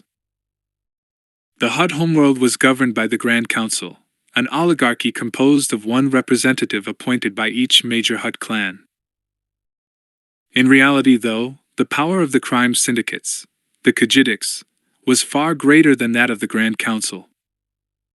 Jabba and Jiliak had summoned 2 other Desiligic members to attend them. Uruk had brought the Besadii contingent, consisting of himself, his offspring Durga, and his nephew Kibik. Jabba was pleased to note that Atilandatil trailed in Kibik's wake. Jiliak was right, Besadii had indeed summoned Teroenza. After the mass of Hutts had arranged themselves in a circle around the speaker's platform, the conference was brought to order by the executive secretary of the Grand Council, a Hutton named Marduk. After each of the clans had officially identified itself and its contingent, Marduk spoke again. Comrades in power, siblings in profit, I have convened you today to discuss some very serious developments on the Besadii colony world of Ilesia. I ask Lord Uruk to speak.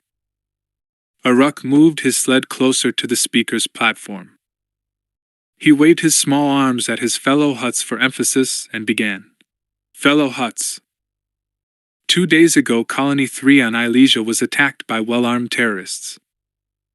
Kibik and our overseer, Teroenza, barely escaped with their lives. Much destruction was done, and the attackers made off with nearly 100 valuable slaves. A ripple of consternation ran around the conference room as the assorted Hutts reacted to Uruk's news. Jabba realized that Uruk was staring straight at him and Jiliak. Gauging our reaction, he realized. For just a moment, Jabba wondered if Jiliak had decided to play it ultra subtle and had arranged the raid, but not told him. After a moment's thought, however, he rejected the notion. His aunt was so caught up in her recent pregnancy that she had little energy for plotting, especially commando raids. Besides, Jiliak normally eschewed direct assaults, preferring to work against enemies in more subtle ways. Hutt brethren, we of the Besadii clan demand that Jiliak, as head of Clan Desiligic, personally assure us that this terrible raid, this theft of valuable Besadii property, was not done by Desiligic. Otherwise, this means war between our Khajidics. A collective gasp echoed through the grand hall. Uruk's challenge hung in the air like the smoke from the hookahs some of the Hutt lords were smoking. Slowly, Jiliak pulled herself up, appearing almost regal in her new maternal dignity. Fellow Hutts, she said, TRILOGY is innocent of any taint of aggression in this matter. As a guarantee of this, TRILOGY pledges that if any link can be discovered between the raiders and TRILOGY will remit to Besaidii the sum of 1 million credits. Silence for a beat, then Uruk inclined his head in the Hutt equivalent of a bow. Very well. Never let it be said that TRILOGY refused to back its integrity with money. We ask that the Grand Council investigate, and give us their findings in 1 month. Marduk agreed, but then yielded the floor to Juliak when she indicated that she had more to say. However, I wish that I could say the same for Besaidii. Just a few months ago, my nephew here, she indicated Jabba, was brutally attacked by hired mercenaries. Only the fact that we cannot definitively state who sent them keeps us from leveling accusations at our rivals. Unlike Besaidii, we do not make accusations unless we have proof. Another hubbub of voices and whispers erupted in the grand hall. Uruk drew himself up to his most impressive height, his roomy old eyes red-rimmed.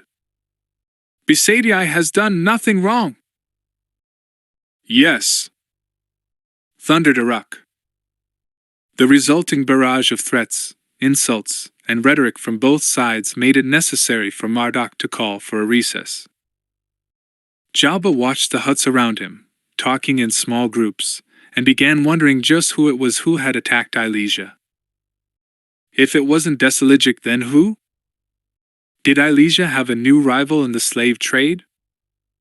Durga the Hutt lay stretched beside his parent on his repulsor sled during the afternoon session.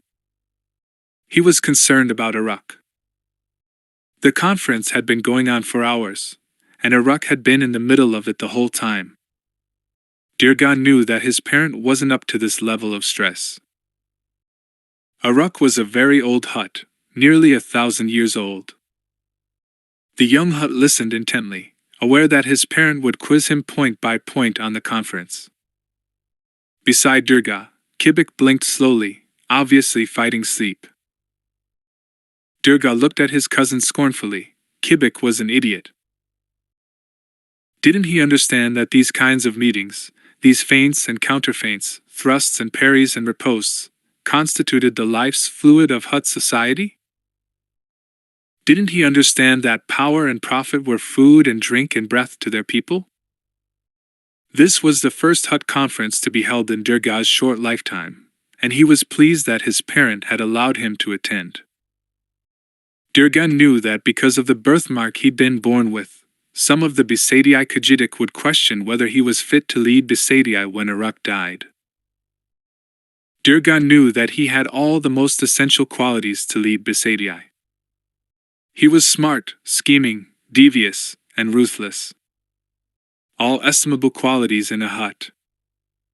But he had to demonstrate those qualities to Besaidii before Uruk died, or he'd have trouble succeeding his parent. If only I could take over Ilesia, instead of Kibik, Durga thought. He knew that his father had spent a good part of yesterday evening raging at Kibik for allowing Teroenza to take over the running of Ilesia. Uruk had also sternly advised the Tilanda Til that he must know his place, lest he lose his position as high priest. Teroenza had cowered before the old Hutt lord, but Durga thought he'd caught a flash of anger from him. He resolved to keep a careful eye on Teroenza. Kibik, on the other hand, had simply whined about how unpleasant life was on Ilesia, and how hard he was working. Uruk had let him off with a stern warning. Durga privately thought that Uruk should have relieved him of his post. Idly, he wondered whether assassinating his cousin was a good idea. But he had a feeling that Uruk wouldn't like it. So that meant he couldn't do it while his parent lived. Not that Durga wished Uruk's death. He was genuinely fond of his parent, as he knew Uruk was fond of him. Durga knew only too well that he owed Uruk his life in every possible way. Most Hutt parents would not have allowed a child with a birthmark to live. Durga also wanted to make Uruk proud of him. That motivation was even stronger in him than his need to gain power and profit, something that he knew would be seen as practically sacrilegious by other Hutts, so he never revealed it. Durga watched as Jabba the Hutt wriggled forward to take the floor. The second in command of TRILOGY was said to be an exemplary Hutt in many ways, but most Hutts found his preoccupation with humanoid females both perverse and inexplicable. Still, Jabba was sharp. Durga had to grant him that, as he listened to him speak. "Honored Hutt lords, listen to me. Besatii claims that their recent expansions on Ilesia are just good business. But shall we allow good business for one Khajiitic to undermine the financial underpinnings of our world? Besatii has grabbed such a large share of the spice trade, and the slave trade, that we must all make them see reason. What does it profit them to fill their own coffers if their policies bring disaster to our world?" "Disaster?" Aruk's voice boomed out so deep and authoritative that Durga felt a ripple of pride. His parent was as fine a Hutt leader as had ever been born. "Disaster, my friends? We had 187% profit in the past year. How could this possibly be construed to be anything but something to be praised and honored for? I ask you that, Jabba. How could it? Because some of your profit has come out of the coffers of your fellow Hutts," Jabba pointed out. "It is fine to take from others, from humans and Rhodians and Celestins and from all the other creatures of the galaxy. That is why they are there, so that we Hutts may profit from them. But there is a danger in pulling away too much income from Hutta and your fellow Hutts." "Oh?" Sarcasm tinged Aruk's voice. "And what is that danger, Lord Jabba?" "Too much conspicuous profit may bring us to the attention of the Emperor or his minions," Jabba pointed out. Hutta is far from Imperial center. Out here near the Rim territories, we are protected to some extent by distance, and protected even more by Moff Sarn's child, whom we generously support in the style to which he has become accustomed. But if any one Hutt clan makes a point of having tremendous wealth, it may bring all of us to the attention of the Emperor. And that, fellow Hutts, is an attention we do not want." Durga heard the other Hutts murmuring, and had to admit that Jabba had made a good point. When the Empire took a close interest in any one world, it was always unfortunate for that world. Durga wondered how Jabba and Jiliak had discovered that Besatii was behind the attack of Drell pirates. Too bad they missed their chance to rid Hutta of Jabba. Without Jabba, Jiliak would be easier to get out of the way. Jabba was a crafty Hutt, who was protective of his aunt. His security forces were better than Jiliak's. The Hutt lords were unable to reach a conclusion about Besatii's off-the-scale profits. The discussion rambled on, degenerated into personal insults, then ended with no conclusion. Aruk took the floor again. He was still concerned about the recent violence. Jiliak acknowledged that she was concerned, too. Durga was surprised that they could agree on anything. Finally, TRILOGY and Besatii united to put forward an unprecedented proposal. "I propose," Aruk said in summary, "that the Grand Council declare a moratorium on violence between the Khajiitics for at least the next 3 standard months. Who will support me in this?" Jiliak and Jabba voiced their enthusiastic approval, then, one by one, the representatives of the other clans chimed in. Marduk declared Aruk's proposal adopted. Durga looked up at his parent, and felt another wave of pride. Aruk is a giant among Hutts. Much later that night, as both Hutts prepared to sleep in Jiliak's Hutta mansion, which was located on an island in one of Hutta's more temperate zones, Jiliak turned to Jabba. "Aruk is dangerous. I am more convinced of it than ever." "Yes, he was quite impressive when he managed to rally the clans," Jabba agreed. "He has charisma. He can be very persuasive. It is truly ironic that it was Uruk who wound up proposing my idea about the moratorium, Jiliak said. But as the meeting progressed, I realized that if I hoped to convince the others of the wisdom of the moratorium, the idea would have to come from Uruk. Jabba nodded. He is a forceful orator, Aunt. An orator who must be deprived of his voice, or Desiligic will suffer even more, Jiliak said soberly. A 3-month moratorium on intercagitic violence will free our minds so that we may look at the problem of Uruk without distractions. Jabba blinked his bulbous eyes at his aunt as she settled herself comfortably on her padded resting spot. What are you thinking, Aunt?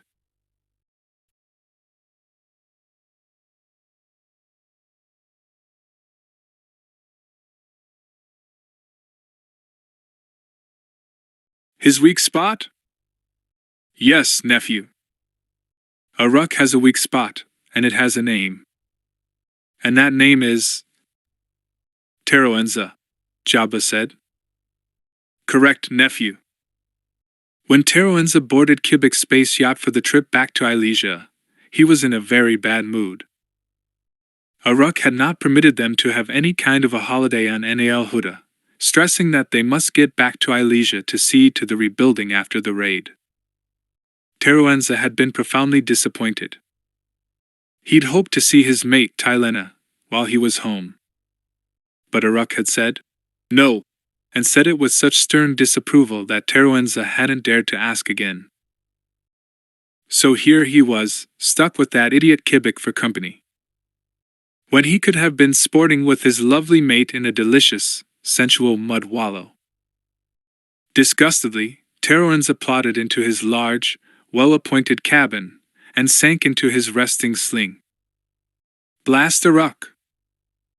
The Hutt Lord was getting irrational in his old age, irrational and mean.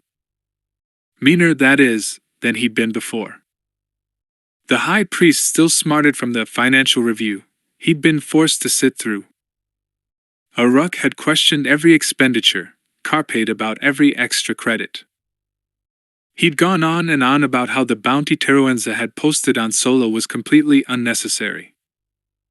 Let Boba Fett blast him into atoms! He'd raged. Disintegrations are much cheaper.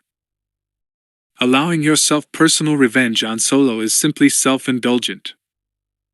Grumpily, Teroenza reached out and turned on his comm unit. Words and Huttese formed on the screen, even before he could key in his personal code. Eyes widening, Teroenza read the following message. This message will vanish in 60 seconds. Attempting to save it will destroy your comm unit. Memorize the following comm code and reply to it. A complicated comm code followed. Intrigued, Teroenza memorized the code.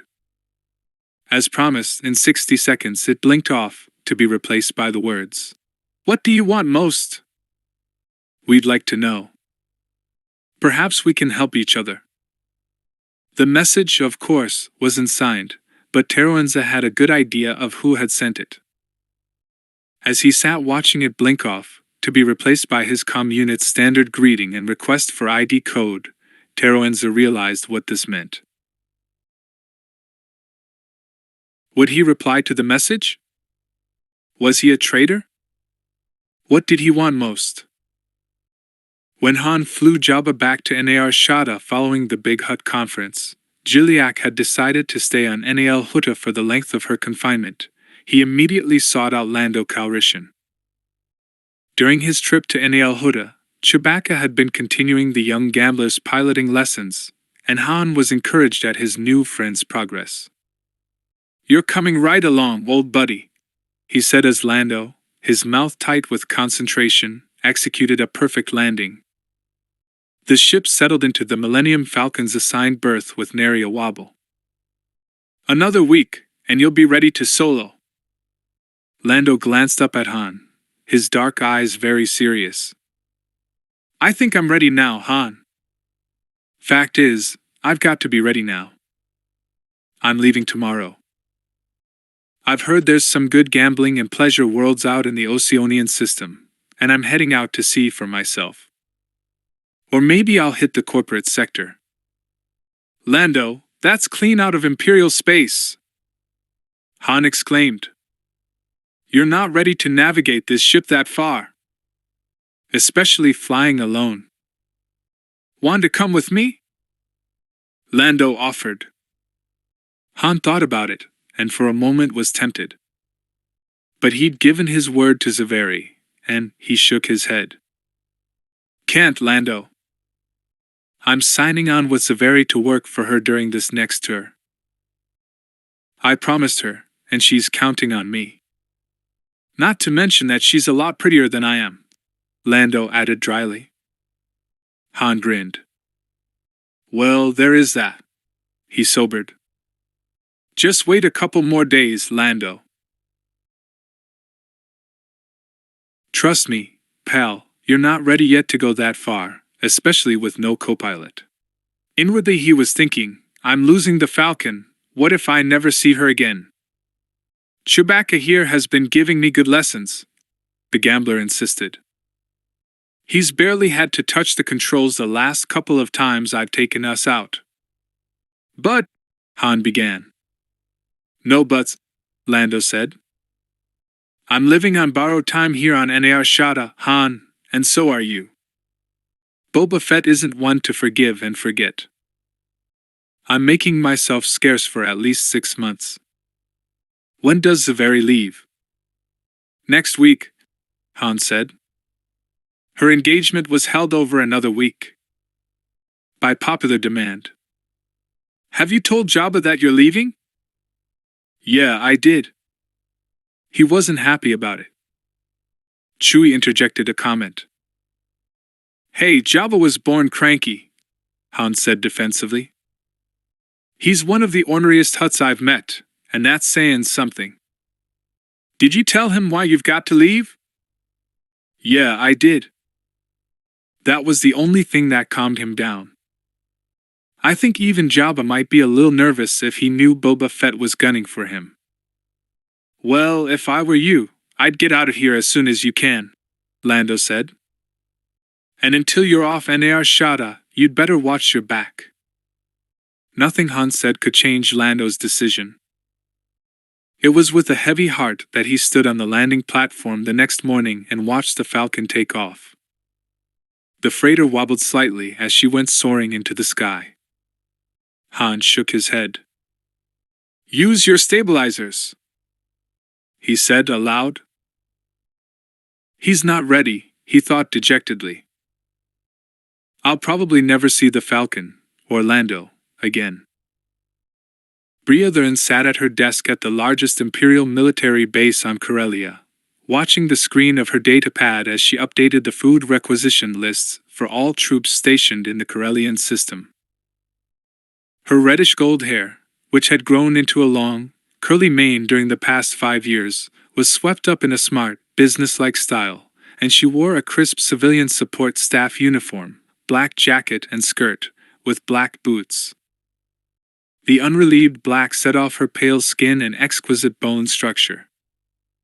Her blue-green eyes narrowed as she studied the screens of data. The Empire was definitely building up strength in this sector. Did that mean the Imperial commanders were anticipating some kind of rebellion here in the Corellian system? She found herself wondering how long her group could manage to hold off the Empire if it attacked in force. 2 days? A week? In the end, they'd all be slaughtered, she knew that.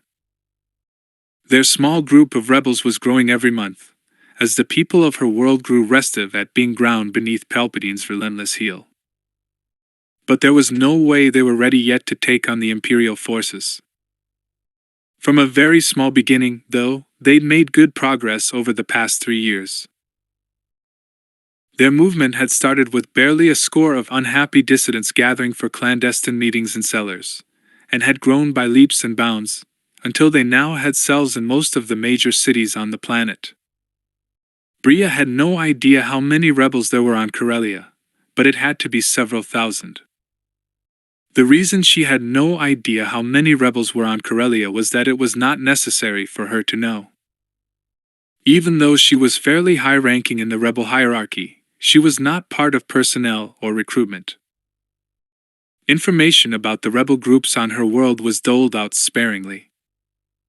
Only one or two commanders knew the whole picture. Individual members were informed strictly on a need-to-know basis. The less they knew, the less they could be forced to reveal under torture. Bria's current assignment was in intelligence. She didn't particularly like spying, but she was good at it. She preferred her old job, though, that of making contact with rebel groups on other worlds. It was obvious to her that if the rebels were to really oppose the Empire, they'd have to unite. But so far, they'd barely begun reaching out to other groups. Communication was monitored, travel was restricted. It was so difficult to maintain links between groups on different planets. As fast as their rebel group devised codes, the Imperials broke them. Just last month, one cell of rebels had been raided during a meeting on the eastern continent. They'd disappeared as completely as though a crate dragon had opened its mouth and swallowed them whole. Bria thought that she'd much prefer to be gobbled alive by a monster than caught by the Emperor's security forces. Her friend Lana had been one of those taken. Bria knew she'd never see her again. Bria was worried that her entire homeworld would wind up as a police state. Corellia had always been an independent world, a proud world that governed itself. So far, the Emperor had not appointed an imperial governor to usurp all power on Corellia. But that didn't mean he wouldn't someday. The Empire did not allow pride or independence in the worlds it claimed.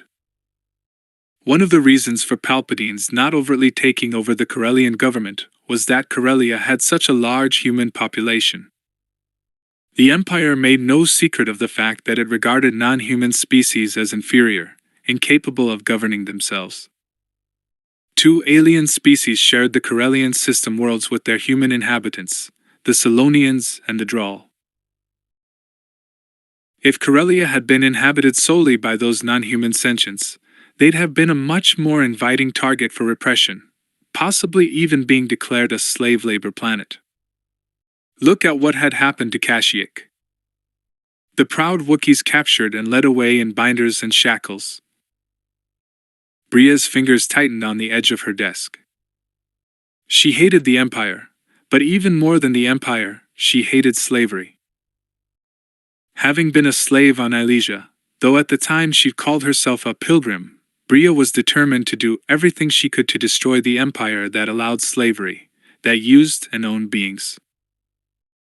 When that task was done, she would devote whatever remained of her life to freeing every slave in the galaxy. Her lovely mouth turned down at the corners as she thought about the raid 6 months ago that she'd led on Ilesia. She and her rebel friends had managed to rescue 97 slaves, mostly Corellians, and bring them back to their homeworlds and their families.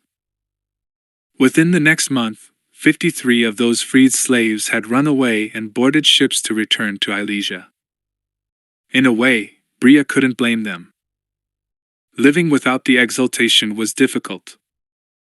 It had taken her years to overcome her craving for the feel-good rush of euphoria the T-Land Atil priests could project.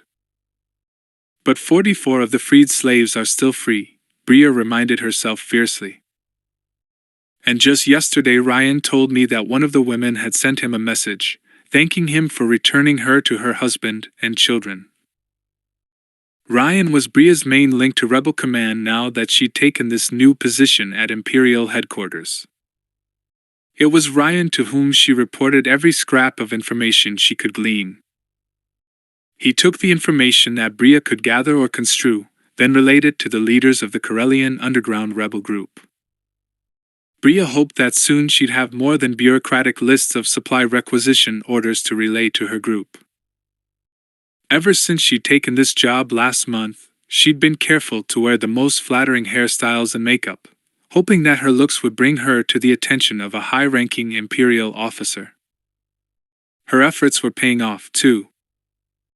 Just yesterday Admiral Trefferin had stopped by her desk to ask her if she would accompany him to a reception that was being held by the Karelian government for the high-ranking imperial officers. Several sector moffs were supposed to attend. It would be quite a gala evening, he'd assured her. Bria had lowered her eyelids coyly, blushed attractively, and breathed a halting, girlish yes. The Admiral had beamed at her, the deep lines that ran vertically down his sallow cheeks appearing even more like canyons in the desert, and told her he'd pick her up in his chauffeured speeder. Then he'd reached out and touched one of her curls, letting it wind around his finger. And, my dear, he'd added, wear something that will set off your beauty. I want the other officers to be jealous of the golden treasure I've discovered. Bria hadn't had to feign her inarticulate response, which had only charmed him further. Because she'd been too angry to speak clearly. The old lecher. She thought disgustedly, resolving not to forget to strap her dainty little vibroblade to her upper thigh, just in case. But usually, men of his age were more talk than action.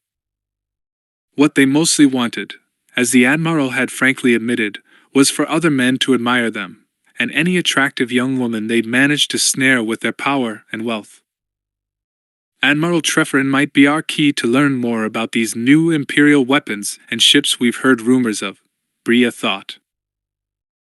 So, when the evening of the reception came, she'd don a lovely, elegant gown. She'd grown up the daughter of a rich man, and knew how to dress for maximum effect, style her hair, tastefully paint her face, and spend the evening smiling warmly at Admiral Trefferin.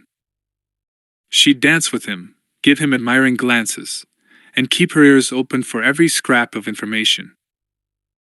And just in case she needed help in fending off his advances, Bria already had a tiny drop of a substance she planned to wear beneath one manicured fingernail. All she had to do was touch the tip of her fingernail to the surface of his drink of choice, toward the end of the evening, and the old Vrelt would swiftly become so pleasantly tired, sleepy, and drunk that she'd have no trouble dealing with him. Bria could use that vibroblade, and use it well, but she had no intention of doing so. Vibroblades were for amateurs. She was an expert at not needing them. For a moment she missed her battle fatigues, the weight of her blaster strapped to her thigh.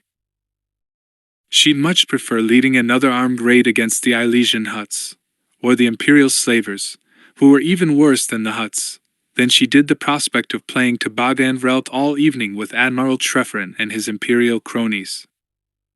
She turned over her blaster to Ryan when she'd taken on this assignment. It wasn't improbable that Admiral Trefferin would have her apartment searched as part of the background check he'd get his minions to perform, to ensure that she was safe for him to be seen with. Bria always kept the vibroblade with her, so she wasn't worried about searchers finding it. At least she knew her IDs would stand up to most security checks. 6 years ago she'd learned all about establishing new identities from an expert. Han Solo had taught her much more than just how to fire a blaster effectively. Her lips curved in a soft smile as she indulged herself in a moment of nostalgia for those days. She and Han had been on the run together, living on the edge, never knowing what would happen next. Those had been the happiest days of her life, she realized now.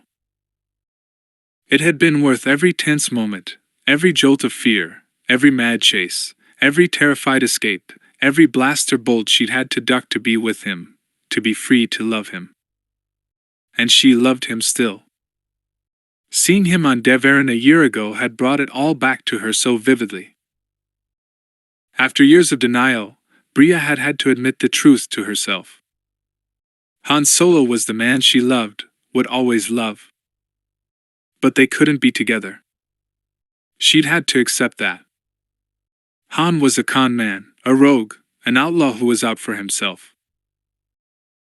Bria knew he'd loved her deeply. He'd even asked her to marry him. But Han wasn't the kind of man to forsake everything for a philosophical ideal. During the months they'd spent together, Bria had sensed that someday he might have the potential to embrace a cause, give himself to a goal. But it would have to be a cause that he'd chosen for himself, in his own time. Bria knew she couldn't expect him to adopt her cause. She wondered what he was doing right now. Was he happy? Was he with somebody? Did he have friends? When she'd seen him on Deverin, he'd been wearing typically scruffy spacefarer's garb, not an imperial uniform. But she'd heard he'd graduated from the academy with honors. What could have happened to end his career? On one hand, Bria was sorry that the dream he pursued so single-mindedly had obviously come to a crashing end, but on the other, she was glad to discover that Han was no longer an imperial officer. It had tortured her to think that someday they might come face to face in battle, or, even worse, that she might give the order to fire on an imperial ship and cause his death, all unknowing. At least she didn't have to worry about that possibility anymore. I wonder if I'll ever see him again, she thought. Maybe when this is all over, when the Empire is no more. Bria gave herself a mental shake, and told herself to get back to business. The Empire was firmly entrenched. Rooting it out would require many years, and the sacrifice of countless lives.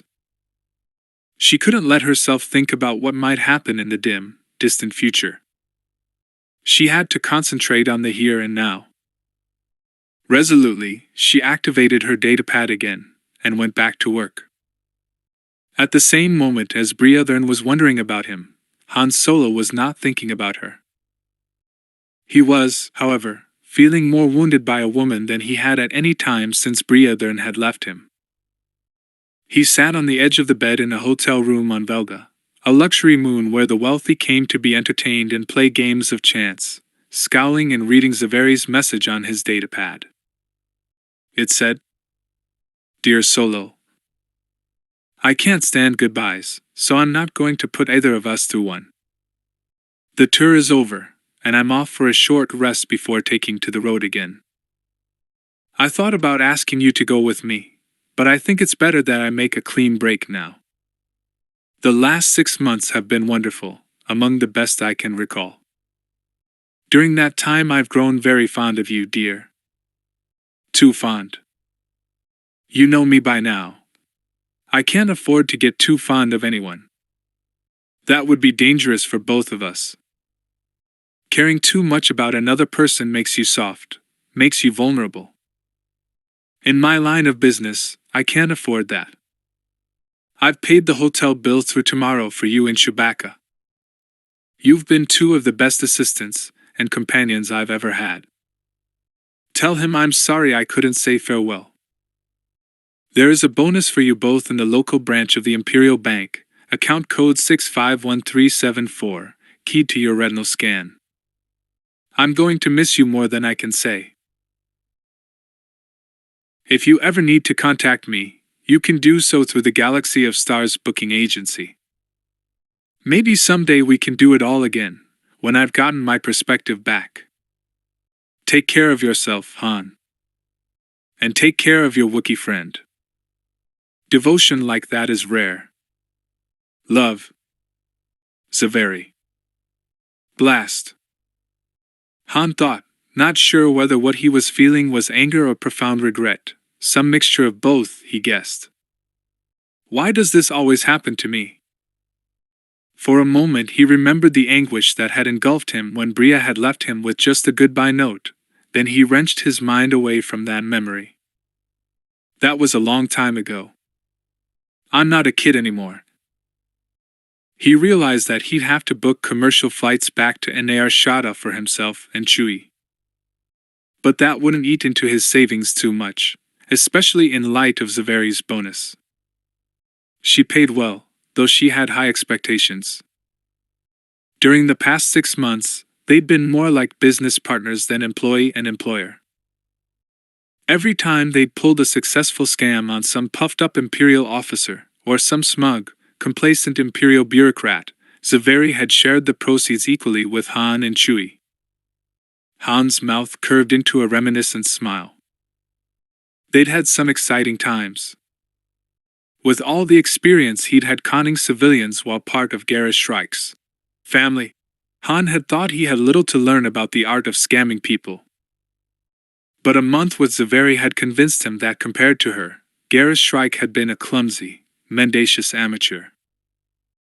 Zaveri's schemes had ranged from elegantly simple to fiendishly complex.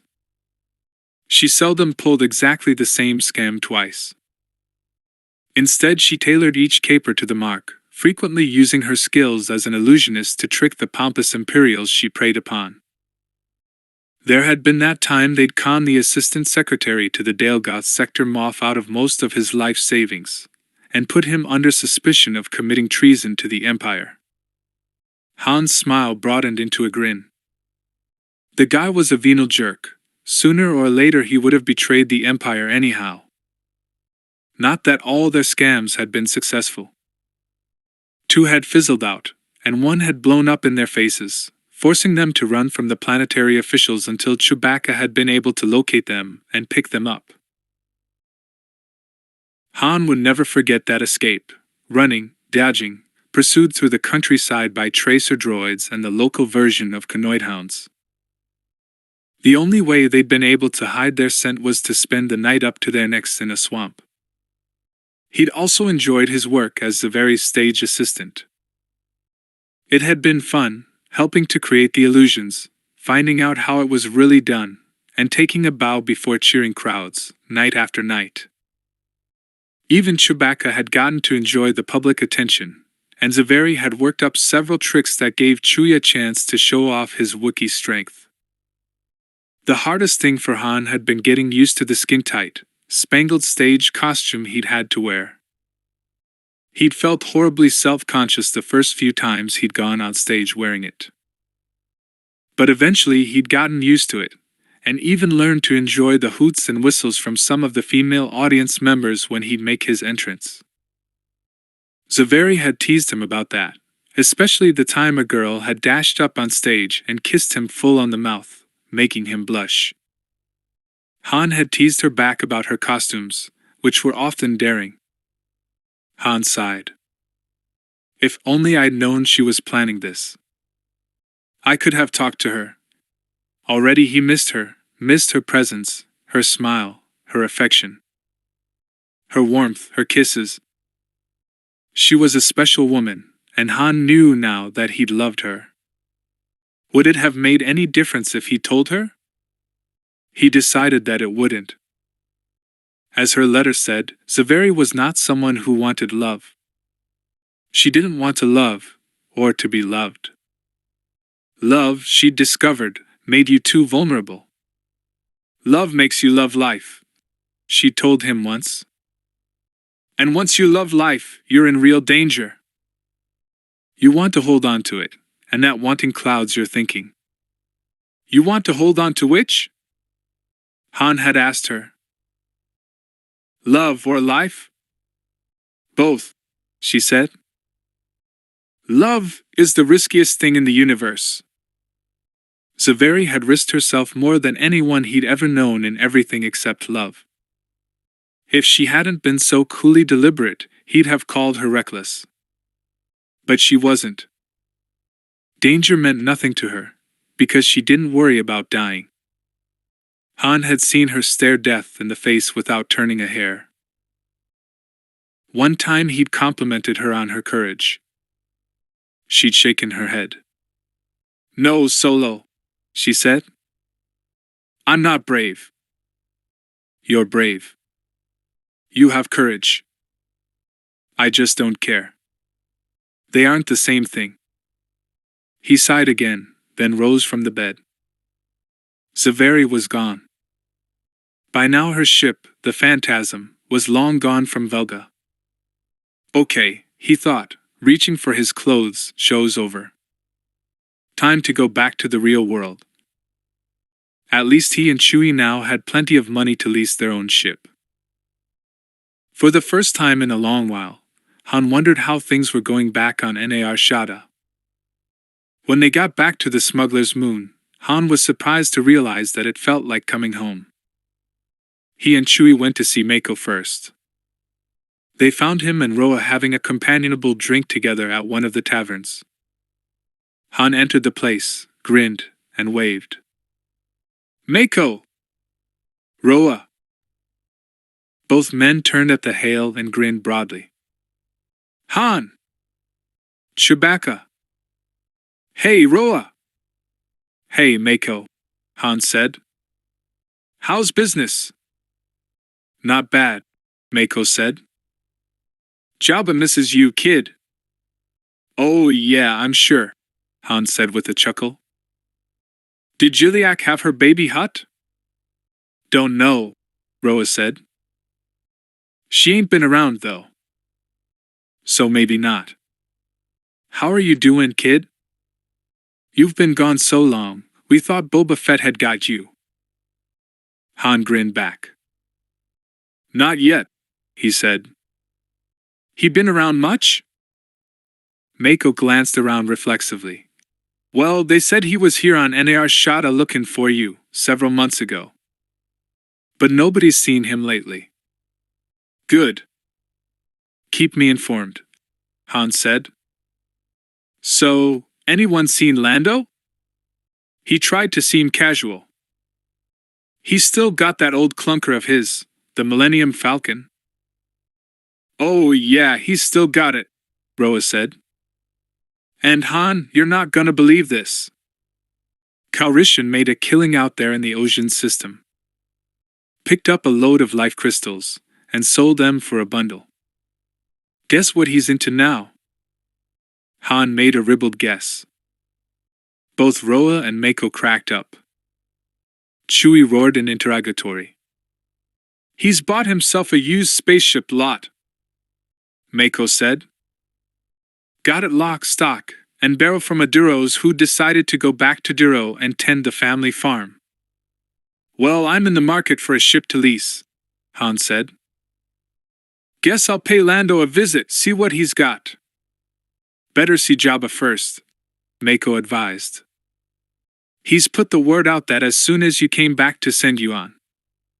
Han nodded. Okay. I'll do that. Where can I find Lando's place? They gave him the coordinates. With a cheerful wave, Han headed out of the tavern. He found that it was good to be back. The interval with Zaveri had been pleasant and profitable, but his real calling was smuggling, and he was eager to get back to it. Jabba was so pleased to see Han that he actually wriggled down off his dais and undulated toward the Corellian. Han, my boy! You've returned. Han nodded and decided not to bow. Jabba had obviously missed him. Hello, Jabba. Your Excellency. How's business? Jabba sighed theatrically. Business would be much better if only Besaidii would learn that they are not the only rightful destination for the credits in the galaxy. Han, I must admit that I have missed you. We lost the ship in the Maw, and it cost Desaligic dearly. We need you, Han. Well, this time you're going to have to pay me more, Jabba, Han said resolutely. Chewie and me are about to lease our own ship. That'll be better for both of us. You won't risk your ships, and I won't have to take less cause I'm flying your ship. Fine, Jabba said. That is fine, Han. But Jabba, I gotta tell you, Han said. There's still a bounty on my head. Teruans has got to have talked Besaidii into a pretty big one. Most of these bounty hunters I can deal with, no problem. But if I get any hints that Boba Fett is back on my trail, I ain't hanging around here. I'm gone. I'll operate out of Smuggler's Run. Even Fett isn't dedicated enough to head into the run. Han, lad! Jabba looked pained. We need you. Desaligic needs you. You're one of the best. Han grinned, liking the feeling of being on more equal footing with the Hutt Lord. Hey, Jabba, I'm the best, he said. And I'm gonna be proving it. Chewie roared. Jabba waved at the Wookiee. What did he say? He said we're the best, Han replied. He's right. Soon everyone is gonna know it. Han's next stop, as promised, was Lando's used shipyard. He and Chewie went straight to the office, where they found a small, multi-armed droid with a single ruby red eye in charge. Where's Lando? Han demanded.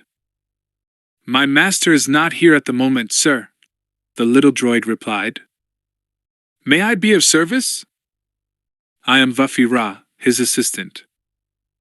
Han looked at Chewbacca, who rolled his blue eyes. I want to speak to Lando, Han said. Where is he? Out in the shipyard, Vuffy Ra replied. But, sir... Wait. Admittance to the shipyard is not permitted unless Master Calrissian has authorized it. Sir. Come back. Sir. Han kept on walking. Chewbacca, however, did stop. As the little droid approached him, arms flailing, he let loose with a snarl that swiftly built to a full-throated roar. Vuffy Ra stopped in his tracks so fast that he nearly fell over backward, then went scuttling off, calling, Master! Master! In a plaintive voice. Han found Lando out back, with the Falcon. He didn't know which one of them he was gladder to see. The Falcon was all in one piece, he was pleased to note. For once, the gambler wasn't his usual dapper self. Han was surprised to see that he was wearing greasy mechanic's coveralls, and his hands were filthy as he gripped a Hydra spanner. Lando! Han shouted. His friend turned around, and his handsome features lit up. Han, you old pirate!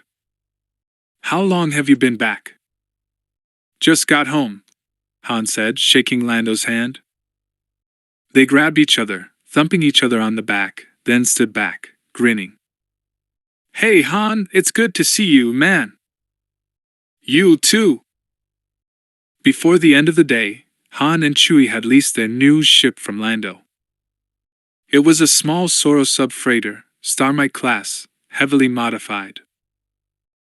The ship was about 2/3 the size of the Millennium Falcon, and had a blunt, rounded bow, thick, stubby wings, and a rounded, thick body that narrowed back to a flattened tail section.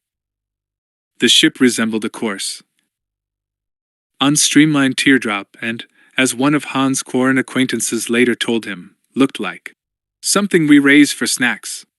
Each of the wings ended in a gun turret that held 2 fixed laser cannons, and the pilot also controlled a set of laser cannons mounted on the bow. Han christened her the Bria. Lord Uruk wishes to see you, Your Excellency, Ganner TOS, Teroenza's majordomo, said. He is waiting in your office. The High Priest tensed. I don't think I can take any more of his criticism, he thought, hoisting himself out of his resting sling resentfully. Lord Uruk and his offspring Durga had come for a special inspection tour of the Elysian operation 2 days ago. Teroenza had been proud to show them the progress they'd made, the new factories, the productive pilgrims, the steadily growing supply of valuable spice that they'd ship off-world. He'd even been able to show them the new cleared plot of land for the new colony, Colony 8. But the more Teroenza had shown the Hutt Lord, the more Uruk had nitpicked. The High Priest was beginning to feel a little desperate. Now, as he lumbered down the hallway of the administration building in Colony 1, Teroenza's mind was busy composing replies to any of the charges Uruk might fling at him. Production was up. The workers were efficient. They were exploring new exports, those Nalatree frogs, for example. Uruk had developed quite a taste for them during his visit. Kibik had introduced them to his uncle, insisting that Uruk had to try them. Durga had sampled them also, and had pronounced himself unimpressed, but Uruk had loved the ugly amphibians, and had commanded Teroenza to make sure he received a supply of live ones on every ship shuttling between Ilesia and Nal Huda. Teroenza entered his office, trying not to let his nervousness show. "I am here, Your Excellency," he said to Aruk.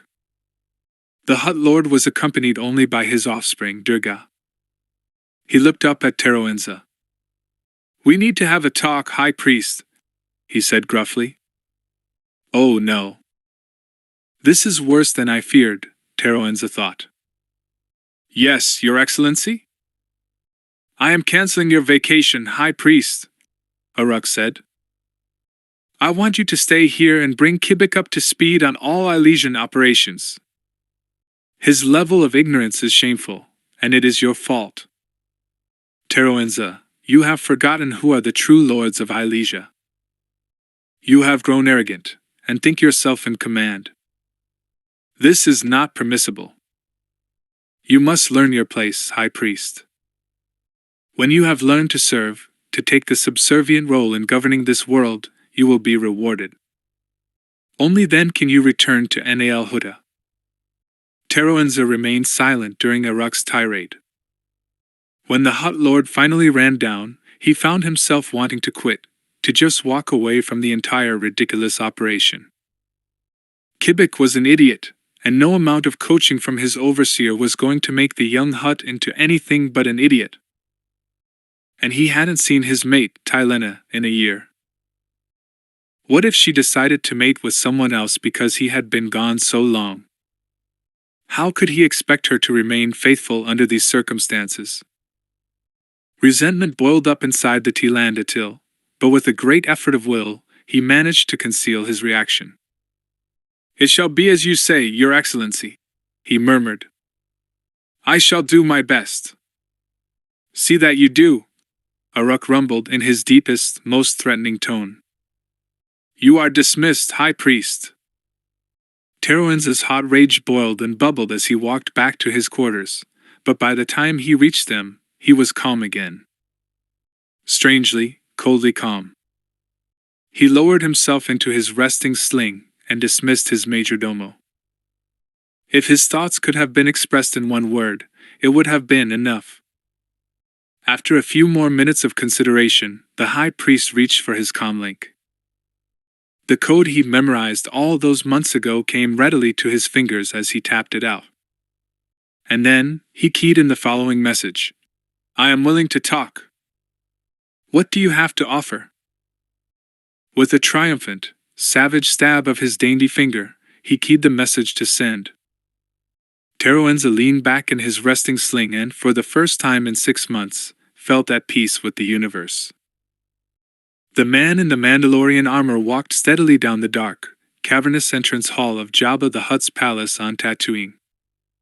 Once, years ago, the man had been a journeyman protector named Jaster Mariel. That had been before he killed a man and paid the price for his crime. Now he had no name save the one he had adopted for himself, Boba Fett. Over the past 10 years, he'd become the best known and most feared bounty hunter in the Empire. He was not an Imperial bounty hunter, though at times he worked for the Empire. He was not a guild bounty hunter, though he regularly took guild commissions and paid dues. No, Boba Fett was an independent bounty hunter. He set his own hours, selected his own commissions, and lived by his own rules. He paused midway down the stairs leading to Jabba's throne room to survey what lay before him. The huge chamber was dark, cavernous, filled with booming music. Everywhere bodies milled and swayed. Fett's gaze followed the movements of several of Jabba's humanoid dancing girls, admiring their lithe suppleness.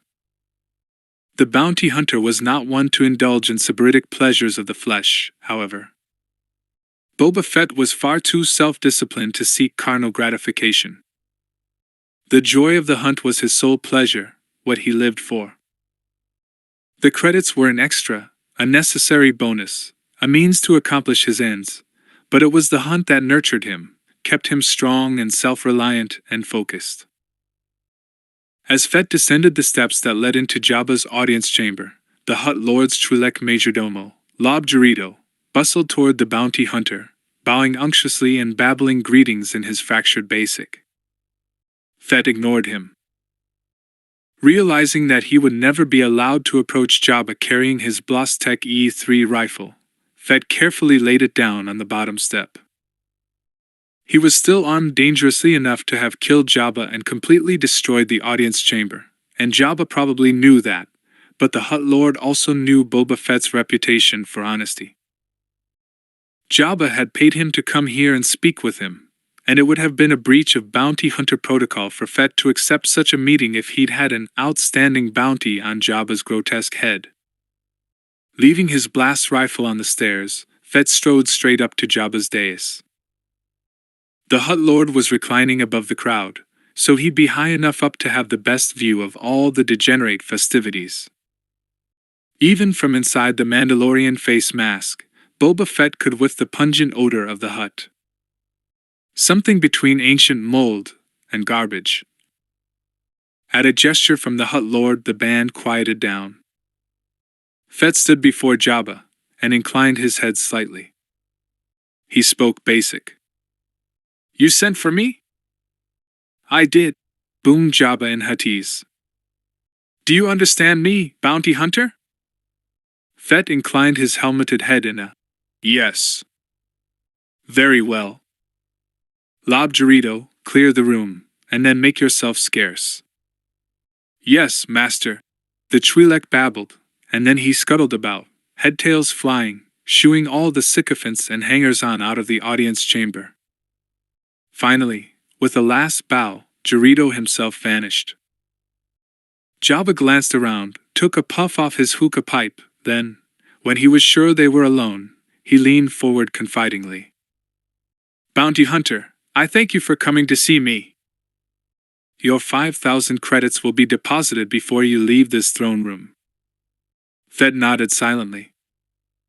"I have already spoken to the guild representative in this sector and arranged a generous endowment of the guild house," Jabba said. "However, he told me that you are not governed by the guild, though you sometimes take on guild commissions." "That's correct," Fett confirmed. He was becoming intrigued.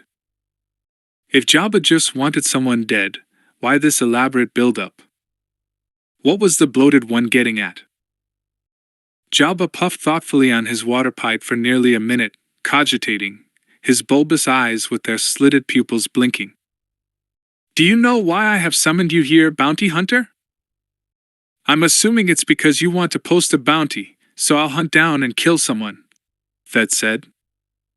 "That's why people contact me." "No," Jabba said. He put the hookah aside and stared levelly at Fett, obviously getting to the point. "I want to pay you to not kill someone." The macro-binocular viewplate that was built into Fett's Mandalorian helmet included infrared vision, plus motion and sound sensors. The bounty hunter could literally see Jabba tense and change color. This is important to him, Fett realized, surprised. Most Hutts were such phenomenally selfish beings that he never heard of one willing to stick his neck out for anyone. "State your offer," Fett said. "There is an outstanding bounty of 20,000 credits on a human who has proven very useful to me. I wish to pay you 25,000 to ignore that bounty until further notice." Fett had one word for Jabba. "Who?" "Han Solo. He's a good pilot, the best. He runs our spice on schedule, and the Imperials can never catch him. He's proven extremely valuable to TRILOGY. I'll pay you to stop hunting him."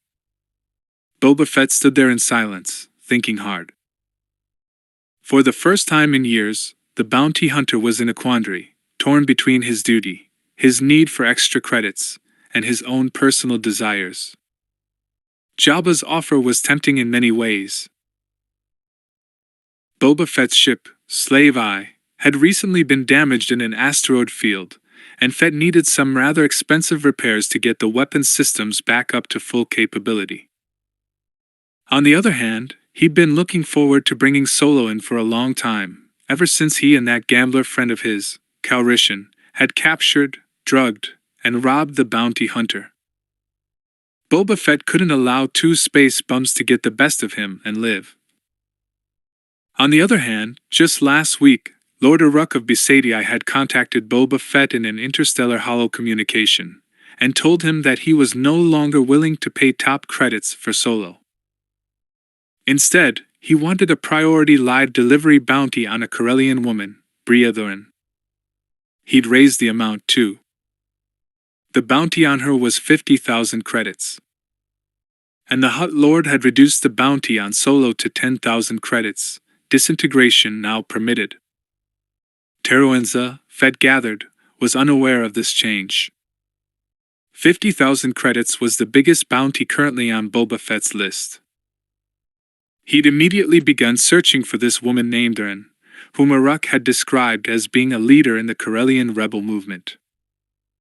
The Besatii Lord said she had led a raid to Ilesia to rescue slaves, and she was also suspected of leading several space raids to free slaves bound from Ilesia to the mines of Kessel. Fett had checked his sources, and traced the woman to Corellia, then to one of the Outer Rim sectors, but then she dropped out of sight completely. There was one possible lead linking her to a private yacht bound for Coruscant, but that was an unconfirmed rumor at this point.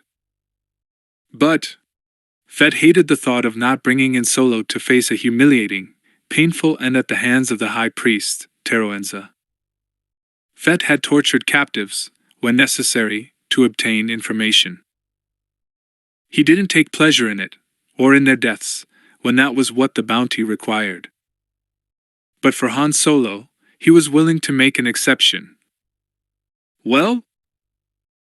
Jabba's deep voice boomed, startling Fett out of his reflections. What do you say, bounty hunter? Boba Fett thought fast, and finally arrived at a solution that was, he felt, the best under the circumstances. It allowed him to maintain his integrity as a bounty hunter, while also allowing him to do the practical thing. Very well, he said. I'll take the 25,000. Uruk wants me to pursue Thurin as a priority anyway, he told himself, so I'll be fulfilling the client's wish. And the bounty on the Thurin woman is 50,000, so when I've brought her in, I'll send Jabba back his 25, then hunt and kill Solo. Honor is satisfied, I'll have fulfilled my commissions, and gotten the chance to see Solo die. It was a good compromise, Fett decided. Everyone except Teroenza would be pleased, and officially, Boba Fett wasn't working for the High Priest, he was working for Lord Uruk. It was Uruk's bounty, and the Besatii Lord had made it clear that all he wanted was Solo dead. Simple and profitable. Fett was satisfied. Very well, Jabba boomed, obviously pleased. He made a note on a palm-sized datapad. A total of 30,000 credits has just been added to your account. Fett inclined his head in that not-quite bow. I'll show myself out, he said.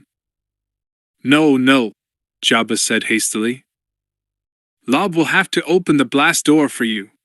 He pressed a button on his datapad, and the Twi'lek appeared seconds later, head-tails flying. Lob bowed repeatedly. Farewell, Fett, Jabba said. I shall keep you in mind for any further commissions TRILOGY has. Boba Fett did not reply, only turned and followed the majordomo out, stopping on the way to pick up his blast rifle. The blazing sands of Tatooine seemed doubly bright after the darkness of Jabba's throne room, but Boba Fett's Mandalorian helmet automatically filtered out the harmful rays, allowing him to see clearly. Boarding Slave Eye, he took off, checking his departure vector, swooping low over the scorching desert. Fett glanced down at those featureless expanses, those dunes that rippled, almost like the waves of an ocean. He'd rarely been to Tatooine, and he couldn't imagine ever returning. What a desolate place. He knew that there was supposed to be life in the deserts, but here, there was nothing. Just unmarked sand. But wait, what was that? Fett leaned closer to his viewscreen as slave eye swooped over a huge pit that yawned open at the bottom of a depression in the sand. Fett thought he saw something moving within the pit, spiky fronds or perhaps tentacles. Wonder what that thing is, he thought, sending slave eye soaring up into the atmosphere. Guess there is something living in that desert, after all. Moments later, the stark brownish world was far behind the bounty hunter, so distant it was not even a memory. 1 week after leasing the Bria from Lando, Han Solo was cursing the little freighter, himself, Lando, and the universe in general. "Chewie, old pal," Han said during a moment of uncompromising honesty. "I am an idiot for picking this ship. She's nothing but a pain in the ass." "HRRNNNNN," rumbled Chewie, in complete agreement. The Bria needed considerable work, they discovered from almost the very beginning.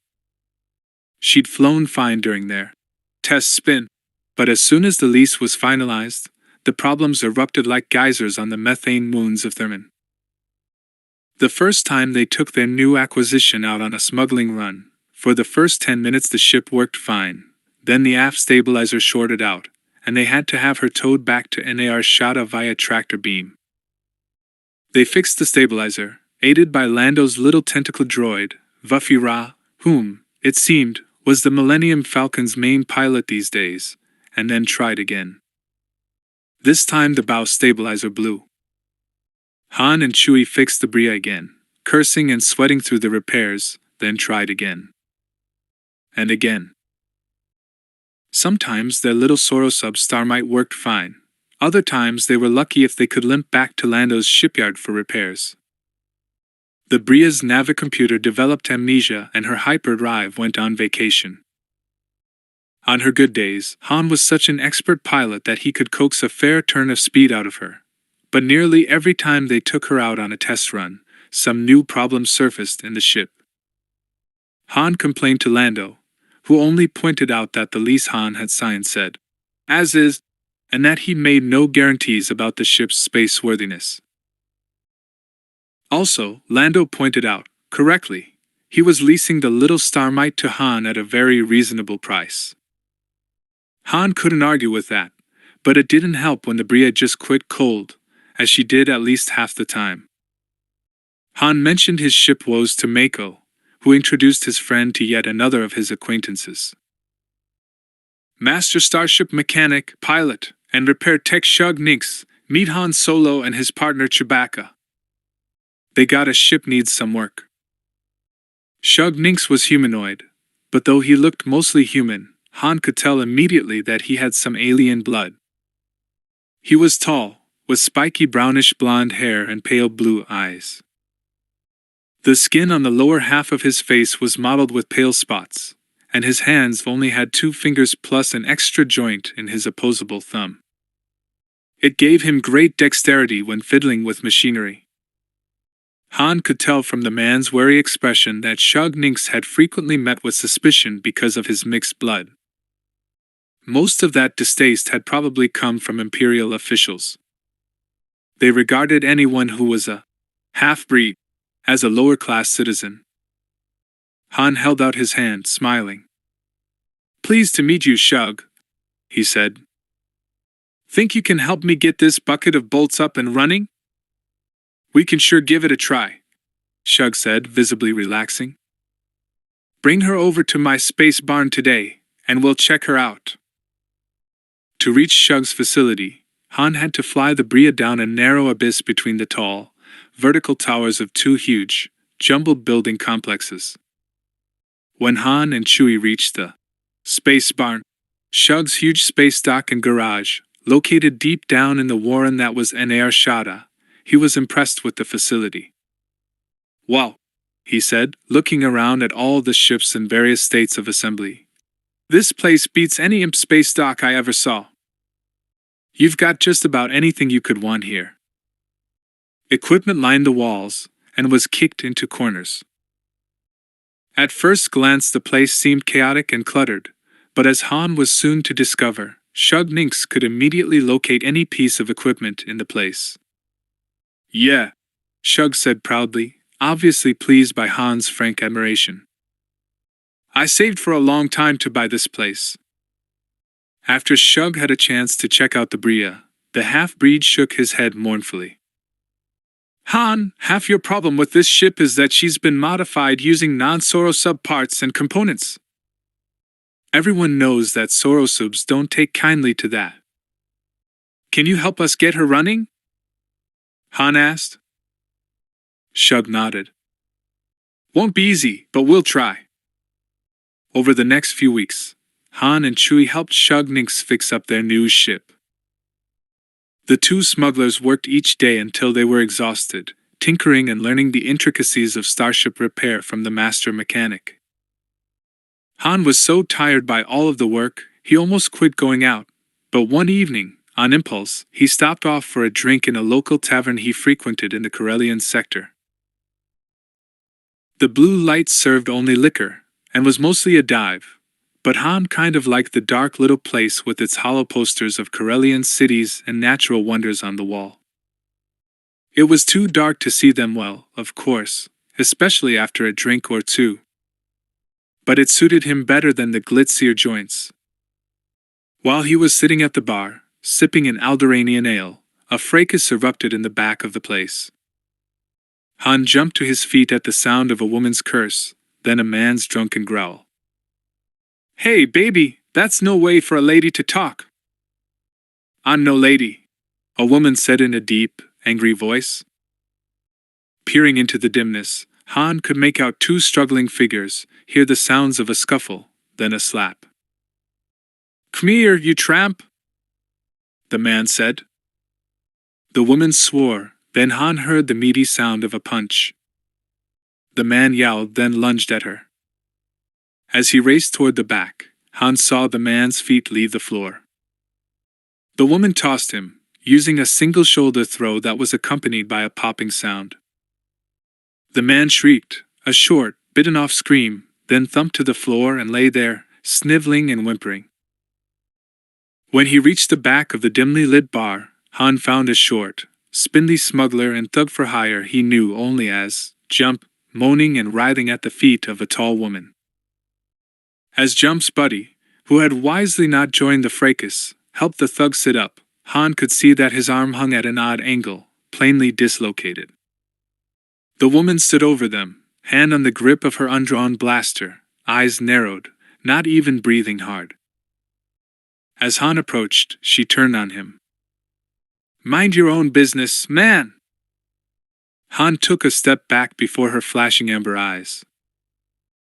She was as tall as he was, with skin the color of Lando's, and a wild frizz of black curls standing out from her head like a brillette's mane.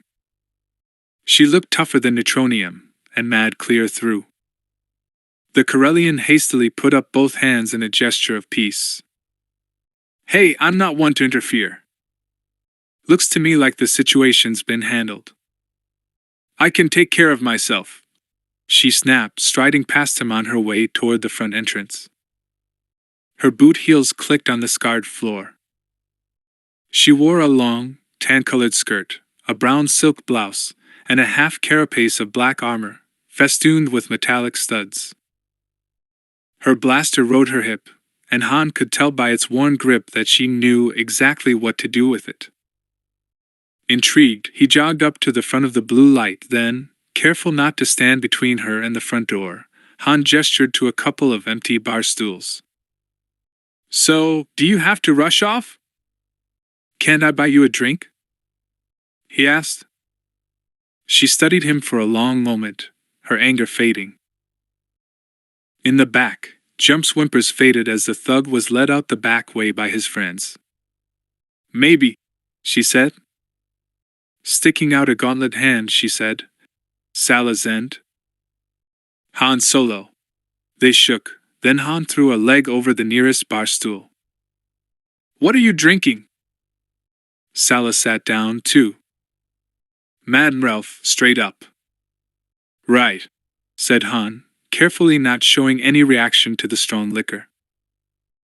He wouldn't have drunk Mad Ralph on a bet. Tales abounded of spacers who had gone on a Mad Ralph spree, and wound up in imp labor camps, or worse. They talked, and Han discovered that Sala was also a smuggler, newly come to Nar Shaddaa. "I've got a ship," she said. "The Rim Runner. But it needs some work. I've got some modifications I'd like to make." "Hey," Han said, "do I know a place for you? My ship's getting some work done too." The guy's a real wizard. Name of Shug Ninks. "I'm a pretty good mechanic myself," Sala said. "I'd like to meet your friend." "I'm going back to work on the Bria tomorrow morning," Han said. "If you like, why not meet me tomorrow, and we can go over to Shug's space barn together?" She gave him a measuring glance, then smiled, a slow, amused smile. "I've got a better idea," she said. "You come home with me tonight. Can you cook?" Han's eyes widened. "Well, talk about being direct." He smiled back at her, his slow, lopsided grin. He could tell that even Sala wasn't immune to its effects. Or maybe it was the drink. "Sure," he said. "One of my best friends was a cook." Sala laughed. "Hey, Solo, give a girl a break and turn off the charm. Want to break my heart?" "No," Han said, reaching out to touch the back of her hand with one finger. "I want to fix you dinner." "Sounds like a great plan to me. You like Trilodon steaks?" "Sure," she said lightly. "Rare."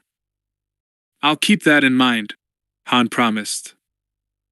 When they finished their drinks, they went out into the squalid Nar Shaddaa street. Sala hooked her arm through Han's. "I'm glad I found you. I burn water, so I don't even try cooking anymore. I love the prospect of a home-cooked dinner." Han smiled at her again, putting every bit of charm he possessed into it. "Dinner it is. Then maybe breakfast?" She laughed and shook her head. "You are a rogue, aren't you?" "I try," Han said modestly. "Well, don't push your luck, honey," she warned, smiling to let him know she wasn't offended. "I can take care of myself." Remembering how Sala had handled Jump, Han had to agree.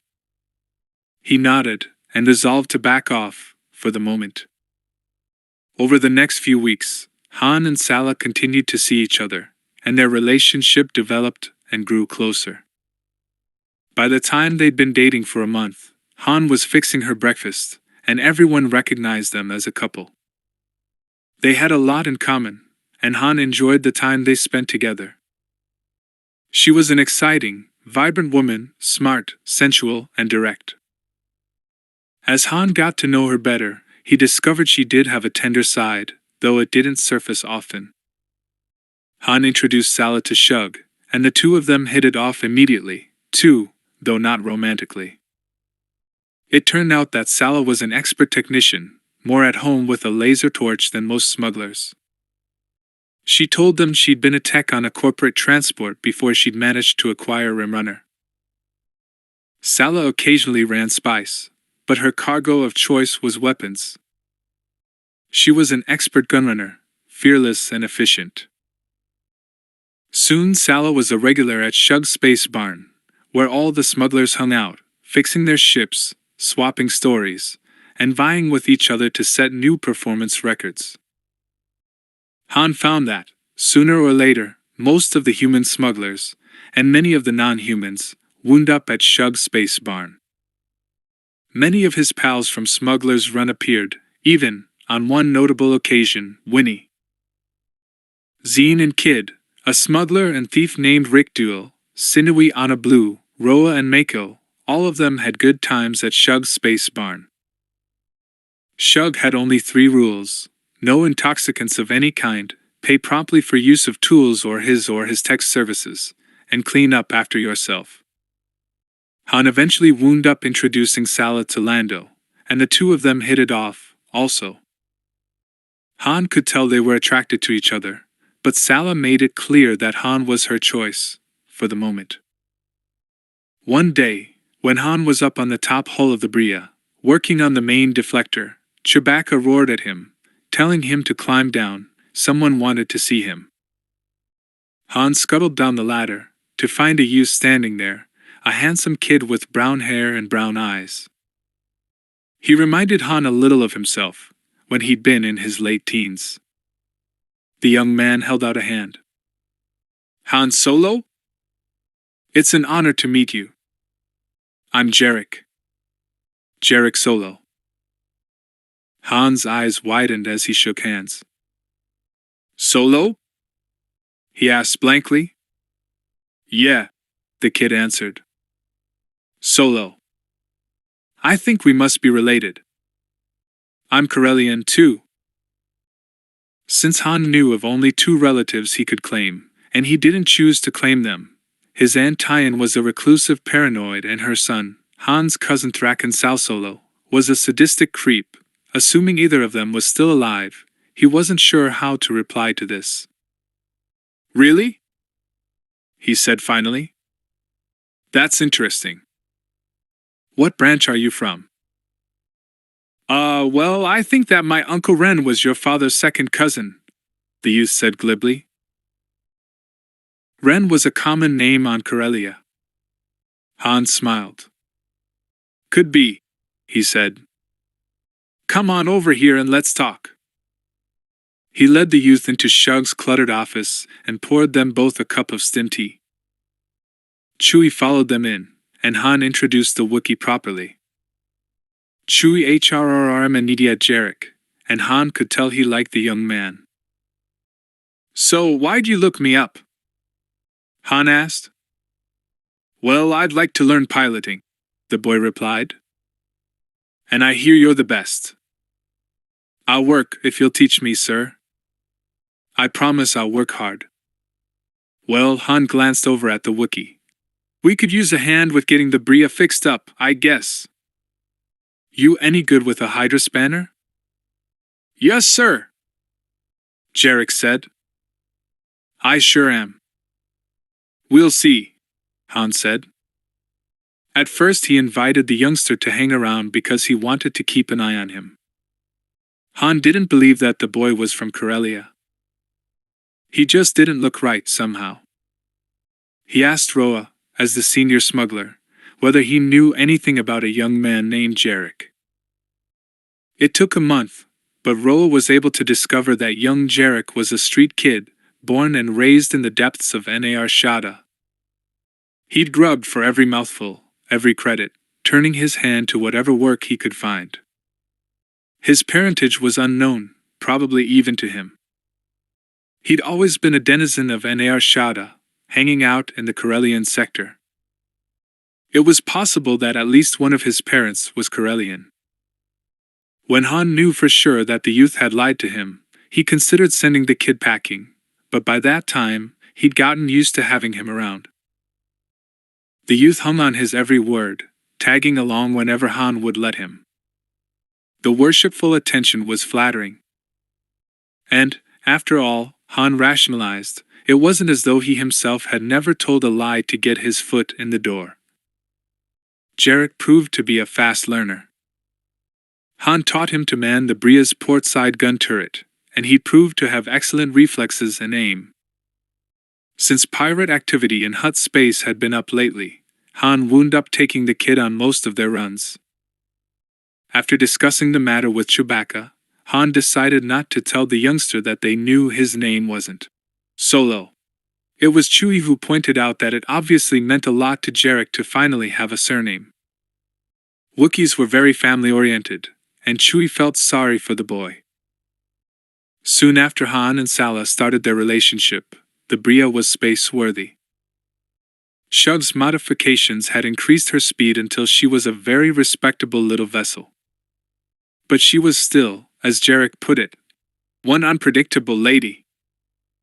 One run the Bria would perform perfectly, but the next, there seemed no end to the grief she gave Han, Chewie, and Jarek out in the space lanes.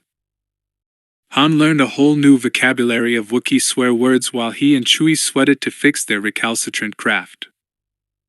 Once the sublight motivator burned out as they were skimming past the black hole clusters of the Maw. That was interesting. For a while, Han didn't believe they were ever going to make it back to Nar Shaddaa. If it hadn't been for Chewie's quick repair work and Han's piloting expertise, the freighter would have been sucked into a black hole. Han found them a new apartment, a bigger one, in a better part of the Corellian section. He was frequently not at home, staying over at Salah's place, so he allowed Jarek to spend the night so Chewbacca would have company. Life, Han reflected, when he had time to reflect, which wasn't often, was good. It had been at least 2 months since any bounty hunters had surfaced, and there hadn't been any sightings of Boba Fett. He and Chewie were earning a decent living, and they had a ship of their own.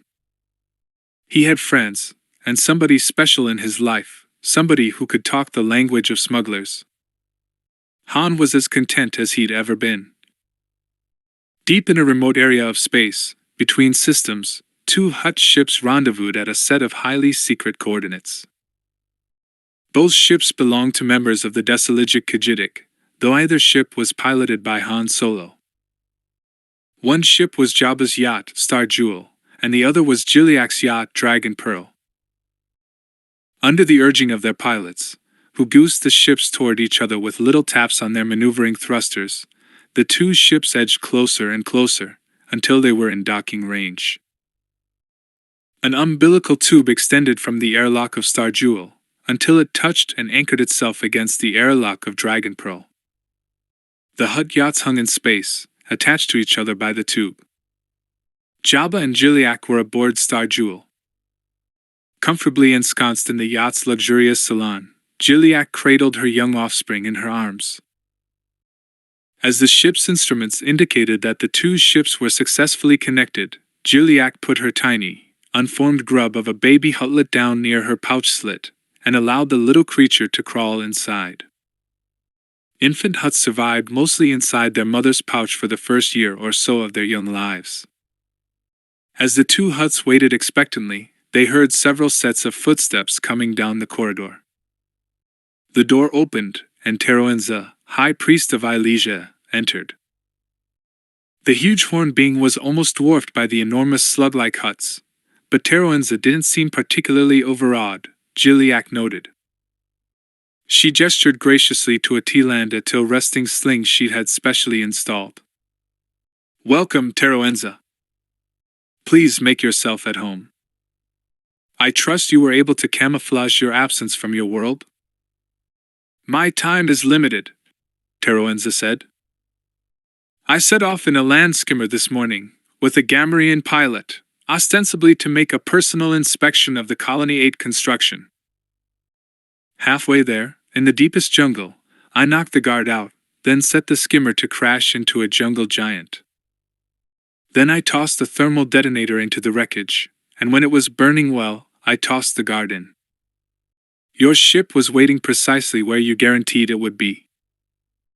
Tomorrow it can set me back in that area, and I shall suitably batter and dirty myself, then come staggering out of the jungle in time to meet one of the search parties. Aruk will suspect nothing." "Well done," Jiliak said. "But as you note, our time is limited. Let us get right down to business. Aruk has become a nuisance. A nuisance we would like to dispense with." Teroenza snorted. "No matter how high production is, he is dissatisfied. I have not seen my mate in over a year. He forbids me to take even a short visit home. And he has reduced the bounty on Han Solo, and altered it to a kill on sight, disintegration's okay bounty. He forbade me to raise it, even if I paid with my own credits. Said I was obsessed with Solo. When he did that, I could no longer support him.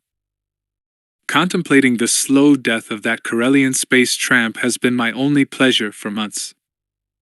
When I remember how the High Priest went on with his litany of grievances against Han Solo. Jabba and Gilliac looked at each other during Teroenza's tirade. Gilliac knew that Jabba had made some arrangement with Boba Fett so Solo could continue to work for them without fear of bounty hunters. However, that was not information Teroenza ever needed to know. Seconds later, Teroenza ran down. He bowed. "My apologies, Excellencies. As you said, to business. First, we need to determine a price for your assistance, Teroenza," Jabba pointed out. The T-Landa Till named a sum. Jabba and Gilliac glanced at each other. Neither spoke. After a couple of minutes, Teroenza named a second, significantly lower sum. This one, while high, was not unreasonable. Gilliac took a small crustacean from a tray near her resting dais, and contemplated it for several seconds. "Done," she said, then popped the treat into her mouth. "I want no one to suspect murder," she said matter-of-factly. "It must be subtle." "Subtle," Teroenza murmured, absently stroking his horn, which already looked as though it had been freshly oiled. "Not an armed attack, then?" "Far from it," Gilliac said. "Besadii security is second only to our own. Our troops would have to blast their way in, and the whole of Nal Hutt would know who started it. No armed attacks." "An accident?" Jabba wondered aloud. "Perhaps with his river barge?" "I understand Aruk enjoys his afternoon excursions. He often entertains on the river." "Possible," Gilliac said. "But such an accident is difficult to control. It might destroy Durga too, and I do not want Durga killed." "Why, Aunt?" "Durga is clever. He could be a possible threat to us," Jabba pointed out. Before Gilliac could respond, Teroenza did. Settling deeper into his resting sling, the high priest picked a pickled rough roach off a plate and sampled it. "Because," the T-Landa Till said thoughtfully, "Durga will have trouble controlling Besadii. There are many in the Khajiit who feel he is not fit to rule because of his birthmark. They say he is ill-marked, and thus ill-fated. Do away with Durga, and the Khajiit may well unite much more strongly behind the new leader." Gilliac inclined her head to Teroenza. "You reason like a Hutt priest," she said. Teroenza was gratified. "Thank you, Your Excellency." "No assault, no accident," Jabba muttered. "What then?" "I have a possible plan," Gilliac said. "A substance that Aruk can ingest. It has the advantage of being almost undetectable in the tissues.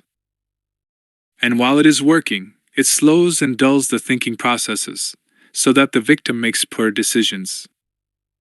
For Aruk to make poor decisions is to our benefit." "Agreed, Aunt," Jabba said. "But poison?" "We Hutts are extremely resistant to poisons. For one of us, even an old one like Aruk, to ingest enough poison to kill us would surely be noticed and remarked upon." Gilliac shook her massive head, a mannerism she'd picked up from humans. "Not the way I am thinking of it, nephew.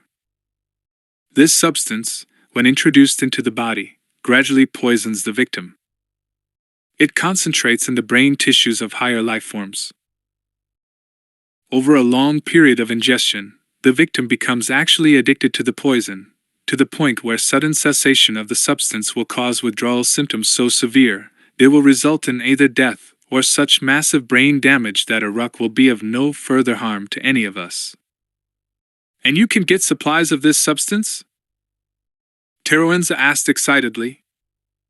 "It is extremely expensive and rare," Gilliac said. "But yes, I can procure sufficient quantities." "But how do we get him to take it?"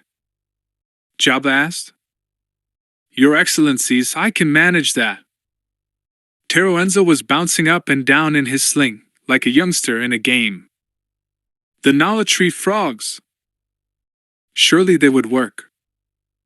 Explain, priest, Gilliac commanded.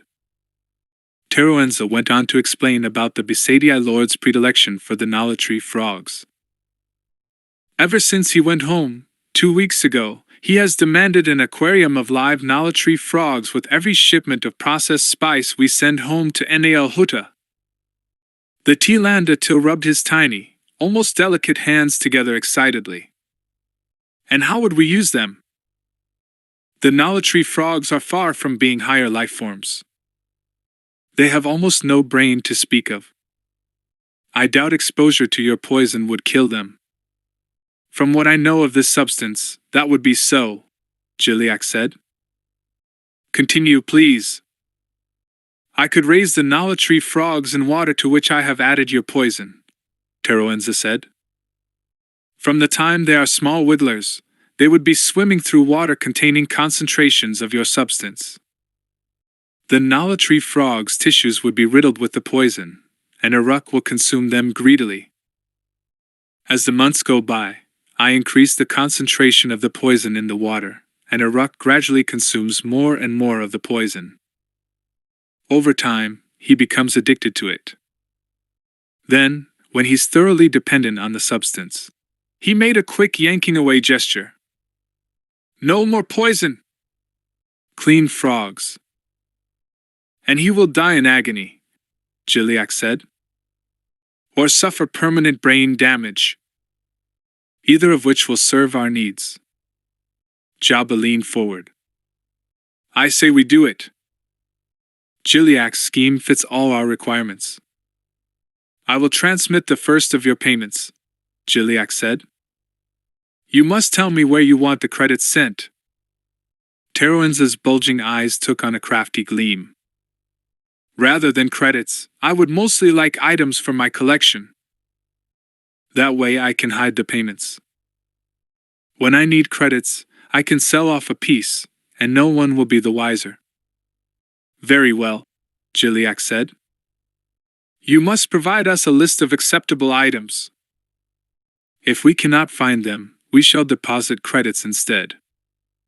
But we will try for the pieces for the collection. Excellent, said Teroenza. We have a deal. A toast, cried Jabba. To our alliance, and to Uruk's end. A toast, echoed Teroenza, raising an ornate cup.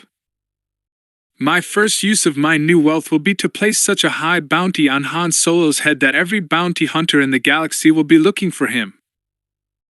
To the death of Uruk, Gilliac said, raising her cup. The death of Uruk, Jabba exclaimed. Teroenza hesitated for barely an instant, then said, with great resolution, the death of Uruk and of Solo. Together they drank. After Teroenza had left, to be spirited back to Ilesia aboard the Dragon Pearl, Jabba and Gilliac began planning their strategy. When Uruk was gone, they would gradually take over the Ilesian operation. One by one, they would eliminate key Besadii, until the decimated clan would fall into penury and obscurity. The thought made them extremely cheerful. Their good mood was broken, however, by Lobgerito, who appeared, wringing his hands. Your Excellencies, one of your operatives on Regolith Prime has just forwarded a vidcast to us. Most disturbing news from Imperial Center. The pilot has recorded it. If your Excellencies will turn on your holo projector. Concerned, Gilliac did so. The three-dimensional scene built before them, and the Hutts recognized their local moth, Sarn Child. This was obviously a formal press conference setting. Behind Child, they could see the familiar skyline of Imperial Center, the planet that used to be called Coruscant. Citizens of the Inner and Outer Rim territories, he said, his pale features beneath waxy dark hair set in grim lines, our exalted and wise Emperor has been forced to put down yet another insurrection in Imperial space. Vicious rebels, using weapons that have been traced to our sector, attacked an Imperial emplacement on Rampa 2, wounding and slaying a number of Imperial troops. The Emperor's reprisal has been immediate, and the rebels have been routed and captured. Many civilian lives were lost when the rebel butchers turned their weapons on innocent citizens.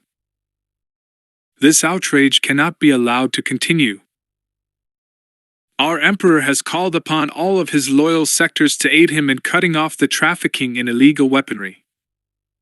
I am proud to say that I am responding to the Emperor's call in the most immediate and visceral terms.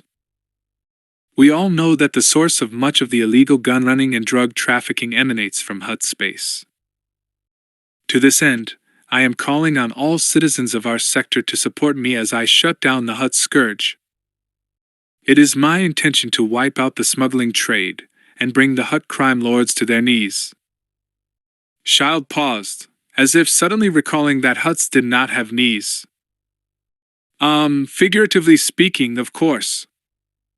He cleared his throat. To reach this goal, I am authorized to utilize deadly force. The Hutts will learn that they cannot flout imperial law with impunity. He raised a fist in a sweeping military gesture. Law and order will prevail once more in our territories. The hollow faded out on Child's ringing last words. Both Hutts looked at each other for a long moment. This is not good, Aunt, Jabba said finally. Not good at all, nephew, Jiliak agreed. She cursed softly. How can Child have found the courage to go against us? Obviously, he is now more afraid of Palpatine than he is of us, Jabba said. We shall have to teach him his error, Jiliak said slowly. We cannot allow Hutt to be governed by the Emperor and his wretched minions. Indeed not, Jabba agreed. Jiliak considered for a moment. However, as a compromise. Yes, Aunt? Perhaps we can reason with Child. Buy him off. Let him have Nar Shaddaa and the smugglers. We can always find more smugglers. Jabba licked his tongue over the edges of his lipless mouth, as though he tasted something particularly sweet. And I like the way you think. We must send Child a message, Jiliak decided. And gifts, expensive ones, so he will pay attention. You know how greedy he is. Surely he will see reason. Surely, Jabba agreed. But who will carry the message? Jiliak thought for a moment, then the corners of her huge, wide mouth turned up. I know just the sentient. Han Solo stood before Jiliak's dais, eyes wide. His mouth dropped open. You want me to what? Careful, Captain Solo, Jabba cautioned. You must address the Lady Jiliak with respect. Han ignored the Hutt Lord. But, he sputtered. That's crazy. That's like asking me to point a gun at my own head and pull the trigger. We all heard Child, how he was cracking down on smugglers. In case it's escaped your notice, your ladyship, I'm a smuggler. He jerked his thumb at his own chest. And if I walk into Sarn Child's place to give him your gifts and your message, that'll be the last free walk I ever take. No. I ain't doing it. Inwardly he was a little surprised at his own temerity in speaking to the powerful Hutt leaders in such a manner, but Jiliak's calm request had roused his temper. Just who did the Hutts think they were, anyhow? Captain Solo. Jiliak did not take umbrage at Han's words or tone. Calm yourself. We will provide you with new clothing, the best of faked IDs, and one of our own courier vessels.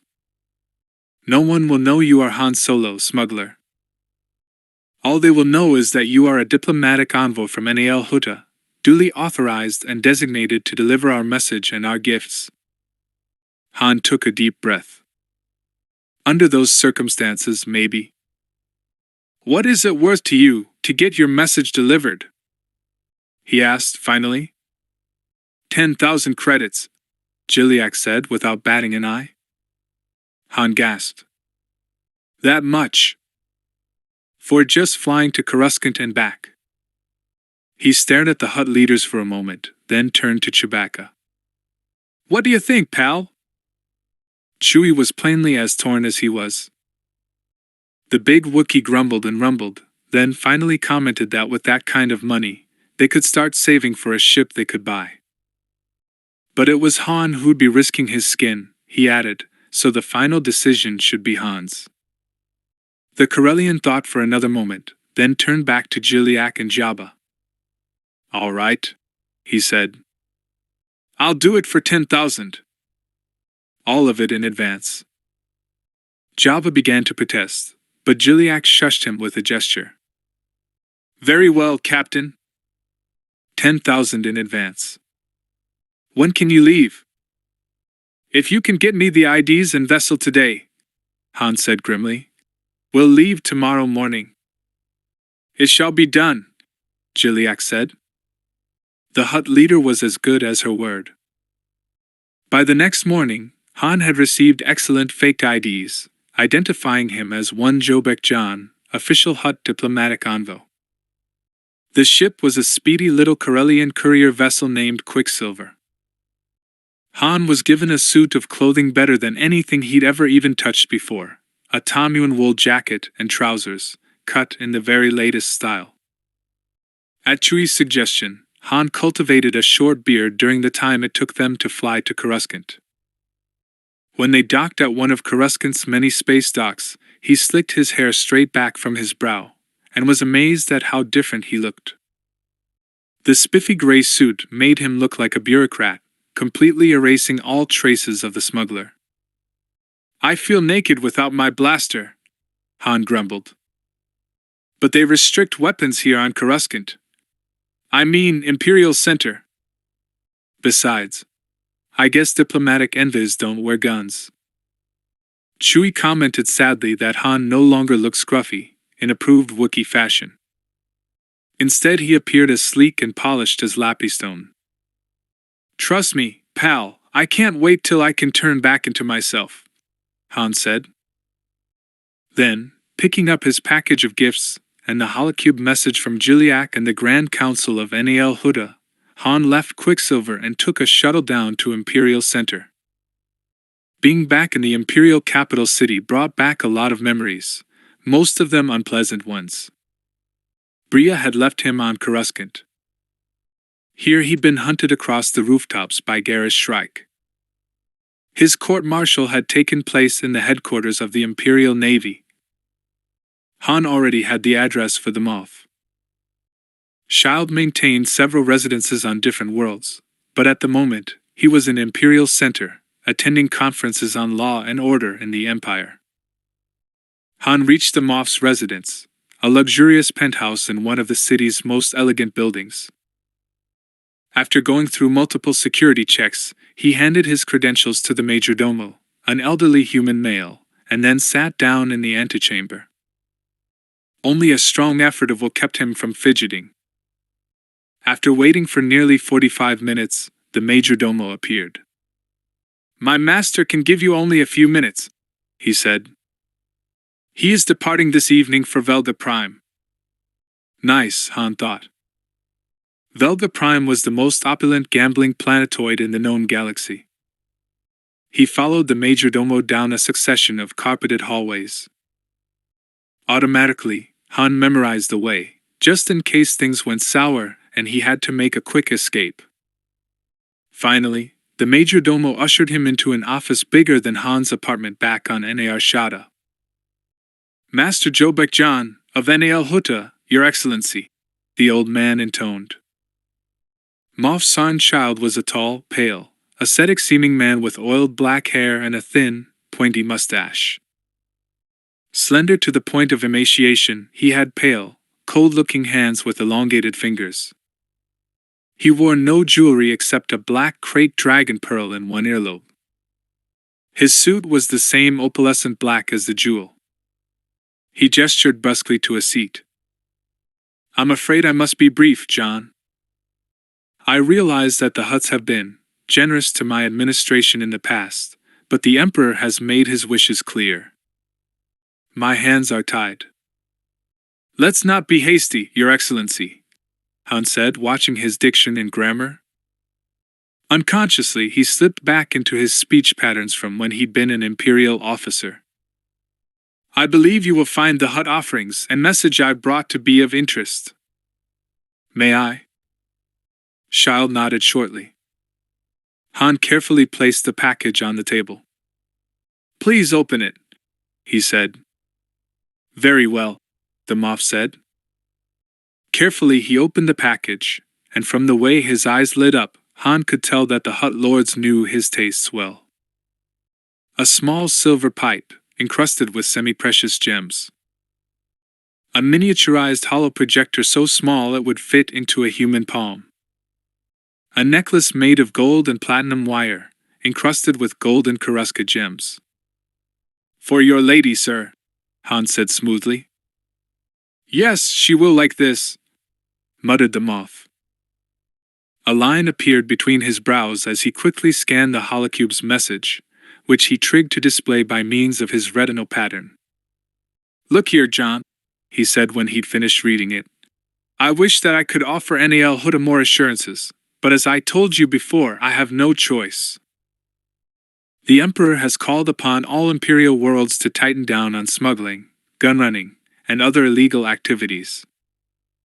My sector contains Hutt space, and unfortunately the Hutt reputation for dishonesty is so well known that I cannot possibly cover for them. I will, however, promise Nal Hutt no armed reprisals if they cooperate. Cooperate in what way?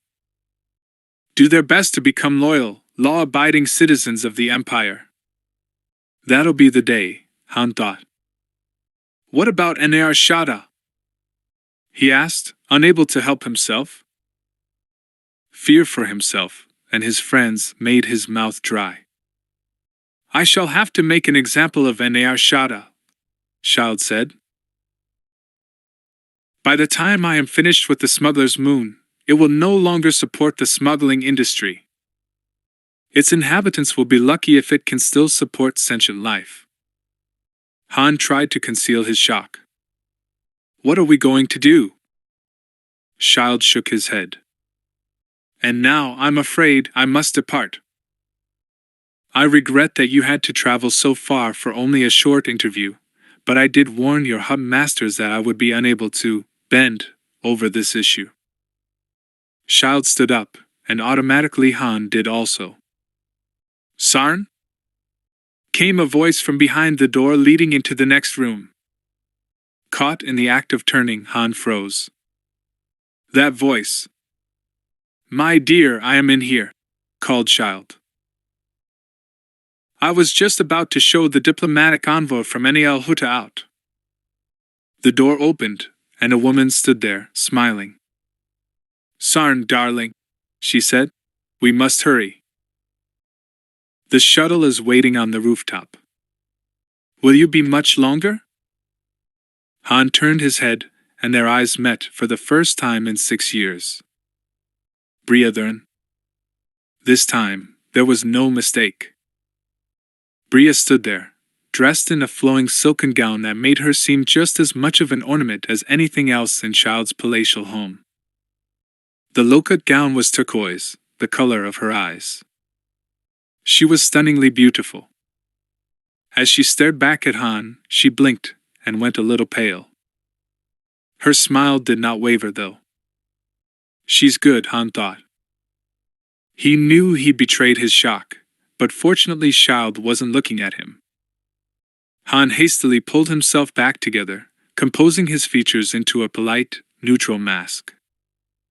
Child gestured at Bria.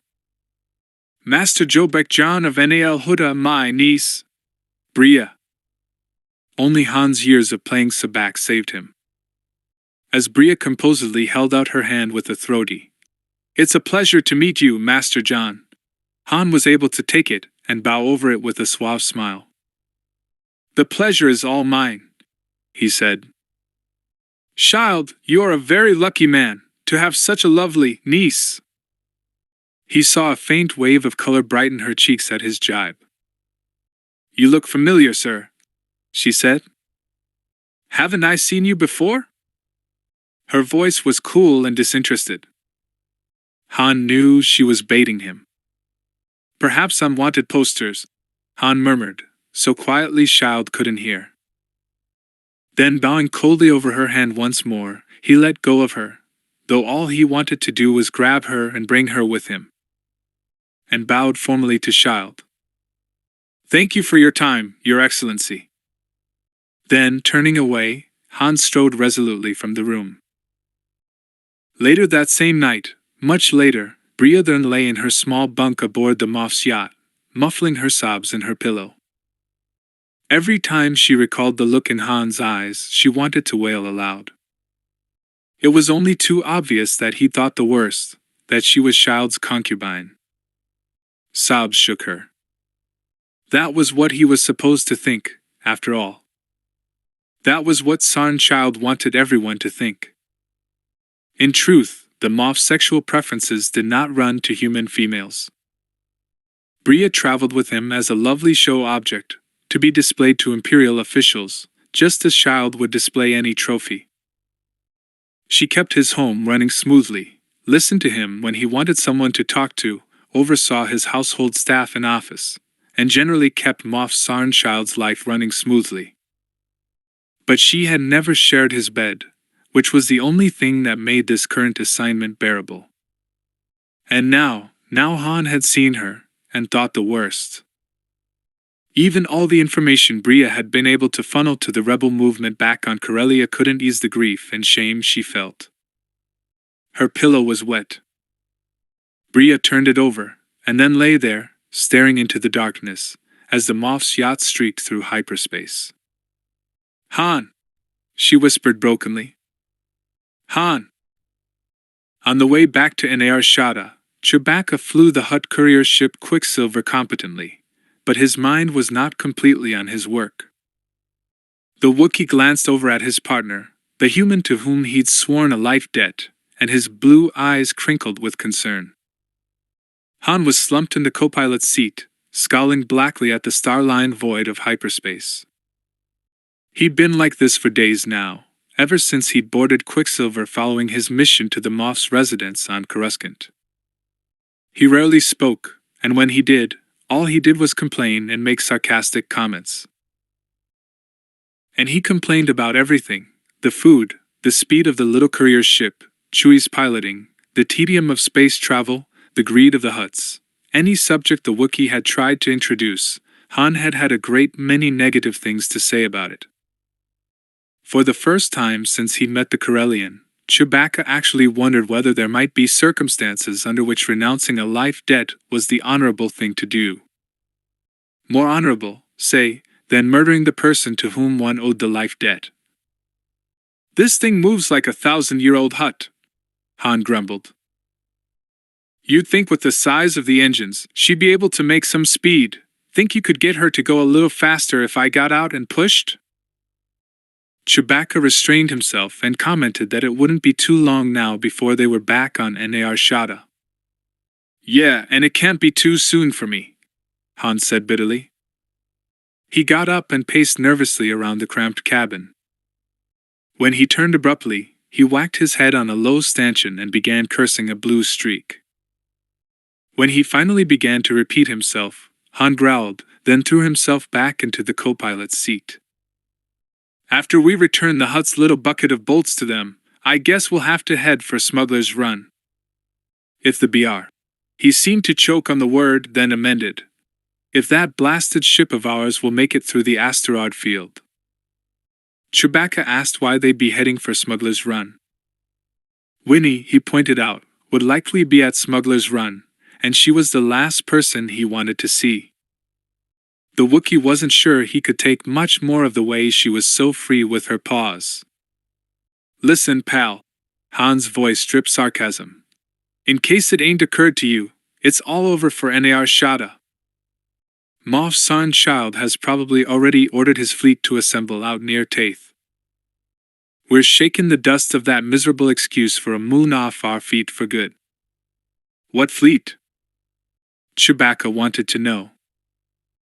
Oh, each Imperial Moff has his own discretionary peacekeeping squadron, Han said, propping his boots on the console, not bothering to look before he plunked them down.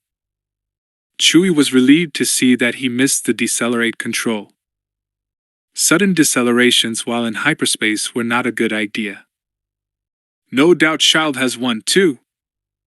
His fleet's probably not the best, but it'll be more than enough for the mission. Chewbacca was confused. Why wouldn't the Moff's fleet be the best available? Oh, it's just the way things go in the Imperial Navy. Since Hutt space is out here in the Rim, far from civilization, that is, Coruscant, I'd bet San Child got stuck with all the older ships and weaponry, while all the newest, best stuff went to Rampa 1 and Rampa 2. Rampa 1? Chewie asked. He'd thought only Rampa 2 had experienced an uprising. Yeah, well, when the citizens of Rampa 1 heard about what was going on, they rose up too, Han said. For all the good it's gonna do him. Chewie commented that he hated the empire that had enslaved him, and wished he could help bring it down. Han snorted. Hey pal, don't hold your breath. Palpatine's got more weapons and starships than he knows what to do with.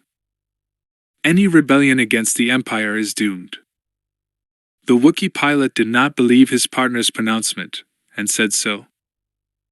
It made sense to him that at some point the Imperial worlds, tired of Palpatine's iron fist, would unite and rebel. Han shook his head sourly. Never happened, Chewie. And if it did, they'd be doomed. Just like Nar Shaddaa is doomed. Chewie commented that it wasn't the Wookiee way to run away from a fight. Didn't Han want to fight back against the Imperial fleet? He was certain that the smugglers were much better pilots, and certainly better shots, than the Imperials. Maybe they could defeat the Imperial attack. Han laughed out loud at the suggestion. Annoyed, Chewie's lips skinned back from his teeth, and he snarled at his human partner.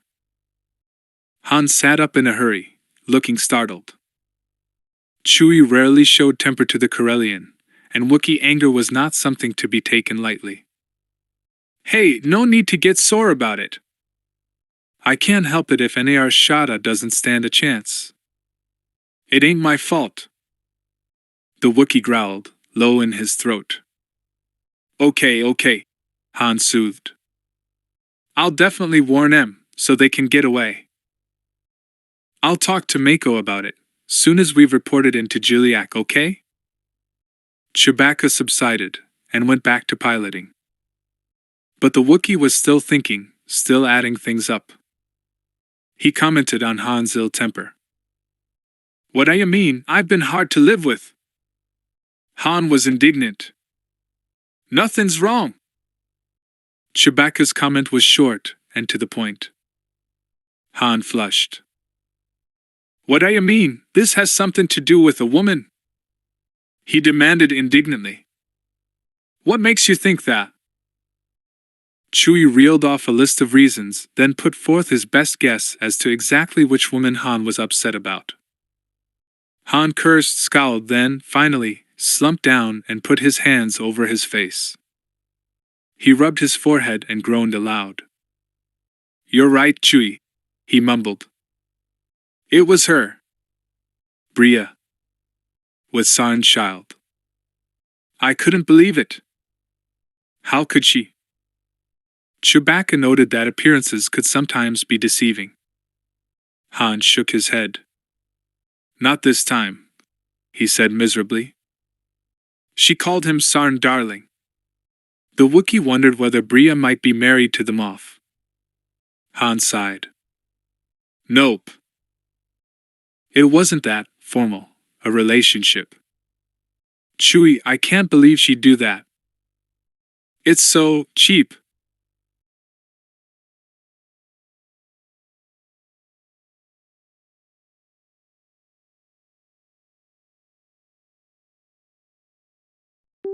Maybe there were extenuating circumstances in Bria's case, too. Han tried to smile. Thanks, pal. I wish I could say I thought you were right. But he shook his head and subsided into silence. It was a very silent flight back to the landing platform on Nar Shaddaa. Han and Chewie reported to Jiliak and Jabba the moment they returned to Nar Shaddaa. The Hutts were not pleased to hear that Sarnchild was no longer in their pay. "We shall have to do some investigating about this fleet and the situation," Jiliak said. "Come back in 2 hours, Captain Solo." Han shrugged and agreed. He had his 10,000 credits. He checked his balance before he'd left Nar Shaddaa. So he was willing to do the Hutt's bidding for a little while longer. Besides, in 2 hours, he'd be able to find Mako and pass along the warning to the older smuggler. Mako was even more upset than Jiliak and Jabba when he heard the situation. "Keep this quiet, Han," he said softly, staring out across the awnings and walkways of Nar Shaddaa.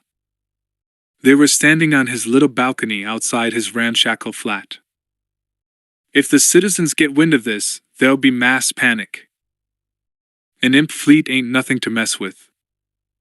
But with enough warning, maybe they could evacuate," Han began, only to break off at Mako's quick headshake. "Not a chance, kid. Too many of them don't have anywhere else to go. Take that Jarek Solo kid who's been riding with you and Chewie. He's a rat from the deep down streets, born and raised, not that anyone likely raised him, here on Nar Shaddaa. There's millions like him, Han. And if the imps are out to teach Nar Shaddaa a lesson, then a whole lot of people are gonna die." Han was considerably sobered by his talk with Mako. He hadn't thought of it in those terms before. He realized how lucky he and Chewbacca were, to be able to climb aboard their ship and fly away from the danger.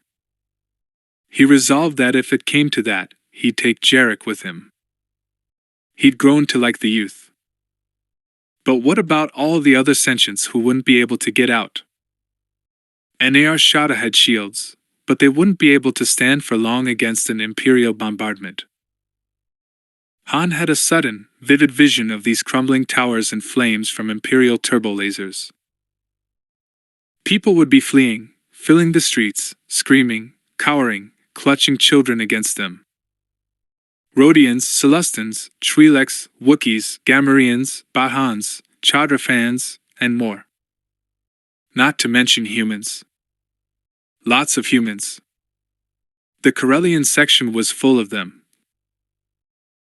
Han reported back to Jiliak's audience chamber in a very troubled frame of mind. The Hutt leader fixed him with a somber gaze. "What you have said is true. We checked our sources on Taith, and the Moff has indeed ordered his discretionary fleet to assemble there.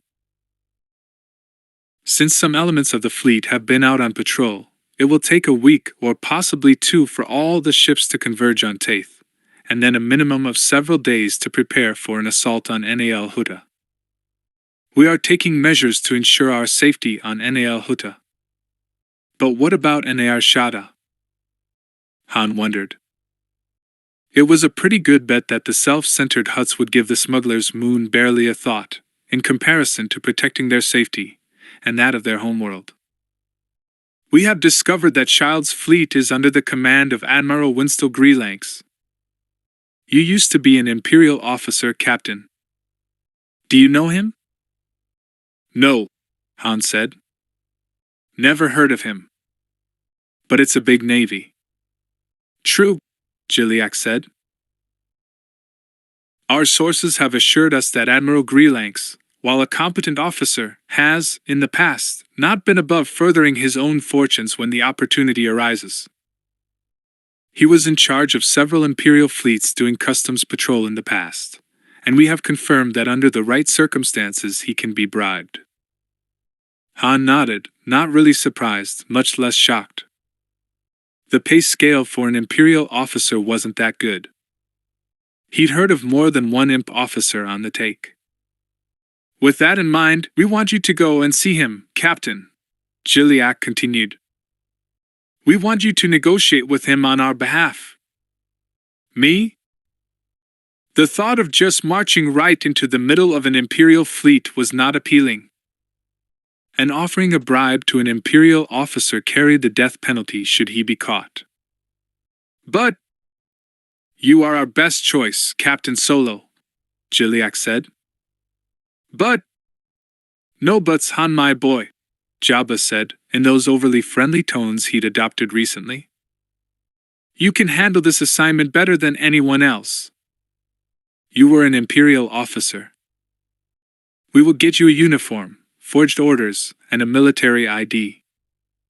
You can get in to speak with Greelanx. Take him a small gift from us. You speak his language, Han. You can talk to him in terms he will understand. Credits are what he'll understand, Han said. Lots of them. We have been delegated to act on behalf of all Nal Hutt, Jiliak said. Money is no object to ensuring the Admiral's cooperation. But, Han was thinking fast, you can't expect him to not attack. The Moff would notice he hadn't fulfilled his orders. They'd court-martial him. And then they'd send an even bigger fleet to wipe us out. And the next admiral they appoint may not be amenable to our persuasions, Jiliak said, nodding her massive head in agreement. That is why we want Admiral Greelanx to stay in command. But there must be some way for us to ensure an Imperial defeat. Han frowned. The entire thrust of his education at the Imperial Academy had been on ensuring victory for the Empire. I don't know, he said uncertainly. Couldn't we pay the Admiral to put his ships in the wrong positions, so they're not able to fire properly, or something of the kind? Jiliak asked. We Hutts are not military-minded sentients, Captain. What kinds of things would bring about the result we want? An Imperial defeat, without it being obvious that we paid Greelanx off. Well, Han thought hard. Maybe he'll sell us his battle plan. With that in hand, we could create a defense that would put all of our ships in just the right spot to, maybe, defeat the Imperial fleet. Maybe. Especially if Greelanx had been paid to cut and run as soon as he could justify a withdrawal.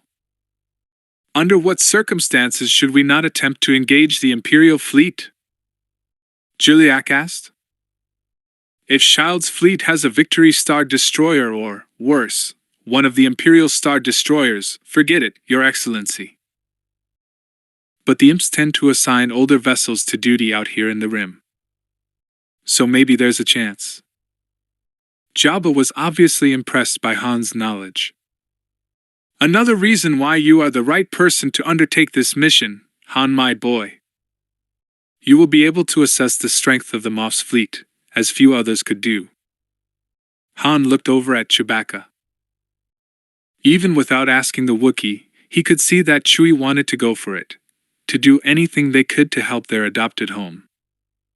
Han thought about Shug's space barn, and all the good times he'd had there with his friends.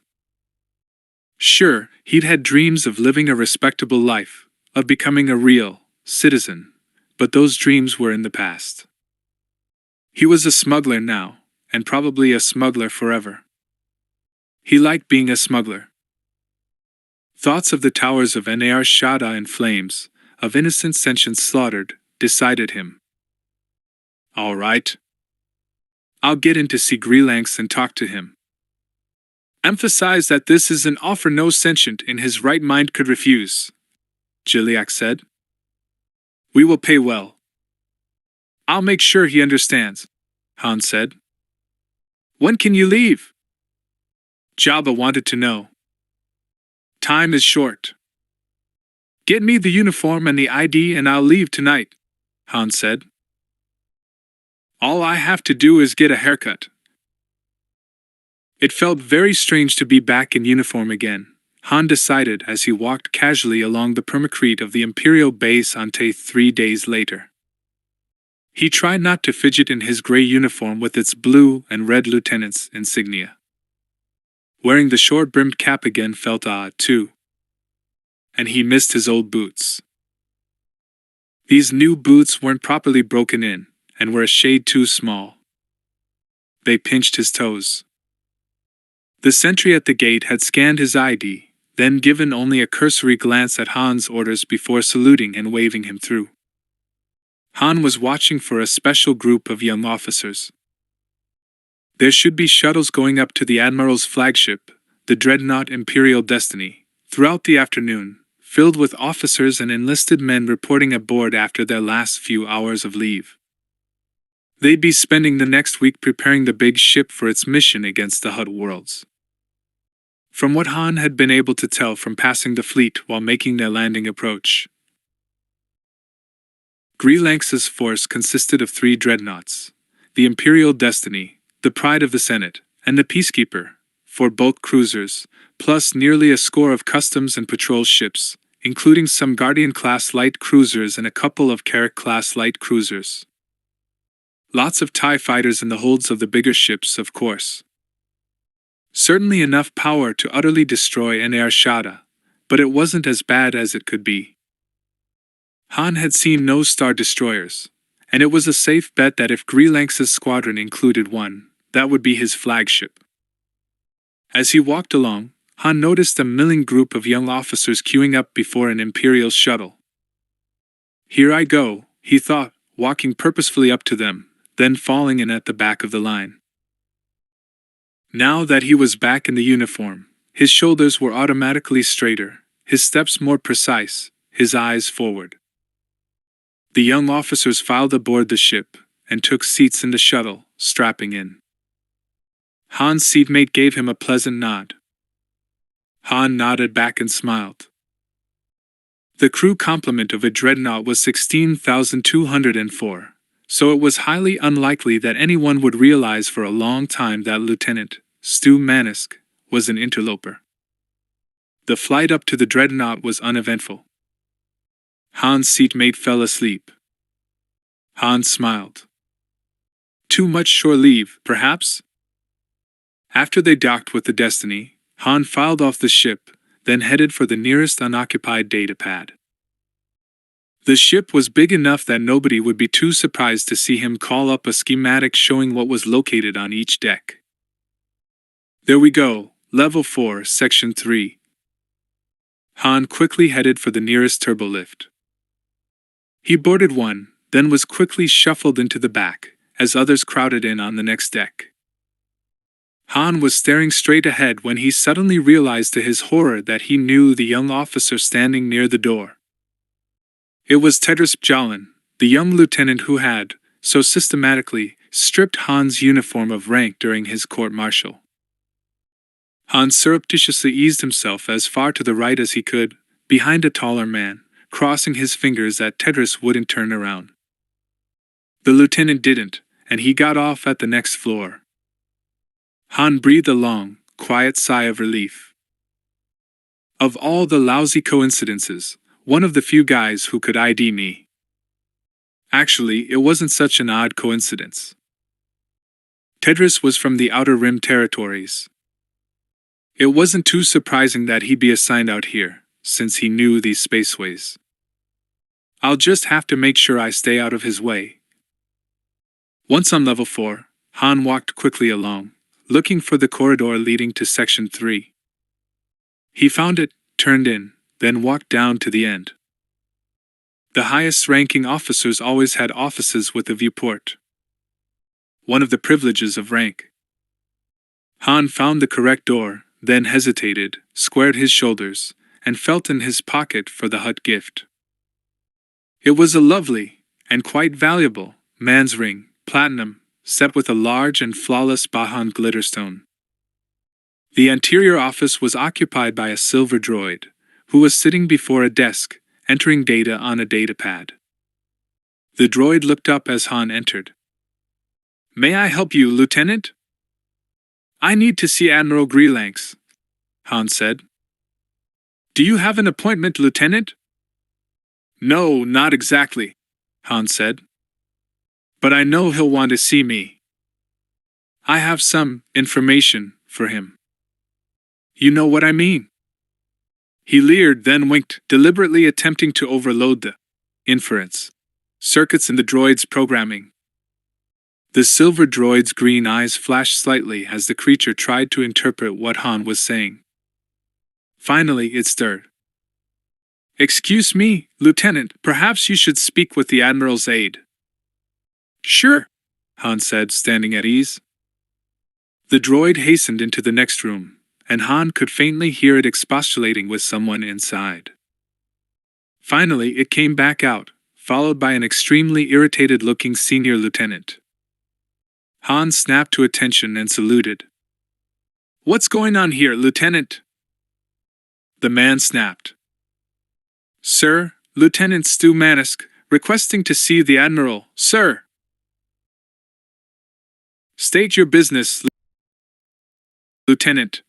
The man, whose name badge identified him as Colonel Fallon, ordered. "Sir, I have a message for the Admiral." "It's a personal message, sir." Han was taking a calculated risk that Greelanx was as morally corrupt as many of the high-ranking Imperial officers he'd encountered. If the man took bribes, then there was a good chance that he was far from being an ascetic type where the ladies were concerned.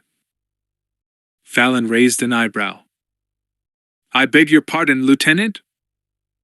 Han sensed that he was being tested, and didn't change expression. "Sir, she told me to give the message only to the Admiral, sir." "She?" Fallon's voice fell until he was whispering. "You mean Melissa?" Han allowed his eyes to widen and gambled. "Sir, this message is from Lady Greelanx," he said in shocked tones. "Who is Melissa?" If Melissa is Lady Greelanx's name, I'm done for, he thought. But his luck held. Senior Lieutenant Fallon's eyes went wide. "Lady Greelanx, but of course." "I meant her, I just slip of the tongue. Melissa is my wife. I just slip of the tongue, I assure you. I was just thinking of her. Wait just a moment." Fallon bustled inside, and Han allowed himself a smug smile. Pure sabacc, he thought. It had been a fairly safe bet that good old Admiral Greelanx had a mistress or two on the side. Moments later he was in the Admiral's large inner office, with its tasteful furnishings and viewport that allowed the Admiral to admire his squadron as they hung in orbit. Greelanx was a stocky man of medium height, with thinning gray hair and a small, squarish mustache. He was standing behind his desk when Han entered, looking somewhat alarmed. "Lieutenant? You bring a message from my wife?" Han took a deep breath and said, "Sir, what I have to convey can only be said in utter privacy, sir." Greelanx studied him for a moment, then beckoned Han closer and slapped a control beneath his desk. "Privacy screen on, and jamming activated," he said. "Now, tell me what this is all about." Han held out the ring. "Admiral, I bring you a gift from the Hutt Lords of Hutt. They want a deal." Greelanx's eyes lit up at the sight of the valuable piece of jewelry, but he did not touch it. "I see," he said. "I can't say I'm surprised either. The slugs don't want to have their comfortable, crime-ridden lives disturbed, eh?" Han nodded. "That's about the size of it, Admiral. And they are willing to pay well for the privilege. We're talking all the Lords of Hutt here. They are prepared to be very generous." Greelanx finally allowed himself to pick up the ring and examine it, then he slipped it onto his finger. It fitted perfectly. "Suits you very well, sir," Han said. "Yes, it does," Greelanx agreed. He toyed with the ring, sliding it back and forth thoughtfully. "I must admit, I find the Hutt offer tempting," he said finally. "Especially since I plan to retire next year. It would be nice to have a chance to augment my pension." "I quite agree, sir. But my orders are clear, and I cannot go against them," Greelanx said, slipping the ring off and holding it out toward Han. "I'm afraid we cannot do business, young man." Han tensed, but made himself stay calm. He could tell Greelanx was really tempted.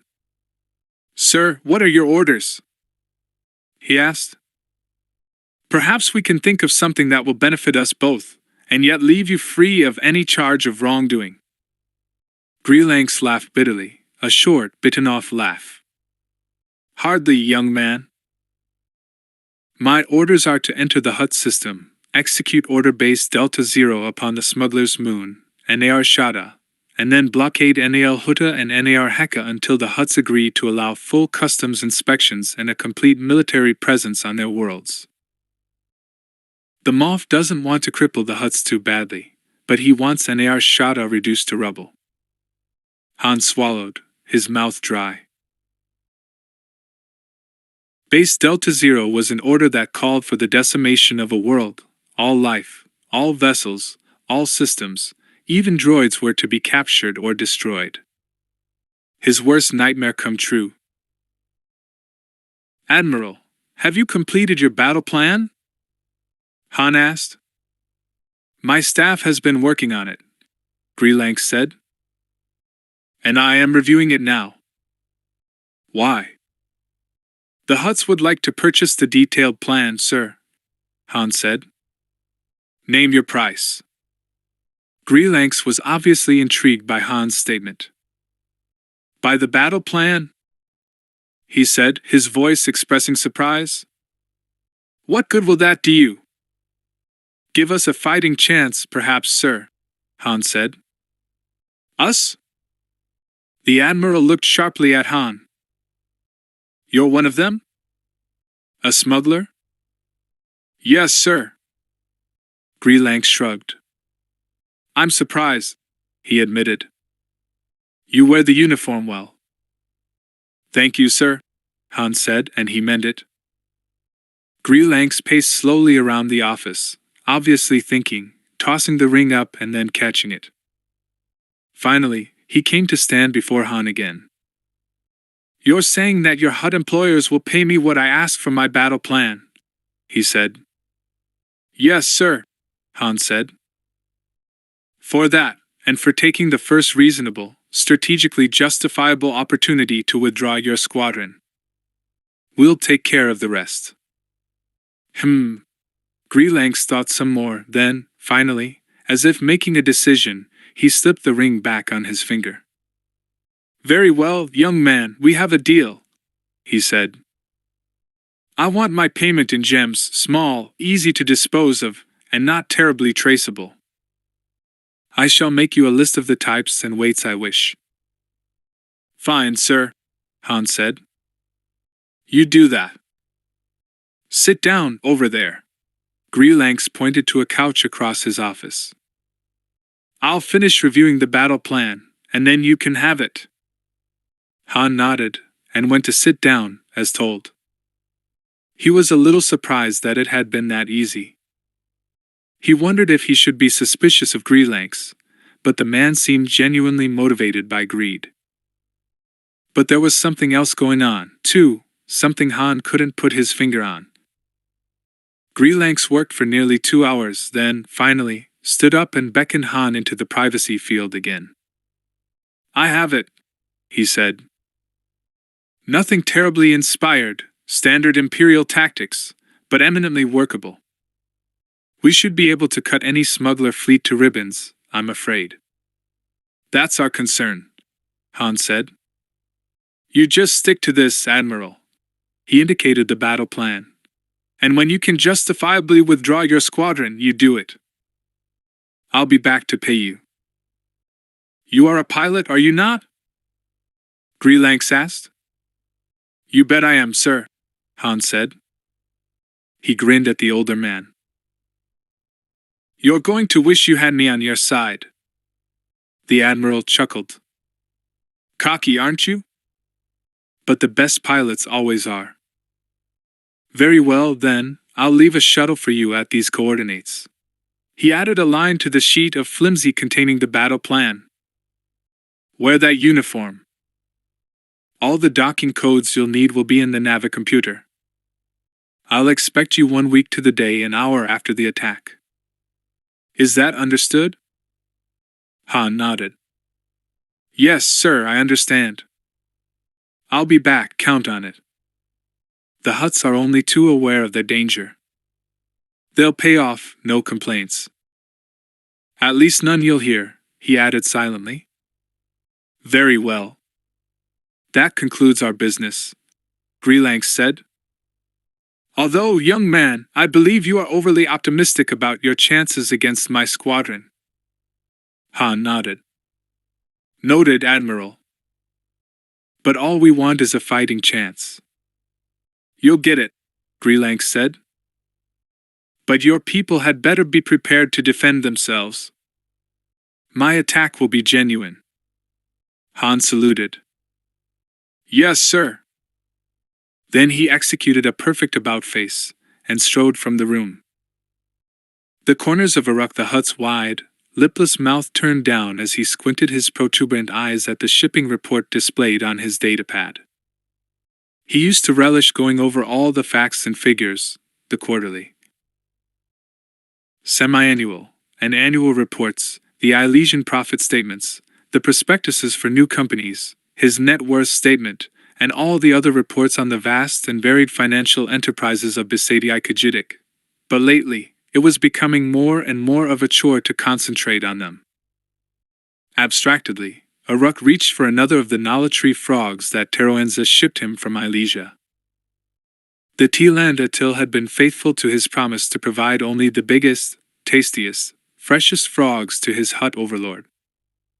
Uruk's hand closed around the Nala-tree frog. The terrified creature squirmed wildly in the Hutt lord's grip. Opening his mouth, Uruk tossed the wriggling morsel in, then rolled it around on his tongue, savoring its frenzied struggles for a long minute or two before finally swallowing the thing whole. Delicious, Uruk thought with a contented sigh. He frowned again at the datapad. These reports could wait. Perhaps he'd take a nap, though he knew he really shouldn't. His physician and the med droids had both insisted that he get more exercise. Every day that he didn't get off his sled and wriggle around under his own power, they complained and lectured. Every time he ate rich food, or smoked his hookah, they fussed, insisting that he was endangering his cardiovascular system. Uruk knew they were right, that his circulation was sluggish. He could tell because the greenish patches on his leather hide had darkened.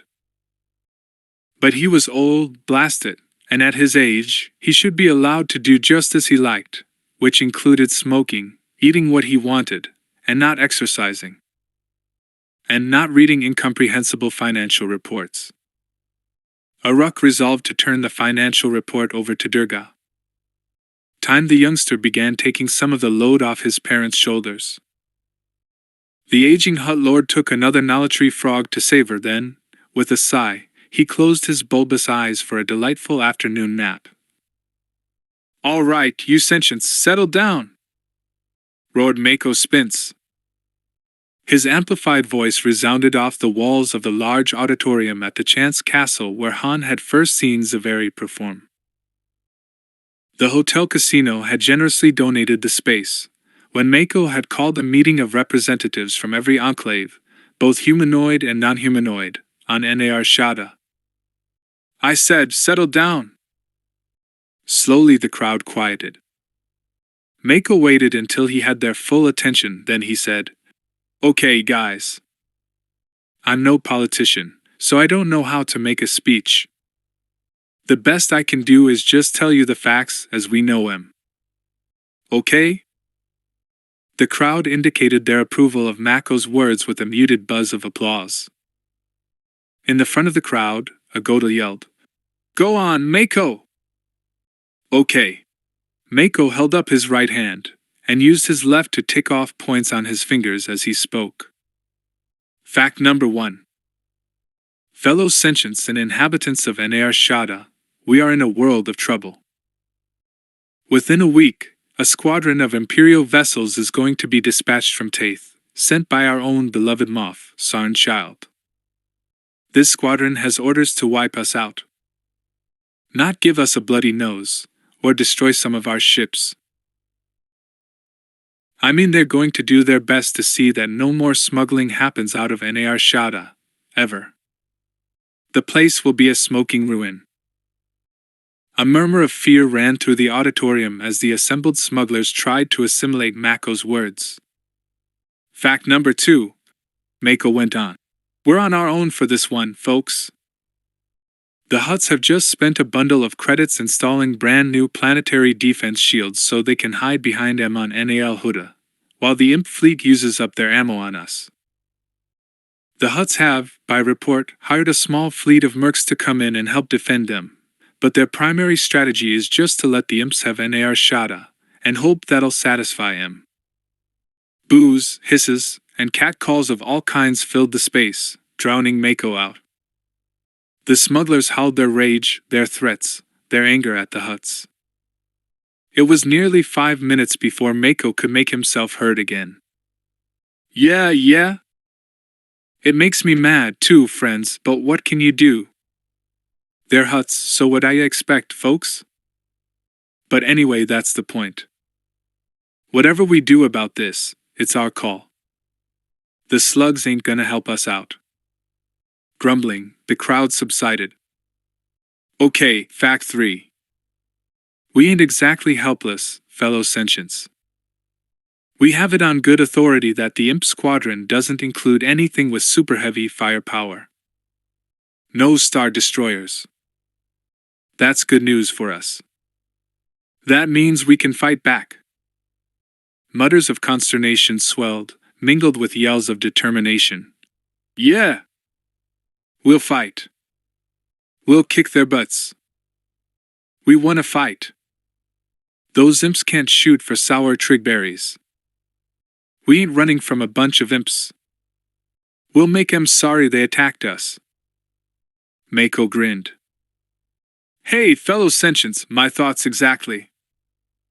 I intend to fight this fleet, and if it's just me out there in my one ship, so be it. Nobody is wiping me out without a fight. Nobody. This time, the cheers from the crowd were deafening. Yeah! Mako! You lead us, Mako! Yeah, we'll fight. Mako motioned for quiet. All right, those who want to fight, raise their hands, or paws or tentacles or whatever you got. Those who don't want to fight, I suggest you take your belongings and your families and head out right now. It's gonna get dicey around here real soon. Han, who was watching from the wings of the stage, was surprised to see that the vast majority of the assembled beings stayed. Only a couple of dozen sentients got up and left. Mako waited until they were out of the way before he started in again. Okay, folks. First thing we need is for everyone with some battle experience to come on down here to the front. I'm not talking about winging a pirate who got too close. I'm talking real combat experience in space, especially against the Imperials. Come on down here. Over the next several minutes, about 40 sentients, most of them humanoid, made their way down front. Okay, guys, Mako said. The first thing we need here in planning a counteroffensive is a leader. Anyone want to volunteer? One of the humanoids, a Bodhan, pointed up at the senior smuggler. You, Mako! You be our leader! He shouted. The crowd reacted enthusiastically to this suggestion, and soon a swelling chant was heard. Makeo! Makeo! Makeo! Amakeo! The chanting went on, gaining in volume, until Han wanted to put his hands over his ears. Mako waved his arms, and silence descended. Okay. Okay. He said, his teeth flashing in a wide grin. I'm real flattered, folks. And I swear to you that I'll do my best for you. I swear it. Thunderous cheers erupted again. Okay, one more thing, then I'm gonna dismiss you for now, Mako said. I want you to meet my right-hand man, folks. A lot of you know him as a smuggler with a cranky ship and a big, furry sidekick. Han Solo, come on out here. Han walked out. He and Mako had basically figured that the senior smuggler would get tapped to lead the NAR Shada forces. Things were going just as the two of them had figured they would. More thunderous cheers, and a chant of Makeo! Han! Mako! Han! Sprang up. Han waved at the crowd, feeling his cheeks grow warm. He'd never before had thousands of people cheering just for him before. When he'd been Zaveri's assistant, he'd shared the spotlight, but it wasn't the same as this. Hearing all these people applauding him was a weird, but pleasant, experience. Okay, folks, Mako said, waving again for quiet. I'm gonna ask my combat veterans down there, he indicated the little crowd, to stay in close touch and check in here at the Chance Castle each morning. We'll post notice of meetings or drills outside the auditorium, okay? Now let's have a round of applause for our brave volunteers here. Cheers resounded. It was obvious that the crowd of sentients felt tremendously better, just knowing they were going to do something, instead of tamely waiting to be slaughtered. Once the main crowd had left, Mako addressed the combat veterans. Okay, Han and me are gonna put together a plan for our defense over the next day or so, and then we'll brief you on it, and begin battle drills. By the time those imps get here, everyone is going to know just what to do, and that's a promise. If you folks know any other sentients with combat experience, bring them along to the briefing. Got that? The veterans all indicated that they did. Good, Mako said. Over the next couple of days, get your ships in prime fighting condition. Shields fully charged, armor reinforced, all lasers charged. You know the drill. We need all our ships working at full capacity. So let's get started, right? Right. They shouted. After Mako dismissed the combat veterans, he and Han headed for one of the meeting rooms in the back of the casino, where they were joined by the rest of the smuggler, High Command, as Mako and Han had jokingly dubbed their group. Chewbacca, Roa, Shug Ninx, Sala Zend, Lando Calrissian, Rick Duel, and Sinewy Unabridged made up Mako's elite group of experienced smugglers. Mako and Han didn't plan to tell anyone but the High Command that they were in possession of the Imperial battle plan. They figured that might make the smugglers overconfident, and that would be disastrous for their side. Also, some smugglers would sell their grandmothers for enough credits, and they couldn't afford a security leak. As Han sat beside him, Mako called up a holographic schematic on his datapad and projected it above the tabletop. All those present leaned forward to study the plan. Look here! Mako used a laser pointer to indicate the small, holographic representations of the ships in question. We've got the Imp Capital ships coming out of hyperspace here, and advancing on NAR Shada. And 16 skirmish-line ships, Guardian-class customs light cruisers. They'll be coming out of hyperspace in a shell formation to surround NAR Shada. Then we've got 2 recon-line vessels. That'll be these Carrack-class cruisers, one on each side, here and here. Everyone got that? Got it, Rick Duel said. And then, back here in a wedge formation, are the 3 dreadnoughts and the 4 bulk cruisers, the heavy stuff. Remember that these dreadnoughts each carry 12 TIE fighters, and the Carrack-class light cruisers each carry 4 recon TIEs. That's at least 44 TIEs we're going to have to deal with. The members of Mako's High Command looked at each other with worried expressions. Smuggler's Run is beginning to look better and better, Sinewy Unabridged said. The imps would never be crazy enough to send a fleet into an asteroid field. Han was quick to reassure them. Hey, we can handle these TIEs, he insisted. No shielding, don't forget. They're fast little suckers, true, but even a brush with a quad or turbo laser beam and... He opened both hands and mouthed. Boom. Mako nodded. Han used to fly TIE fighters in combat situations, and while I was in the academy I trained in them. The only reason we're still here is that we're not still doing it. TIE fighter pilots are really, really good, but that doesn't keep most of them from winding up really, really dead. Okay, Lando spoke up. So we know what the Imperial force is, and how they're going to approach us. How do we fight back against them, using freighters and a few one-man fighters like the one Roa's been building? Everyone turned to look at the senior smuggler.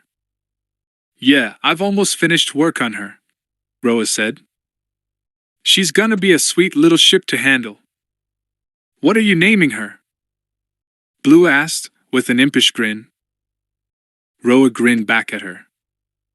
The LWYLL, of course, he replied. Roa and his lady love, LWYLL, had been an on-again, off-again item on NAR Shada for over 10 years. Everyone knew LWYLL.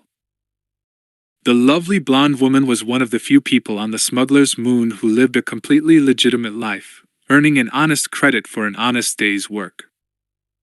Roa had been after her for years to come and live with him, but LWYLL would never do it. She saw him, but she saw other men too, and Roa was wounded whenever she did it.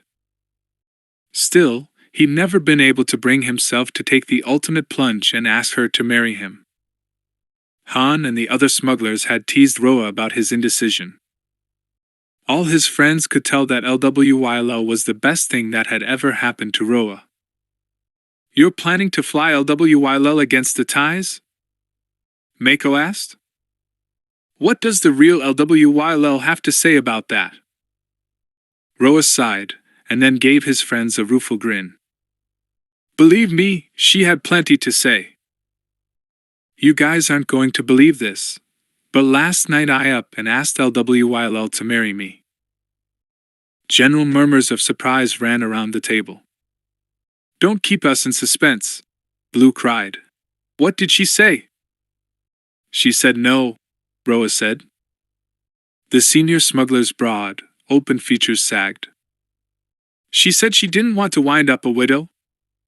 Can't blame her for that, Lando said.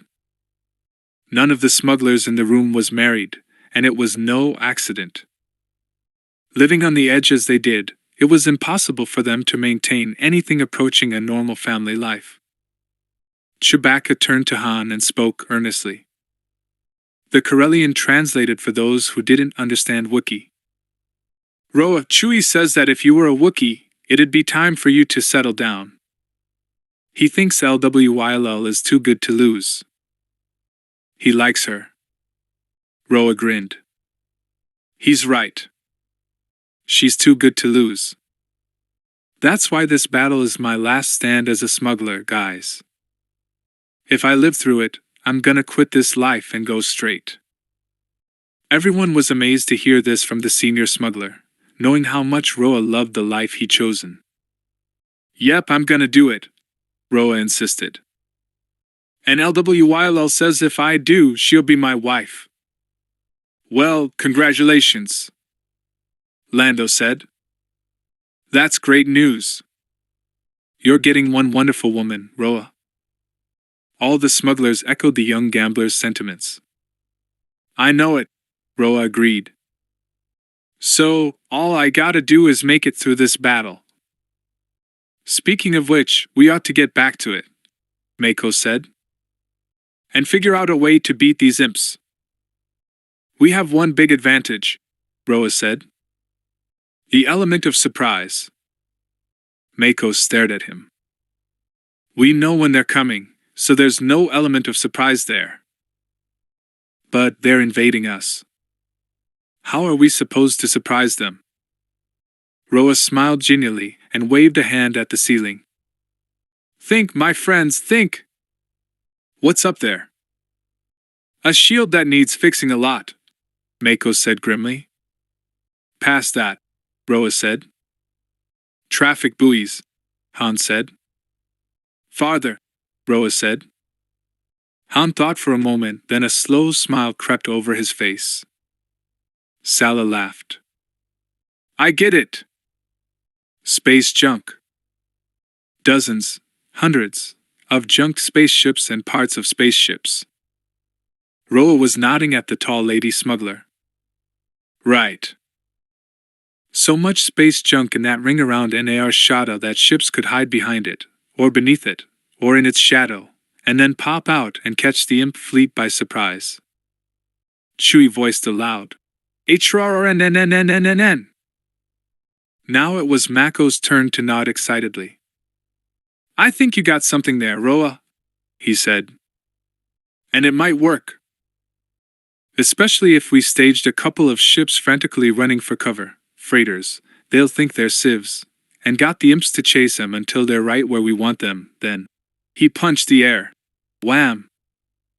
We pop out of cover and clobber them. Excitedly the senior smuggler keyed the operation Roa had described into the datapad. The High Command watched as the ring of debris around Nar Shada swam into view. As the Imperial skirmish ships zoomed in pursuit of two small freighters. Converging on the rightmost hemisphere, if one were facing Nal Huda, suddenly a multitude of assorted freighters and other ships zipped out of concealment in the debris ring and zeroed in on the Imperial ships, lasers flashing. Okay, that should enable us to take care of a good percentage of those skirmish ships, Han said. But what do we do about the recon vessels? And that wedge of capital-class ships, the dreadnoughts and bulk cruisers? A gloomy silence fell. Finally Mako spoke up. I know the Hutts are hiring a merc force, probably pirates, to defend Nal Huta. The slugs don't give a hoot about Nar Shada, not in comparison to their own precious hides. But if that merc captain has any smarts, he'll recognize that we could add significantly to his firepower. Maybe we can get him, whoever he is, to take part in the battle. It's worth a try, at least. Lando was staring morosely at the creeping holographic image of the bulk cruisers and dreadnoughts advancing on Nar Shada. Those pirates are apt to have superior firepower, right? Mako nodded. Right. They'll probably have some captured imp vessels that they've modified. Maybe even some heavy weaponry like proton torpedoes. But their ammo would be limited. It's hard to just buy proton torpedoes to arm pirated imp vessels. The imps kind of frown on having their own ships used against them. He said this last so dryly that a chuckle ran around the table. Han was studying the wedge of capital-class ships. All of these ships have forward-firing main guns, he said. Too bad we can't hit them with a flank attack. But we just don't have the ships to do it, if the main part of our fleet will still be engaging those skirmish ships and the ties. Maybe that's where we can convince the mercs to help us, Mako said thoughtfully. If they attacked on the imp flank, they'd stand a decent chance of crippling one of those big ships, and that would be a ship they could commandeer after the battle. They'd love that. Yeah, provided we could create some kind of diversion so the pirates could flank them, Han said. Rick Dool stroked his short, elegant beard while he thought. What we need is another fleet to come at them in a head-on run, he said. But we don't have enough ships to divide our forces that much, Roa said. If we do, we're likely to lose everything. If we don't, we're likely to lose Nar Shada, Lando pointed out. I'm no ex-imp officer like Han here is, but it seems to me that we've got to do whatever it takes to keep these big ships from turning and blasting away at our moon's shields. They're old, and it wouldn't take too many salvos to disable them. Then they'd level the place. Lando's right, Shugnink said. We need something to keep those big ships occupied so the mercs, or whoever, can make a flank attack. Maybe we can. I don't know, divert their attention somehow. Well, a formation of ships coming at them head-on would certainly get their attention, Sala said. Question is, where do we get them? We're going to have our hands full over here. She pointed into the holographic display. Fighting these skirmish ships and ties. Han had been staring into the holographic display, thinking how real the minuscule fleet appeared, down to the tiny TIE fighters. Too bad, he thought, we can't project a hologram at the imps and make them believe they're under attack. The idea suddenly coalesced in his brain. That's it! He shouted.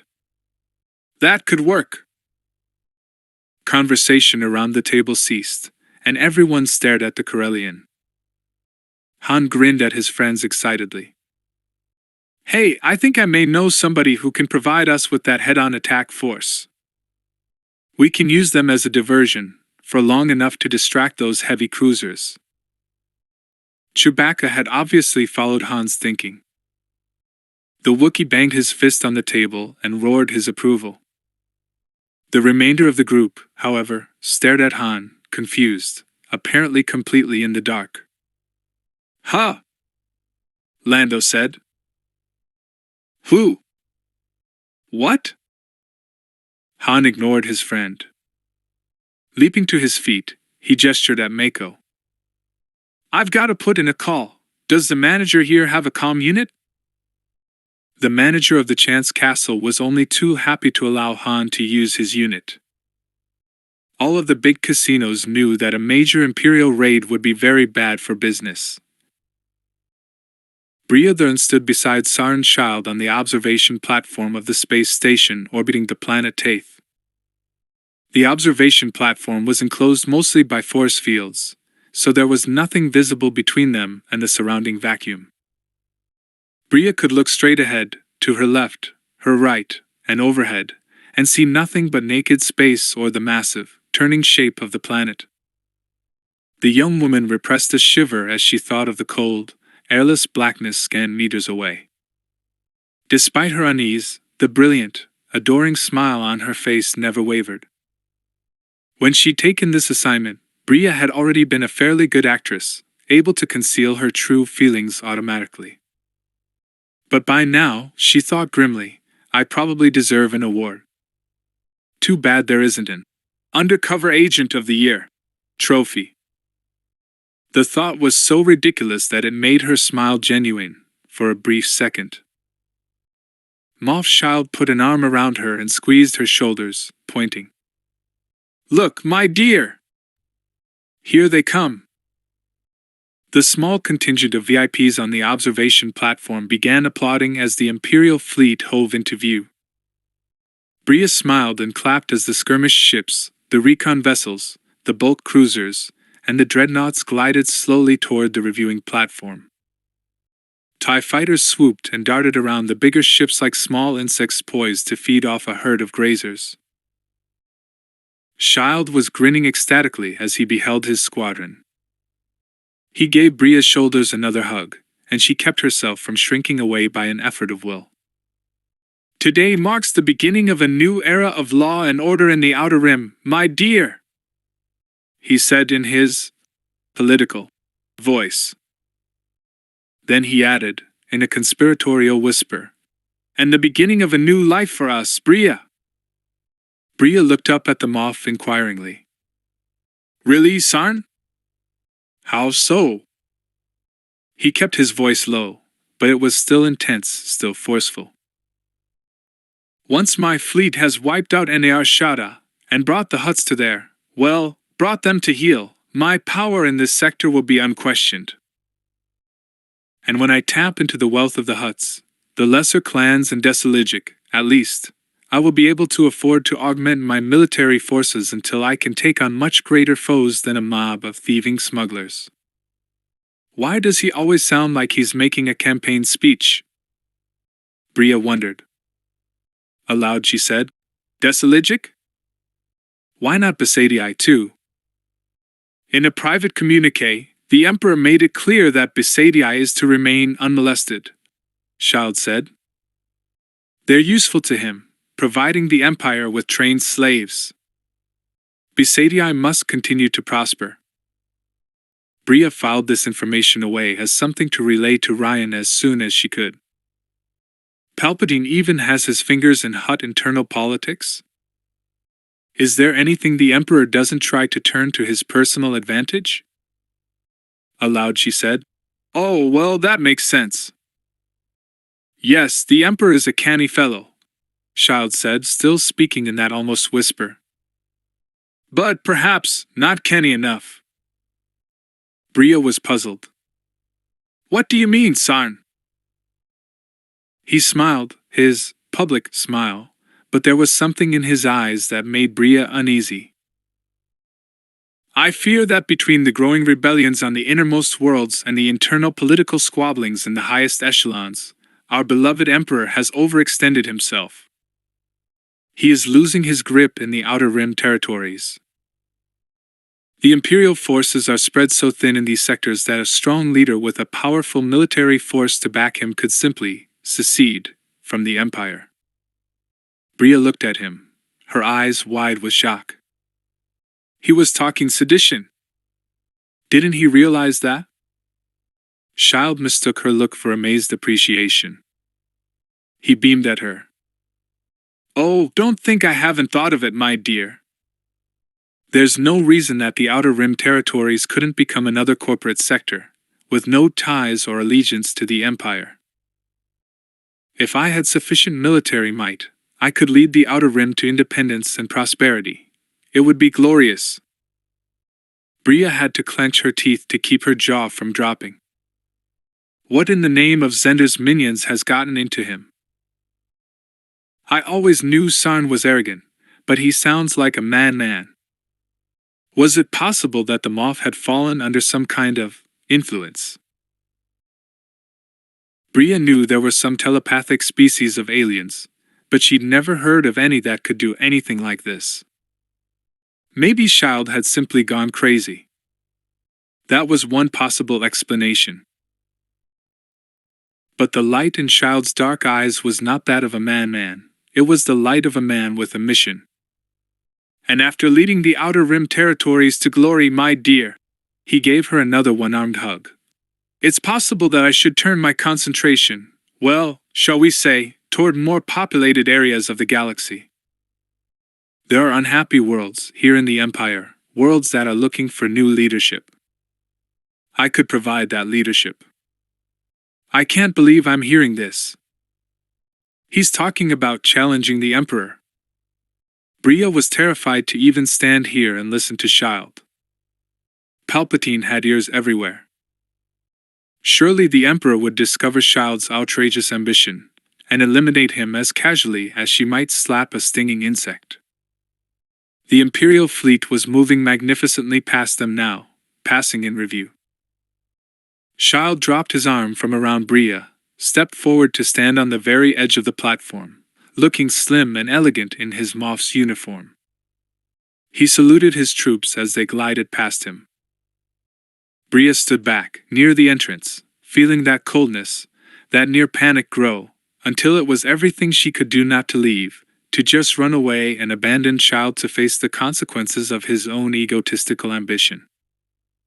I'll find out just what he's planning, if I can, she promised herself, and then I'll go. Bria stared at Child, realizing she was now regarding him the same way she would a man who had contracted a terrible, incurable disease. A walking dead man? She found she was actually sorry that Child had contracted this disease, this craving for power. The moth had always treated her well, and her assignment could have been far worse. For a wild moment she considered trying to talk some sense into Child, but she quickly abandoned the thought. The moth knew she was intelligent, and he valued that, but he had sufficient masculine arrogance that he never listened to a woman he was using as a front to disguise his sexual peccadillos. The fleet was nearly past the reviewing stand now. In minutes, as soon as they cleared Tate's gravity well, they jumped to hyperspace on the first leg of the long journey to the Tube system. On the Outer Rim, systems tended to be spread farther apart than they were in the more crowded central portions of the galaxy. Bria found herself, as she often did, thinking of Han. Surely he was no longer on Nar Shaddaa. He'd gone back to his Hutt masters, delivered Child's warning, then taken off. Han was good at self-preservation. He wouldn't try anything crazy like trying to fight the Imperial squadron, would he? Would he? Bria's mouth was terribly dry. She licked her lips, forced herself to swallow, then drifted back through the massive door to the magnificent reception inside, in search of a cup of stim tea. As she sipped it, Bria tried again and again to convince herself that Han was long gone from Nar Shaddaa, safe from Admiral Greelanx and his troops. But in her heart of hearts, she didn't believe it. Bria had a sudden vivid memory of the Corellian that time they were about to be boarded by slavers, remembered Han drawing his blaster and squaring his jaw, remembered him vowing, "They're not getting me without a fight." The odds against them had been approximately 40-3. Bria's hands were shaking so badly she had to put the cup down on the table. She closed her eyes, fighting for control. What if he tries to fight? What if they kill him? I would probably never know. And that was the most terrible thought of all. Captain Sunterfell stood on the bridge of the dreadnought Pride of the Senate, preparing to follow his commander into hyperspace. In his gray uniform, with decorations and rank insignia providing touches of color, Fell was an impressive sight that inspired confidence in those under his command. One of the youngest people ever to receive a captain's commission in the Imperial Navy, Fell was a tall, muscular man, broad-shouldered and exceptionally strong. Black hair, dark eyes, and rugged, almost handsome features made him look as though he just stepped out of an Imperial Navy recruiting holo poster. Fell was a good, conscientious officer, well liked by his men. He had a special camaraderie with his TIE fighter pilots. Sunterfell had once been a TIE fighter pilot himself, and his exploits and accomplishments were almost legendary. In a way, Fell wished he could be back down there in the TIE fighter squad room right now, relaxing, joking, and sipping cups of stim tea with the others. Fell was unhappy with his current assignment. For one thing, this dreadnought was a clunky old wagon, especially compared to the new Imperial Star Destroyers. Fell would have given a great deal to be able to command one of those ships.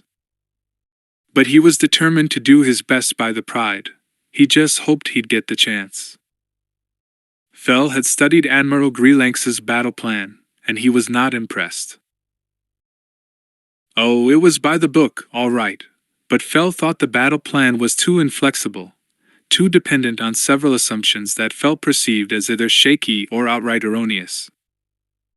In the first place, Greelanx was certain that the smugglers were nothing but a disorganized rabble, who couldn't possibly mount a coordinated attack.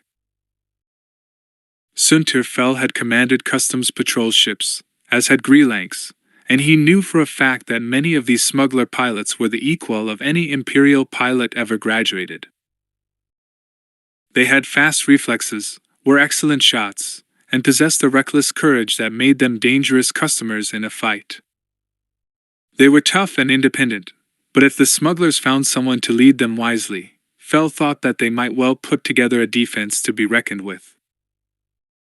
Secondly, Greelanx believed that since the smugglers could not possibly pose a threat to this force, there was no point in attempting surprise. The Admiral's plan called for their squadron to emerge from hyperspace well within range of Nar Shaddaa's sensors. Fell thought that assumption amounted to overconfidence, pure and simple. And overconfidence was frequently a disaster in combat. The worst problem, as far as Fell was concerned, was implementing order-based Delta Zero on Nar Shaddaa. Fell knew that last wasn't Greelanx's fault. The Sector Moff had issued that order. But in the Admiral's place, Fell would have at least tried to get Sunchild to modify that instruction. The Emperor's directive had been to shut down the smuggling operations out of Nar Shaddaa and other smuggler nests, especially the gunrunners. The directive hadn't included anything about raising the entire moon. Fell had had considerable combat experience, and he knew that sentients of most species would fight like cornered Corellian Vrelts when it came to protecting their homes and families. There were millions of sentients on Nar Shaddaa, many of whom were only peripherally involved with the smuggling business. Elderly sentients, children. Sunter Fell grimaced. This would be his first Imperial-ordered massacre. He'd been lucky to avoid such an order for this long, the way things were going. Fell would carry out his orders, but he wasn't happy about them. He knew images of the flaming buildings would haunt him, as he gave each order to fire. And afterward, they'd have to send down shuttles and ground troops to mop up, and he, Fell, being a conscientious commander, would have to oversee that operation. Visions of smoking rubble strewn with blackened corpses filled his mind, and Fell took a deep breath. "Stop it," he ordered himself sternly. "There's nothing you can do about it. Tormenting yourself over it serves no purpose." As Fell watched, the Imperial destiny suddenly accelerated strongly, then vanished from sight as it engaged its hyperdrive. Peacekeeper followed. Fell was relieved to have something to do, anything to distract him from his thoughts. He glanced over at his navigator. "Course laid in, Commander?" "Yes, Captain." "Very well. Commander Rosk, prepare to make the jump to light speed, on my order." "Yes, sir." Fell watched the coordinates flash by on the navigational boards, then said, "Engage hyperdrive." "Yes, sir."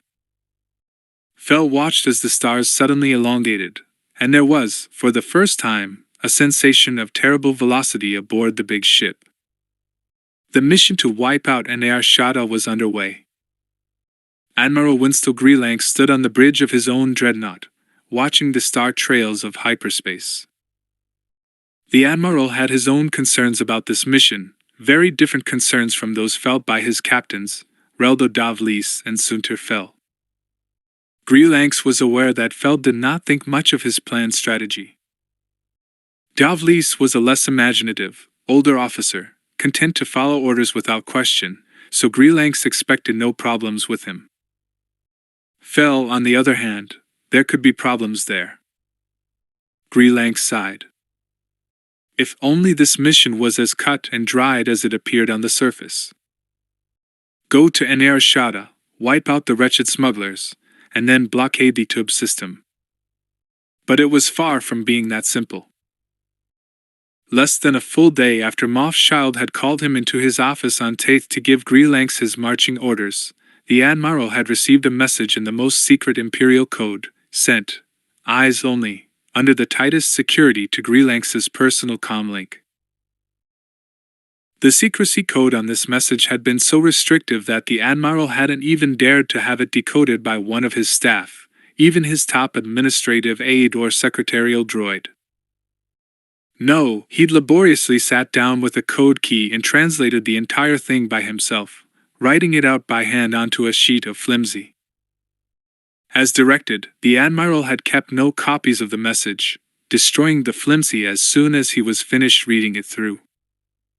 The Admiral had checked and rechecked the codes, thinking there had to be some mistake. But they all checked out. This message came from the very highest echelons of Imperial intelligence. XCOM was the branch of Imperial security that was answerable only to the Emperor himself, or to his top-ranking aide, Lord Vader. Greelanks had never received such a message before in his career, and he had served over 30 years in the Navy. He had memorized the message, and that was easy, for it had been short. The message had read, Admiral Winston Greelanks, eyes only, destroy after reading. Regarding Anarshada/NAL Huda engagement. You are advised for the good of your empire to engage the enemy and suffer a strategic defeat. Minimize Imperial losses, and withdraw in good order. Repeat, you are to lose, Admiral. Do not attempt to confirm these orders. Do not discuss them with anyone. If you fail to comply, no excuses will be accepted. Do not fail. What did it all mean? Greelanks wondered. Someone very high up wanted Sarn Child's foray against the Hutts to fail. Who? And why? Greelanx was not a particularly imaginative or intelligent man, but he was smart enough to realize that if he told Son Child about those orders, he would sound like a madman. He had no proof that he had received them. The encoded message had been time-sensitive, impossible to copy, except manually, and designed to vanish within minutes after being downloaded. And then had come the Hutt bribe. What a supreme irony, under the circumstances. A chance to increase his retirement nest egg by 1,000-fold or more. Even if he hadn't gotten those secret orders, Greelanx would have found the Hutt offer difficult to reject. Could the two things be related somehow? He wondered. Or was it just an incredible coincidence? Greelanx had no way to tell. The Admiral was edgy and nervous about the entire venture. Schemes ran through his head, only to be discarded as too risky. Should he try to contact the High Command? Tell them off? Take the Imperial Destiny to some remote location, then abscond in an Imperial shuttle? That last option seemed the most likely to ensure his continued existence. He could go to the corporate sector, perhaps. Somewhere far, far away. But if he did that, Greelanx had soon realized, his family would pay for his escape. His son and daughter, his wife. Perhaps even his two mistresses. Greelanx was not particularly fond of his wife, but he wished her no harm. And he loved his children, who were grown and married. He had a grandchild on the way. No, the Admiral decided, he could not risk them. If he'd kept the flimsy and showed it to them off, Greelanx knew that he'd have signed his and their death warrants. The Imperial security forces were swift and ruthless. Greelanx and his family could run to the ends of the universe, and the stormtroopers would still hunt them down. All he could do was obey, and hope for the best. As he stood on the bridge of his ship, Admiral Winston Greelanx thought of the young smuggler who had brought the Hutt offer. An offer he hadn't been able to refuse. Had the young man sensed there was more going on than Greelanx was telling? He'd seemed like an intelligent young fellow. Greelanx would have been willing to bet he'd worn an Imperial uniform before. Why had he left the service to become an outlaw? The Admiral hated to think that young smuggler might be one of the sentients he'd have to kill in order to make his attack on Nar Shaddaa appear legitimate. Greelanx watched the star trails, thinking and worrying. How did I get myself into this? He wondered. And how in the name of all that's sacred do I get myself out of it? Durga the Hutt was working in his office when a servitor droid rolled rapidly in. Sir! Sir! The Lord Uruk has been taken ill. Please come. The young Hutt Lord abandoned his datapad and wriggled quickly after the droid, down endless corridors in the huge Besatii enclave. He found his parent lying limp, eyes rolled back in his head, sprawled across his repulsor sled. Uruk's personal physician, a Hutt named Grodo, was working over the unconscious Besatii leader, assisted by 2 med droids. What happened?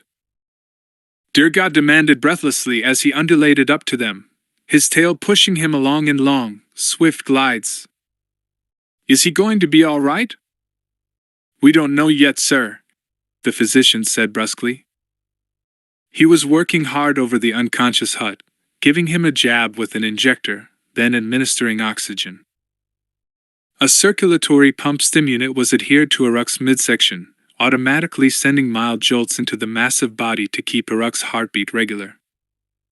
Uruk's green slime tongue lolled limply out of his mouth. The sight terrified Durga. The young Hutt forced himself to halt several meters away, not wishing to get in the way. He was talking to his scribe, giving an order about some work, when suddenly, as the droid reported, he just slumped over. What do you think caused this? Durga said. Should I summon security, have them seal off the palace? No, sir, Grotto said. This is the result of some kind of brain seizure, I suspect due to poor circulation. You know I have been warning your parent about. Yes, I remember, Durga said. In his anxiety, he grabbed the edge of a low-inlaid table, and only realized he'd been twisting it when the heavy wood splintered in his hands. Minutes later Aruk suddenly blinked, stirred, and then slowly raised himself, looking very puzzled. What? He croaked, his deep voice raw. What happened? You collapsed, Lord, Grotto said. Some type of brain seizure. Caused by lack of oxygen to the brain, I suspect. Caused by poor circulation, no doubt, Aruk grunted. Well, I feel fine now. Except that my head is pounding. I can administer something mild for the pain, Lord, the physician said, triggering his injector. Moments later Aruk sighed with relief. Much better. Lord Aruk, the physician said sternly, I want you to promise me that you will take better care of yourself.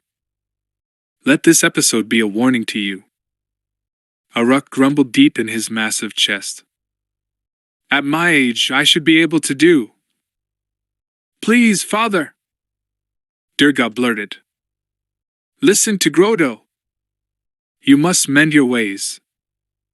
The Besadii lord grunted, then sighed. Very well. I promise to exercise for at least half an hour each day. And I will give up smoking my hookah. And the rich food, cried the physician triumphantly, seizing the moment. Very well, Aruk growled. All except my favorite Nalatree frogs. I will not give them up. I believe we can allow your excellency one treat, Grotto said, now prepared to be magnanimous in light of his win. If you give up all other rich foods, you may have a sensible amount of Nalatree frogs each day. Durga was so relieved to see Aruk recovering that he glided right up to his parent and placed his small hand on that massive neck. You must take care of yourself, father. I will exercise with you. It will be more enjoyable that way. Aruk's wide mouth turned up as he regarded his offspring. Very well, my child. I promise I will take better care of myself. Besadii needs you, Durga said. You are our greatest leader, father.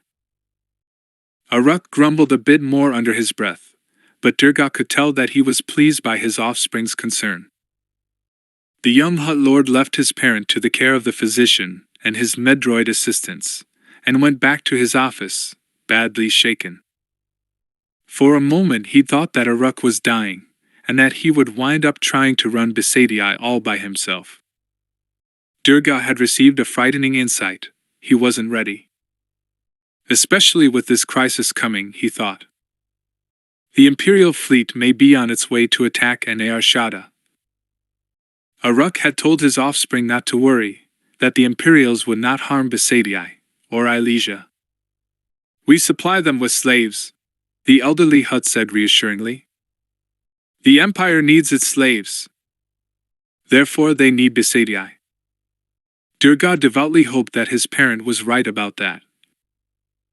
Han, Chewbacca, and Salazen stood together on the windswept landing platform, watching phantasms ramp extrude from the ship. Moments later a figure with long black hair appeared and started down the ramp. Spotting Han, she waved. That's her, come on! Han told Sala. Chewie was already loping forward, growling a friendly greeting. Solo! The newcomer cried. Chewbacca! Zaveri! Han called back, jogging toward her. It was so good to see her again. When they reached each other, he grabbed her shoulders, but she flung her arms around him and hugged him, hard. Han hugged her back, but he carefully kissed her forehead, rather than her mouth. After Zaveri greeted Chewie with a big hug and a Wookiee head rub, she turned back to Han and Sala. Zaveri, I want you to meet Sala's end, Han said as the two women stood regarding each other. Zaveri, this is Sala, smuggler and expert mechanic. Hi, pleased to meet you, Sala said, sticking out her hand. My pleasure, Zaveri said, shaking hands. Any friend of Solo's is a friend of mine. Han was vastly uncomfortable. I've never had two girlfriends meet each other before, he thought. The Corellian wondered whether Zaveri would want to take up their relationship where they'd left off, months before. Sala, he knew, would likely take a dim view of that. But hey, she doesn't own me, he thought defensively. It's not like we're married or anything. Still, he was careful to walk beside Sala as he picked up Zaveri's bag and they started across the permacrete of the landing field together. Later, over flatbread and Triloggy's appetizers at Han's favorite Corellian eatery, he explained his plan to Zaveri. When he'd finished, she regarded him searchingly. Let me get this straight. You want me to create a hollow illusion of a whole bunch of smuggler vessels coming straight at these Imperial capital-class ships. You want the illusion to be real enough, and last long enough, to cause the imp vessels to be fooled into turning to fire on the fake fleet. Have I got it right? That's it, Han said. As she detailed the plan, he'd realized just what he was asking. Zaveri had never created anything on this scale before. Probably no one had. Zaveri shook her head, her long black hair sliding over her shoulders. You don't ask much, do you, Solo? Hey, Han said, trying to grin. Think of it as a challenge. Your greatest illusion ever. Any hollow illusion requires projectors, Zaveri said. What can we use for them? I was thinking we could get all the TRILOGY projectors from the casinos, Han said. You know, the ones that they use to project shows onto the screens in the gambling areas, so people can watch the shows while they lose their shirts. Zaveri frowned. Maybe, she said. But even if we could create the image of the fleet, the imp sensors would tell them right away it was an illusion. They'd ignore it. Maybe we could jam their sensors? Sala suggested. After all, we can jam transmissions going out. Isn't there some way to jam what's going in? The magician was looking at the smugglers with her eyes wide. You know something, she said. I think I'm getting an idea. Han leaned forward. Yeah? What? She sipped her drink, thinking, then replied. I think we may be able to use the traffic control buoys to send false data to the imps. So they'll see the hollow illusion, at the same time as their sensors pick up data that tells them what they're seeing is real. Sala was excited. Great! That sounds perfect. Zaveri smiled at her. But I'll need help building all this. Slicers to help reprogram the traffic control buoys, techs to build the projectors for the illusion. Do you know any good slicers and techs? Sala grinned back and impulsively reached out a hand. The two women clasped hands over the table. You bet I do, Zaveri, the tall smuggler said. Shug and I will help. Chewbacca let out a loud, emphatic roar that caused a passing wait droid to drop a food tray and scuttle back into the kitchen. Chewie says, include him in too. Han supplied the translation with a grin. Zaveri, I know you probably gave up a fancy booking to come here and help us. I want you to know we all appreciate it.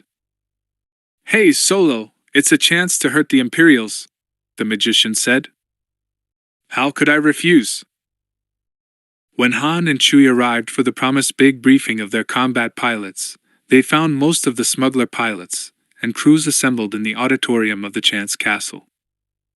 Mako was already on stage, exchanging jokes and jibes with his audience. When he saw Han and Chewie, the senior smuggler rapped his knuckles on the rostrum to get his audience's attention. Okay, all of you, listen up! He shouted. Silence descended. Listen good, you space bums, Mako said, the pride and affection in his voice as he regarded his troops, taking away any possible sting from his words. 'Cause your lives, and the lives of those you're flying with, may be at stake here. Mako paused, surveying them all, seeing that he did, indeed, have their full attention. Here's how we're gonna pull this little trick off. We can't be sure when the imps are going to attack, but we've got a pretty good idea of the battle plan they'll follow. That's 'cause the Imperial Navy has standard battle plans for just about any situation, and they're trained to follow them, no matter what. Old Han here used to be an imp officer, and he'll back me up on this. Right, Han? Han walked out onto the stage and nodded exaggeratedly. Mako's right! He shouted, because his voice wasn't amplified the way Mako's was. The senior smuggler motioned to the Corellian to come over and share the podium. Han did so.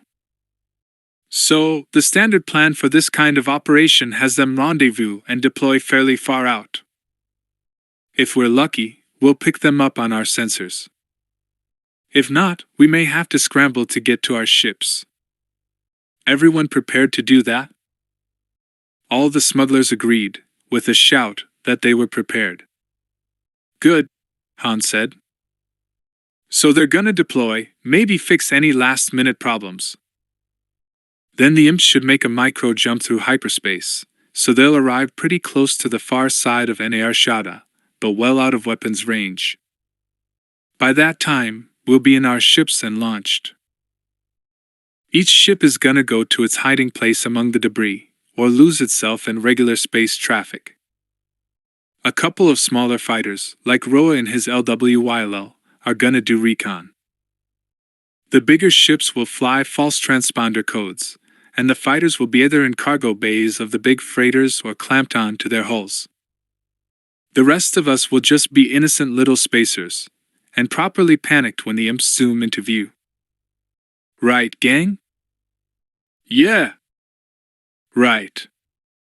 They yelled, loving the idea of getting the drop on the arrogant Imperial Navy. Mako took over again. Okay, at that point the imps will send in their pickets for a quick look around. One of the captains in the front row waved at Lone Paul. What's a picket, Mako? Han and Mako looked at each other and sighed. Sorry, Mako said. Pickets are the bigger recon ships and their recon TIE fighters, okay? We expect there will probably be 2 bigger recon ships, probably Carrack-class light cruisers. Each can carry 4 recon TIE fighters. Taken together, they're called the pickets. Okay? Okay! Yelled the smuggler. Mako grinned evilly. Now, the imps aren't expecting us to put up any kind of organized resistance, and we don't want to disappoint them, do we, fellow sentients? No! Shouted the smugglers. Okay then. We want to keep the imps where we want them, right? Right. Okay then. To do that, we've got to show them exactly what they expect to see. That way we can predict what they'll do, because they'll follow those imp guidelines I told you about. When the imp admiral sends in his recon ships and then the skirmish vessels, which will follow a few minutes behind the recon ships, he'll be expecting us to think that this is the big attack. He's going to sit back with his big capital-class ships and their nice little regulation wedge, and he'll expect this disorganized band of bozos to come out fighting with everything we've got, since we're not smart enough to hold back. That admiral is figuring we'll take the recon pickets, the Carrack-class vessels, and the skirmish ships, most likely customs corvettes, to make up his whole attack force. We'll show him we're not dumb! Yelled a smuggler from the back. That's right, we're gonna show him. What we're gonna do is make it look like we've thrown everything we have against the first imp ships to cruise up to Nar Shaddaa. That'll be those recon ships and approaching more slowly, the skirmish ships. Look here, and we'll show you." Mako nodded at Han, and he took up the narrative, while Mako used a holographic image and pointer on the large 3D screen to illustrate the battle plan for their troops. "All right," Han said. "As you can see from Mako's diagram, we're gonna split up our ships into two groups, the first strike element and the main strike element. The first strike element will be all the small ships without exceptionally heavy armament, plus a couple of the merc captains with those modified customs patrol ships. So listen up. I'm going to read the ship and captain names of the first strike element, while Mako puts your names up on the display." Han read off the list. "Okay then. Before we're through, you people will know where you have to go, and what you have to do, and when you have to do it. What we're here for today, as we said, is to show you what part you're going to play in the big picture." Mako handed Han the pointer, and then took over. "Okay, now for the main strike element. That's gonna be all our big ships, plus the freighters with heavy weapons, and the starfighter squadrons. We've got 6 Y-wings, some cloak-shaped fighters, and assorted types of Z-95 headhunters. Here's the list." As Mako read off the list of the main strike element, Han kept augmenting the holographic display. Soon the huge 3D screen in the casino auditorium looked like an elaborate pattern of different colored lines and squiggles, interspersed with 3-dimensional representations of ships. "Okay, so now you people know which strike element you belong to. Anyone not know?" Several newcomers raised their hands, or paws, or tentacles, and were hastily assigned to one or the other element. Mako then went on. "The first element will attack first, just like it sounds. Stay in the pairs we've assigned you to, please. 2 ships can cover each other, and are more than twice as effective as 2 single ships." Han leaned close to the podium. "And everyone, watch out for the turbolasers on the imp cruisers. They can blast you out of space with one shot. Keep your ships dodging whenever you're in range of the bigger imp vessels. Got that?" "Yeah!" the pilots shouted. Mako resumed. "Remember, fellow smugglers, that mixed in with these bigger imp recon and skirmish ships will be dozens of TIE fighters. They're fast, real fast, and they have okay lasers, but they're fragile. One good hit, and they're blown to pieces. They're too fast for a lock-on, so you'll have to shoot by eye. Take your time and lead your targets. Since most of your freighters have some weapon that can shoot behind you, use that one to keep the TIEs off you while you hit the picket ships. You with me?" "Yeah!" the crowd yelled. "Kill those TIEs!" "Okay, so this is still early in the battle. We're gonna hit the recon pickets with what they're going to think is everything we've got. With luck, we'll drive off a couple of these Imperial picket ships, kill some recon TIEs, maybe even disable one of the Carrack-class ships, though even Lando wouldn't bet on our chances to do that." Mako paused for the general laugh this remark occasioned. Someone yelled at the young gambler. "Hey, Lando, what odds are you giving?" Han took over again.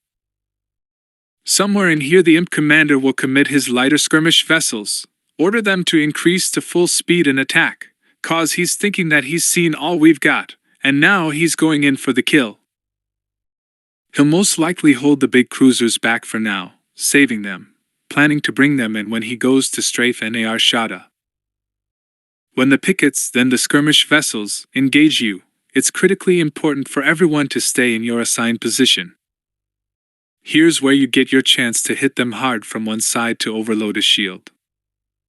Then you or your partner can score some damage, and then both of you get out. Those of you with missiles or torpedoes can really hurt these light customs corvettes." Han gave his troops a long, serious look. "Guys, by now it'll be pretty confused up there. Civilian ships caught up in this'll be trying to run, and all of our lighter stuff except the fighters will be mixing it up with the imps. Don't lose track of what's going on. Stay in position. Stay focused. Be sure to keep someone on your ship listening to the comm for instructions, in case we have to move you off your assigned positions. You got that? Yeah, we got it. Came a few voices. Han put on a very shocked face and cupped his ear. Hey, am I getting old and going deaf, or what? I asked if you guys got that. Yeah. We got it. They yelled, much more forcefully. That's better, Mako said, taking over again. Okay, let's move on. Frankly, fellow sentients, we're expecting you to clean up on the imp picket and skirmish ships. We'll have the advantage of numbers, and this is our home ground. We're expecting to kill at least half of them, which is gonna surprise the blazes out of that imp admiral. But when he gets over being shocked and upset, and has gained a little more respect for us. Mako paused dramatically, and the hall was filled with shouts of, "Oh yeah? And we'll teach him some respect." "We sure will." Han yelled, then stood back to let Mako continue. "Okay, but this imp admiral ain't gonna stand there with his jaw dropped for very long, I hate to tell you. No, what he's gonna do is think, how dare they? And he'll send in his heavy capital-class ships.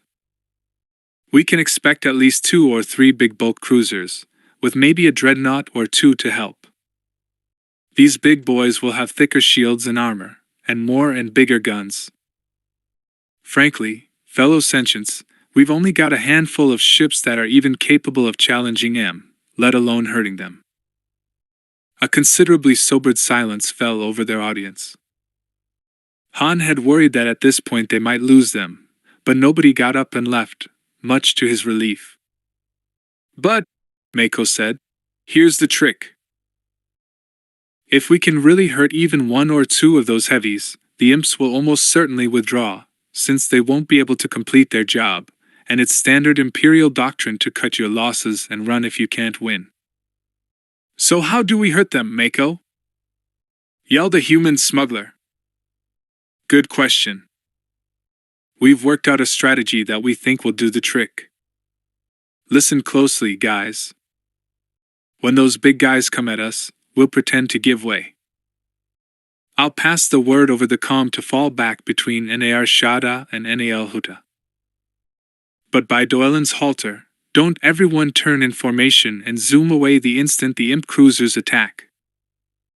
No, we've got to make this look good, or the imps will get suspicious." "So what do we do?" yelled one wag, a bot Han. "Hang around and invite them over for a drink?" Mako glared at his heckler. "Get serious, clown. What we're telling you to do is to fall back, but do it like it was your own idea, not following orders. Turn tail and run like terror-stricken rabble, that's just fine. We want them to chase you. Got that?" "Yeah!" they yelled.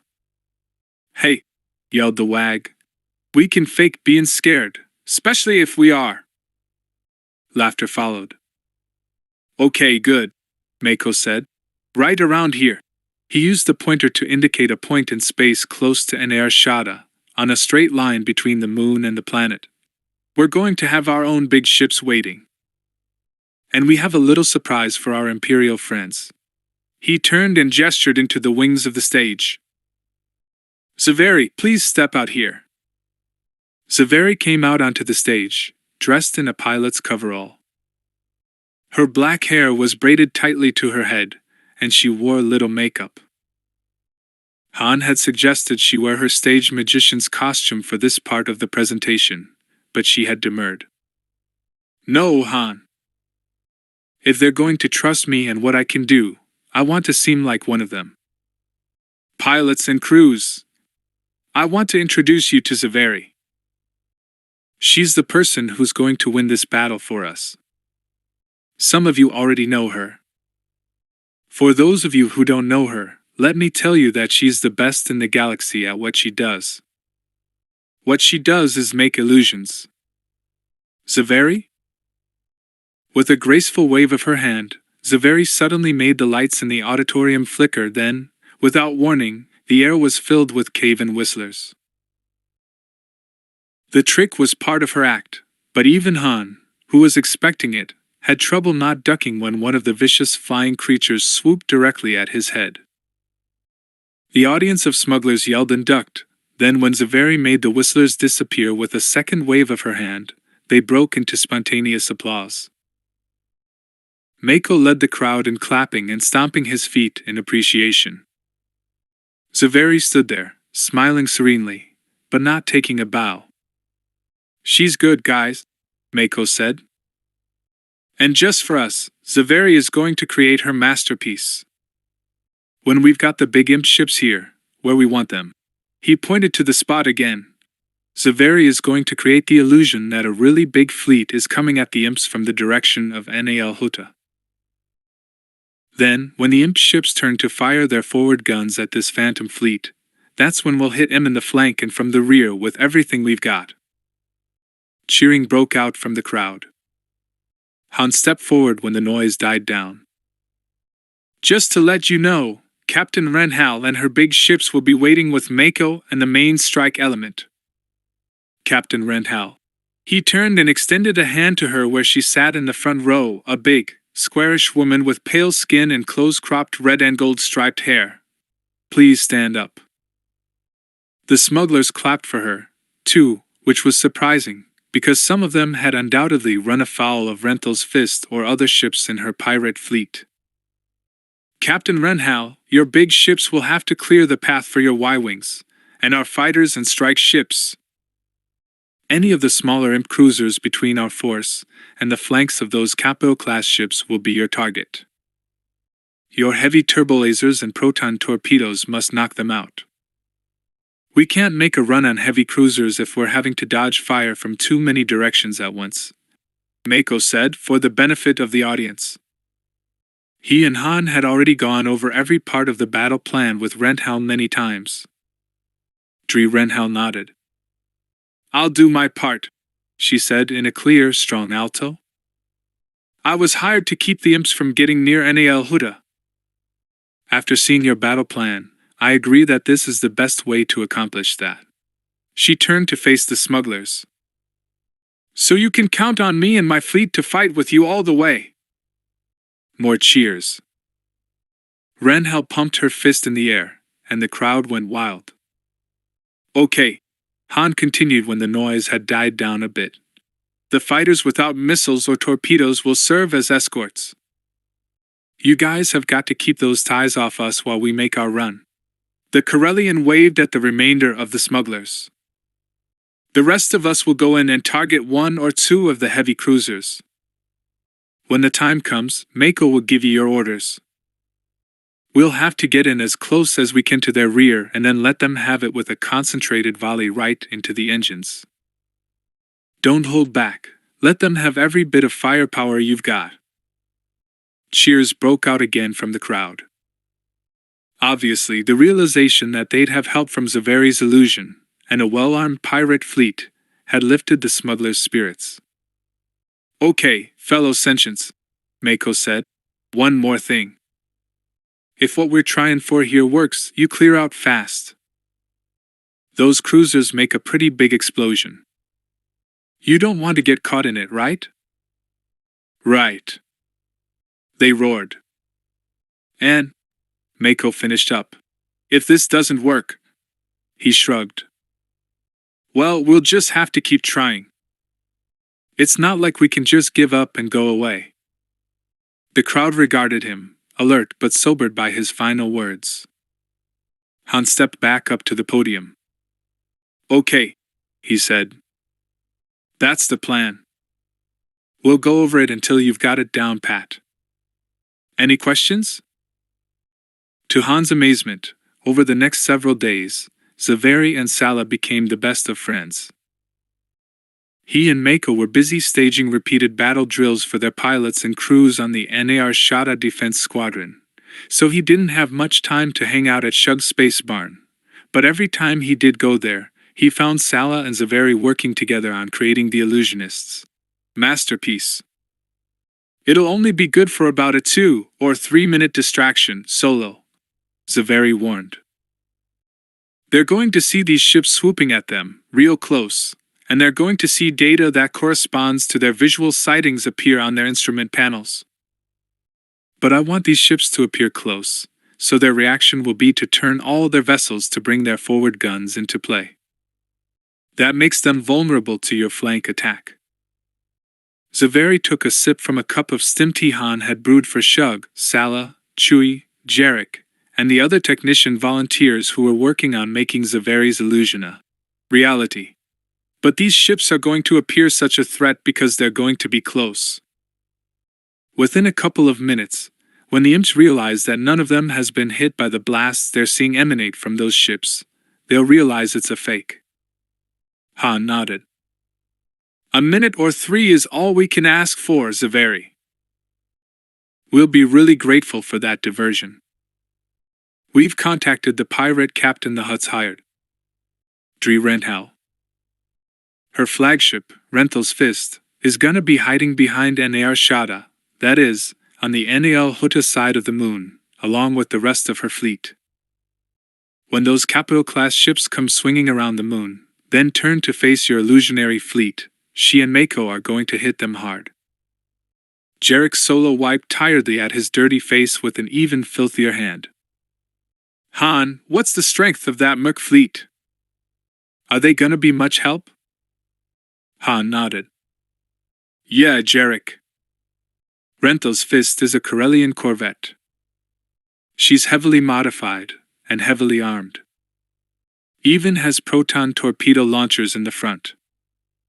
Only problem is, they don't have many torpedoes. Renthal can't afford to miss. How many other ships? Zaveri wanted to know. Renthal also has a bulk freighter, Golden Dreams, that's been converted to carry fighters. Sorosub medium transport. Big ship. Not much shielding, though. She'll launch her Z-95 headhunters, then hang back, letting Renthal's Fist carry the attack. Then there's the Too Late Now and the Mindstraw. Too Late Now is a captured and patrol craft. Renthal replaced one of the laser turrets with an ion cannon, so hopefully she can knock out some of those bulk cruisers. Mindstraw is a Rendili Stardrive light corvette. Nice ship, modified so she has concussion missiles and ion cannons to go with her laser turrets. That sounds like a pretty good force to me, Zaveri said. Of course, I barely know the difference between an ion cannon and a concussion missile.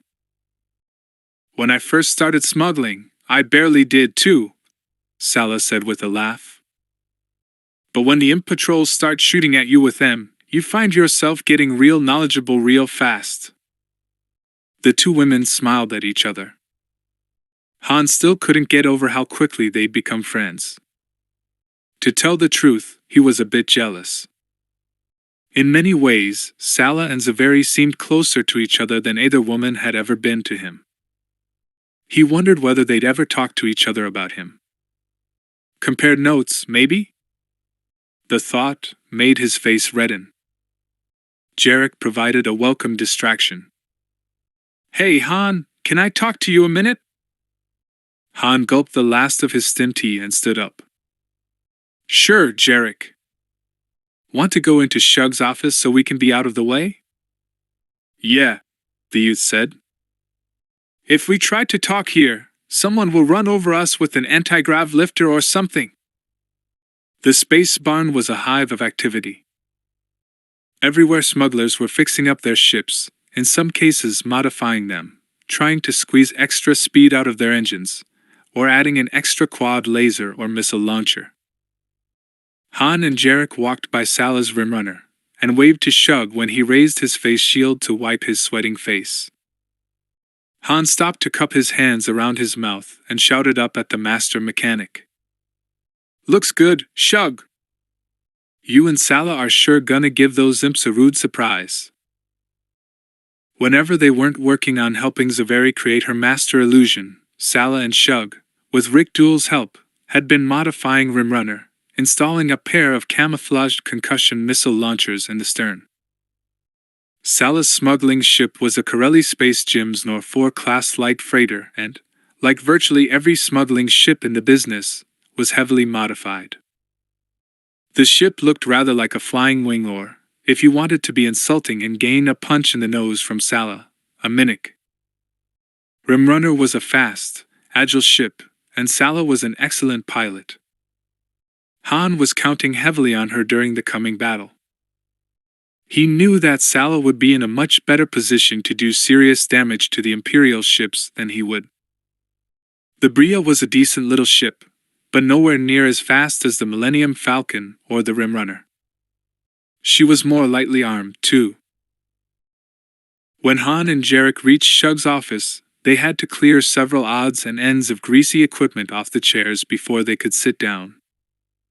Once they were comfortable, Han sighed. "Glad you wanted to have a talk, kid. This is the first time I've sat down all day, seems like. Organizing this battle has kept me and Mako hopping." "Yeah, I've been busy too," Jarek said. "When I wasn't busy helping the ladies of Eri, I've been helping Chewie with the Bria, or Shug with the Rimrunner." "Shug tells me you're getting to be a pretty good mechanic, Jarek," Han said.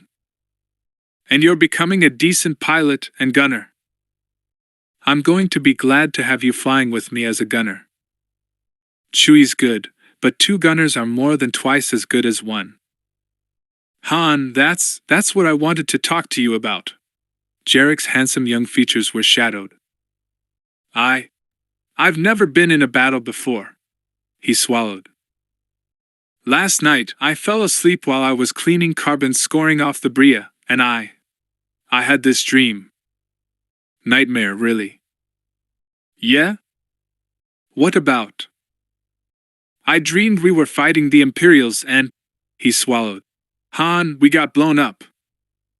I had a tie in my sights and I froze. I didn't shoot. And then I saw the streak of green from the laser blast coming straight at me, and there was nothing I could do. I dreamed that I died." Jarek's face worked. He shivered. "Han, I'm scared. I don't know if I've got what it takes. What if I mess up and get us all killed, the way I did in my dream?" "Jarek," Han said, "if you weren't scared, I'd be worried about you. The first time I went into real combat, as a TIE pilot, I was so scared I nearly upchucked in my helmet. Fortunately, I was already strapped in my cockpit, in vacuum, so I knew that if I did that, I'd choke and die. So I managed to hold it back. Then someone shot at me, and without even thinking about it, I found myself shooting back. The training just took over." "Really?" Jarek looked as though he didn't know whether to find Han's story reassuring or not. "But Han, everyone says you're brave. It's the first thing they say about you. He's got courage. Nobody ever told me I had courage. What if I'm a coward? How can I risk letting you all down?" Han gave the youth a long, measuring look. "Jarek, you're fastened something that we all have to face. We're not citizens here on Nar Shaddaa. We live outside the law, and that's dangerous, by definition. Cowards don't make it here on Nar Shaddaa. They get eaten alive." "Well, yeah, I can handle myself with a vibroblade or in a fistfight," Jarek allowed. "But that's not the same thing as just being blown to atoms. Boom, and your history. Kid, I've watched you, and I can only tell you that I think you've got what it takes. Yeah, people do freeze sometimes in battle. But that's why Mako and I have been getting everyone out in their ships for all these battle drills." Han shrugged. "We did the same thing when I was with the imps. You drill and you drill, and the reason for that is that anyone can freeze when faced with real combat. Even combat vets. But if you know the drill cold, chances are that even if your brain freezes, your hands and body won't. They'll go on autopilot, keep on doing what you've been drilled to do, even though your mind ain't giving them instructions for a few seconds. But then, if you've drilled well, and know your stuff cold, and kid, you know your stuff, I've watched you, then your brain is gonna click back in. The fear will still be there, but you'll be able to work past it, around it. It won't slow you down anymore. You'll just keep on doing what you gotta do. And you'll be alright. Jarek wet his lips. But what if I don't? Maybe you should get another gunner, Han. I'd rather die than let you down. If you want me to, I will, kid, Han said. But I'd rather have you. I know you, we work well together. We've drilled together. But it's your decision. Just let me know, okay? The youth nodded. Thanks. I'll think about it. Han gave him a pat on the shoulder as he walked by. Get some sleep, kid. We're all getting a little worn down. Jarek gave the Corellian a wan smile. Okay, Han. Lando Calrissian hated getting dirty, but he was growing accustomed to it. Readying the Millennium Falcon for serious combat was a grimy, greasy job, but somebody had to do it.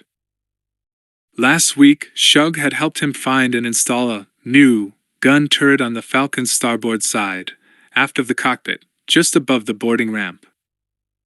But there was still a lot to do. Han, Chewie, and Salo would have helped him, he knew that, but they were tied up either helping Zaveri prepare her hollow illusion, or fixing up their own ships. Lando gathered that Zaveri and Han were a thing of the past. As he used the hydrospanner to tighten up the bolts on the new quad laser mounting, the young gambler found himself thinking about Zaveri. She was certainly a very fine woman, intelligent, attractive, sharp dresser, good sense of humor, all qualities Lando found irresistible. He wondered whether she'd have any interest in taking up with him where she and the Corellian had left off. It was obvious that she liked rogues and scoundrels, or she'd never have had a relationship with the Corellian. Maybe I should try growing a mustache, Lando thought. Might give me a rakish air. The corners of the gambler's mouth curved upward. Perhaps Zaveri would be interested in traveling with him when this was all over. Lando was considering going back to the Ocean system. He had a couple of money-making schemes he wanted to try, and he needed to sharpen his already considerable sabacc skills.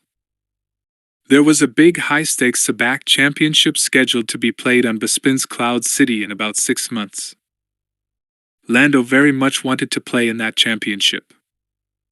But he needed to raise a considerable stake to qualify, and the easiest, quickest way to do that was to head back for the Ocean.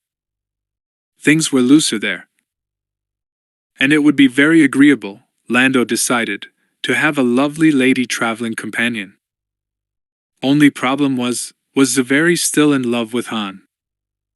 And how would Han feel about having his former girlfriend take up with his best buddy? Well, Lando amended, his best human buddy. Han's best friend was indubitably Chewbacca.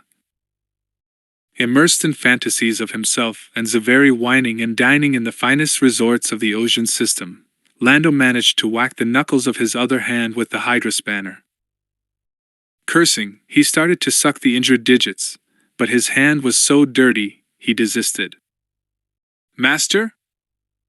Vafira said, emerging from beneath the Falcon's belly. The little droid carried various tools in each of his 5-armed, tentacle-digit limbs. Its single red eye stared up at Lando. Master, what happened? Still wishing he could suck his injured knuckle, Lando gritted. Vafira, how many times have I told you not to call me Master?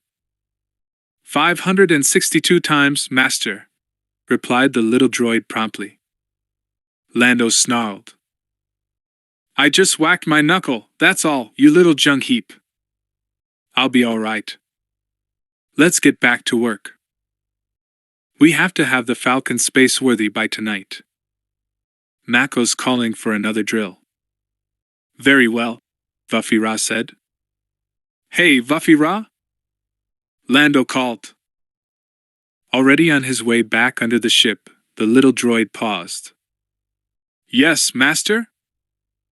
Lando let the title slide this time. Are you sure you're going to be okay piloting the Falcon during this battle? It will strain my circuitry, Master, because, as you know, I am programmed not to cause harm to living, especially sentient, beings. However, since you will be the one doing the shooting, I believe I can manage to fly. Just don't order me to ram another vessel. Then I will be unable to comply. I should hope not. Lando exclaimed. All right, little vacuum cleaner, back to work. Yes, Master. Han and Mako had told almost no one the actual time that Greelanx was planning to attack. Some of the smuggler, high command, knew that Han and Mako knew the timing of the operation, but they accepted the two ex-Imperials' decision that it would be better for most of the smugglers not to know. Lando, Shug, Sala, Rickduel, Blue, and Jarek, all of them were aware that one of the times they went out on a drill, it would wind up being the real thing. The other smugglers did not know. Han and Mako had to be careful in drilling their troops. They didn't want the smugglers to get bored and lax, which might happen if they drilled too much. On the other hand, they knew that their smuggler squadron would need lots of practice. The key to having a fighting chance to defeat the Imperial fleet was for the smugglers to stick with the battle plan Mako and Han had devised. The smugglers of Nar Shaddaa were all rugged individualists, and used to doing anything as part of a large, orchestrated group. It's like trying to herd VRO cats, Han told Zaveri wearily. They keep thinking they know better, and they want to question every blasted decision we make. What a pain in the rear. Yes, but the last time you called a formation drill, Zaveri pointed out, trying to encourage him. They got into position and made their runs in 1/3 of the time it took them to do it the first time. Yeah, Han agreed with a noticeable lack of enthusiasm. He sighed. But it's giving me gray hairs, honey. She grinned and pretended to inspect his scalp.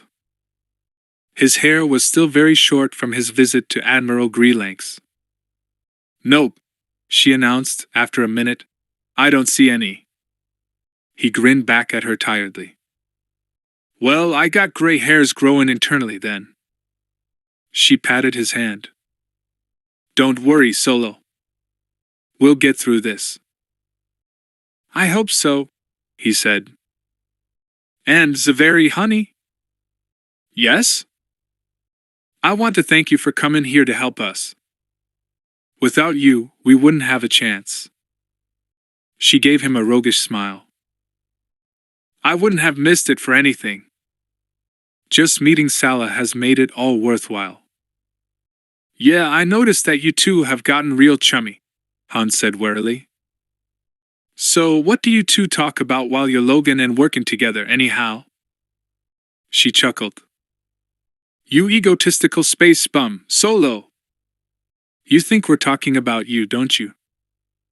Han shook his head. Me? Of course not. Oh, yes, you do. She laughed at his discomfiture. Admit it, Solo. Han steadfastly refused to admit it.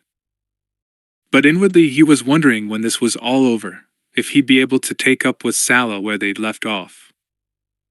He'd seen Lando eyeing both Zaveri and Sala, and he knew Calrissian wouldn't hesitate to move in on her if he thought Sala was looking around. Did Sala really care about him? The way Zaveri and Bria had? He didn't know. They never talked about that kind of thing. They had fun, good times, and they worked well together. Any discussion of inner feelings or a future together had never come up, by, Han suspected, mutual consent. How did he feel about Sala, anyway? Han wasn't sure.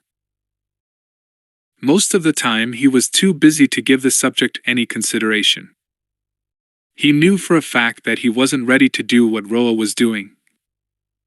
As he was sitting there in Shug's space barn, Chewie came over to him and growled a reminder. Han looked up. Oh. The briefing? I lost track of time. Quickly he and the Wookiee hastened back to the Chance Castle to the auditorium. Time for another run-through, so they could make sure each smuggler understood his, her, or its role in their strategy. 2 hours later Han caught up with Shug Ninks as the smugglers filed out of the auditorium. The half-blood was walking with Sala Zend. When Han caught up with them, Sala grabbed Han's arm and squeezed it, then gave him a kiss on the cheek. "You were great," she said.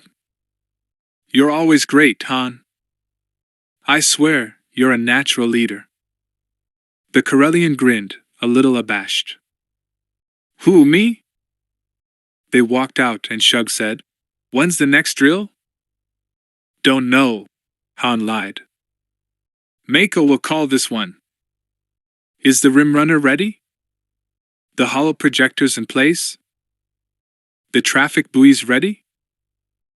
"Ready," Shug confirmed. "I tell you, Han, when this is all over, if I'm not dead, I'm going to sleep for a week." Sala punched her friend's arm. "Don't talk like that, it's bad luck." "Did you find a rear gunner?" Han asked. "Yeah, Rick volunteered to handle those rear missile launchers," Sala said. "He says he's a good gunner." "He's right," Han said.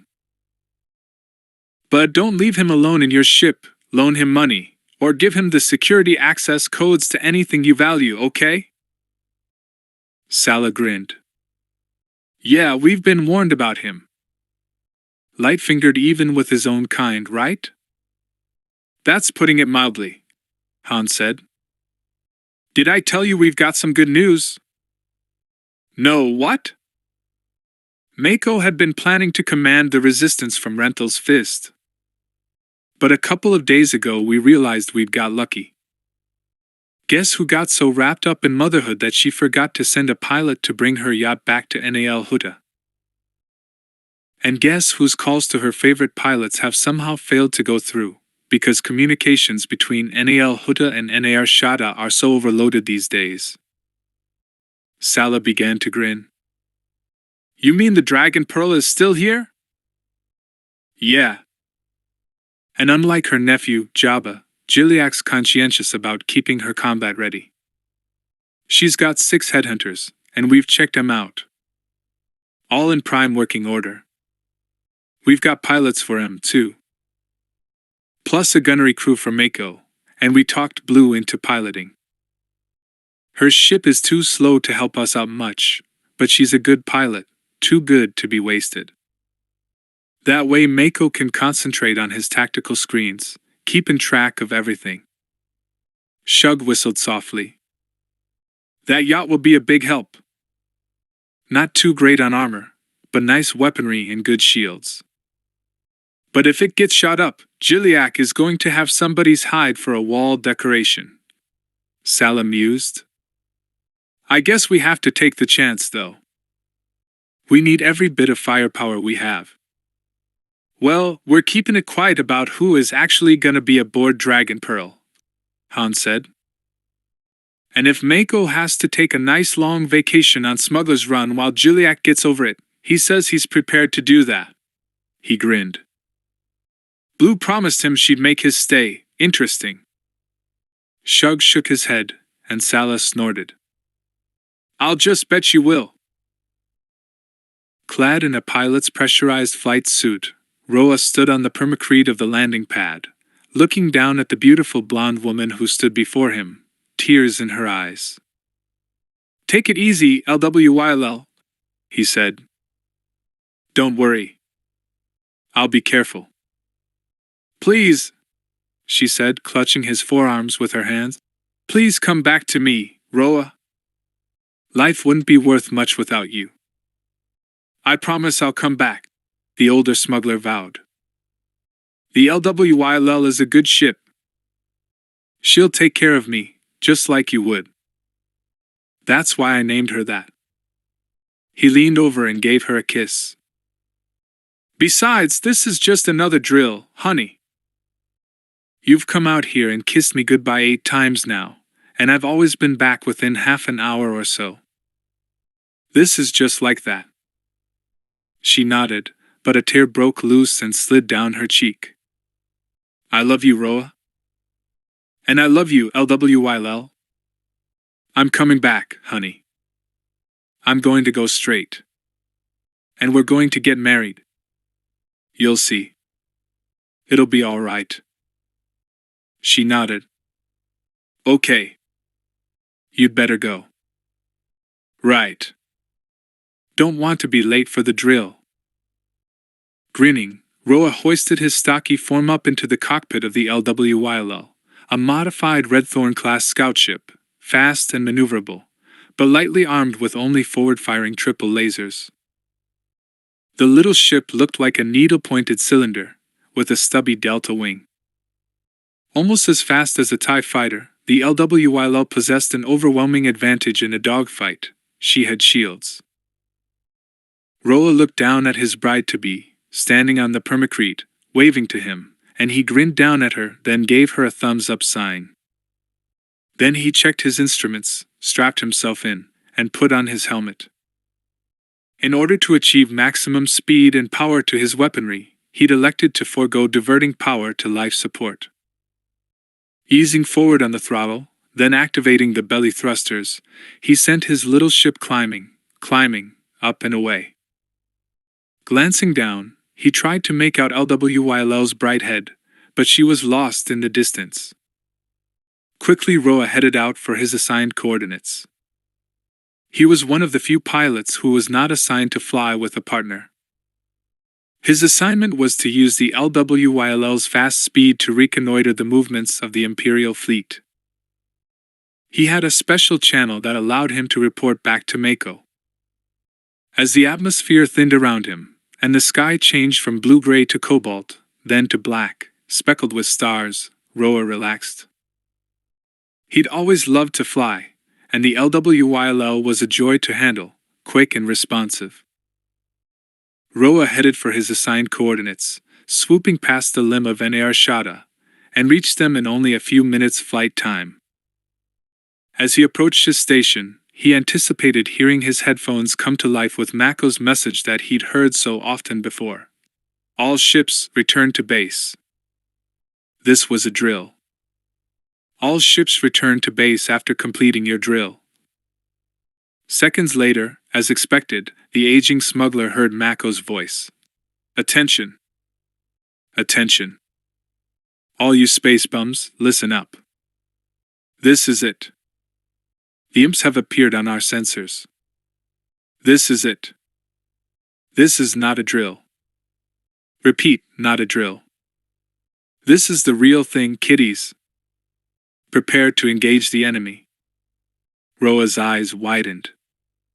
Huh? Not a drill? As Mako's voice faded from his hearing, Roa stared, taut with fear, as the Imperial vessels popped out of hyperspace. The first thing Admiral Winston Greelanx saw when Imperial Destiny emerged from its hyperspace micro-jump was a small scout ship turning tail and racing frantically away from him. The Admiral smiled dryly. I expect I'll see a lot of that today. The thought depressed him. It was going to be very difficult to manage to lose to this disorganized rabble. How in the galaxy was he going to manage it?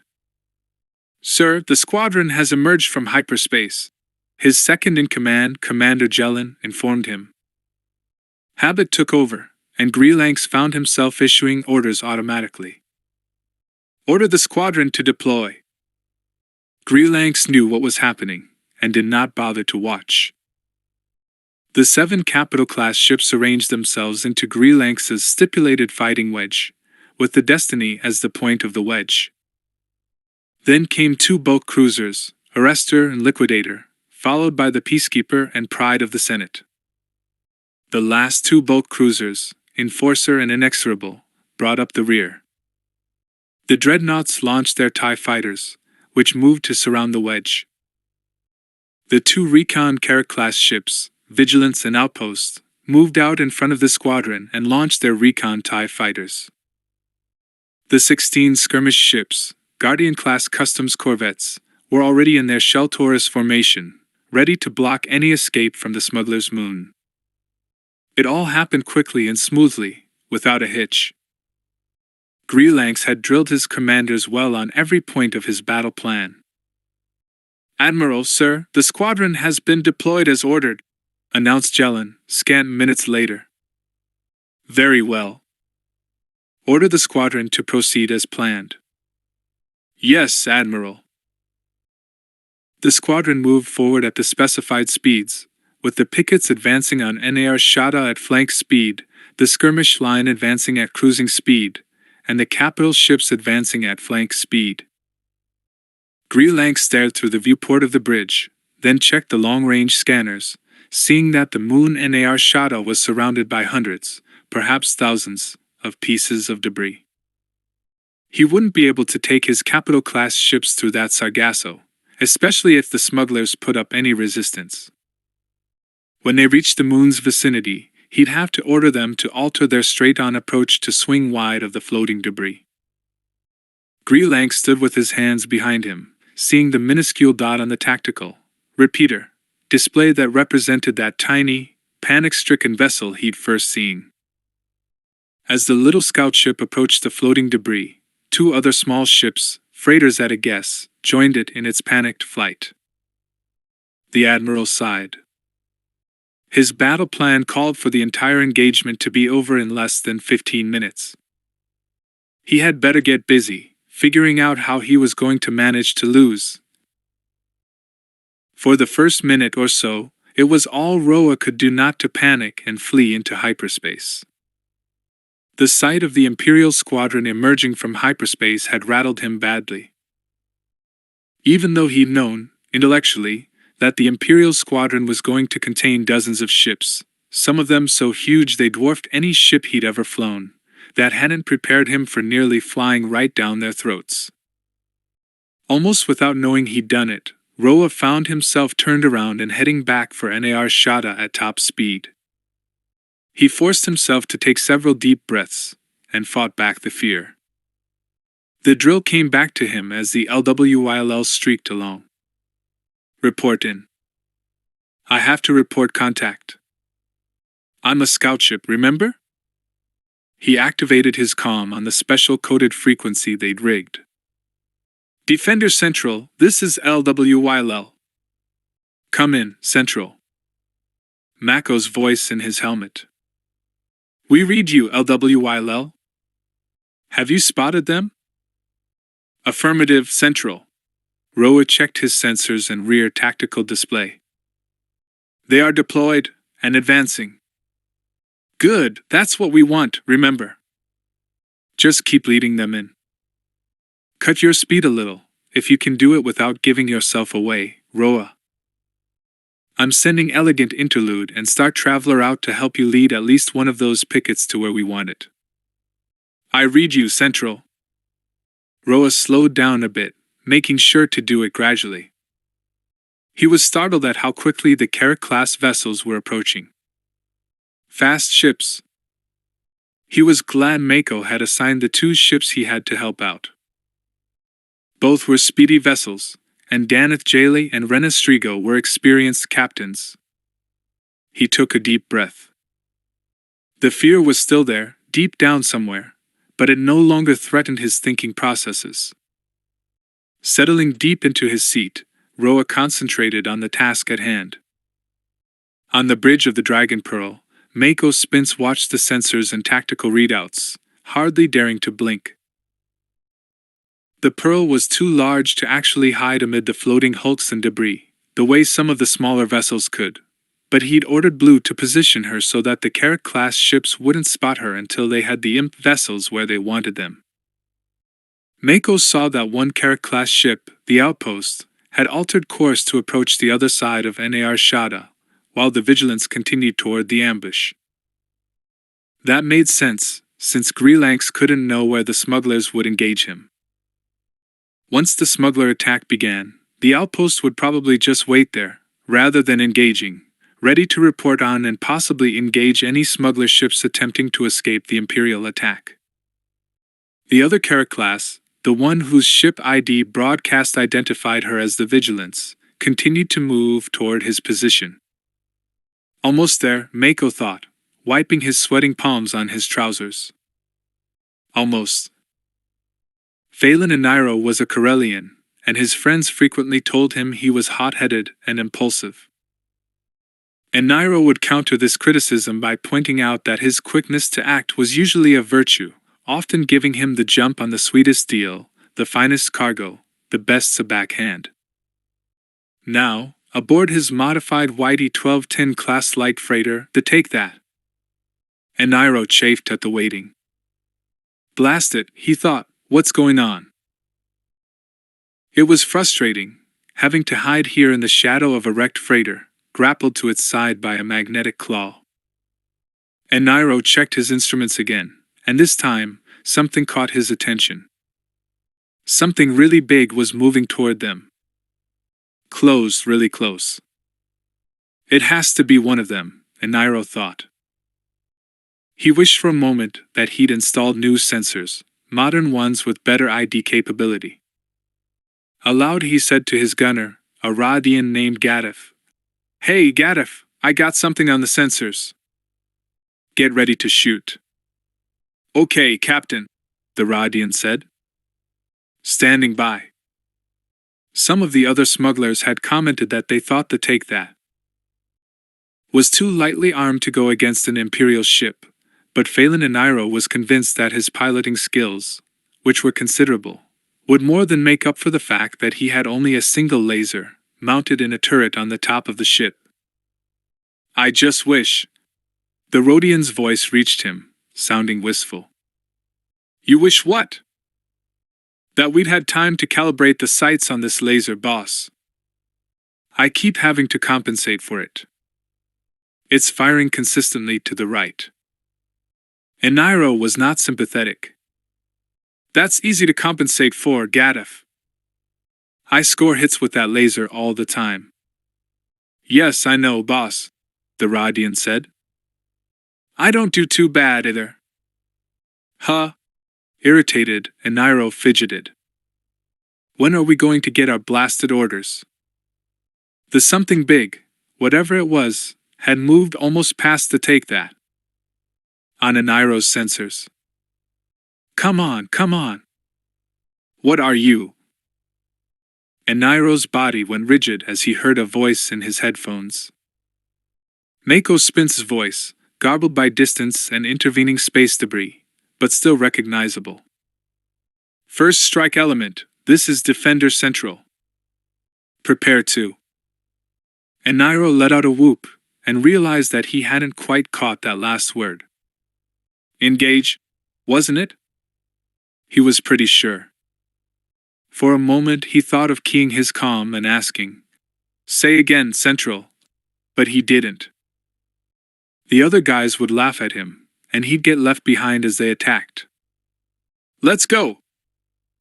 he yelled, and disengaged his magnetic grapple. Swooping out from behind the hunk of space junk, and Nairo saw that there were 2 other ships with him. Only 2? Where in the name of Zender's minions were the others?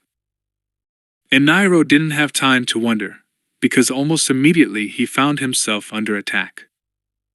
Some kind of TIE fighter. A blast struck his forward shield. And Nairo compensated, and felt the ship shudder as Gaddef shot at the TIE. Clean miss, too far to the left. Overcompensated, the fool.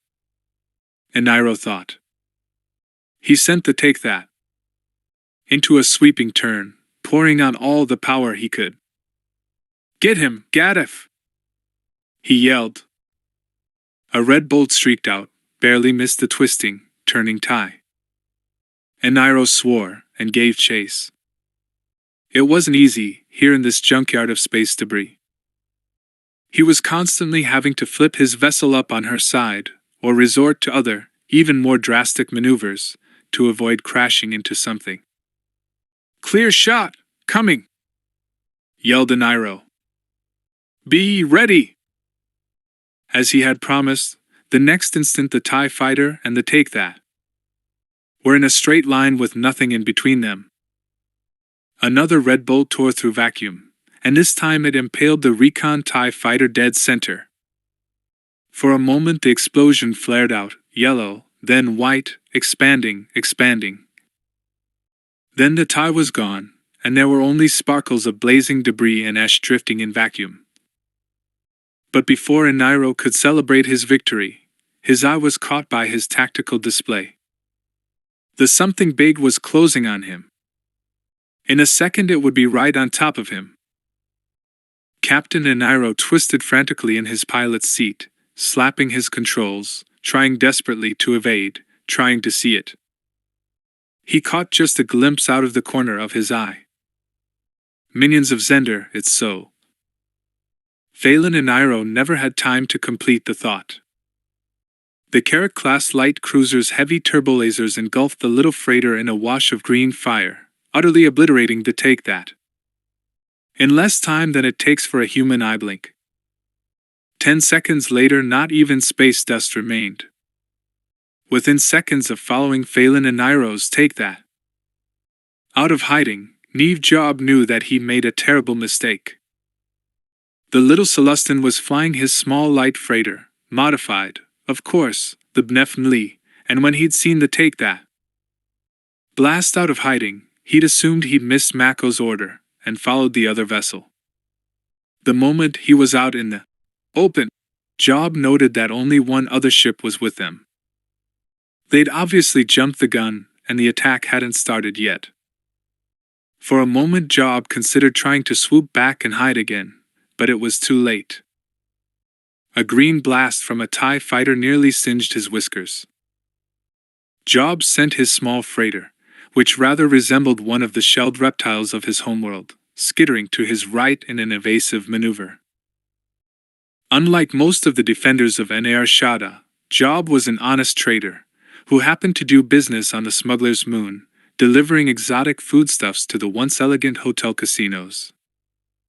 There was a sizable Celestin enclave on Nar Shaddaa, and the little sentient had kin and friends living there. So, when Mako's call for help had gone out, Job had figured it was his responsibility to respond. He couldn't let his friends and family be injured, and not try to help them. Now what? He wondered, firing at a TIE fighter. I can't compete with these pilots. I've never even fired my weapons before, except in target practice. But there was no turning back now. The Carrack-class light cruiser had entered the fray.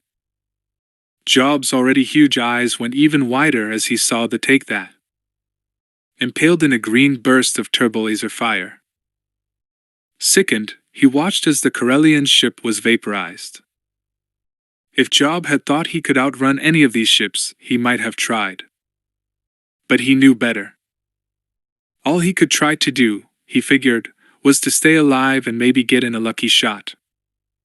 Mako was bound to order the real attack any second now. Job zigged again as a TIE roared by him, seemingly out of nowhere. The evasive maneuver brought him within range of the Carrack-class ship's turbolasers. The Celestin pilot squeaked in utter terror as the barest edge of green licked past his vessel. I'm all right, he didn't hit me, he didn't. Oh gods, he hit me, the Celestin thought. His power indicators were dropping. That blast had barely brushed him, but it must have wiped out his stern shields and disabled his engines. The Bnefnli was still hurtling along, still in the grip of inertia, but his engines were dead. Job tested his maneuvering thrusters and realized they still functioned. He couldn't brake or speed up, but he could turn his vessel. He looked around, saw that 2 TIEs were bearing down on him from the rear. In seconds they'd catch him and blast him into atoms. The Carrack-class ship was obviously content not to have to waste its heavy turbolasers on the likes of one small, crippled freighter. The big Imperial ship was sailing serenely along, parallel to and a little behind Job's flight path. Seconds. I've got only seconds. Make them count, Job thought. He didn't think of himself as particularly brave, but Celestins were known to be a practical species. Job sent his ship rolling over, using his maneuvering thrusters hard, deliberately sending the Bnefnli into an uncontrollable spin. Stars and space debris revolved in his viewport, making his stomach flip over. Bnefnli, everyone! He screamed as he hurtled toward the flank of the Carrack-class ship. Bnefnli meant, good luck, in Celestin. At first Job thought he wasn't going to make it, that the Carrack-class vessel was going too fast, but then he had one final second to realize that he was, indeed, going to impact against the big vessel's port shields. Joy filled him, and then there was nothing but fire. Blasted, stupid fools! Why didn't they wait for my order? Mako shouted as he stared into his tactical screen. Why did they jump the gun? Maybe they'd misunderstood him. Mako had said, prepared to evade, and just as he finished speaking, those three impetuous freighters went streaking out of cover. Mako had stared at the screen, cursing steadily in many languages, as he watched two of the errant ships get blown up. At least that second guy, whoever he was, had made his exit count for something. And even the fool that had started the whole mess had nailed a recon tie. Now the third vessel was streaking back toward him, with a TIE fighter in hot pursuit. Great! Mako yelled. Just lead em right to where we're hiding. If you live through this, I'm gonna personally hunt you down and strangle you. Mako, he's gonna buy it if we don't do something, Blue said tensely. I oughta let the fool pay for his mistake, Mako growled, but a last check on his tactical screens convinced him that the Carrack-class vessel was far enough into the debris to be unable to turn quickly and get out of range. Close enough, Mako thought. All right, he said to Blue and the gunnery crew. Let's go save his worthless hide. Snapping on his comm, Mako said, All right, commence attack. First strike element, attack now, boys and girls. Get those ties, and I'll move in on that Carrack-class. Be prepared to back me up. We're gonna nail that sucker. Blue was taking the Dragon Pearl out of hiding now, and the racing freighter saw them and swung toward them, like a child running to hide behind Mama's skirts. Blue gave a tense order to the gunnery crew, and the Hutt yacht's 6 powerful turbolasers sent green blasts of destruction to impale the TIE fighter. The TIE blew up spectacularly.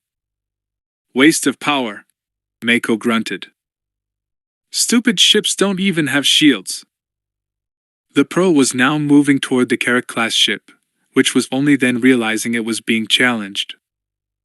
Blue, launch those headhunters! Mako yelled. Already did it 2 minutes ago. She shouted back. Quit telling me my job! The Vigilance swung toward the yacht, and the two vessels engaged. The Carrack-class, of course, had the advantage in the fight. It was armored much more heavily than the yacht, had better shielding, and more weaponry. It was also faster, but not by much. However, Mako's crew had 2 major advantages over the Vigilance.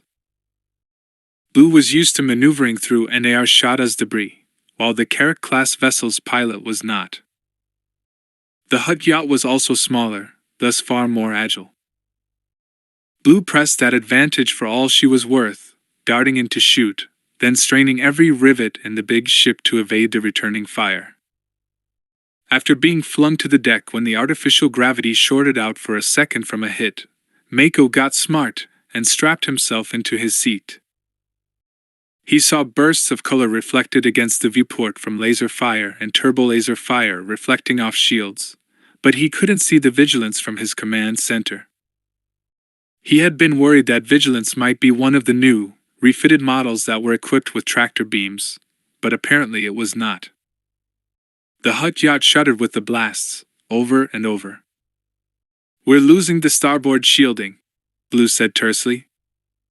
"Another hit there, and—" Wham! The Pearl lurched horribly, like a wounded animal dragged down by a predator's claws. Blue swore. "Fire! Hit 'em again!" Gilliack's yacht shuddered as the turbolasers fired again, then again. Mako was dying to get up and see for himself what was happening, but the ship was pitching so violently that it would have been dangerous. All he needed was a broken arm, or neck. Wham wham! "Blast," Blue said. "We've lost 3 turbolaser mounts." Wham! "Make that 4. "Blue, what in blazes is going on?" Mako yelled over the next volley. "Are we hitting them at all?" "Yeah," she grunted. "We're hitting them. Fire, boys." Again. Unable to stand the suspense any longer, Mako unsnapped his harness and staggered across the heaving deck to see what was going on. "His port shields are weakening," Blue told him. "Our starboard shields are gone." She maneuvered the Hutt yacht so the relatively intact bow shielding was pointing toward the Vigilance. "Engines are sluggish," Mako said, feeling the ship strain to move. "Tell me about it," Blue snapped. The Pearl fired again, and then. Mako let out a whoop of glee as he saw, instead of the splash of turbolaser fire against the shield, a big charred mark appear on the Carrack-class ship's armored hide. "His port shields are down!" "So are our starboard ones," Blue snarled. "But baby, we've got him now!" "Disengage." Mako raced back to his comm center. "All right, listen up." "Too late now." "Mines tra." Defense Central calling. "Come in, over." Mako was addressing 2 of the Merc vessels that he knew had been assigned to these coordinates. Too Late Now was a captured and modified Imperial patrol craft, and Mines Tra was a captured Imperial light corvette. Both vessels now sported the Blazing Claw insignia that marked them as pirates. "Mines Tra, we read you, Mako," said a voice. "Too Late Now, likewise." "Listen up, guys, good news. We just took down Vigilance's port shields. We're already moving in to finish him off," said the voice of Minestra's captain.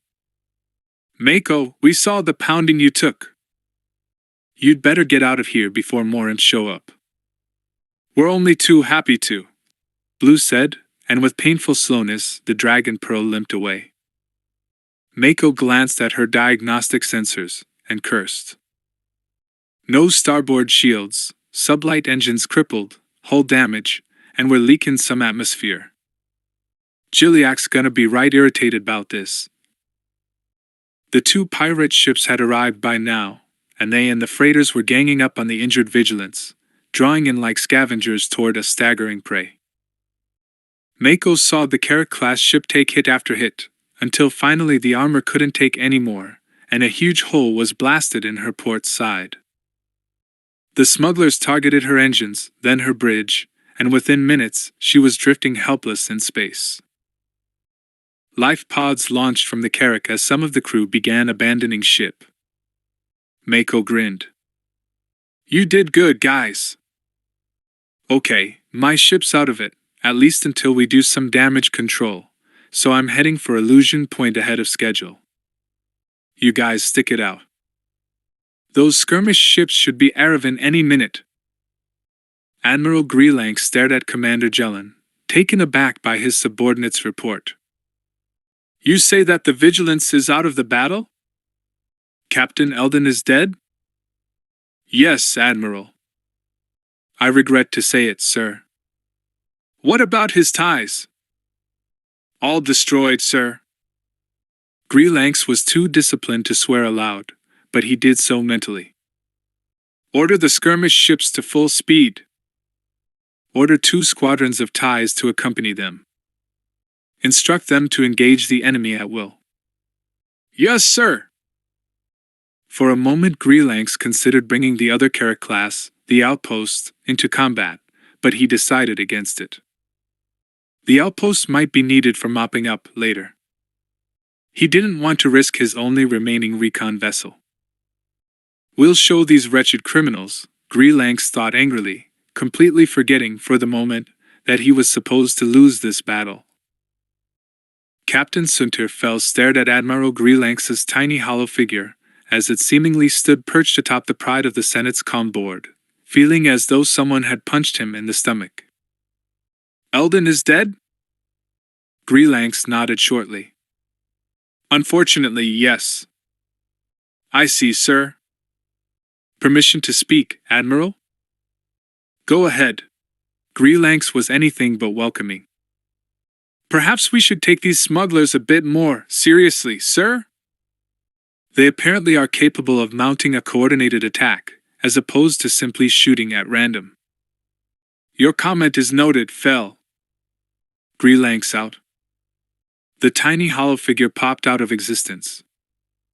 Sunterfell stood for a moment, head bowed. Captain Darv Eldon had been one of his classmates in the academy. They had been close friends for nearly 10 years. His death was like a vibroblade wound. Fell swallowed, then straightened his shoulders. He would have time to grieve later.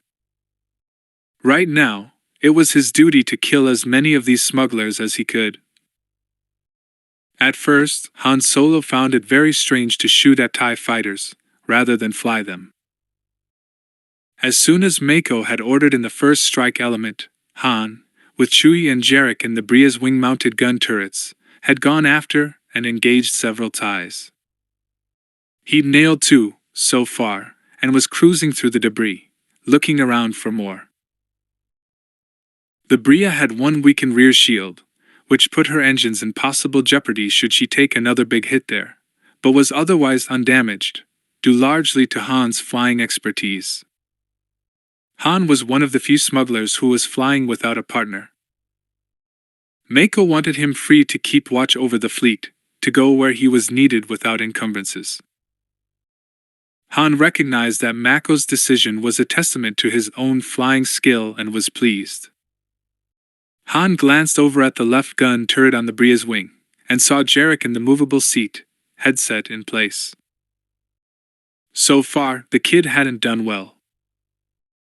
He'd been overeager, nervous, and had managed to miss everything he'd aimed at. Han was beginning to think he shouldn't have encouraged him to come along for the ride. Chewbacca had done considerably better, hitting one TIE fighter and sending it wheeling away. Seconds later it had crashed into a large piece of debris and exploded. Han himself had gotten another TIE with his bow-mounted twin lasers. Mako's voice came over his headphones. Listen up! Those skirmish ships are Aravan and engaging at will. Everyone stays sharp. Han had just decided to go hunting for one of the skirmish ships, when suddenly a TIE fighter swooped toward them, lasers blasting. Chewie, Jarek! Han yelled. Look sharp! Automatically he evaded the blasts, and triggered a shot with his bow guns. A clean miss. Han swore. Another TIE was swooping toward them, eager to catch the Bria in a crossfire. Han snapped off a shot at it as he sent his ship swooping away, and saw the TIE wobble. He'd hit it. The other TIE came in again, and this time Chewbacca was right there, firing. A sudden Wookiee howl of rage and frustration echoed in Han's headphones. He's been hit, was Han's first thought, and his breath caught in his chest, but when he looked to his right, he saw Chewie bouncing up and down in his movable seat, roaring, cursing, and waving his long, hairy arms, obviously furious, but unhurt. What's got into him? Han wondered, then he looked again, and saw what had happened. The Bria's gun control yoke, wires dangling, was clutched in Chui's paw hands. In his enthusiasm to nail the tie, Chewbacca had forgotten to ration his great Wookiee strength. He'd ripped the control yoke clean out of the gun mount. Now it was Han's turn to swear. "Chewie, you big furry oaf! Look what you did!"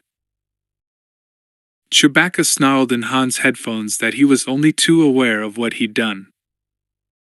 Han had never heard his hairy friend use language like that before.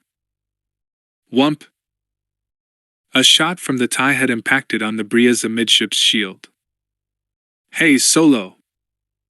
Concentrate on your flying, or you're gonna be dead." Han shook his head, realizing that from now on, he'd have to consider his right side as crippled, and shield it as best he could. He spoke into his headset. "Jarek, listen up, kid!"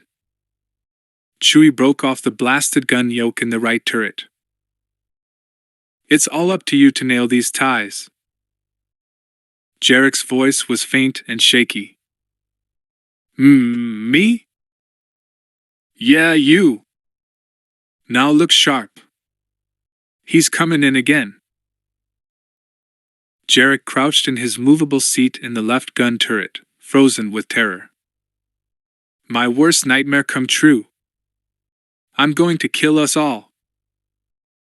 He forced himself to straighten up and swiveled, looking for the tie. The targeting grid hung before him. Would he be able to zero in on anything?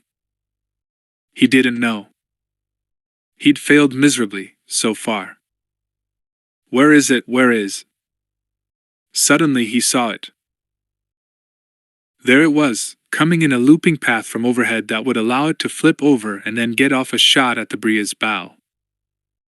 "I can't do it. What if I can't do it?" Jarek's mind screamed, but somehow his hands were moving, and then his body was following suit as he swiveled in his seat. There was the targeting grid, there was the tie, and suddenly, the two images were one. Without conscious volition, Jarek's thumb squeezed the firing trigger. A red beam shot out, catching the tie in the middle of its small body.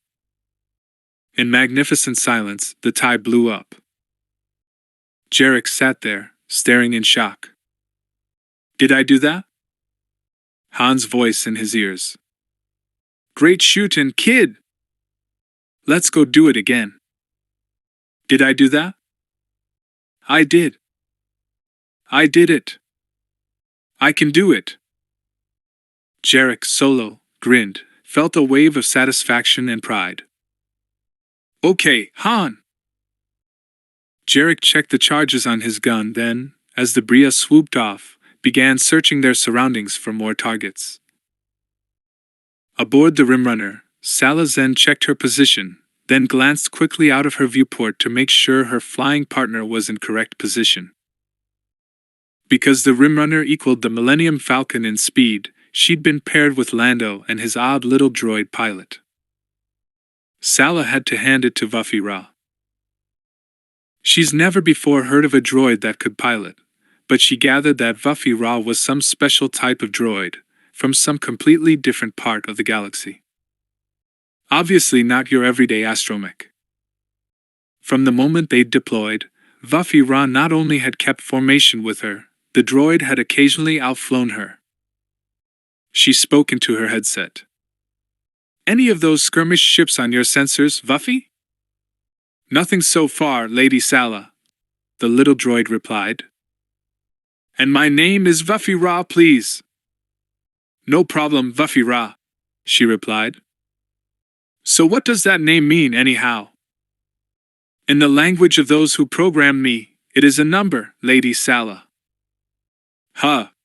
Sala was doing a visual inspection as she flew through the debris. No skirmish vessels so far, but her sensors showed a large group of vessels moving through the cloud of debris surrounding Nar Shaddaa. It was only a matter of time. "Lando, stay sharp with your guns. I see imp slugs everywhere." "Right, Sala," Lando said. "Rick Shug?" We could have incoming any second. You guys ready?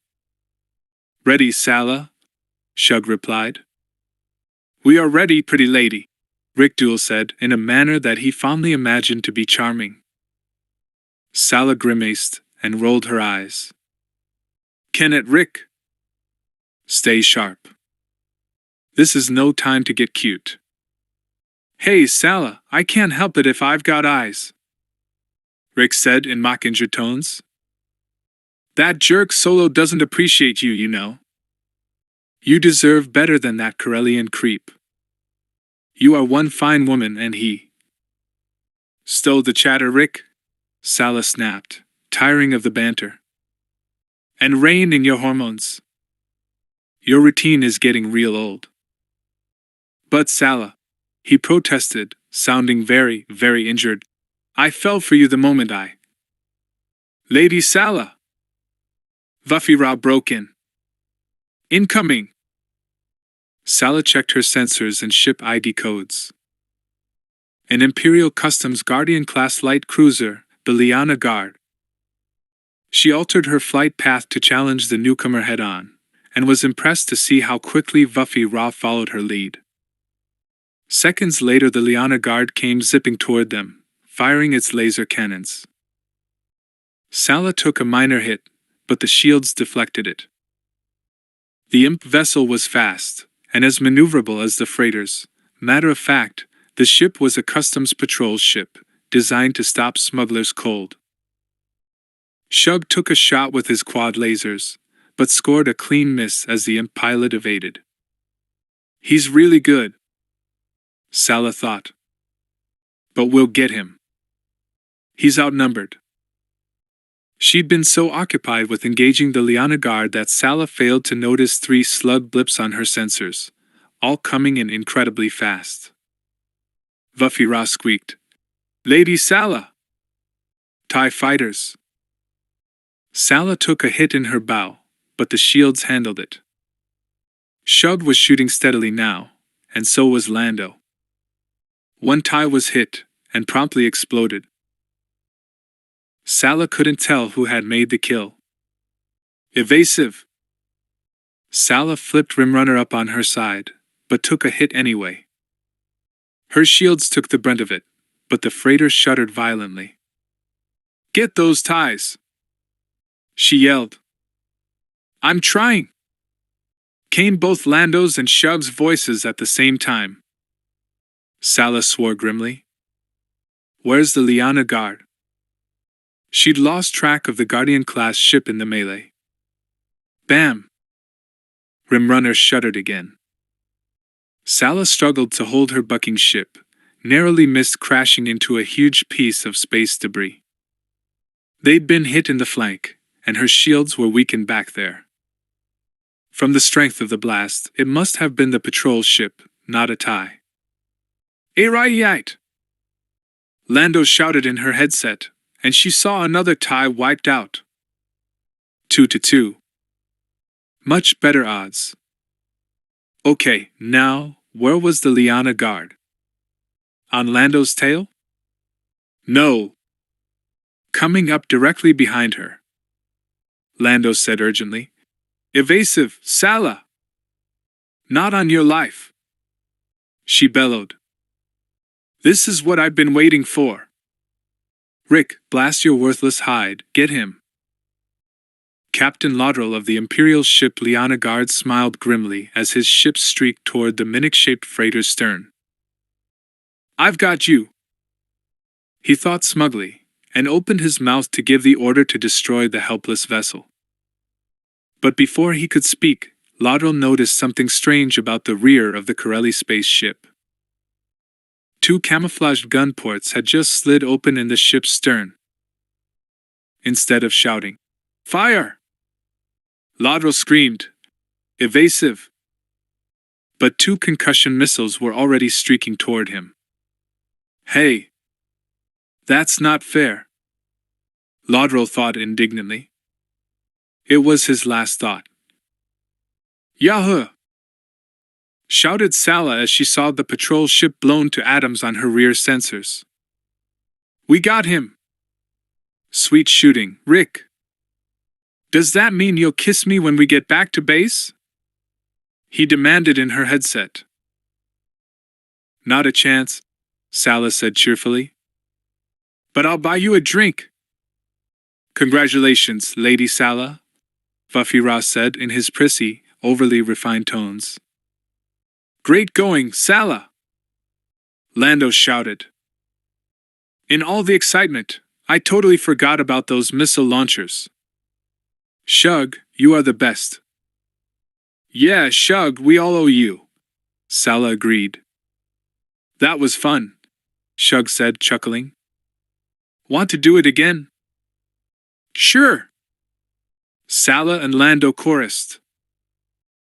Mako Spence heaved a sigh of relief when the crippled Dragon Pearl managed to reach Illusion Point, and the relative protection offered by the bigger ships in Dree Rental's mercenary fleet.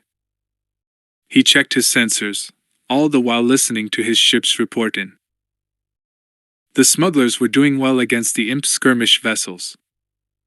They were taking losses, though, ships they couldn't afford to lose. Mako frowned as he checked ship after ship.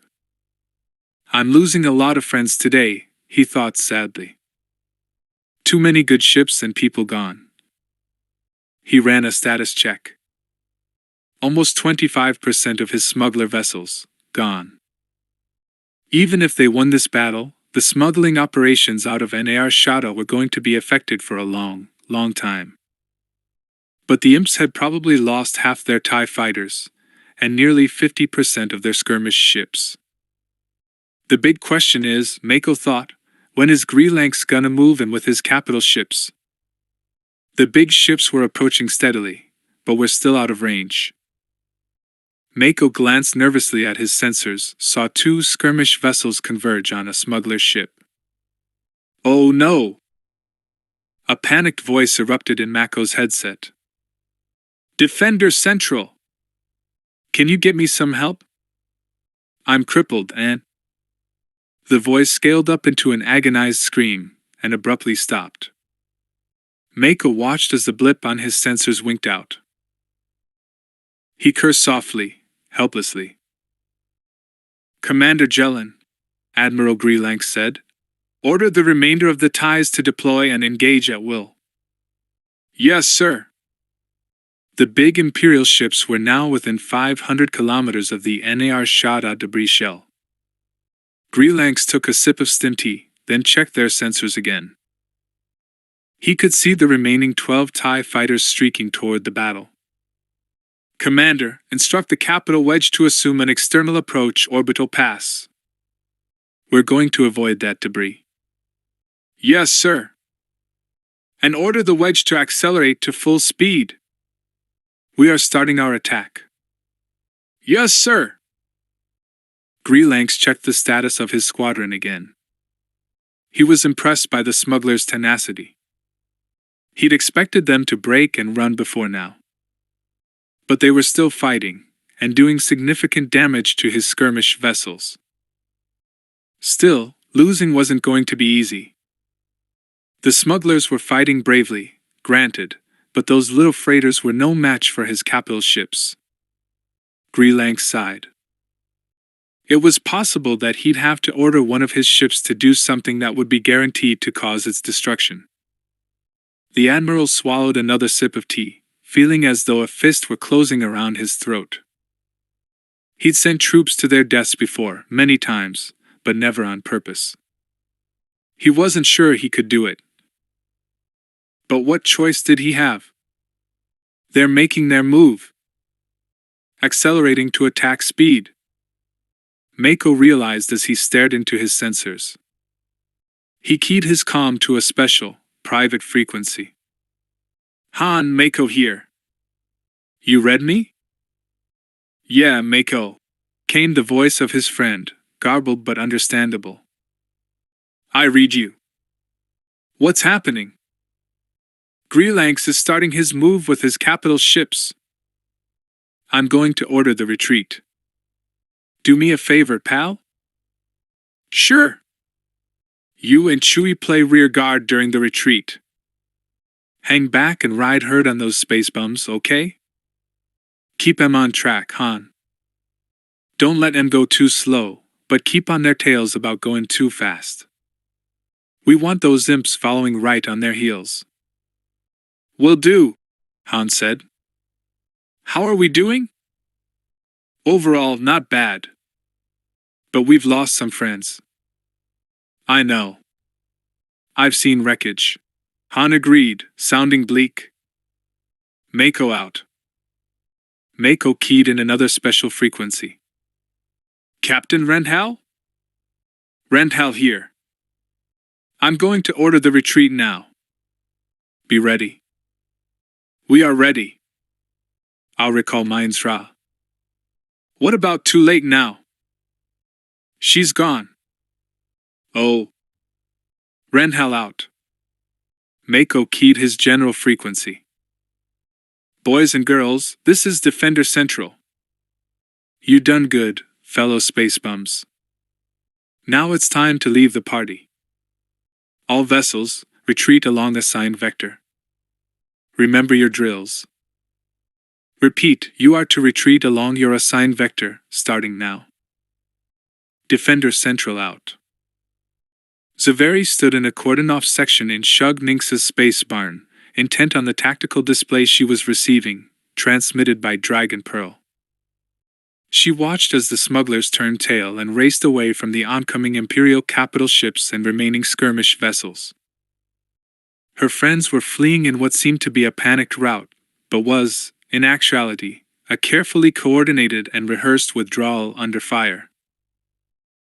Mako and Han had drilled them in just how far they should stay ahead of the Imperial vessels, tantalizingly within weapons range, so the stragglers would have to take evasive maneuvers to avoid being blasted if the Imperials got lucky. The magician licked her lips in anticipation, thinking that this was her big chance, the chance to wipe out more imps at one time than she'd probably ever get again. That's right, she thought, watching the wedge move closer and closer to the illusion point coordinates. That's right, come along, chase them, yes, chase them right into the trap.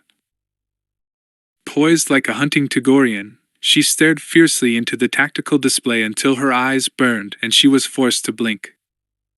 When her vision cleared, there they were. The entire capital wedge was right in the middle of the IP coordinates. Zaveri grinned, a predatory smile that had nothing pleasant about it. She activated her comm, spoke on a special frequency. Mako, Zaveri here. This is Mako. Zaveri, I read you. Activating illusion, now, she said, and broke contact. Then, slowly, deliberately, she pressed the big red button on her console, the one marked, Don't touch unless you're Zaveri. Now you die, she whispered. Imperial destiny rounded the limb of Nar Shada, swinging wide as ordered, in order to avoid the floating debris surrounding the smuggler's moon. As it did so, Admiral Greelanx could finally see Nal Hutt, large even at a distance of over 123,000 kilometers. His flagship was leading the charge against the fleeing smugglers, his capital ships moving in perfect formation, with his remaining TIE fighters and skirmish ships flanking the wedge. Greelanx stood on his bridge, watching them close on their prey, seeing the red and green trails of Imperial lasers and turbolasers blasting at the motley assortment of freighters, wondering once again how he was going to manage to stage a realistic defeat and retreat. The smugglers had fought hard, Greelanx had to admit that, but the sight of his big ships had obviously terrified them, frightened them so badly that any fighting spirit they'd had was gone. Now they were running like Corellian Vrouts before a pack of Conoids. Admiral Greelanx, sir! The sensor operator spoke up urgently. Sir, I'm getting something, but where did it? We've got incoming, sir! Greelanx took a quick glance at the sensors, then turned to look out the viewport. His eyes widened.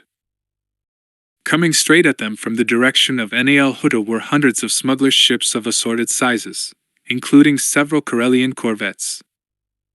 Mercenaries, Greelanx thought. The smugglers don't have anything that large. Where did they come from? Jelen demanded of the sensor operator. Why weren't you tracking them? Sir, they must have just launched from Hutt. Sir, I was concentrating on tracking the smuggler fleet, as ordered, Commander. Greelanx frowned. His instincts, honed after decades in the Imperial Navy, made him wonder if this could be some kind of a trick. Full sensor scan! He snapped. Yes, sir! Moments later, the sensor operator displayed the results of his check. Greelanx studied it. The Hutts must have held these mercenaries in reserve, then launched them in desperation, he decided. Greelanx cleared his throat. Commander Jelen, instruct the Wedge and our fighters to execute a 110-degree turn, y-axis, and engage the newcomers. When they have completed their maneuver, they may fire at will. Mako Spince let out a yell of triumph as he watched the Phantom Fleet appear, and saw the Imperial ships begin their turn. Yes! They're fallin' for it. He keyed his comm. Captain Renthal! I see it, she said tersely. I didn't believe it would work until now, but I gotta admit. I'm attacking, full speed! Go get 'em! As Mako had requested, Han Solo had stayed back, behind the other smugglers, as they wove their way out of the debris during the retreat. Once past the limb of Nar Shaddaa, Han had ordered them to swing wide and get out of the debris.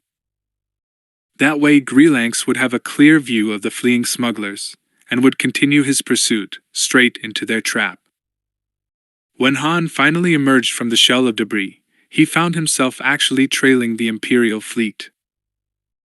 He could see them ahead of him, and considered trying to loop around them at top speed, so he could take part in the attack that was planned at the IP coordinates.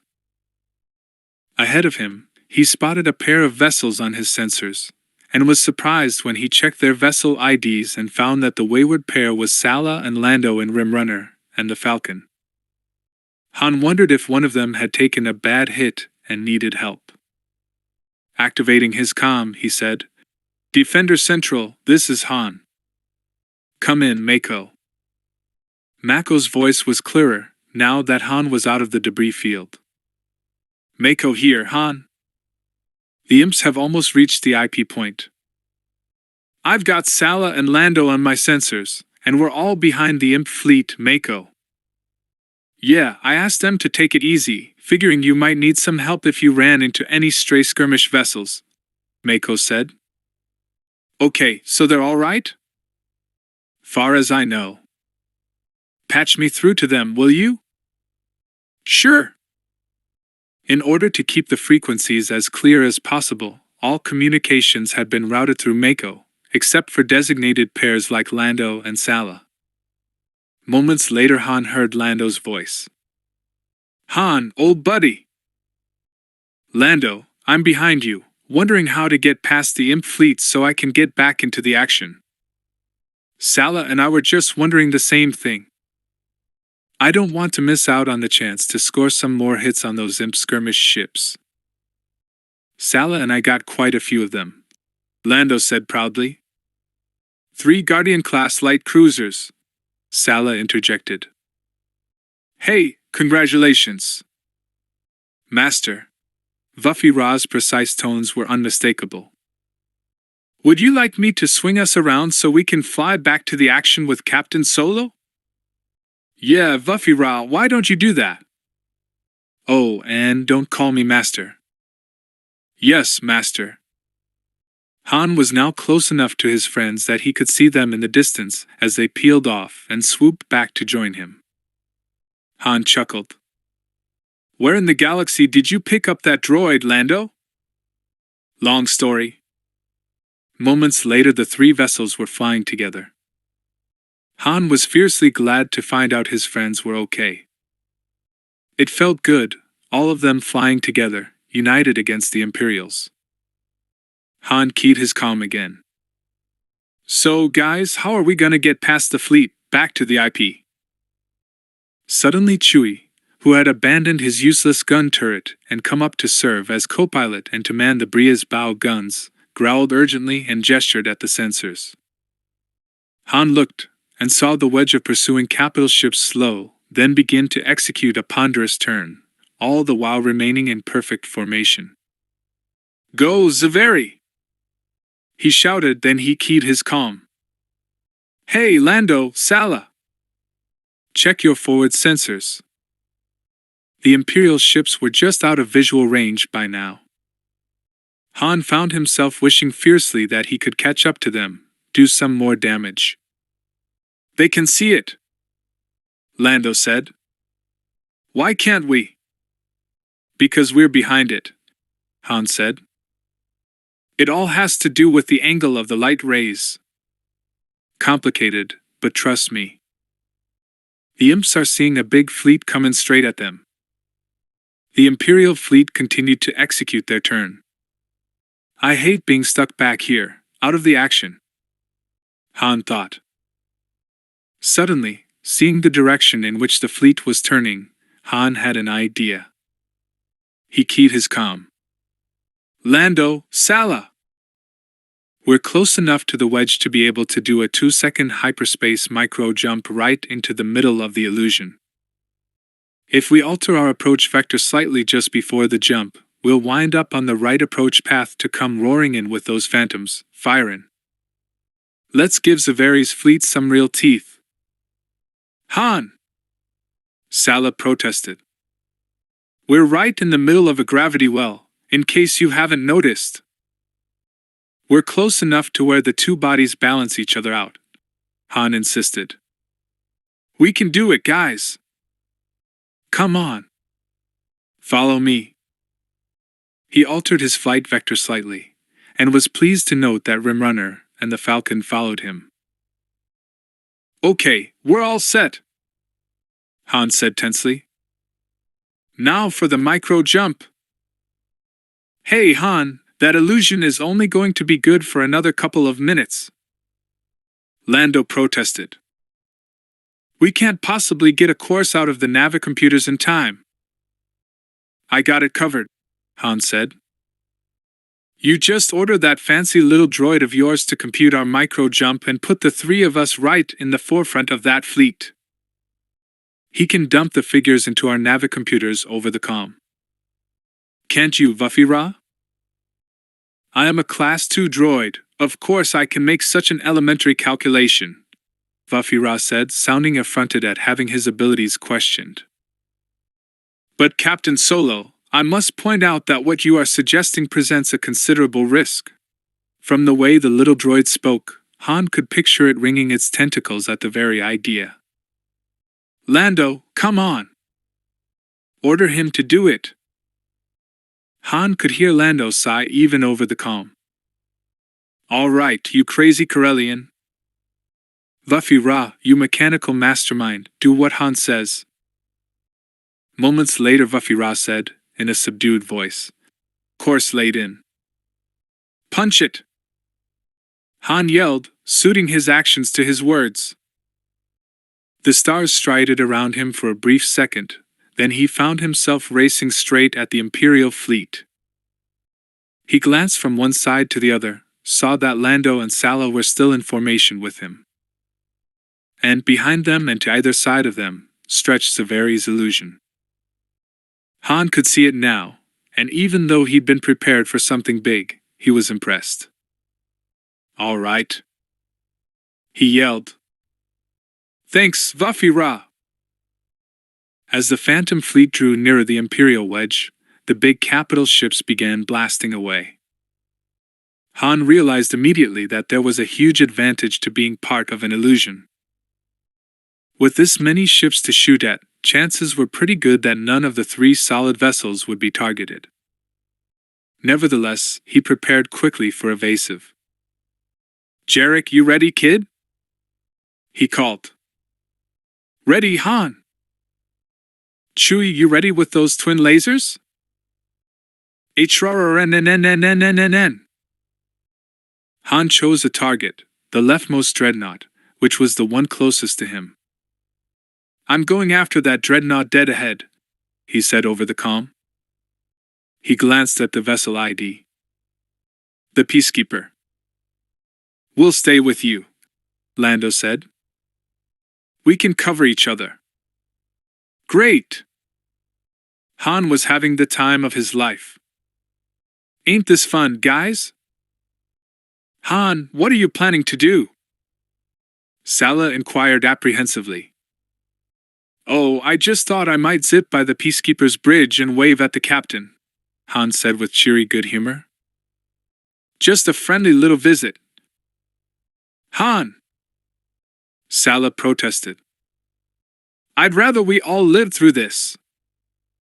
Crazy Corellian, Lando muttered. Hey, Han said. What are you worrying about?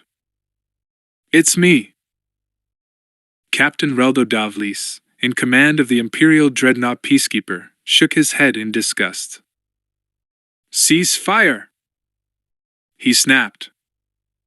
It's not real. It can't be. Our shots haven't taken out a single ship. And none of their shots have done us the slightest bit of harm. We're just wasting our fire and our time. His sensor operator looked up. Sensors still indicate that what we are seeing is real, sir. Sensors are lying then, Davlis snarled. He studied the tactical array, and saw a number of ships heading for Peacekeeper's stern, coming fast. Vessels approaching from the rear, he said. Turn to bring our forward turbolaser battery to bear on them. Lock in weapons. Prepare to fire on my order. Slowly the big ship began to swing around. Davlis kept a sharp watch on the approaching vessels, and was relieved to see that he'd have time to fire several salvos at them. From the size of them, that ought to. His pilot gave a strangled yelp, and the Peacekeeper shuddered. Red laser fire spattered against Peacekeeper's forward shield. A bare second later a ship swooped by, so close to the bridge view screen that even Davlis yelled and ducked.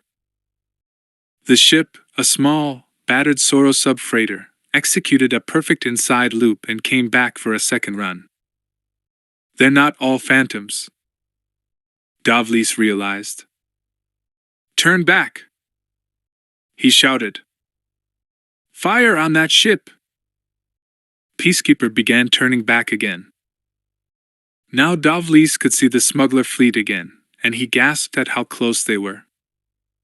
2 more beat-up freighters strafed the Peacekeeper. Target those vessels! The captain ordered. Fire! Mako Spin's crew had managed to jury-rig some repairs to the Dragon Pearl, so the Hutt yacht now had partial starboard shielding, and her hull leaks had been sealed. Her sublight speeds were still impaired, but Mako was willing to risk taking her back into battle.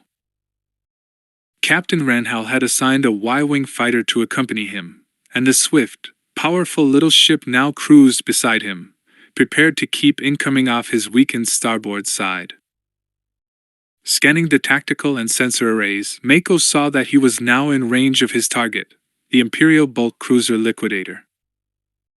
The ship was still pointing its stern toward the oncoming smuggler and pirate vessels, still vulnerable to attack. Mako, Blue said, we're within firing range. Mako nodded at the beautiful smuggler pilot. Great! I'm going to let the Y-wing have first pass, then we'll get in our licks. Instruct the gunnery crew to target his left rear deflector, right over his engine room. We want to hit him in the same place as the Y-wing. Right, Blue muttered, and relayed the order. Mako was grateful to have that Y-wing to help cover his starboard side. The swift, modern little fighter was not only equipped with lasers, but with proton torpedoes, which were bound to come in real handy. He keyed his comm, spoke to the pirate gunner aboard the Y-wing. Mako here. You ready? We're ready! Go for it! Mako watched the Y-wing on his sensors. The little ship made its run, slamming 4 proton torpedoes into the designated target before shearing off. "Okay, Mako," the gunner said, circling back to join the yacht. "Shields are either down or barely holding. Your turn." "My pleasure." Mako turned to Blue and gave her a nod. She increased speed to maximum, which still wasn't very good, and headed for the liquidator, turbolasers blasting away. With their first blast, Mako knew the bulk cruiser's shields were already down.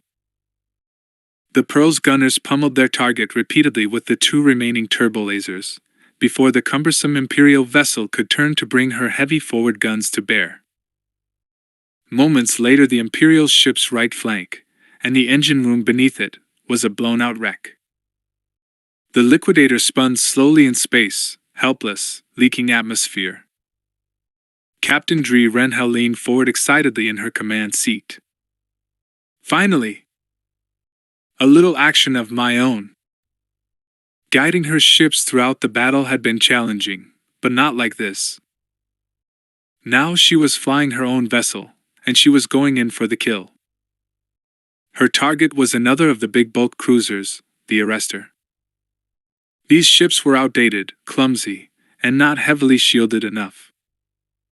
By comparison with Arrestor, Rental's Fist was a heavily armed, sleek engine of destruction. In addition to its 2 twin turbolasers in top and bottom turrets, her Corellian corvette had 4 twin laser turrets on the sides for shooting fighters, and a pair of capital ship proton torpedo launchers in the front, beneath her bridge. Her supply of proton torpedoes was limited, as Han had predicted. Renhal had only 4. They were extremely hard to come by. But as she closed in on Arrestor, Renhal was determined to make every one of them count. As she neared firing range, she spoke to her gunnery crew. "Prepare to launch Torpedo 1 and 2. Target her stern. I'd love to get a reactor overload going." "Yes, sir." Renhal smiled. She liked being called "Sir." As Rental's Fist swooped by, she shouted, "Fire!" Her ship lurched slightly, once, twice, as the proton torpedoes went streaking out in a blaze of blue fire. The first torpedo took out the cruiser's shields. The second bored into the hull and caused damage. "Fire turbolasers!" Renhal ordered, coming around for another pass.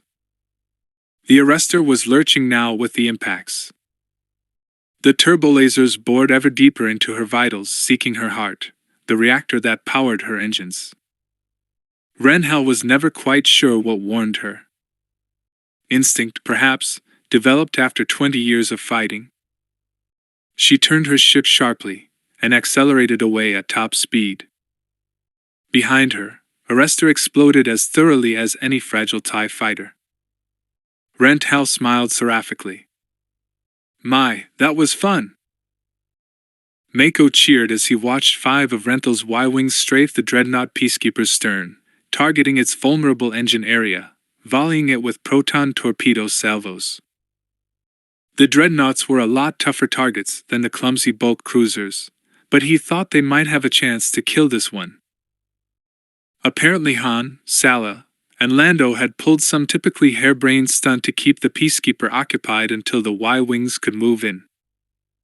Mako could make out their blips, following the Y-wings, waiting for those proton torpedoes to deal with the shields before wasting shots on the big vessel.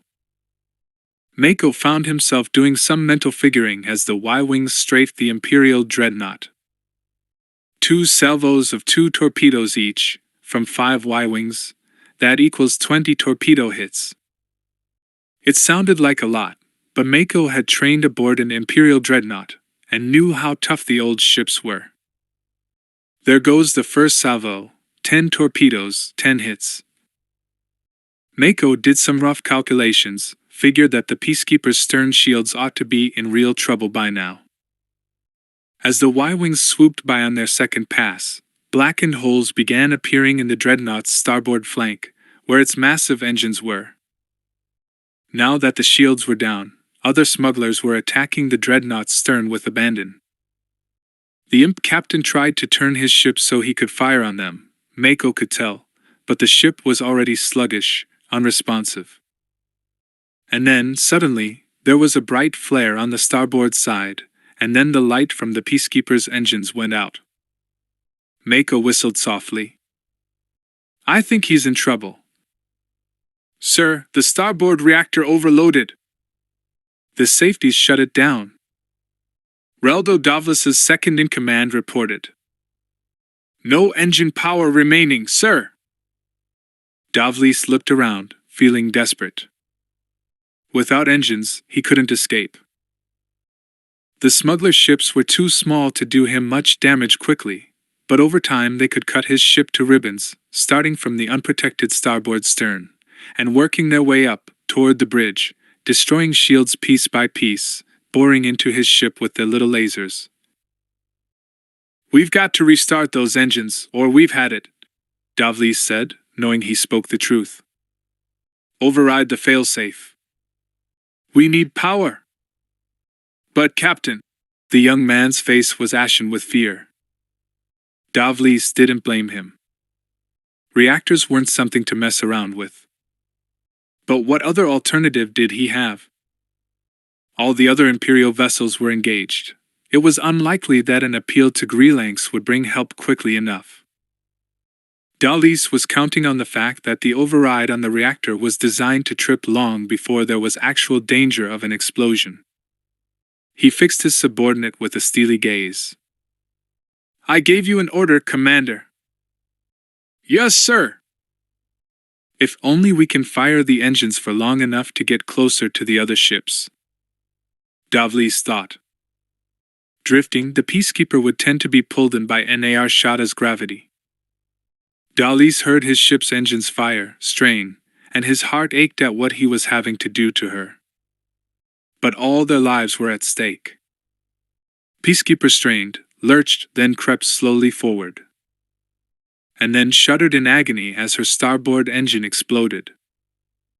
The port engine was still firing, however, and the unequal thrust sent the dreadnought into a dizzying spin. "Engines off!" shouted Davlis, but found that the commander had already anticipated his order. Peacekeeper spun now in silence, whirling over and over. The artificial gravity was still functioning because of the emergency power cells. But they weren't enough to power the ship's maneuvering thrusters. They had no way to pull out of this spin. Firing the port engines again would only make them spin harder, faster. Reldo Davlis watched in utter terror as the stars whirled by, then the surface of Nar Shada, hazy because of the moon's planetary shield, then the stars, then the moon. "Do something!" his mind screamed. "We're being drawn by the moon's gravity.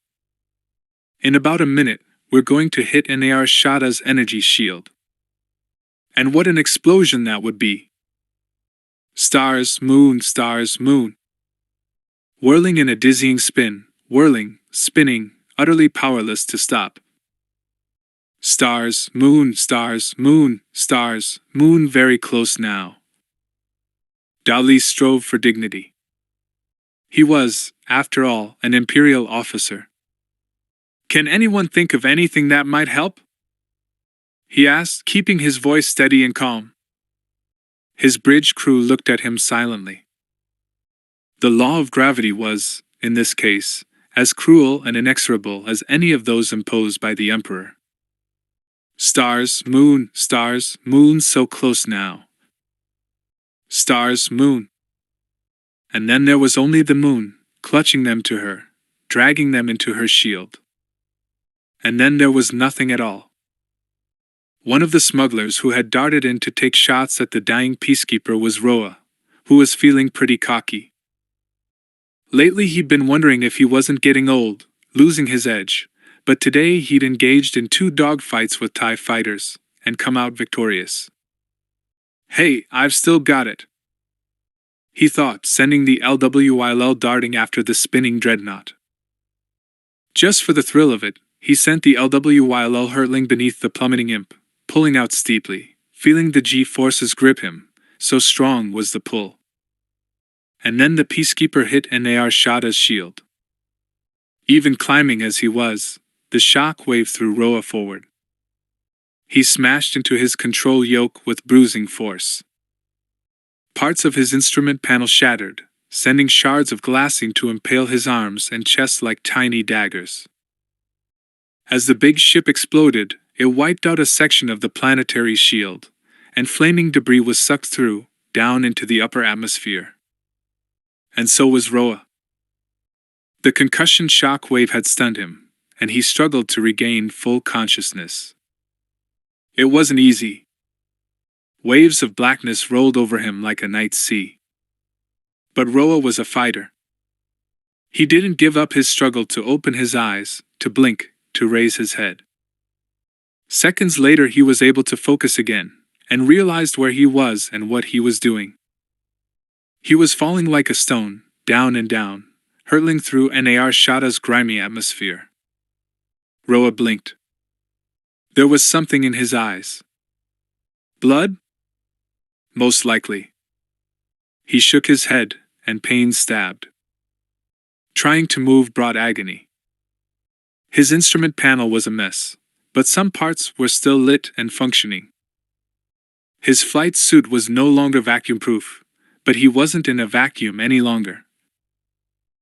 Forcing himself to move, to take control, Roa grabbed the controls and began to wrestle the little scout craft down through the atmosphere, using every bit of skill he had to achieve a soft landing. Or even a hard landing. Any kind of landing. The LWIL tried valiantly to respond to his commands. He brought her nose up, got air beneath her wings. His headlong fall slowed. Roa began testing his braking and maneuvering thrusters, and they responded sluggishly. He was still falling, but now it was a relatively controlled fall. Beneath him, he could see a landing platform. Using his maneuvering thrusters, he managed to edge the LWIL over, until he was certain he'd land on it, as opposed to tumbling over the side, down into the abyss between buildings. The permacrete was rushing up at him, fast. Too fast. Roa fought gravity as he would have fought a human opponent in a wrestling match, using every bit of skill he possessed. As the permacrete hurtled up at him, Roa braced himself. He never remembered the moment of impact. How much later did he blink, swim back to consciousness? Seconds? Minutes? Hours? Roa didn't know and didn't care. He hurt in 100 places, but a more visceral fear than any he'd ever known drove him to full consciousness. The smell of burning. The LWIL was burning. Any moment now, she might explode, and all his struggle to land her would be for nothing. Ignoring the stabbing glassing shards that still impaled him, Roa reached up and stabbed the control that would pop his cockpit. Clumsily, he unsnapped his flight harness. He managed to pull himself up, out of his seat, then half fell over the side. He kicked weakly, trying to get the strength to draw his legs over. Suddenly hands grabbed him, lifted him. Voices babbled in his ears, faint because of the helmet. He was being lifted, carried. He heard steps on the permacrete. They were hurrying, running steps. He was being shaken, jounced, almost as badly as when the explosion had hit him. Roa raised his head slightly, looked back at the LWIL, just in time to see his beloved little ship blow up. But I'm alive, he thought foggily. I'm alive, and I still have the real LWIL. And with that thought, he blacked out. For a man who had been granted his wish, Admiral Winston Greelanks was remarkably unhappy. The Admiral stared at his tactical screens, his sensors saw the damage his squadron had taken, and was absolutely furious. How dare those smugglers? How dare they? One dreadnought utterly destroyed. a Carrack-class cruiser fit only for salvage. One bulk cruiser a helpless cripple, another that was now part of the debris and space dust floating around Nar Shaddaa. Greenlanks fought back the urge to rally his troops and continue the battle. He still had a formidable force, especially against these smugglers. There was a decent chance, perhaps more than 50-50, that he would be able to achieve victory and implement his orders. But he couldn't do that. He had been looking for a way to justify withdrawal, and now it had been handed to him. He turned to Commander Jelen. "Order our ships to fall back in an orderly fashion. When they have disengaged, order them to rendezvous at our hyperspace rally coordinates." Jelen stared at his commanding officer in open surprise. "Retreat, sir?" "Yes, retreat," Greenlanks said harshly. "We cannot achieve our directive here in the tube system. Approved tactical wisdom dictates an orderly retreat, while we still have some control over the situation."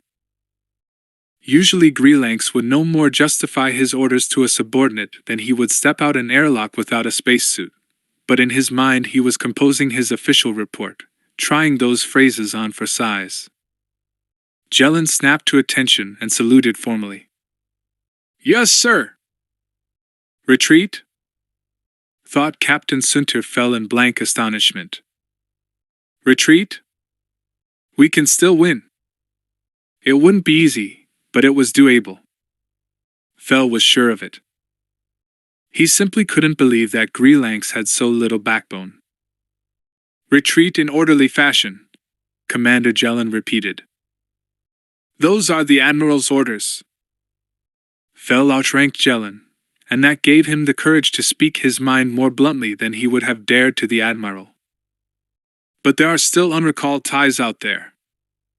We can't abandon them.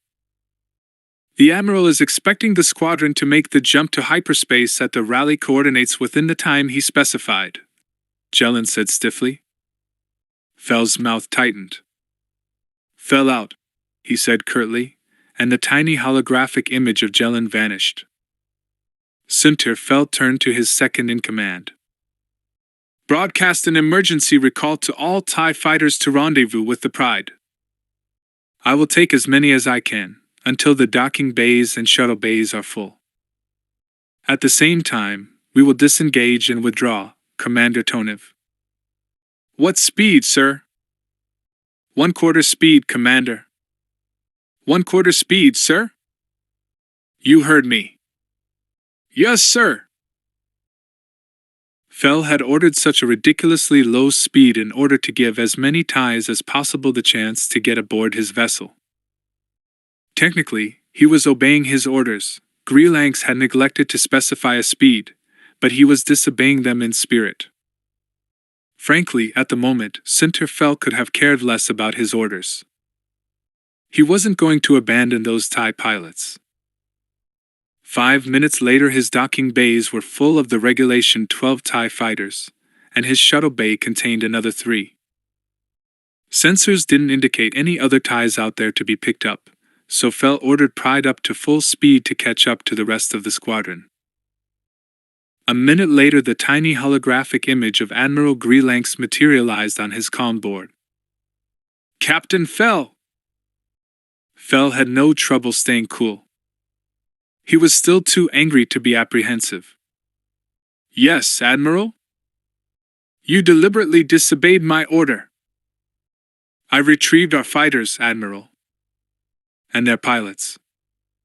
I considered that important." Greenlanks' little image bristled. "Captain, this decision on your part could wind up costing you your command." "I shall make a full report." Fell swallowed, but his gaze did not waver. "And I shall, of course, make my full report," he said. "As per regulations, I intend to offer all the facts of the battle as I observed it." Greenlanks stared at Fell for a long moment. Neither gaze wavered. Finally, the Admiral nodded. "As you wish, Captain." The tiny image vanished. Sunterfell dropped into a seat, resisting the urge to hold his head in his hands. Were the lives of those TIE pilots worth a career? It was entirely possible that he was about to find out. Sunterfell sighed. Life could be very complicated, at times. But then a thought occurred to him, and it cheered him considerably. At least I didn't have to execute base Delta Zero. That's worth something, too. 24 hours after Han and Chewie had brought the Bria safely back to Nar Shaddaa, undamaged save for the gun mount and a weakened stern shield over her engine housing, Han and Zaveri stood together on the windswept landing platform beside the Phantasm's landing ramp. Sala and Chewie had accompanied them most of the way, but had discreetly fallen back, to allow them to say a private farewell. Now Han looked at Zaveri, who had once more assumed her colorful, stylish clothes, and shook his head. I hate goodbyes, he said miserably. I can never think of anything to say, and this is worse than usual. How can I find words to thank you, Zaveri? Your illusion saved us. Without you, we wouldn't have been able to do it. She smiled at him, her dark eyes full of affection. Hey, Solo. I wouldn't have missed it for all the credits in the galaxy. I just wish I'd been on the bridge of a few of those Imperial ships to see their reaction. Han laughed. They had to have been surprised, that's for sure. Impulsively he reached out and took her hands, then found himself hugging her fiercely. I'm gonna miss you, he said, his voice muffled by her hair. Just when I thought I'd gotten used to living without you, here I have to do it all over again. It ain't fair, Zaveri. When he pulled back a bit, she reached up and kissed him firmly on the mouth. Don't worry, she said with a smile. Sala won't mind. She's a classy lady. She is, he agreed. We think a lot alike. Zaveri nodded. I hope you two are happy, Solo. You take care of each other, okay? Han nodded. You too. I will, Solo. Don't forget me. Never, he said, his throat tight. I could never forget you, Zaveri. Zaveri pulled away, and he let her go.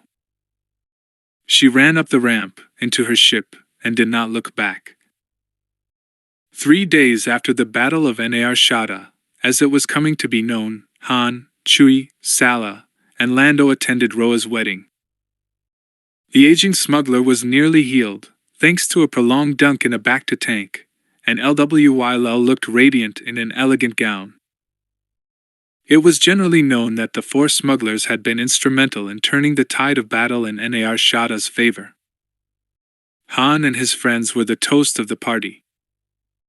They wandered around, sipping drinks, scarfing appetizers, shaking hands, and being congratulated by all and sundry. Lando came up to Roa, threw an arm around the smuggler's shoulders, and said, I understand that getting out of the smuggling business is one of the conditions to this wedding, Roa. That's right. Well, you're going to need honest employment then. Would you like to work for me? Doing what? Lando laughed. Don't look so suspicious. Managing my used spaceship lot. I'm going on an extended trip back to the Centrality, and I need someone reliable to look after the business. Roa looked very thoughtful. Well, sure. I think I'd like that. Thanks, Lando. So, why are you heading out?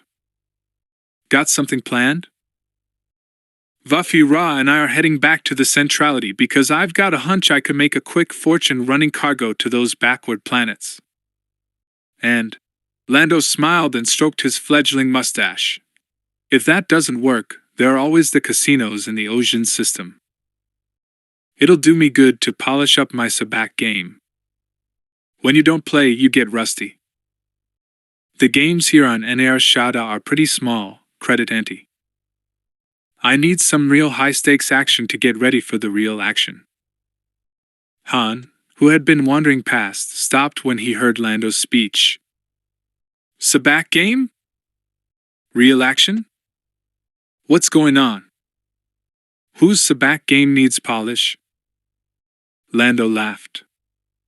Mine does. If I can raise the stake, I'm going to get myself into the big Sabak game that's being held on Bespin in 6 months. Auntie's 10,000 credits. 10,000 credits! Han whistled softly. That's a big game, all right. Lando smiled at his friend. Hey, you're a pretty decent Sabak player, Han. You ought to consider getting together your own stake. Han shook his head. No way. Why not? Too rich for my blood, Han said. If I could manage to scrounge up 10,000 credits, I'd put it toward a ship of my own. Yeah, but you might win enough to buy one, Lando pointed out. I'm not that lucky, Han said. Oh, come on, Han, Lando urged. You could raise the credits. He looked over at Chewbacca. Chewie would loan them to you, wouldn't you, Chewbacca? He's your best friend, right? Chewbacca gave an eloquent growl, then shook his head emphatically. Han laughed. Not a good enough friend to risk 10,000 credits, Lando. Durgao the Hutt crouched beside his parents' repulsor sled, grief-stricken, watching the med droids and Grotto, the Hutt physician, work desperately to save Aruk. But even he could tell that their efforts were doomed to failure. Aruk had collapsed minutes ago, gasping in pain, retching, moaning, then jerking in frenzied spasms.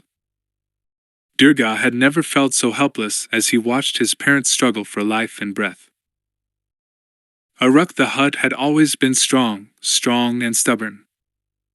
It took him 4 hours to die, 4 agonizing, pain-filled hours. Durga crouched by him the entire time, hoping that his parent would regain consciousness, but Aruk never did. It was a relief when the Besaidii Lord's straining heart finally gave up the struggle, but even though he was glad that his parent was free of the terrible pain, Durga was devastated. He had lost his best friend, as well as his parent. He clutched Aruk's limp hand, seeing the rivulets of green slobber running out the slack, dead mouth, and knew, without knowing how he knew, that this death was murder. Who had done this? Who else but TRILOGY stood to profit by Aruk's death? For days Durga was too devastated to function, barely eating, dragging himself around like a lost spirit. He refused to let his parents' body be interred. Even though the physician's tests on the contents of Aruk's stomach indicated that there was no poison, that the Hutt Lord had died of natural causes, Durga was convinced that there had been foul play. He had Aruk's massive corpse frozen, and resolved to hire a team of forensic specialists from Imperial Center to perform a thorough autopsy as soon as things settled down. The Besaidii Khajidik was in an uproar. 2 factions emerged, the pro-Durga and the anti-Durga faction. Durga took steps to consolidate his power. He contacted an infamous crime syndicate, Black Sun, that was owned and commanded by the powerful Prince Xizor, and explained to the prince how their organizations might prove beneficial to each other. Over the next 3 weeks, 3 powerful Besaidii lords died, 2 in shuttle crashes, 1 by drowning when his river barge struck an uncharted rock and sank. After that, the anti-Durga faction became far less vocal. While he waited for the forensic specialists to arrive from Imperial Center, Durga made a list of possible suspects. Surely there would be some clue, somewhere, as to who had done this, and how. Durga resolved to start with the financial records. As a Hutt, he understood finances and profit. He would check the finances of every member of TRILOGY, then go on to Besaidii, then the other clans. He would look for a pattern. There was always a pattern to finances, if one knew how to see it. Slowly, day by day, the young Hutt lord found the strength to carry on without his parent. Someone is going to pay for this, he vowed every morning when he looked at a rux hollow hanging on the wall in his chamber. And they will pay dearly. This time around, the snooty administrative aide waved Han into Admiral Greelanx's private sanctum without question. It was obvious to Han that his arrival was eagerly awaited. The Corellian smiled grimly as he walked in. He supposed he'd be glad to see someone who was going to give him a fortune, too. The Admiral was standing by the viewport, staring out moodily. He turned as Han came in, nodded, but did not smile. "Did you bring them?" he asked. "Yes, sir, they're all here, exactly as specified," Han said. Carefully, he pushed items away from the center of Greelanx's desk and then emptied the small pouch he carried into the cleared spot.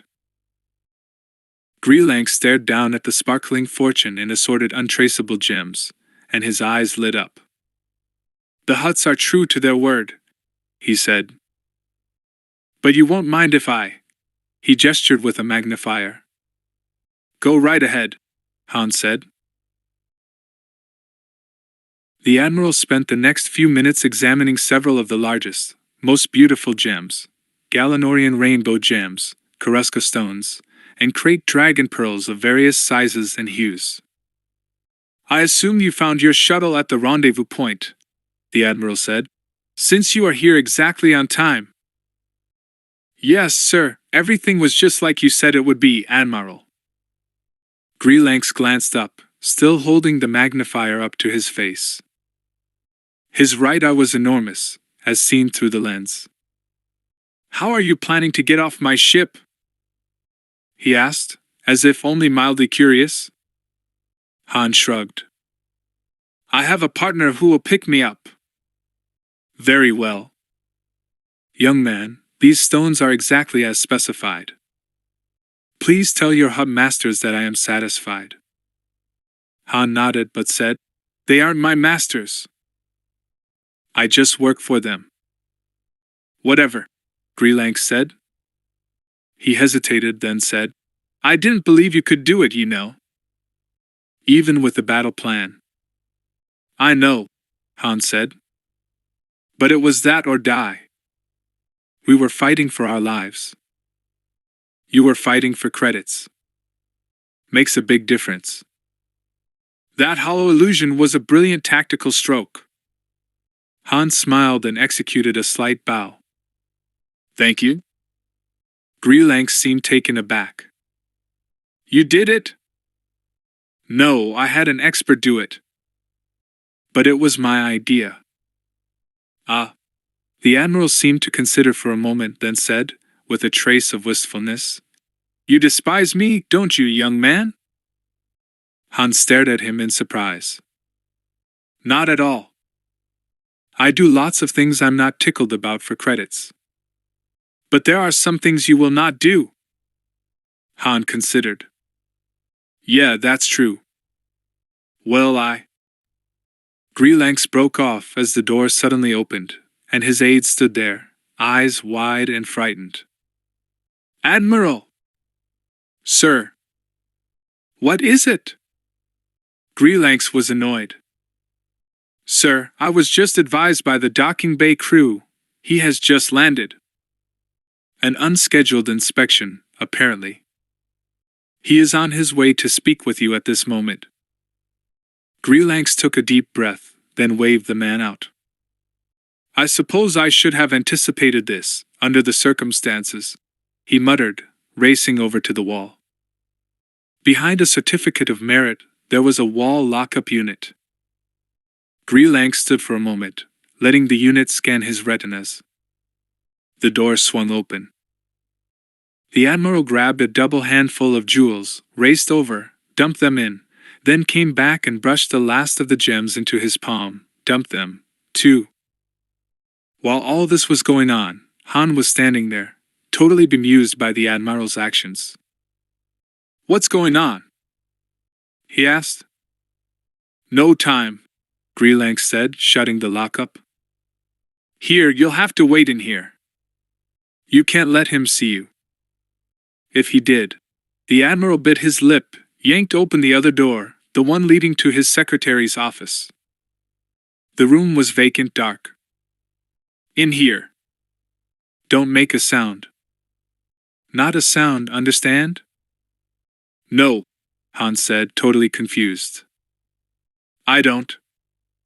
Greenlanx did not bother to reply. Grabbing Hans' arm, he shoved him into the office, then shut the door. Hans stood there in the dark office, wondering what in blazes was going on. Who was he? It sounded like Greenlanx was expecting some kind of monster out of a kid's adventure trilogy. Half tempted to storm back out and just say, "Good riddance," Han tiptoed over to the door. The door seal, he discovered, hadn't quite caught. He was able to hear Greenlanx moving around, and then came some small thumps and rustles. Putting his desk back to rights, Han realized. Then came a squeak, as Greenlanx sat back down in his luxurious lizard-hide chair. Han could almost picture him, being elaborately casual. The door seal to the outer office hissed. Han heard a heavy, measured tread and the whisper of something that might have been fabric. Was the newcomer wearing long robes? A cloak? Then came another sound that the Corellian recognized, loud, stentorian breathing, respirations that were artificially stimulated because the wearer was unable to breathe on his own. A respirator mask. The visitor was wearing a respirator mask. Somehow the sounds of those loud, hissing breaths was ominous. Hans swallowed and didn't make a sound. Greenlanx said, in a deliberately bright, pleasant tone that was supposed to sound casual, but instead sounded terrified. "Lord, what an unexpected pleasure! The Outer Rim is honored by your presence. I gather you wish to conduct an inspection.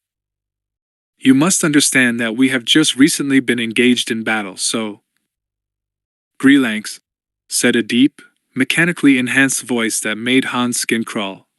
"You are as stupid as you are greedy.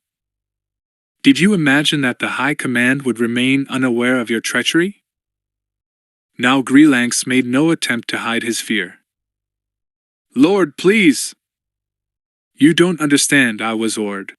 His voice broke off in a choked cry. Hans' eyes widened, and he wouldn't have opened that door into Greenlanx's office for all the dragon pearls in the galaxy. Silence, except for that loud, harsh breathing. Silence for many seconds. Then, a heavy thump as something landed on the thick carpet. The voice said, "Ah, but I understand perfectly, Admiral." The heavy footsteps came again, past the door where Han was hiding, did not pause. Then came the sound of the door seal activating. Silence. Han waited a good 5 minutes before he dared to unseal the door and peer out. He wasn't particularly surprised to find Greenlanx sprawled on the carpet. He checked for a pulse, found none, which also wasn't surprising. What was surprising was that there wasn't a mark on the body. When Han hadn't heard a blaster, he'd assumed the visitor had used a vibroblade. An expert assassin could use one to kill with little blood and no struggle. But Greenlanx didn't have a mark on him. Han stood there, looking down at the Admiral's dead features, which were frozen in a look of utter terror. He shivered. Who was that guy? Han walked over to the wall, took a cursory glance at the lockup, but it was as he'd expected, a good unit, retinally activated.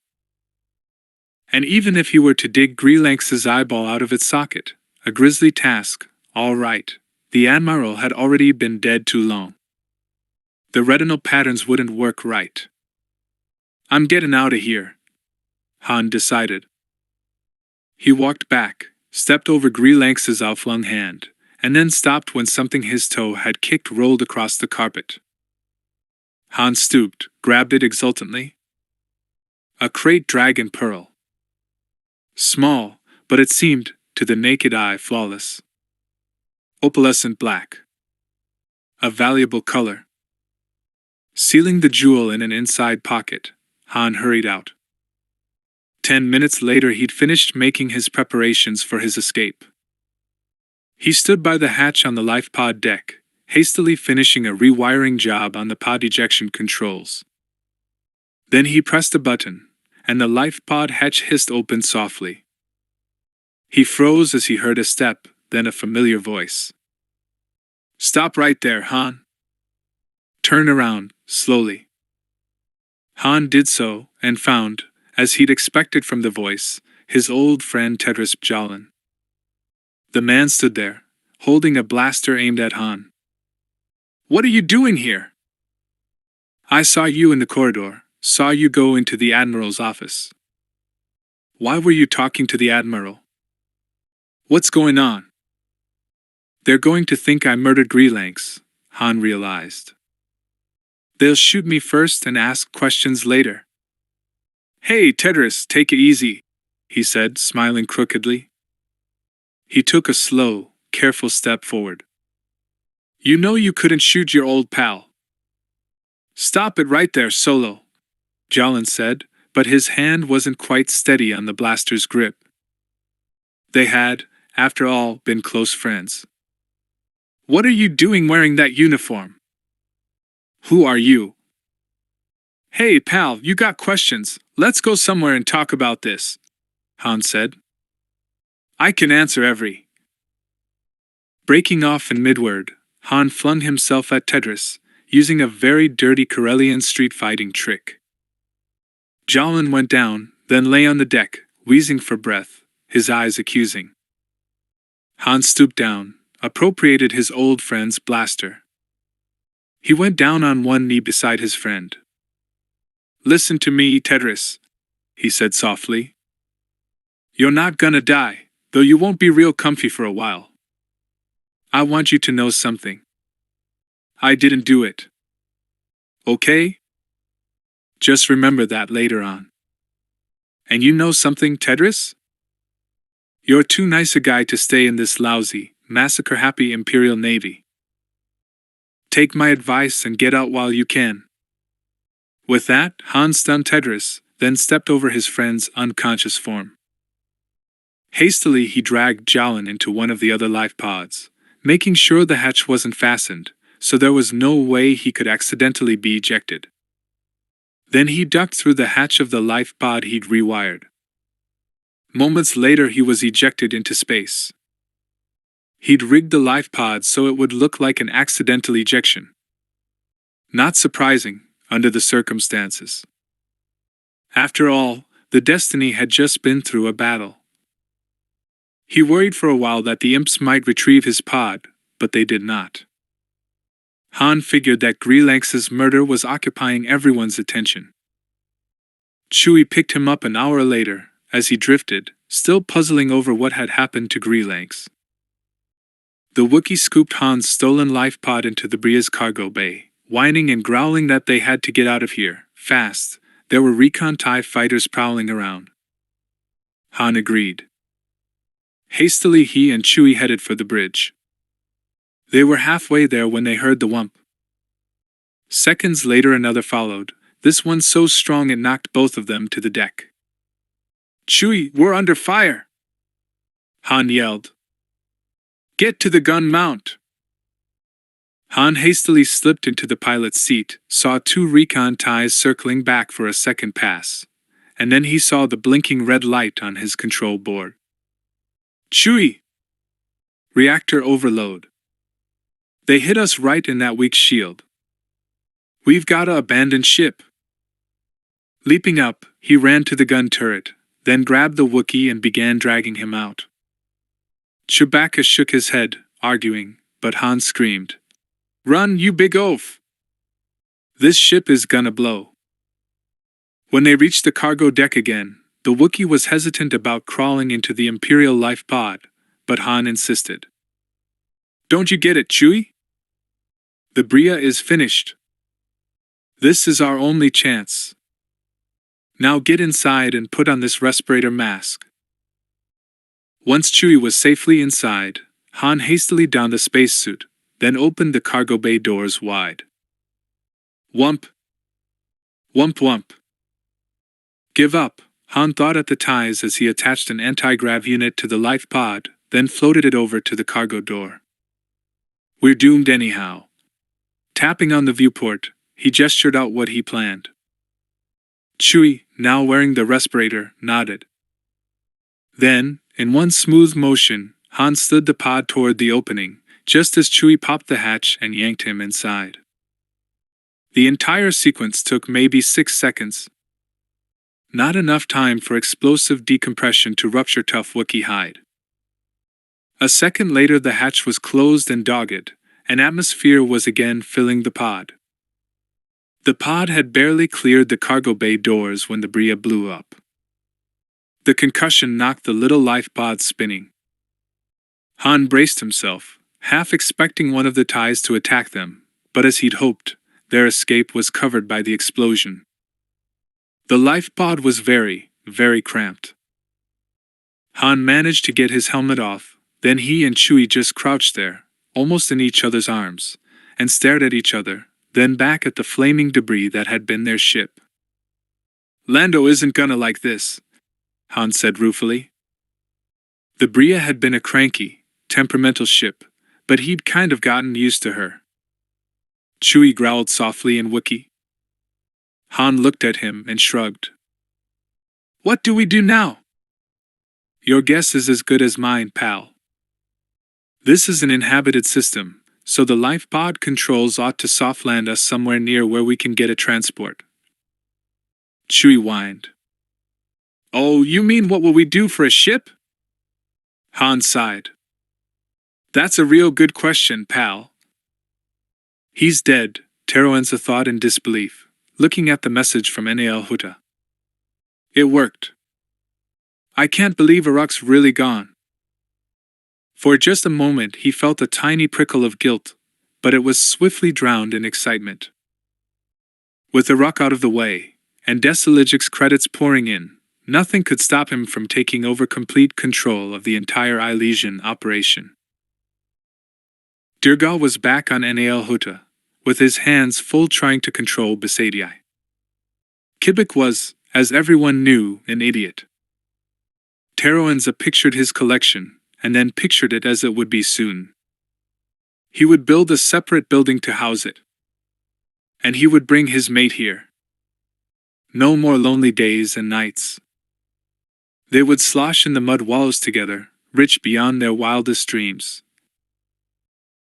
Teroenza spent several minutes putting on a suitably lugubrious expression, then the T-Landatil went off to find Kibik, and inform him that his uncle was dead. Moff Saw Child sat alone in his palatial home on Taith, wondering just what had gone wrong. The attack on Hutt had obviously been a huge mistake. Greelanx had failed, and now the Admiral was dead under suspicious circumstances. Child was alone in his house, save for the droids. All his living servants were gone, he knew not where. Bria, she was gone, too, had disappeared days ago. She hadn't even said goodbye. Yesterday, the Emperor had summoned Child back to Imperial Center, to face a board of inquiry about the ill-fated attack on the tube system. Palpatine's message had made it clear that the Emperor was most displeased. Child sat alone, struggling to comprehend it all. Scant days ago, he'd been on top of the galaxy. Now he couldn't even remember why he'd done the things he'd done. It was almost as though he'd been possessed by an alien entity. Child stared down at his ornate desk. Before him lay a blaster, side by side with a vial of poison. Child took a deep breath. He had no illusions anymore. Traveling to Imperial Center would only prolong the inevitable. Anything would be better than facing Palpatine's wrath. But which should he use, the blaster or the poison? Child considered for a while, but couldn't make up his mind. Finally, in desperation, he fell back on a childhood memory. Moving his finger from one means of death, and escape, to the other, he began to chant aloud. Wanga, Winga, Sinji was, which of these do I choose? It was strange, being back on Corellia after all these years away, Han thought, 6 months later. The streets were both familiar and strange, comforting and threatening. Bad things had happened to him on his homeworld, lots of bad things. But maybe, just maybe, his luck was about to change. As he walked down the street, Han patted his pocket, which held the little dragon pearl, and a small gold statuette with ruby eyes. It was a Palladier, an extinct Corellian animal. Years ago, Han had cached the statuette, which he'd stolen from Teroenz's collection, in a safe place on his homeworld. Now he planned to fence both the statuette and the dragon pearl. He figured that, together, they were worth about 10,000 credits. The big sabacc game on Bespin would be held in 10 days. Han was relieved to find that Galadin O'Kaner's shop was still there. O'Kaner paid top dollar though, like all fences, he liked to haggle. 10,000 credits, Han thought. Never thought I'd be desperate enough to risk it all on one high-stakes sabacc game, especially if I'm playing against a Sharpa like Lando. But he had to have a ship of his own. And he could think of no other way to get the credits to buy one. Han paused outside O'Kaner's door to take a deep breath. Here goes nothing. Then, clutching his hopes and dreams in a sweaty hand, he opened the door and walked in. End of Star Wars: The Hutt Gambit.